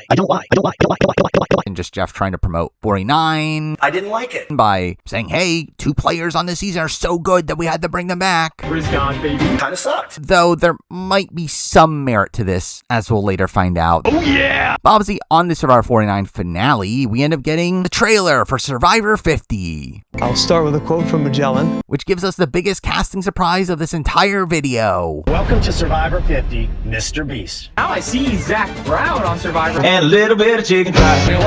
What the fuck was that? Where I generally can't believe that it took us until now to hear about the celebrities being on Survivor 50, where it seemed like this kind of eluded a lot of the insiders until this point, where Redmond never seemed to hear about the celebs, SurvivorSUnite seemed to hear about the celebs at the last second, to where, again, just very funny that Zach Brown and Mr. Beast ended up making appearances on the season. We just didn't hear about it until now. Why would they do that? What is wrong with them? It is also following this that I do end up making a trailer breakdown video, which is what are we doing? Which, I mean, I've never done before, but I had a fun time making it. For what that's worth. Does seem to have shorter hair. Almost as if it's a bob. How exciting. It kind of just being a bit of a taste of what you got with this video. Or again, she seems to have shorter hair. So it's real. The scales be tipping. Where, again, kind of been saying that by the time I made that video, I was already 2 months deep into working on this. This is what drugs do to you, kid. But also, some interesting information comes in the immediate aftermath of Survivor 49, with obviously it being confirmed now that Savannah and Rizo are these Survivor 49 reps, which, what a shocker. Sure. Though in the process, we get confirmation that they were added onto the cast the day after Survivor 49 finished filming. The invite to Survivor 50. So the night ends, we crown the winner. So the next morning, you're back at Ponderosa. You get taken into a room, and I'm there on a Zoom screen waiting for you. AKA May 16th. Obviously very late into the process. Just, 12 days before the cast was later revealed. Conveniently, the same day that was announced that Rick Devens dropped out of the post-game Survivor cruise. Dun, dun, dun, dun, dun. Which is an interesting piece of information that we'll, again, further talk about in a little bit. So, that was awful. But this does officially start the preseason of Survivor 50, which is where the dam really opens up again for a lot of new information here from multiple sources. First, let's talk about the more official sources here. Obviously, we do get a lot of interviews with Jeff and other producers giving us some information. I was a little surprised that we didn't hear more about some of the people that did not make the cut for 50, where it seemed like they were intentionally trying to not talk about the other people that didn't make the cast. I won't mention their names because they didn't want me to. Though we did get one confirmed name that they tried to get, where Matt Van Agnen confirms that they attempted to get Corinne, but he declined. That would be doing a great disservice to the flavor vanilla. Which isn't a shocker, considering we obviously know they've tried to get Corinne numerous times in the past, and he always declines. So, you screwed me over. Where, again, I was shocked that we never heard about Corinne at all during the room mill, to where, here we go, he was asked, said no. When I see you in a dark alley, I'll kick your ass. Though the only other person that really gets mentioned from the producers ends up being Amanda. I'm not sorry for anything I did. With it kind of being an openly talked about story here about how everybody wanted back.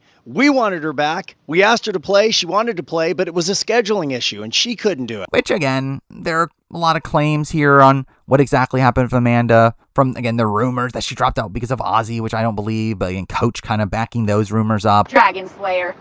Oh, well, in the time since, SurvivorSUnite ends up claiming that Amanda dropped out because of the crazy fandom and them calling her job. Why would they do that? What is wrong with them? Which, wouldn't completely shock me. This just sucks completely. Saying a similar thing about Elizabeth. I'm not doing that. Though Elizabeth has a bit of a different story where, let's just talk about it now. Elizabeth, in the time since, has done an interview talking about Survivor 50 as well, essentially saying that she will never play Survivor again. I'm going to be back there with, snacks instead. Not a shocker at this point, but then proceeds to claim to have never really been in the running for Survivor 50 at all. Keep your mouth shut. Claiming to have just been indirectly called, whatever that really means. No. Which initially I passed this off as Elizabeth trying to act like she's above it all, kind of like she did in her video. She did the week of the cast leak. I'm not doing that. I want to be with my family and a burger in the backyard. Though, looking back on it, I actually do generally wonder how much Elizabeth was generally involved in 50 casting, where I kind of actually do think this actually has some merit to it. The fact that she was indirectly called could imply the fact that they contacted her agents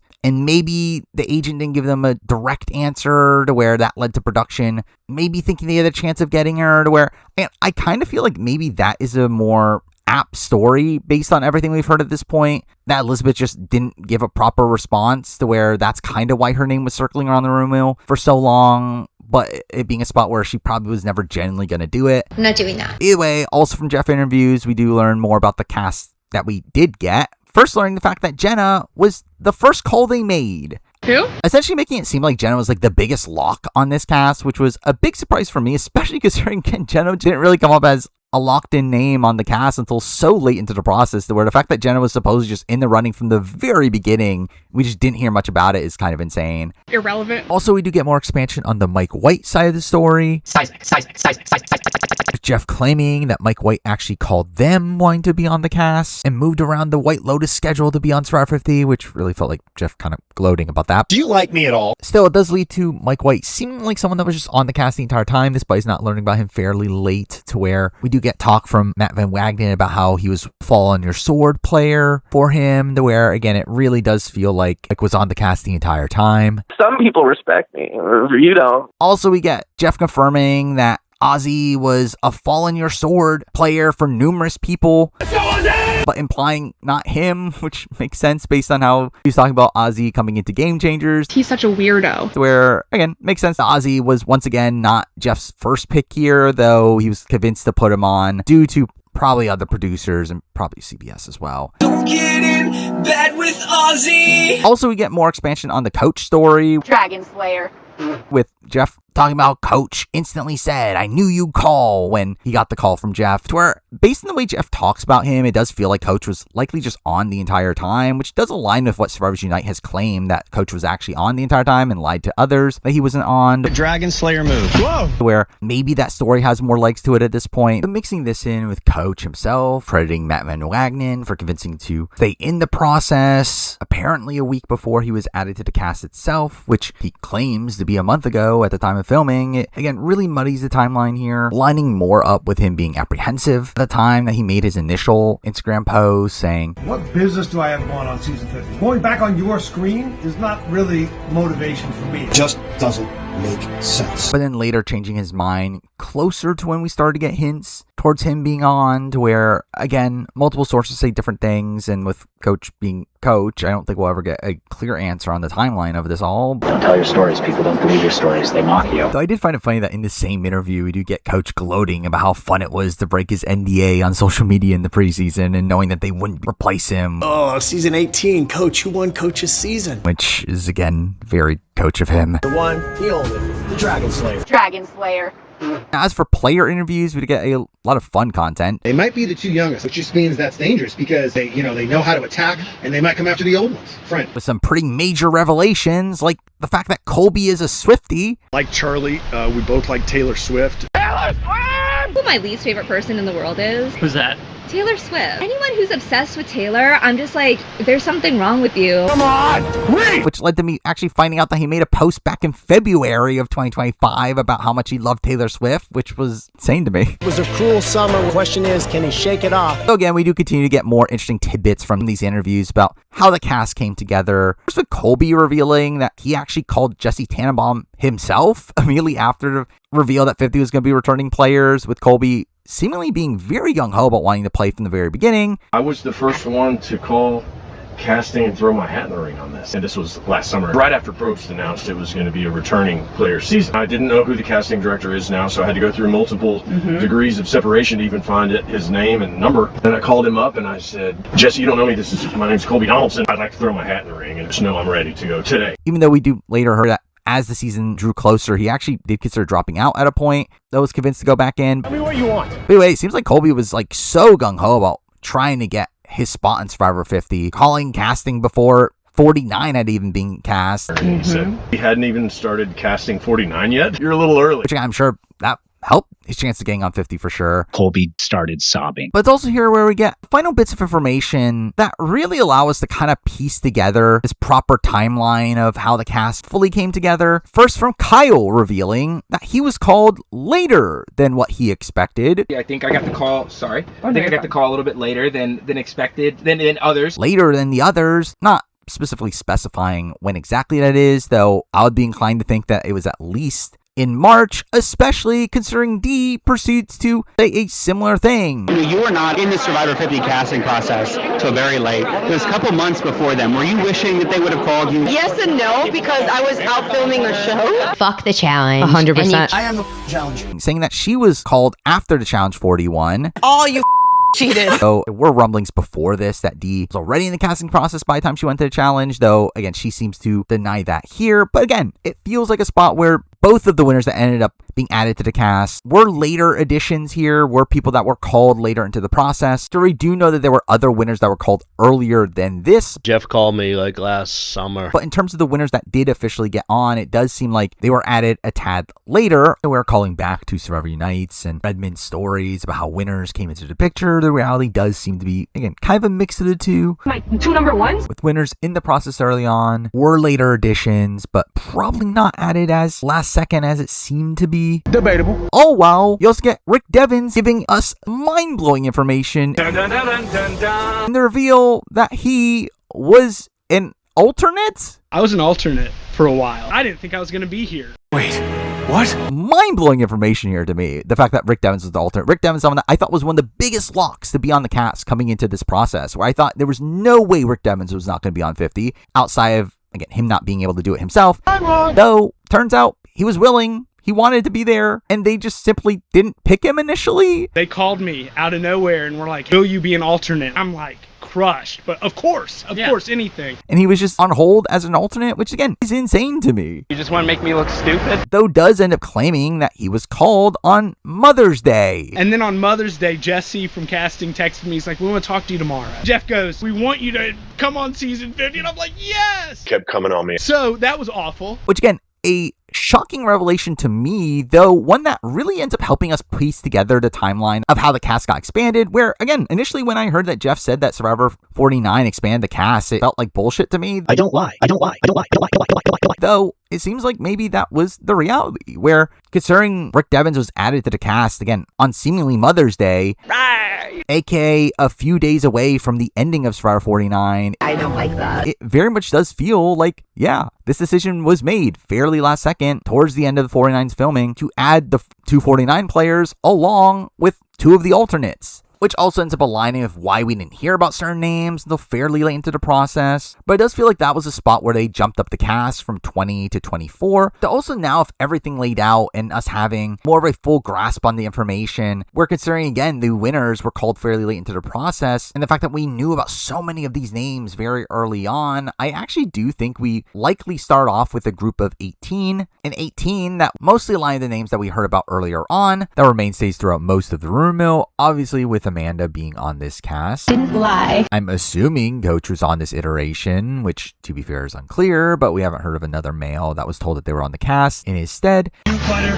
believe it, baby. Dragon Slayer. And now the new information that Jenna and Mike White were seemingly locks the entire time. Who? It does round out an 18-person cast here outside of one last woman. Definitely gonna pay attention to all the girls. Which is still a bit unknown on who exactly that person is, where assumably that would be either Camilla or Tiffany. Technically could be Elizabeth. I'm not doing that. They, for some reason, thought they had her on board at this point, but once piecing this together, I did initially lean towards this last woman here being Tiffany, though we'll end up expanding on this later. Psych, I don't care. Again, I do think this was the initial core group of 18, only for that grouping to be expanded to 20 with the addition of the 2 winners that we heard about later into the process, which, I mean, to be fair, for all we know, maybe it was just 20 by the time the cast got told that they were on as well. But either way, it very much feels like initially it was a spot where 2 winners were on in D and Kyle. You're back already? But then, during 49's filming, they decided to expand it to 24, adding in 249 players. I don't like that. Which seems like they had Savannah and Rizo decided from the offset as the 2 they wanted, and doesn't seem like any other 49ers were even asked to potentially be on. I just don't know you. Though with that ends up adding in 2 alternates, with Rick Devens being the male alternate that was added on. I'm like, yes! The question is, What about the women? who is the female alternate? Because obviously we do know that Aubrey was later added to the cast, and I would suspect Aubrey was an alternate. That son of a bitch. The problem is that Aubrey took over Amanda's spot. I'm not sorry for anything I did. Meaning that there has to be another alternate To which, knowing how the cast ends up laying out, it really can only be the other one of Camilla or Tiffany that wasn't in the initial grouping of 18, which again, initially I was thinking that it was Camilla here. Person, don't give them any heads up. Would have been the alternate in a world where they were potentially waiting to see her reception on 48 before locking her on the cast, though again, we'll talk about this again later. Run them over with a bus, back up, run them over again. But again, it does feel like a spot where the story about 49 being what ultimately made them decide to make this a 24-person cast does line up, now that we know that some alternates were added fairly late into the process. Though the question at this point is, while all this lines up, what exactly happened with Andy and Marianne? There's Marianne! Hi, I'm Andy, please like me. Obviously, two people that we know got cut very late, two people that we heard were on the cast, only be swapped out by the 49 players. So again, this doesn't account for them being on the cast. However, this is something that has come to my attention from Jack Friedman from my Twitch chat, who supposedly went to a watch party that Andy was at and asked Andy directly, which gives us some pretty critical information to piecing this together, and that it turns out that Andy was also an alternate the entire time. I'm on the bottom. They don't like me. Marianne as well. And now it making sense why Andy, Marianne, Rick all were rumored much later into the process. Also makes sense of kind of what happened with Marianne and Andy, where it feels like now that they were never officially on the cast. However, they likely were going to be on the cast had it not been for Rizo and Savannah saying yes. Riz gone, baby. Which, again, for all I know, maybe they do end up asking another 49er if Savannah or Rizo say no. I don't like that. Yeah. I am inclined to think that the contingency plan there was to have Marianne and Andy, had they said no, as again, kind of makes sense archetype-wise and also winner-wise. If there's gonna be a 2-time winner on this season, it's gonna be me. Where, again, I do think this revelation that Andy and Marianne were alternates the entire time and never officially on the cast, there were kind of these like placeholders for the 49 players. Again, does just make a lot of sense to me, to where I do think at this point we kind of have this full grasp of how exactly the cast came together and kind of have an idea of why exactly it was such a mess at the time. Chaos doesn't exist. But again, even that's not really the end of this video, as we still have a lot of other like random loose ends to get to the present, where also in the preseason for Survivor 50, we end up getting the idol hunt challenge, where an idol was hidden in every state, which really was just a big branding push for Survivor. The boy who cried idol did lead to a lot of alumni again coming together and meeting with fans, into again some more minor information here. First, from someone claiming to have talked to Emily Flippin, getting confirmation on all the 45 players that were called, essentially lining up with all the people that we had heard about beforehand, though with the addition of Kelly. Should have trusted my gut. Where maybe Kelly now Bandian was called for 50. Very funny that it didn't come up until this late. What the hell, guys? So with that also does imply that pretty much everyone else was not called. Whoa! Sorry. Whoa. Where, again, outside of D, Katura, Drew, Emily, Kelly, Caleb, and Sabaya, that, again, no one else was called from Survivor 45, even though that's a good chunk of the cast. Oh my god! Also, we end up hearing about another call, that being Elaine from 39. Bust a can of biscuit. What a shocker. Elaine was one of the 39 people. Sure. I can't believe it. And again, she had technically actually revealed this in the past. No, I didn't get stuck. I got cut. It was more like they cut me in the heart. It was around this time when I heard about it. Though, interesting tidbit from this is that we also learned that Elaine was cut a few weeks before the cast was revealed, aka seemingly in line with the Dominic and Mike Turner cuts, to where maybe Elaine was fairly close to being on the season itself. Debatable. Seemingly closer than those cut in March for sure. You, Jesse. You. But also we end up hearing about a lot of people that were not called around this time. First, Sandra. I can get loud too, what the Another one from the Idol Hunt event. Supposedly, Sandra told them that they were not called, which again, doesn't align with SurvivorSunite's information, though does line up with Jeff Probst, saying that no winners at War winners were called after Rob, because that's surely what happened. I don't know about that. Also, we do get some AMAs in this time, from Gabe from 47, Back. and Liz Wilcox. I don't even want to be around y'all. Both saying they weren't called, which isn't that shocking at this point, though very disappointed that Liz was not called. I'm pissed. Though probably the bigger revelation here pertaining to the room mill ends up being that Stephen Fishback reveals that he was not called for Survivor 50. A fish back out of water once again. Which is kind of funny, considering he was someone that was kind of just in and out of the room mill for a decent chunk of it. Was rumored to be called at a point. Though now we have confirmation from Stephen himself that no, he just wasn't called at all. And again, despite us thinking that even if he was called, he would say no, it turns out that actually would have said yes to promote his book. I can't read. I don't want a book. So again, that's kind of funny to me. I felt bad that people have paid to to purchase my book, you don't have to read the book. It's a doorstop. It's a paperweight. Do with the book what you want. But also we do get an AMA with Rome from Survivor 47. Blah, blah, blah, blah, blah, blah, blah. During which he ends up confirming his timeline of being involved in 50 casting, saying that he got called on August 23rd, aka before he spoiled Survivor 47. Rachel, or Sam, or Sue, or Tini, or Genevieve, or Andy. And got cut March 26th, aka after he spoiled Survivor 47. Rachel, or Sam, or Sue, or Tini, or Genevieve, or Andy. No, again, in all seriousness, this fully lines up. I was getting cut on the same day that Carolyn and Jesse did. You, Jesse. You. Oh, well, getting called in late August, which does seem like when the majority of calls were made there. Jeff called me like last summer. Oh, we got other random tidbits of information from Redmond saying that he doesn't think that Carolyn Rivera got called. Carolyn Rivera is a pretty hot MILF. Which, again, isn't too shocking at this point. Isn't she a GILF? Though, again, does show that Jeff Probst is a liar. We will get her back out there. I don't lie. Still waiting, Jeff. Times are ticking. With this later getting fully confirmed on the Big Brother Spoilers YouTube channel, where they end up interviewing Carolyn and her saying herself that she didn't get called. So you said they didn't even call you for 50 at all?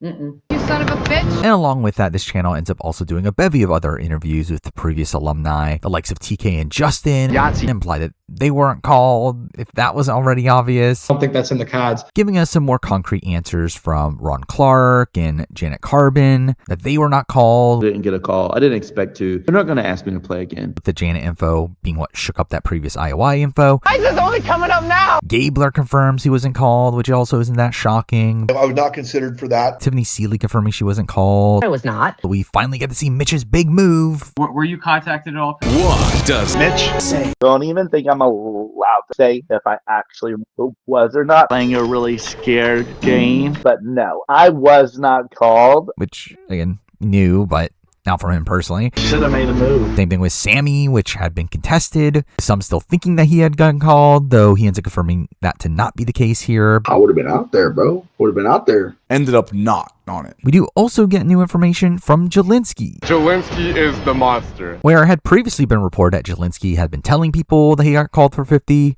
only from the reveal here that he wasn't. I was never called. Which was pretty humorous to me. So it was definitely rumored that I was called. I don't know how it started. Maybe season, I guess we'll have to see. Very unfortunate. Long live Jelinski. Also here we do get an interview from Shaheen, who again is another one of these people that I thought there was a chance of him getting called, only from on this podcast to reveal that he wasn't called for Survivor 50. Were you called at all for that? Nope, not called at all. Only to then say he kind of did. I shouldn't say that. Casting reached out to me and was very, very, very kind. Which was, again, a bizarre response, though. I think at best this was an availability call, though more practically it was probably just a courtesy call that they gave him because he was on 48 that led to discussion about Survivor 50. Though either way, again, really not particularly close to making it on. But, I mean, come on, man. They have 3 incredible people from my season. Debatable. Joe Hunter's, like, unbelievable. That's my daddy. Joe's my daddy. I don't know if you know that. Now, beyond that, another podcast starting around this time ends up being Beyond the Torch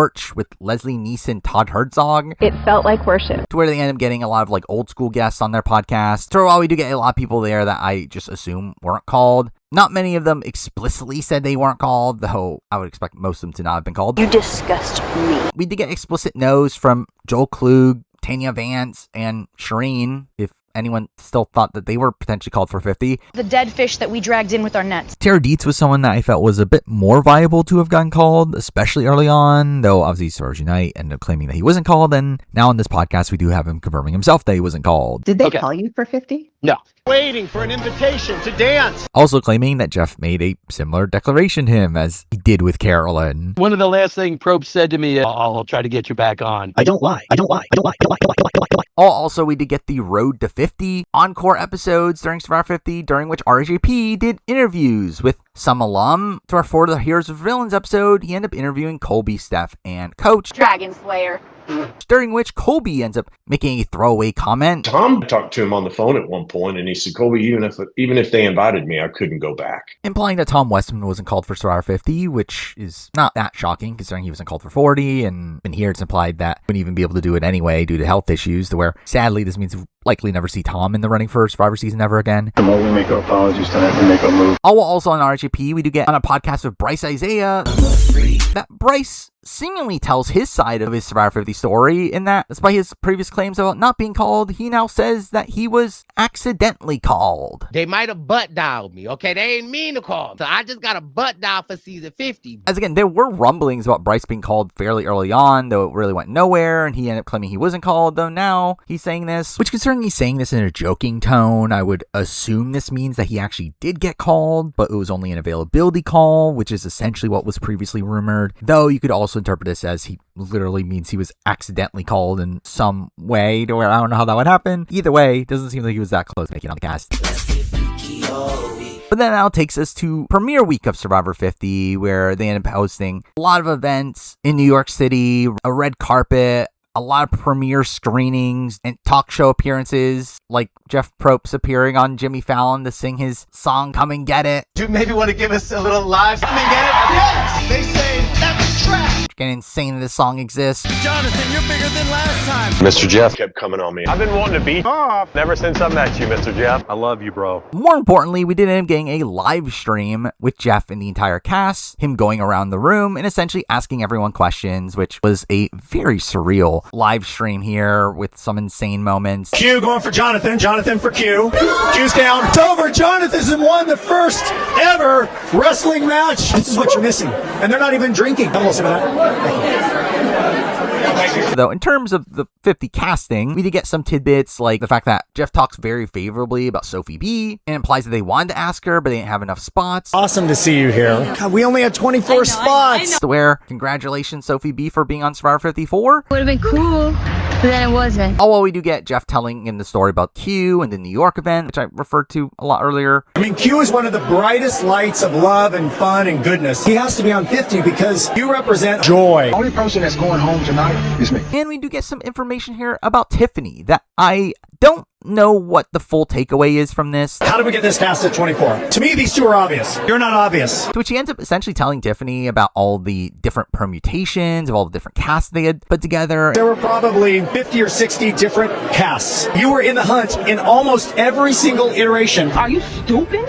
Are you dumb? My first interpretation of hearing this was that, oh, Tiffany was a big lock. This means that Tiffany was always in the cast. And despite us hearing about her late, she was just there the entire time. You were an almost there. We saw the assassin in you. Assassin's Creed. So at that point, it made me lean towards Camilla probably being the alternate over Tiffany. It's my turn to lie. However, reanalyzing this scene, both in Tiffany seemingly being surprised by this information, but also the fact that exact wording of this is Jeff saying, you were in the hunt in almost every single iteration. It actually implies to me now the opposite. I actually feel like it's actually more practical that Tiffany was the alternate that got added on late. Because you could have had your way. Where she was probably the person that was added on alongside Rick Devens when it got expanded to 24, which again is pure speculation here. But I do think this is probably the story that lines up the most based on the information we currently have. I'm a hustler. And with that, you would think we're done, but we still got a few more alumni posts to run through. Where on the day of the 50 premiere, we get some pretty big news from Xander. Like we said about broccoli. Revealing that he was not called for Survivor 50, which is kind of insane considering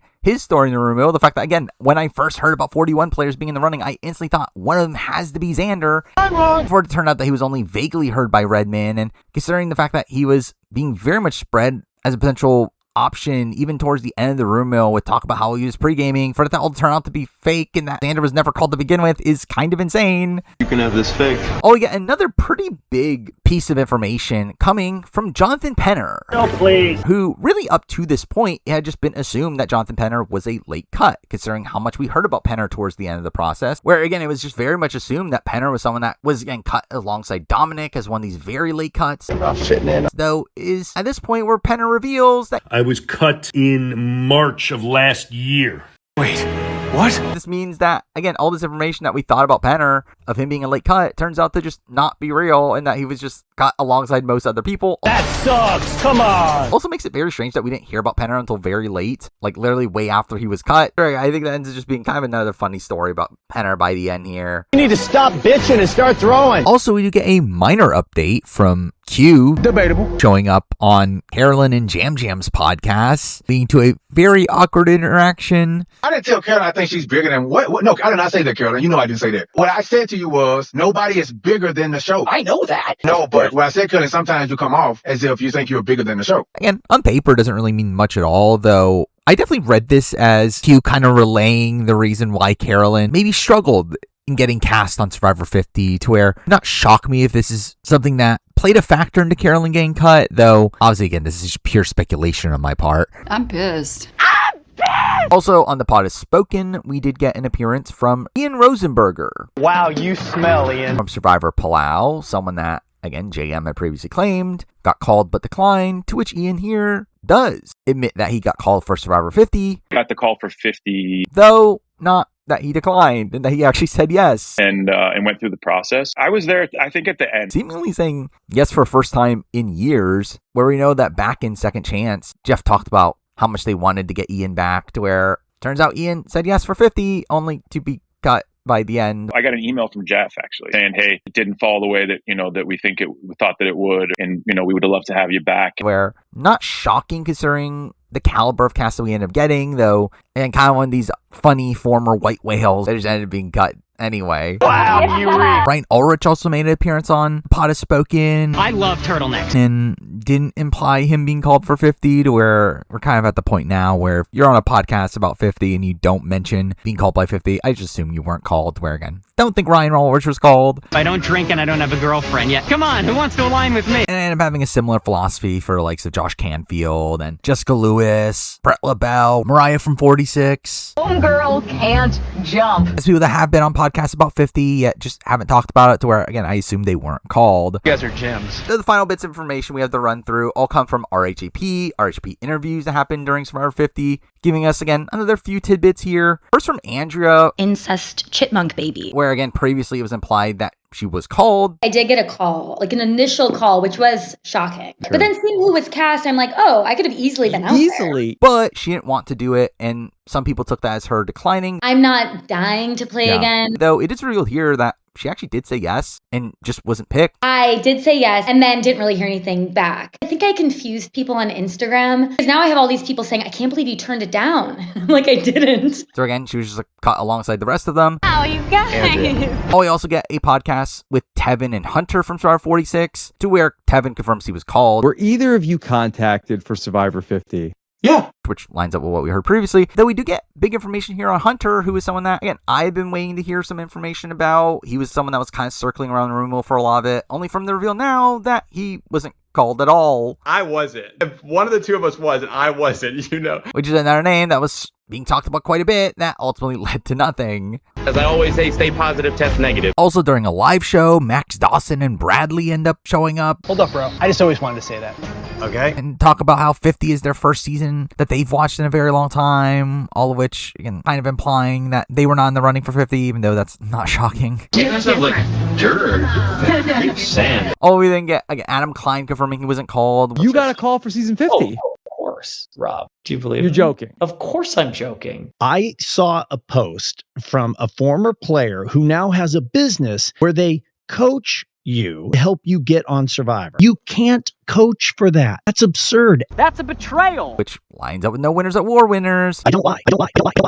We do get John, Carol, and Leah showing up on the podcast, where I was hoping we'd get talk from them on whether or not they were called, though we don't. Though it doesn't give me the greatest confidence on John Carroll. Gets me to pee on it. Based on how he was talking, he seemed pretty resigned with the fact that he was never going to be on Survivor again, and talked about how he was upset about how I felt Sean was treated during this process. How Sean Rector was treated in the 50 process, not implying anything about him, to where, again, I do not get the sense that John Carroll was actually called like SurvivorSunite said, though it's not fully confirmed yet. Checkmate, bruh. But the final bit of information, the funniest bit of information to me that we got from these podcasts, ends up coming from Jeremy Collins. What if Australian Survivor called you 1.5 wins? Like, you gotta just give it to him. Which, first up, brings some very funny information to me in the fact that Jeremy ends up talking about what he heard about Abby Maria, where again, seemed like Abby Maria was someone that was not told that she was on, but wasn't told that she wasn't either, only for Jeremy to reveal here that he heard that they did tell Abby Maria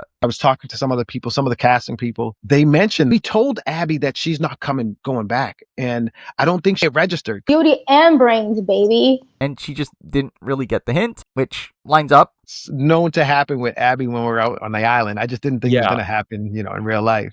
With me, your dad. But more importantly, in terms of Jeremy himself, Jeremy's someone that throughout the Survivor 49 on Fire podcasts very much did not seem like he was called for Survivor 50. We made a decision not to bring any of the winners from Winners at War. If only Jeremy hadn't just played in Survivor 40. Especially considering to talk about how no Winners at War winners were called. There surely Jeremy Collins was not called for Survivor 50, except that he was. Wait. What? I got a call for this season. Yeah. And said yes. I told Probst I would do it. And I was going through the process. Saying that Val convinced him to say yes. I run things. And in the process, no mention of Val being called for 50. What a shocker. And I don't need his help. And ultimately, he was cut. And then later on, he said, we kind of went a different direction. I'm like, thank God. Now, again, very funny to hear about this very late into all of this. The fact that Jeremy was supposedly in the Survivor 50 casting process, only to be cut. It's with this Jeremy information that this entire Winners at War information just completely blows up. A little contradictory. Outside of this Jeremy information, the only confirmed people we had heard that had gotten called was Boston Rob. Talked to Rob and he said, I don't want to play anymore. It's getting the best of me. Where, again, we had heard about Tony potentially being called and that hasn't been confirmed at this point. Oh my God, thank you, King Tony, thank you. We had heard potentially about a Yule call as well, and now Jeremy being called. It's pretty insane considering the fact that we know for sure that Party wasn't called. Sandra doesn't seem to be called. We know Natalie Anderson and Michelle weren't called. Team bottom over here. Team bottom. Which I'm sensing a trend here. What about the women? To where it's not a good look. Is that Jeff is seemingly lying about not considering Winners at War winners. Jeff lying to me. And really, it seems like the only people they really considered were the men. I will outlast any man. And obviously, again, Jeremy was cut by the end, and I do think the notion by the end was, yes, we do not want Winners at War winners. However, the fact that Jeff is constantly claiming that Boston Rob cut it down. Not gonna cut it. You've been banished. And using that as his justification for why Parvati in particular was not called. I love that you are very confused about that. I mean, I'm surprised I didn't get a phone call. Is not really aligning at this point to where, again, Jeff Probst does seem like a liar. I don't lie. But there we go. That's literally all the information I have. That's a good year and a half's worth of research, all compiled into this video here, to which, as I mentioned previously, I did make a spreadsheet, including all the players that did get called, that have officially announced that they weren't called. And if you do want to check that out, I will put the link to that in the description. And again, I have been keeping that up to date, and I intend on keeping up to date as time goes on, where, again, if there's any updates from this point on, I guess that's where you could see them, I guess. But now that we've run through everything, I am still surprised at certain people that did not show up at any point in this rumor mill. A little surprised we didn't get more Borneo people speculated, like Wigglesworth or Gretchen. It's me. Would have loved to see some more surprises be in the mix from, like, Rob with Two bees, guys. Or Rory. I'm a grown-ass man, and I don't take orders real well. Or really just anybody from Guatemala. Scumbags. Like Dreams. Riddle me this, Dreams. Or Rocky. Fuck! Jim Rice. You screwed me over! Chris Noble. You can't rap. You have no bars. So we didn't get any of them. I call it Sammy Sosa. Put the mic down, bro. Also, there were some names that I generally expected to be in the mix, though just never came up at any point. Kathy Favrick O'Brien being a pretty major old school name that was just never talked about. Again, no Twyla, despite her being in the running for many seasons in the past. Now I'm this low-life bitch nobody likes. Candace Cody From Roro Tribe. never came up, which was also a minor surprise. No Chelsea or Sabrina or Hayden. Russell, Ruffle, whatever. I don't care. We know we were getting called a lot for those returnee player seasons in the 30s. Yeah, feels like their times have probably passed. You're cute. Really? Yeah. I guess So Kim's time to be in the running for Survivor's done at this point. We pick neutral. We didn't get anything from Mari Takahashi. We never did learn on if Will Wall was ever in the running. This great and noble human being with his arrogance and his extreme ego. Never heard anything about the Culpeppers. Clearly frustrated Culpepper, stripping down to his underwear. Debbie. Crazy lady. Or Zeke. Terrible game move. You suck at this game. I hope I see you never. Or even David Wright, despite his getting like multiple opportunities. Him never seemingly bringing it up, which makes me assume he probably wasn't called. But he is someone that, again, I would have expected to have gotten called. I don't like water. Would have loved to seen some winners like Chris or Todd or even Chris Underwood potentially be in the running, though. Hate to poop on everyone's parade. Again, doesn't seem like they were ever in the mix. That's a fact. Never found out what happened with Aaron. Tell me to forgive Aaron. If she was ever in the running. I don't know anything about Taj either. Crushed. We also got some other players from the 30s that, again, I would have expected to have been called around that time, though maybe too much time has passed for them as well. People like Hannah Shapiro, Joe Mena, Lauren Rimmer, Donathan, and Reem. Screw you, dude. So I could see them getting called for 50, though, again, none of their names end up properly coming up. Also, some new era names that I was expecting to come up at some point, though never properly did. People like Evie. Fucking so bad. Cody from 43, someone that never came up, which is still shocking to me. You, Jesse. You. Same goes with like Heidi and Franny from 44, who I expected to be in the mix. I won one. And David from 48, who you would think that if they did get called for 50, you probably would have heard it by now, though I'm kind of surprised David never really came up. Also, we still don't have the full story just yet on the Winners at War winners, where while Jeff claims that they weren't called, we know that he's a liar. I don't lie. I don't lie. I don't lie. I don't lie. I don't lie. I don't lie. So again, maybe there's a world where Kim just got fucked by Kim. I would love to be fucked by Kim. Sophie. I don't know how I do this. Sarah. Police officer, Trump supporter. Or Ben. Trump supporter. Or potentially called Ben Bond. So realistically, probably Ben's the only one that actually has a chance of getting called, considering the trend that we saw earlier. What about the women? Also, I'll mention that we never heard about Dan Foley. I am a fat guy. Just so that there's a Dan Foley reference in this video. Bamboo is hollow. It won't stay. And also, no Hunter Ellis. I was camping with a bunch of knuckleheads, and I'll tell you that to your face. After he's been clearly called for every other returnee season. I really don't understand the logic behind it right now. So again, I wouldn't be shocked if some of the names I just mentioned were people that were called for 50 and we just never heard about them. But again, it's kind of surprising we never did hear about them, as most of them are people that, again, I expected to show up in the mix at some point. Wrong again! But by the end, we just got a whole bunch of nothing. We got nothing for you either. Finally, somebody says what people have been wanting to say for years. But there we go. Those are all of my notes for the Survivor 50 casting rumor mill. Pretty much everything I know about Survivor 50 casting. What do you know? Where really for me this video transformed from me just wanting to make usage of my time that I spent following the 50 rumors to something a bit more for me. Where again, this experience of being in the Survivor fandom and trying to figure out the 50 cast and analyzing it clue by clue has really just become such a nostalgic thing for me, which is weird again to be so nostalgic about something that happened less than a year ago. But I do miss the days of checking the Discord and finding out new clues and piecing together a cast bit by bit. And I really wanted to make a video that did that story justice. Where this is by far the video I put the most time into. And like a little reminder, you can't rush perfection. Which, to be fair, considering how I used to make videos, I obviously didn't have much time to really sink into one specific video, but I really did as much as I can to really make this a definitive time capsule of this time in Survivor history. A time that I very much hold dear, and through that, this is by far the most deeply attached I am to a specific video I've made, with this to me feeling like my love letter to Survivor fandom, where I generally poured every ounce of my Survivor knowledge into this video. Everything. But again, I really want to do this video right, do right by this story, and hopefully you think I did too. Please, please, please, please, please, please, please, please, please. To where generally more than any other video I've ever made, I do hope you enjoyed it. I hope you can see how much time I put into this. Psych, I don't care. And can't wait to do it all again for the history of Survivor 50 spoiler video, which I wish I was joking. You're never gonna win. Either way, that is the entire story of the Survivor 50 casting rumor mill. A pretty long story. This is huge. But again, a journey that I was so knee deep into. Like, it really pretty much consumed my life in the months during the rumor mill, but also the months it took me to actually make the video itself here. But again, at least I made the most of it. Debatable. But at least I made a multi-hour long video talking through my experience through it. So again, at least there is that, I guess. But again, I just felt like this is a video I needed to make. I needed this. I need to get this all out of my system to really run through everything. Everything? Yeah, I don't know if I would say that's everything. Oh, it is everything. And hopefully to give perspective to people that were not in the rumor mill of how crazy this rumor mill was. But again, that is the entire story of the Survivor 50 casting rumor mill. Thank you for watching. But we definitely gonna have chicken and waffles when this whole thing is done. Say it with fried chicken and waffles. Fried chicken and waffles.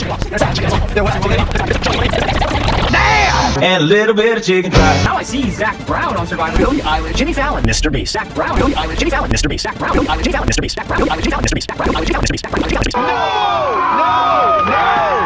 It's over! Except I continue to get hits of crack. I ain't finished just yet. And we're not done just yet. I've said that a lot in this video, but we're actually done this time, kind of. Again, we're at the end at least. So again, like I started this video with an in-person introduction, I feel like I gotta end this video in a similar way. So again, that's the entire video. Again, just an insane video in scale, video that was way bigger than I ever intended it to be, especially when starting off. Again, I started off with this video being about 3.5 hours. It expanded to somehow 8 hours. And again, I ended up using well over 1,000 images in this video, well over 700 different videos in this video. Again, it's an insane video in scale, but again, it's finally out there. Now, before wrapping this up, I actually do want to give a few shout outs, Gabler style, if you will. This one's for my dog, my furry-faced son. Or Jeff Probst as Gabler style. I'm gonna do Gabler. This is for Akelia, who does all her laundry. I would like to shout out Redmond, obviously very important to this video. If it wasn't for Redmond, really not much of this would have really happened to even make a video off of. Shout out to Redmond's Discord and its community, obviously playing a major factor in getting all this information together, and in general was fairly fun to discourse with during the time of the rumor mill. Thank you to Link. Shout out to SurvivorsUnite. Shout out to other leakers that played a factor into this video. And BrianHeidiksWeiner. Still instant I had to say that out loud. Media Pit, JM. For a while, again, some of your information definitely was not correct. At least it did play a factor into this video. It made this video what it was. So where at least there's that. Shout out to the press. Mike Bloom, Dalton Ross, Sharon Tharp, all the others. Shout out to RHEP and all these other podcasts that did interviews with Survivor players that gave me information. Shout out to SurvivorSucks for sucking. Shout out to Zach Wurtenberger. Come on. Give it up. For delaying the Survivor 49 review. Yeah, he doesn't give me shit. What the fuck was that? Shout out to members of my channel, obviously. Generally don't know if I would have had the confidence enough to make this video, especially on this big of a scale, and take up so much of the channel. If it wasn't for the fact that I had as many members as I do, which do that, apologize to all the members for lack of videos. Hopefully I can get back on track following this. We'll see. Also shout out to my overall community, the people in my Twitch chat, people that helped me find certain clips, found out pieces of information. Bitches. Don't put that in there. Oh, that's going in there. If you think that's not going in there, you're crazy. Shout out to Jeff Probst for continuing to make a reality show that I've become way too obsessed with and spent too much of my life following because I'm a loser. And also, obviously, shout out to my queen, J Maya, because I'm a simp, I guess. But there we go again. It's finally actually over. Thankfully, this is going to be over. Again, I've unleashed everything I possibly have about the Survivor 50 casting rumor mill. Everything. See you back for a similar video for Survivor 54, which hopefully, I'm genuinely hoping that's the case again. That'll be really cool, right? Maybe in a few months that rumor mill will start. We'll see. Anyway, that's the video. Thank you for watching.